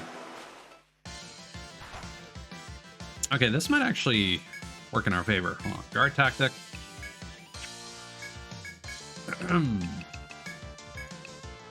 Cross slash.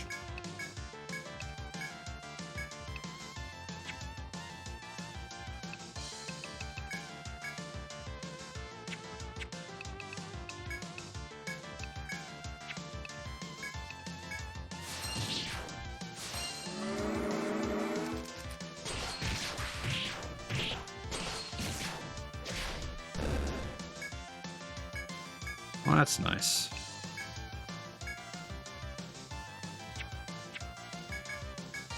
Let's try and split up our damage.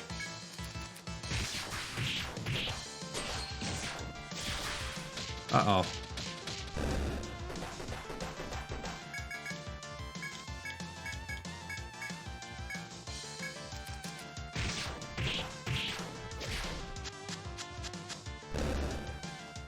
There, that works.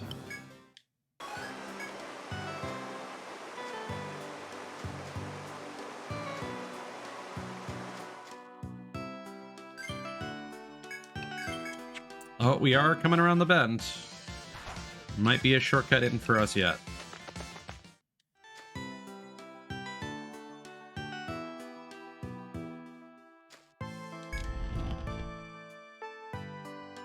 Ooh, maybe. Maybe.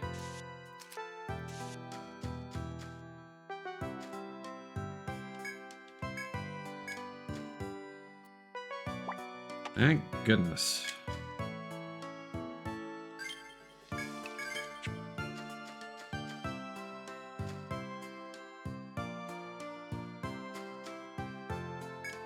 As you walk by the water, you see still thrashing fish falling on the ground.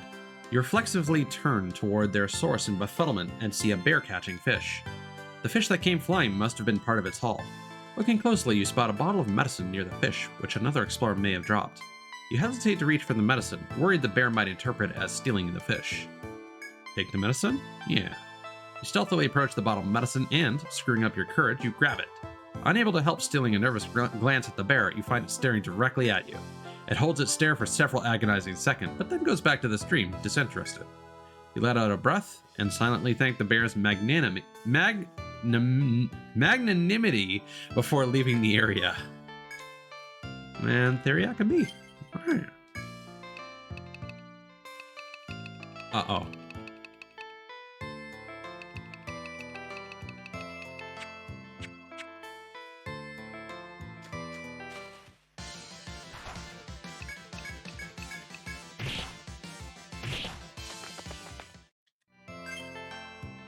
So, we did a fucky wucky.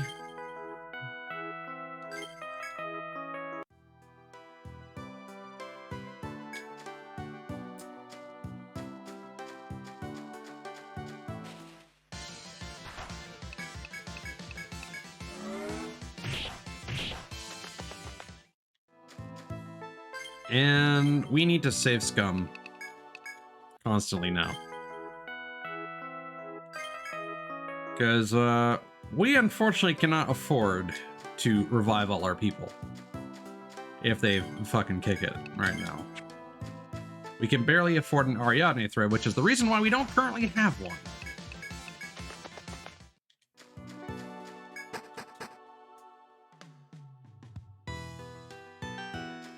But if we're lucky, we can escape with few conflicts.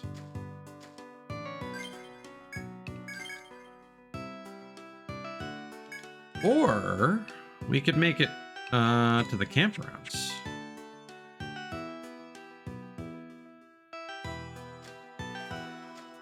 That is also an option.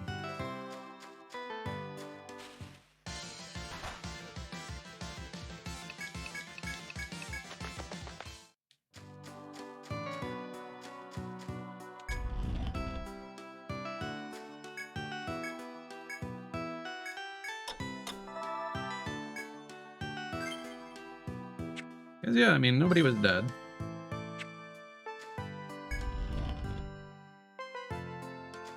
So let's continue with our bad idea of exploring with no thread.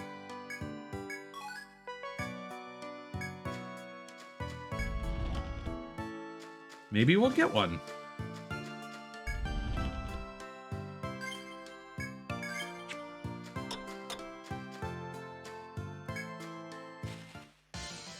Nope. No. We're loading that. Unless we escape like right now. Okay, no, we're fine. Could have been worse. Okay.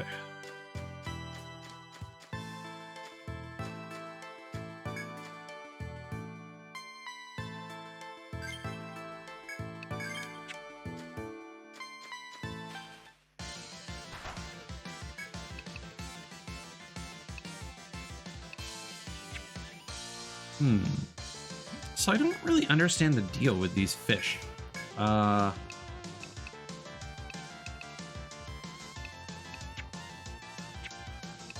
Let's just defend for a turn and see what happens here. They stand ready.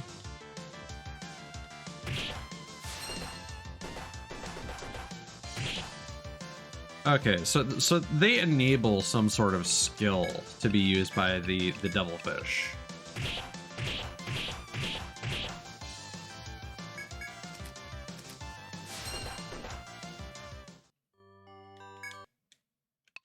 So it's more of a case where we basically need to defeat them on turn 1 or run away.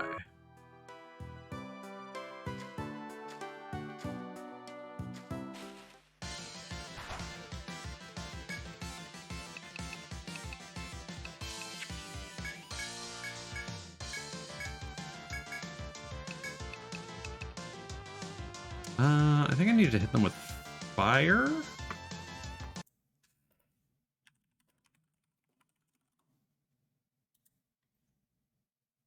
Yeah.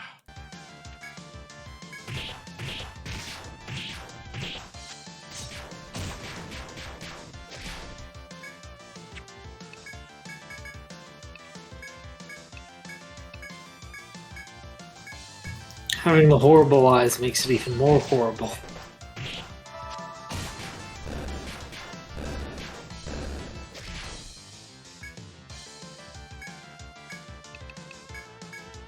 Let's try and revive. Oh no.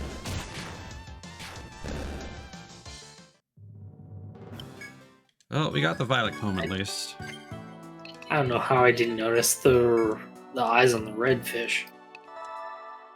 I'll have to take a closer look when I next run into the redfish.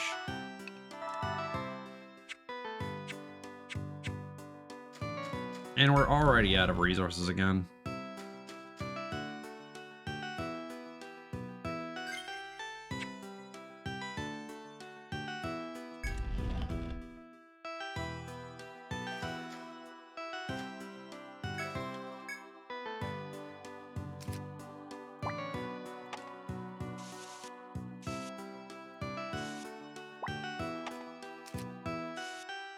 And see, that's the big problem with our equipment situation here. Because too many of these fights are resulting in Mod having to deplete his entire store of TP to heal everyone.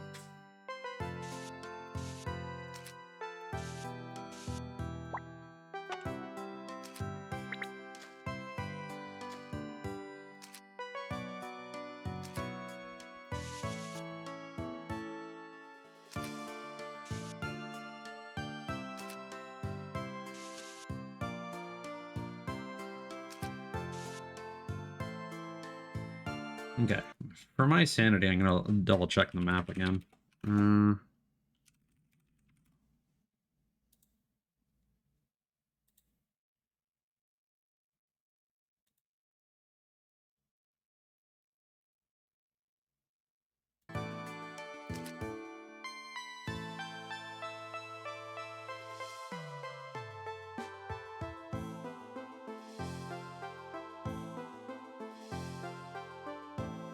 Okay.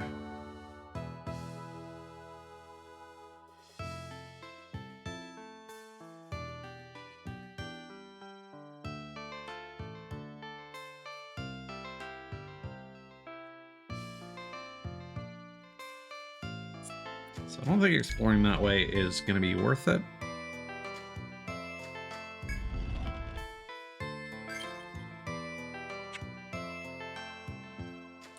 And unfortunately, because the maps for 3 suck on Game FAQs, I have no idea if any of these treasure chests would contain like an Ariadne thread or like something extremely useful. So we're just gonna have to make our way out now.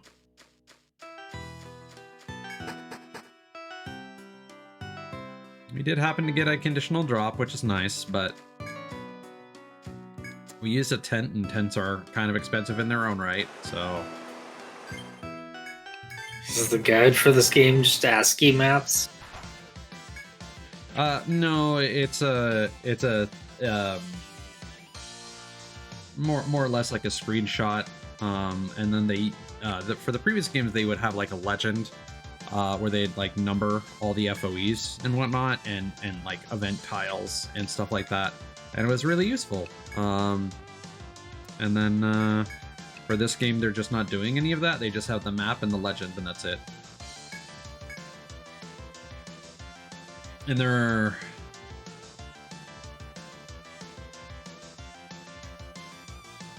Yeah, they still list like the event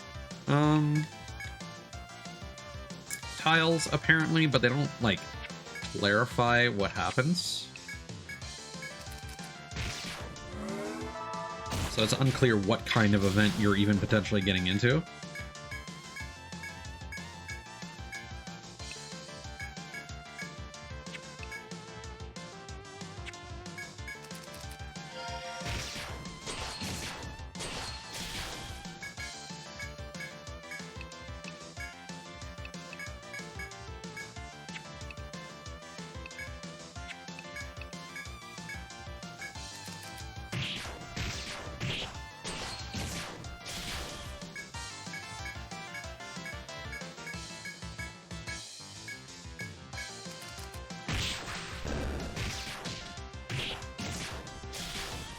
That's good.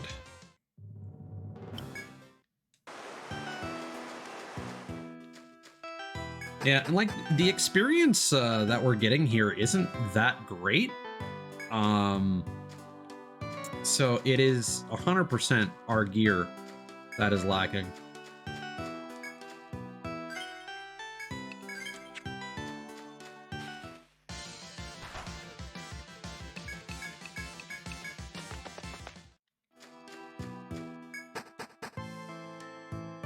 And I mean, yeah, I know I could potentially invest some more levels into certain skills and whatnot, which would very likely have some sort of improvement, but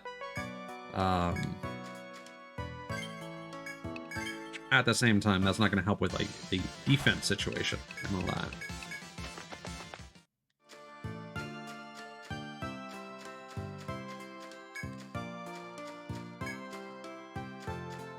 So while it's nice that quests do give us experience now, there aren't as many quests, it feels like.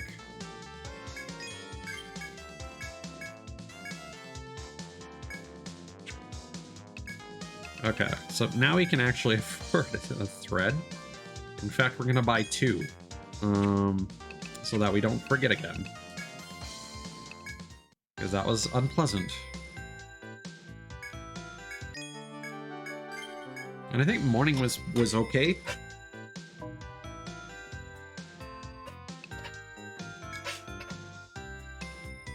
I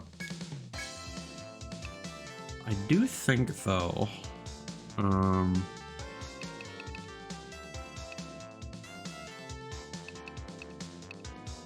that shouldn't be a huge difference.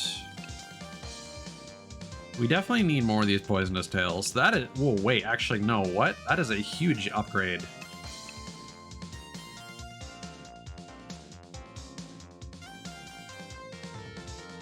Okay, well, that's very clearly why I'm underperforming. And then those bloody blades. That is also... Okay, yeah, okay. Equipment in this game is huge. Understood. Okay. How much longer do we have to work our way around here? Not very far. We'll get to the boss. We'll take a look at the boss. And I'll potentially fight it off stream, but lots of grinding will have to be done for sure. I'll probably save the fight for on stream, but when I'm testing, I may end up killing it. And depending on how hard that is at that moment, I'll kind of make that decision whether or not I should fight it on stream or not. Worst comes to worst, we could always do it on like picnic difficulty or whatever.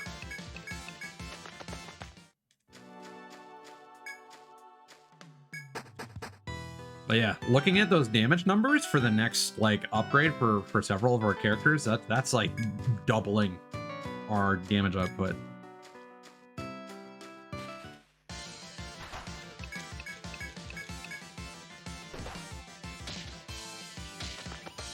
So apparently the ethos of Etrian Odyssey 3 is screw the rules if you have money. It's a good rule.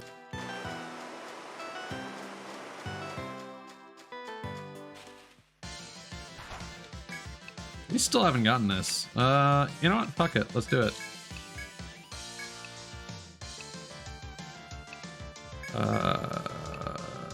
Yeah, we'll use Ice Element, and that should hopefully take out the frog.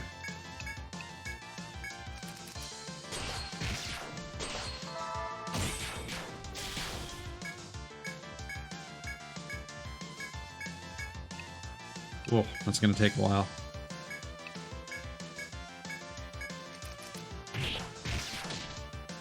Nice. Nice.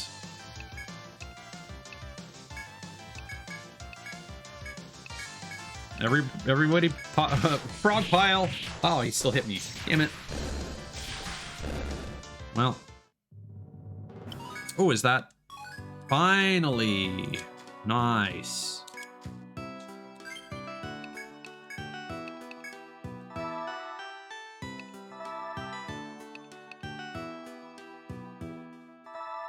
Suppose we should also consider investing in more points of form chi, because that would give us some more healing per usage without increasing our TP cost at all.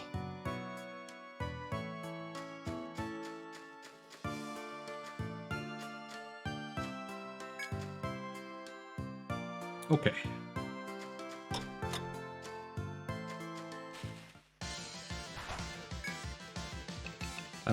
Yeah, we can run from here. Ow.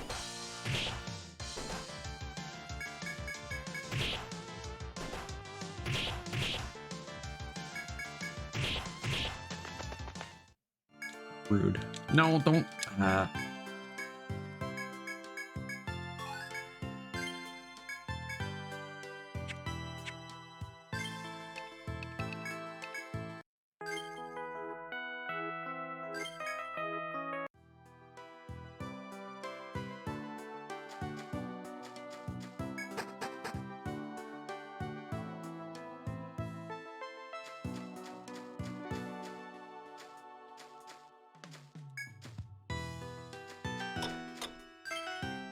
Hopefully this is still a situation like Etrian Odyssey 2 with respect to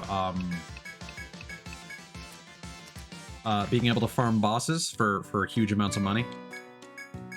It was tedious, but it was nice to be able to fund explorations.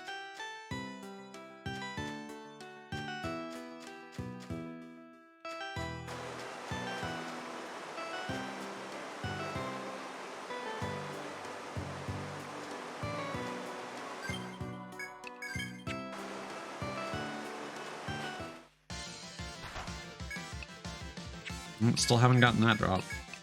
It doesn't help that a lot of the drops, like a lot of the basic non-conditional drops are actually pretty uncommon.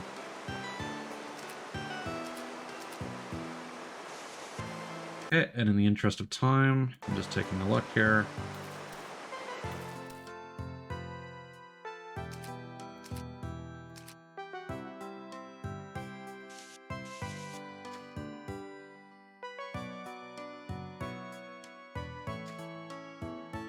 Oh.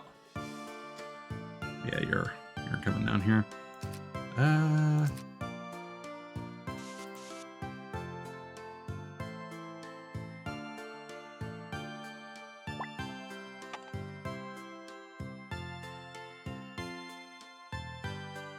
Mm.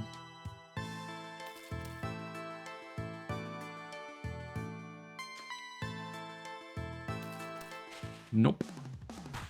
Oh no. Oh no.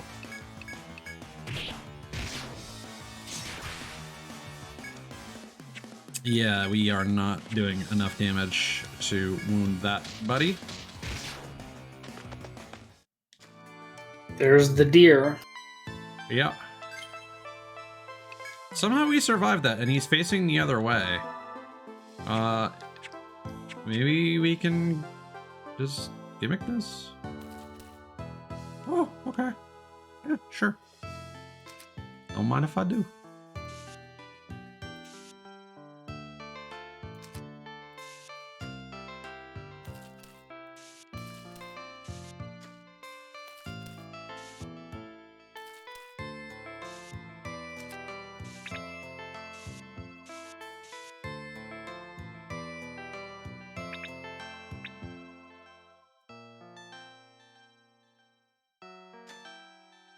Okay.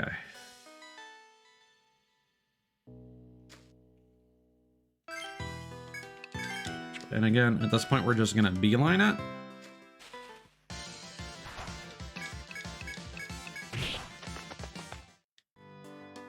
See, because there's supposed to be that event with the beehive, right? And that's not even marked on the map on game FAQs.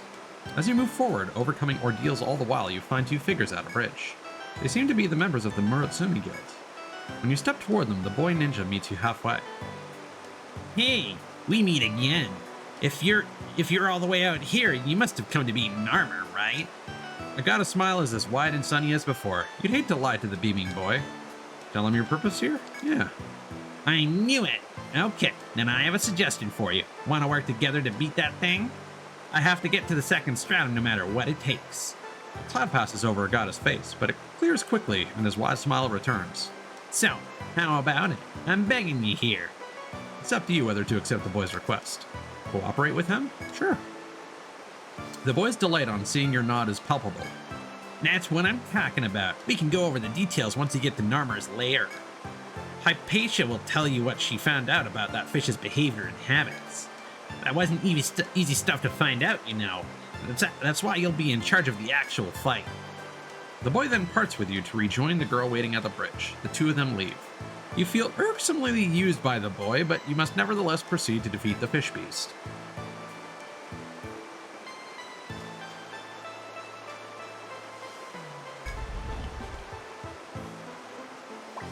But first, it is nap time. A very important nap time.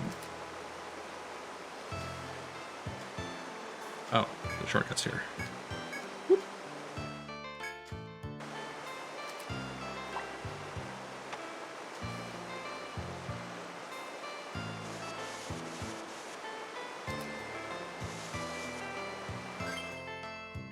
All right.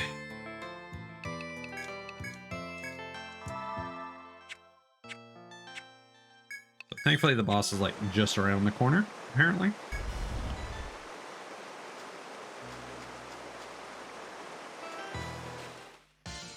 Oh, fuck.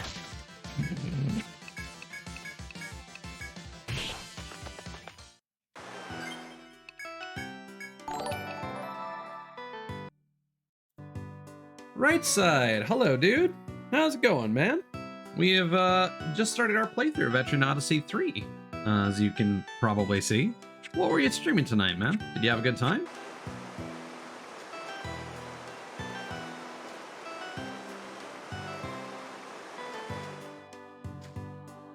Welcome on in, everybody. We're actually about to step into the first boss room here. We do not expect to survive more than like one turn, because we are learning things about this game. Neo Doodles, thanks for the follow. Appreciate it. Ah, more infant undiscovery. Nice.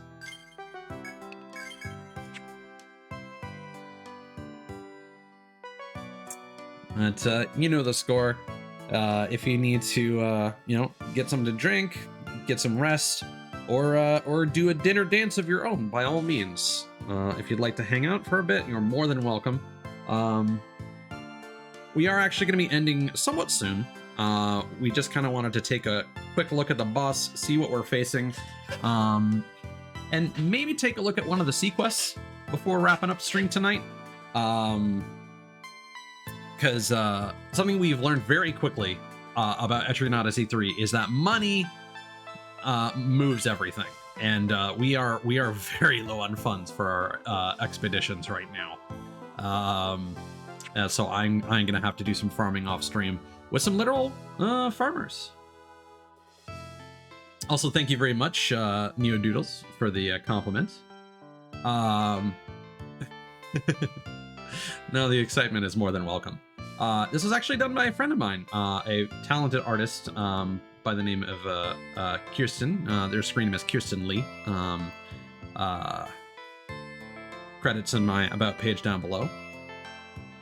Yeah, that's about right. Yeah, done in 20 minutes, but then you're gonna have a impossible super dungeon at the end, I'm sure.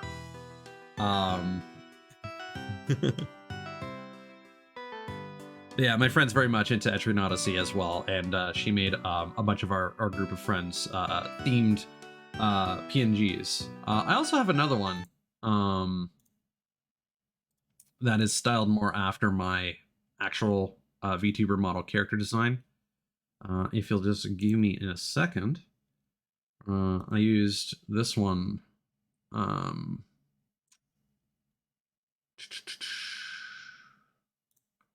That and that. Okay, that should update there. There we go. So this is more oh, I used the wrong one. Which one? I need the cropped one. That. There we go. Sorry, that was a little jank. This is more based on my VTuber character model, as if it were an Etrian Odyssey class. So, yeah, some great art. I love the art style of this game, especially.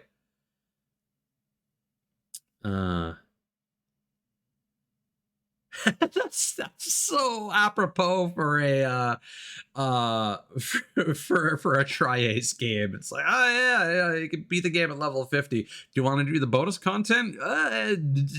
Level yourself 4 times over. Why not? That is so par for the course. I will say, as I've talked to you before about how I am excited to get around to playing Resonance of Fate on stream sometime. Not looking forward to the bonus dungeon. I can tell you that for free. All right. Yes, very much dartboard name. What other lovely titles could we come up with? Let's use, I don't know, musical term and vague concept. Announcing the new tri-ace RPG, Concerto of Justice. Ooh, love it. With the main character, Rise Liner. Or Blaze something in German. Good chance the audio, the soundtrack will be scored by Nobuo Uematsu. If it's tri-ace, it's most likely going to be oh god, why can't I remember his Motoi Sakuraba. Yeah, that's the one I wanted. Or if it's Namco published, then it's gonna be Goshina sometimes. All right, we're about to get nuked by a catfish, so let's just get this moment over with, shall we? The moment you set foot into the vast wetland, you are assailed by an oppressive atmosphere. You look around in search of its source and spot the astrologer Hypatia, who appears beside you. This muddy wallow is its nest. Nama uses the mud to move freely about the wetland. In support of the girl's words, you see a large fish snaking gracefully through the mud. Since Narmer is so at home in the wetland, you must grasp the topography to block its path. The girl then distinguishes, for your benefit, between the muddy and clear areas. Keep that in mind to drive it into a corner. Once it's stuck, strike from behind. To judge by the astrologer's words, the key will be a clear grasp on this wetland's topography. The rest falls to you. Face the dreadful Narmer and live to tell the tale. Okay, so let's mark that. And do some mapping.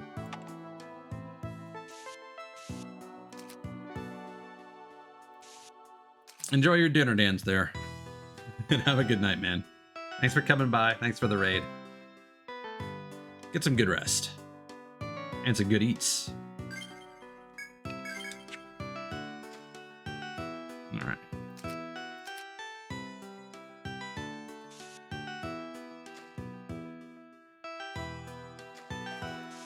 I will admit, I'm not really appreciating or understanding why they are pushing me to ambush the boss.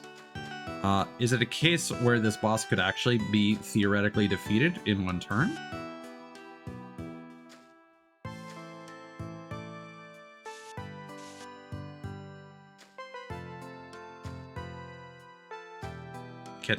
What is anything going to stop me from just opening up this door? Senatus has sent you here to subjugate Narmer. You mustn't stray from your goal. I disagree. If we had a nice little cheeky teleporter that went right behind Narmer's back, it'd be quite nice. I think we'd be having a grand old time. Okay.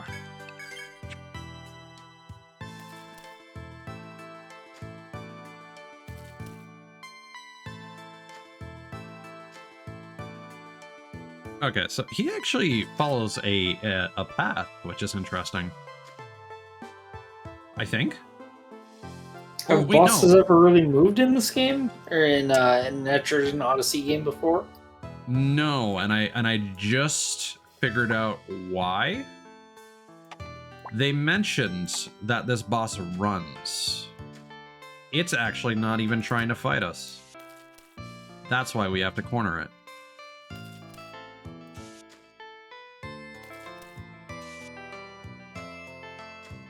Okay, well, let's explore the whole area then. If it's actually not going to attack us. Let's fill in the whole map. Let's be thorough. Knock on wood, maybe it won't be that difficult. Oh, look, there's a secret exit.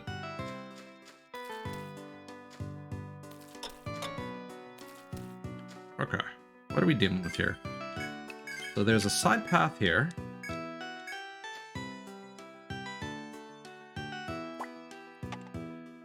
And I think the idea is we're supposed to... Oh, there's treasure.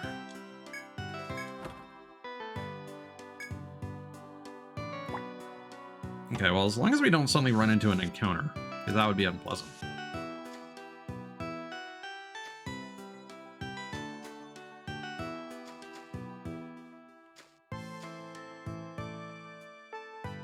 Okay, so I misread this. When I was looking at the map, I kind of came to the conclusion that this side path was used to maybe ambush it. But I guess not.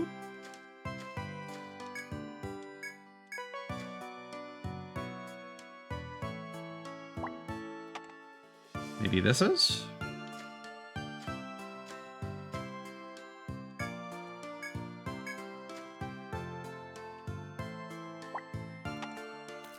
Yeah, seems like that's the case.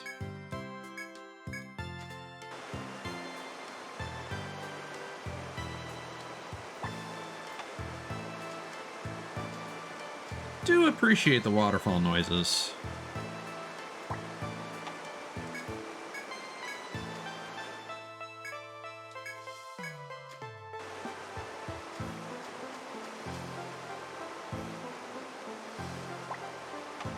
Okay. Now I've, whoops, mapped everything out.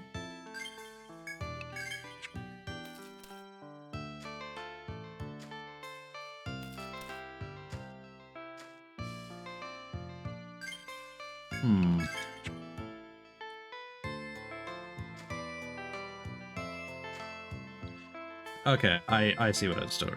So it's going to the corner here, and then it just escapes to the opposite corner.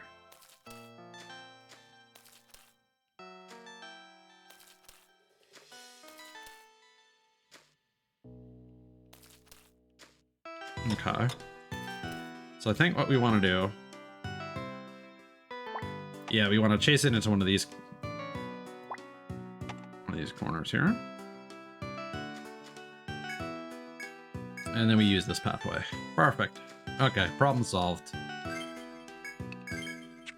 Okay. Oh, no, wait. Figured this out. Oh, wait, no, we're here. Ooh, that boss music. And that health bar. I don't like that. A big health bar, man.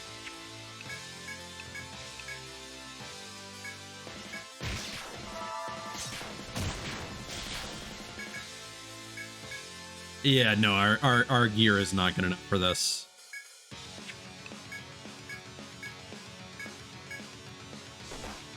Yeah, no, this is it's just gonna one-shot our team, isn't it?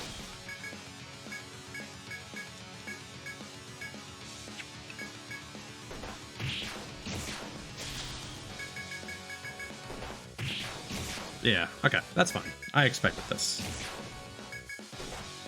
The equipment numbers on the Gearbo bus is just so much better. But we made some good progress. We're now positioned to fight this buddy.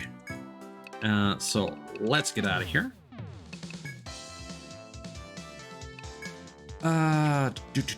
We have not found that yet. The Fish Festival, the annual Fish Extermination Day, will take place on B4F. All explorers are encouraged to participate. Oh, you're accepting this request? This is a tricky one. The Fish Extermination is a traditional event in Armor Road. This is your first time, yes? If the Fangfish and the Devilfish are left alone on B4F, they breed very quickly. So the Senators created the Armor Road Fish Extermination Day to wipe those pests out. The guild that defeats the most fish will get an extra reward. If you want to be coming in first place, you have no time for wasting. You want details? You go to the guard on B4F. Now go. Get fish whacking. So that might... I'm gonna decline that for now. I have a sneaking suspicion that that is the quest that I was talking about in the previous game that has like some sort of scoring mechanic. Okay. Oh, that's a word. Hobblegon. Hobblegon. I don't even know where to begin with that word. I missed it. What was it? How's it spelled? We'll take a look in a sec.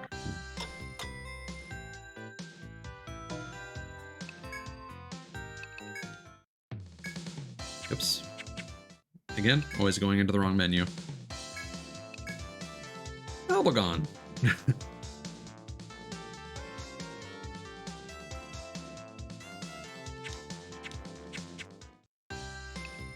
Okay. Let's go to the port. Let us try an oceanic quest. Oh, there are quests in the trade city of Batavia. The trade city of Batavia has long had ties to Armor Road. It connects Armor Road to distant lands, but strange occurrences have been taking place lately. The strength of bonds. Under the influence, a wildling claims his beasts are stronger than other monsters. To prove this, he desires to challenge a pack of monsters. Fruit of Recovery. A destitute farmer and his wife have grown a new fruit. All that's left is to ship it, but monsters interfere. Lives on the line, they take up arms. My first quest. 3 young adventurers were found stowing away with freight. Instead of handing them over to the guards, they must defeat the harbor's monsters. Okay, let's take a look at one of these just to get a feel for what's going on here. So I think we could easily swap out Cthulhu's for a Zodiac. That shouldn't mess with our party composition too much. All look to the stars and marvel at their power, but we Zodiacs have learned to harness it. The choice of star is key. I'd like to view them from the top of a lighthouse to refine my skills. Will you accept this quest? Yeah. Oh, we've got Castor and Pollux. Star Brothers! Uses his chi to help his brother. His emphasis is on healing allies. A young astrologist studying stars. Uses fire to immolate obstacles. Okay, well that's fine. So we'll go with Nia, myself, and Kana. Proceed with this party? Yeah.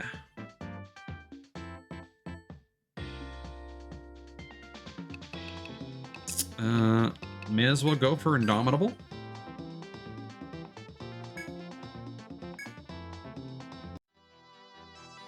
Oceanic Quest Stargazers. You invited the brothers who are your clients into your party and traveled to Scondalia Lighthouse.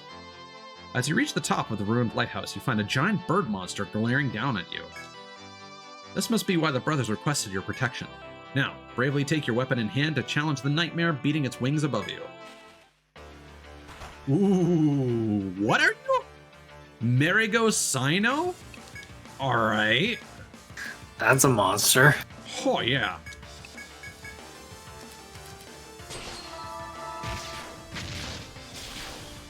I cannot control the other two people because they would normally be controlled by other human players.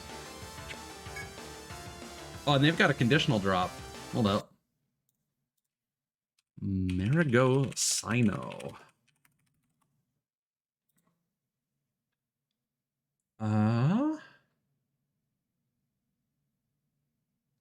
Defeat while its arms are bound.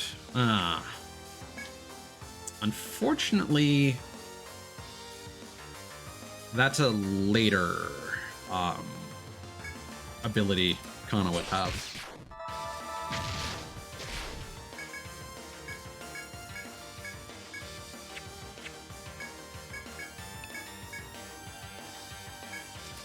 This is a jam, though.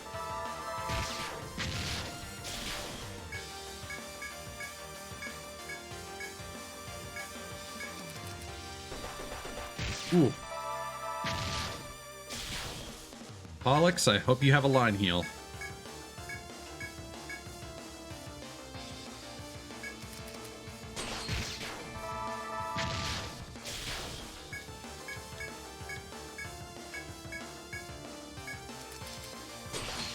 Oh no!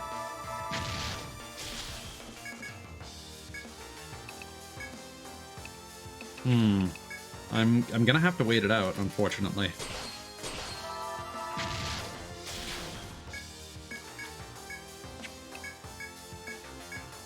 Because I don't know if we can readily buy Theriakas yet.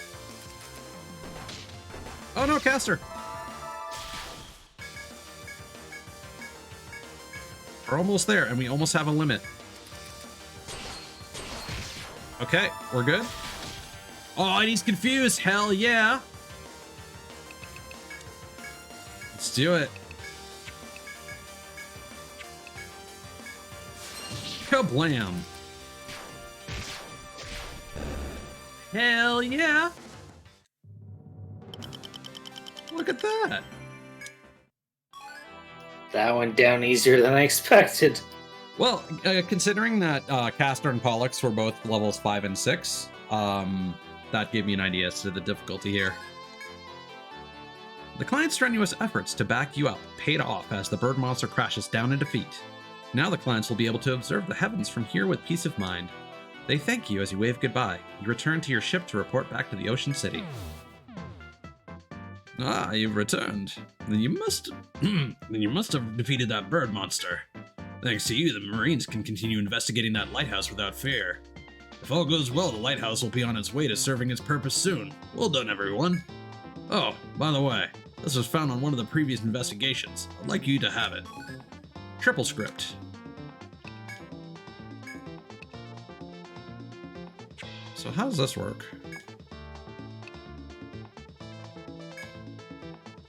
Okay, you can just replay these as much as you want? Damn, that's cool. Nice. That's really nice. Okay, what does triple script do? It's gonna be like a triple Mumyoken. Mumyoken. Unleash 3 pierce attacks to all enemies at random at turn start.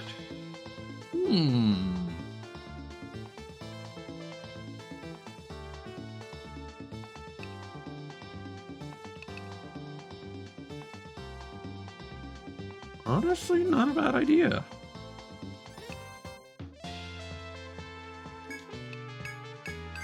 Yeah. All our physical attackers combined for one sick-ass pierce attack. I love that. That's so cool. This limit system is great. That's it. I suppose we could also potentially use cross slash to do slash damage since our party doesn't have it. So I think later we'll look into using slash limit abilities. That's super cool. Now we have Sirius's blade. Confusion weapon. Oh, nice. Well, I'm glad we got to end stream on a rather cool note. Even though we kind of have our work cut out for us now. Right on. All in all, pretty happy with what we achieved with the first stream here. All right.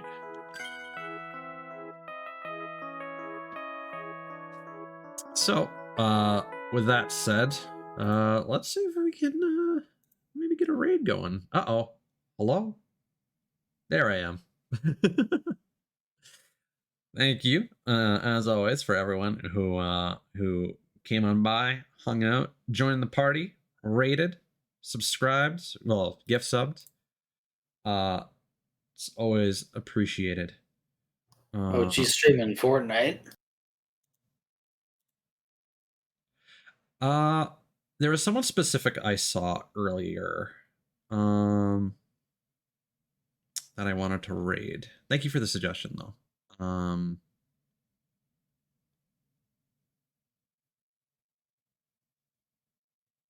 Yeah, I think just gonna quickly peep on what they're doing. I think we're gonna raid Nikto.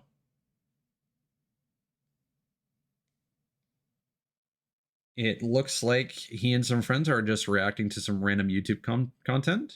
They're just watching the video where Miku runs into V1 from fucking Ultra Kill. Yeah, let's raid Nikto. All right.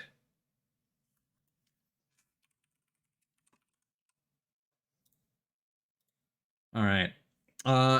Next stream is going to be Tuesday afternoon, 2 p.m. Eastern. We're going to be reacting to opening night live at Gamescom. Then Wednesday evening, most likely a stupid food stream. And then closer to Friday, we're going to vote on times in Discord on when we should do Armored Core 6 to capture the most audience. Could be a midnight stream. We shall see. Anyway, once again, thank you everyone. Big success.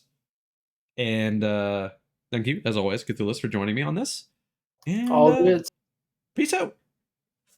Later. Bye. All right. Stream.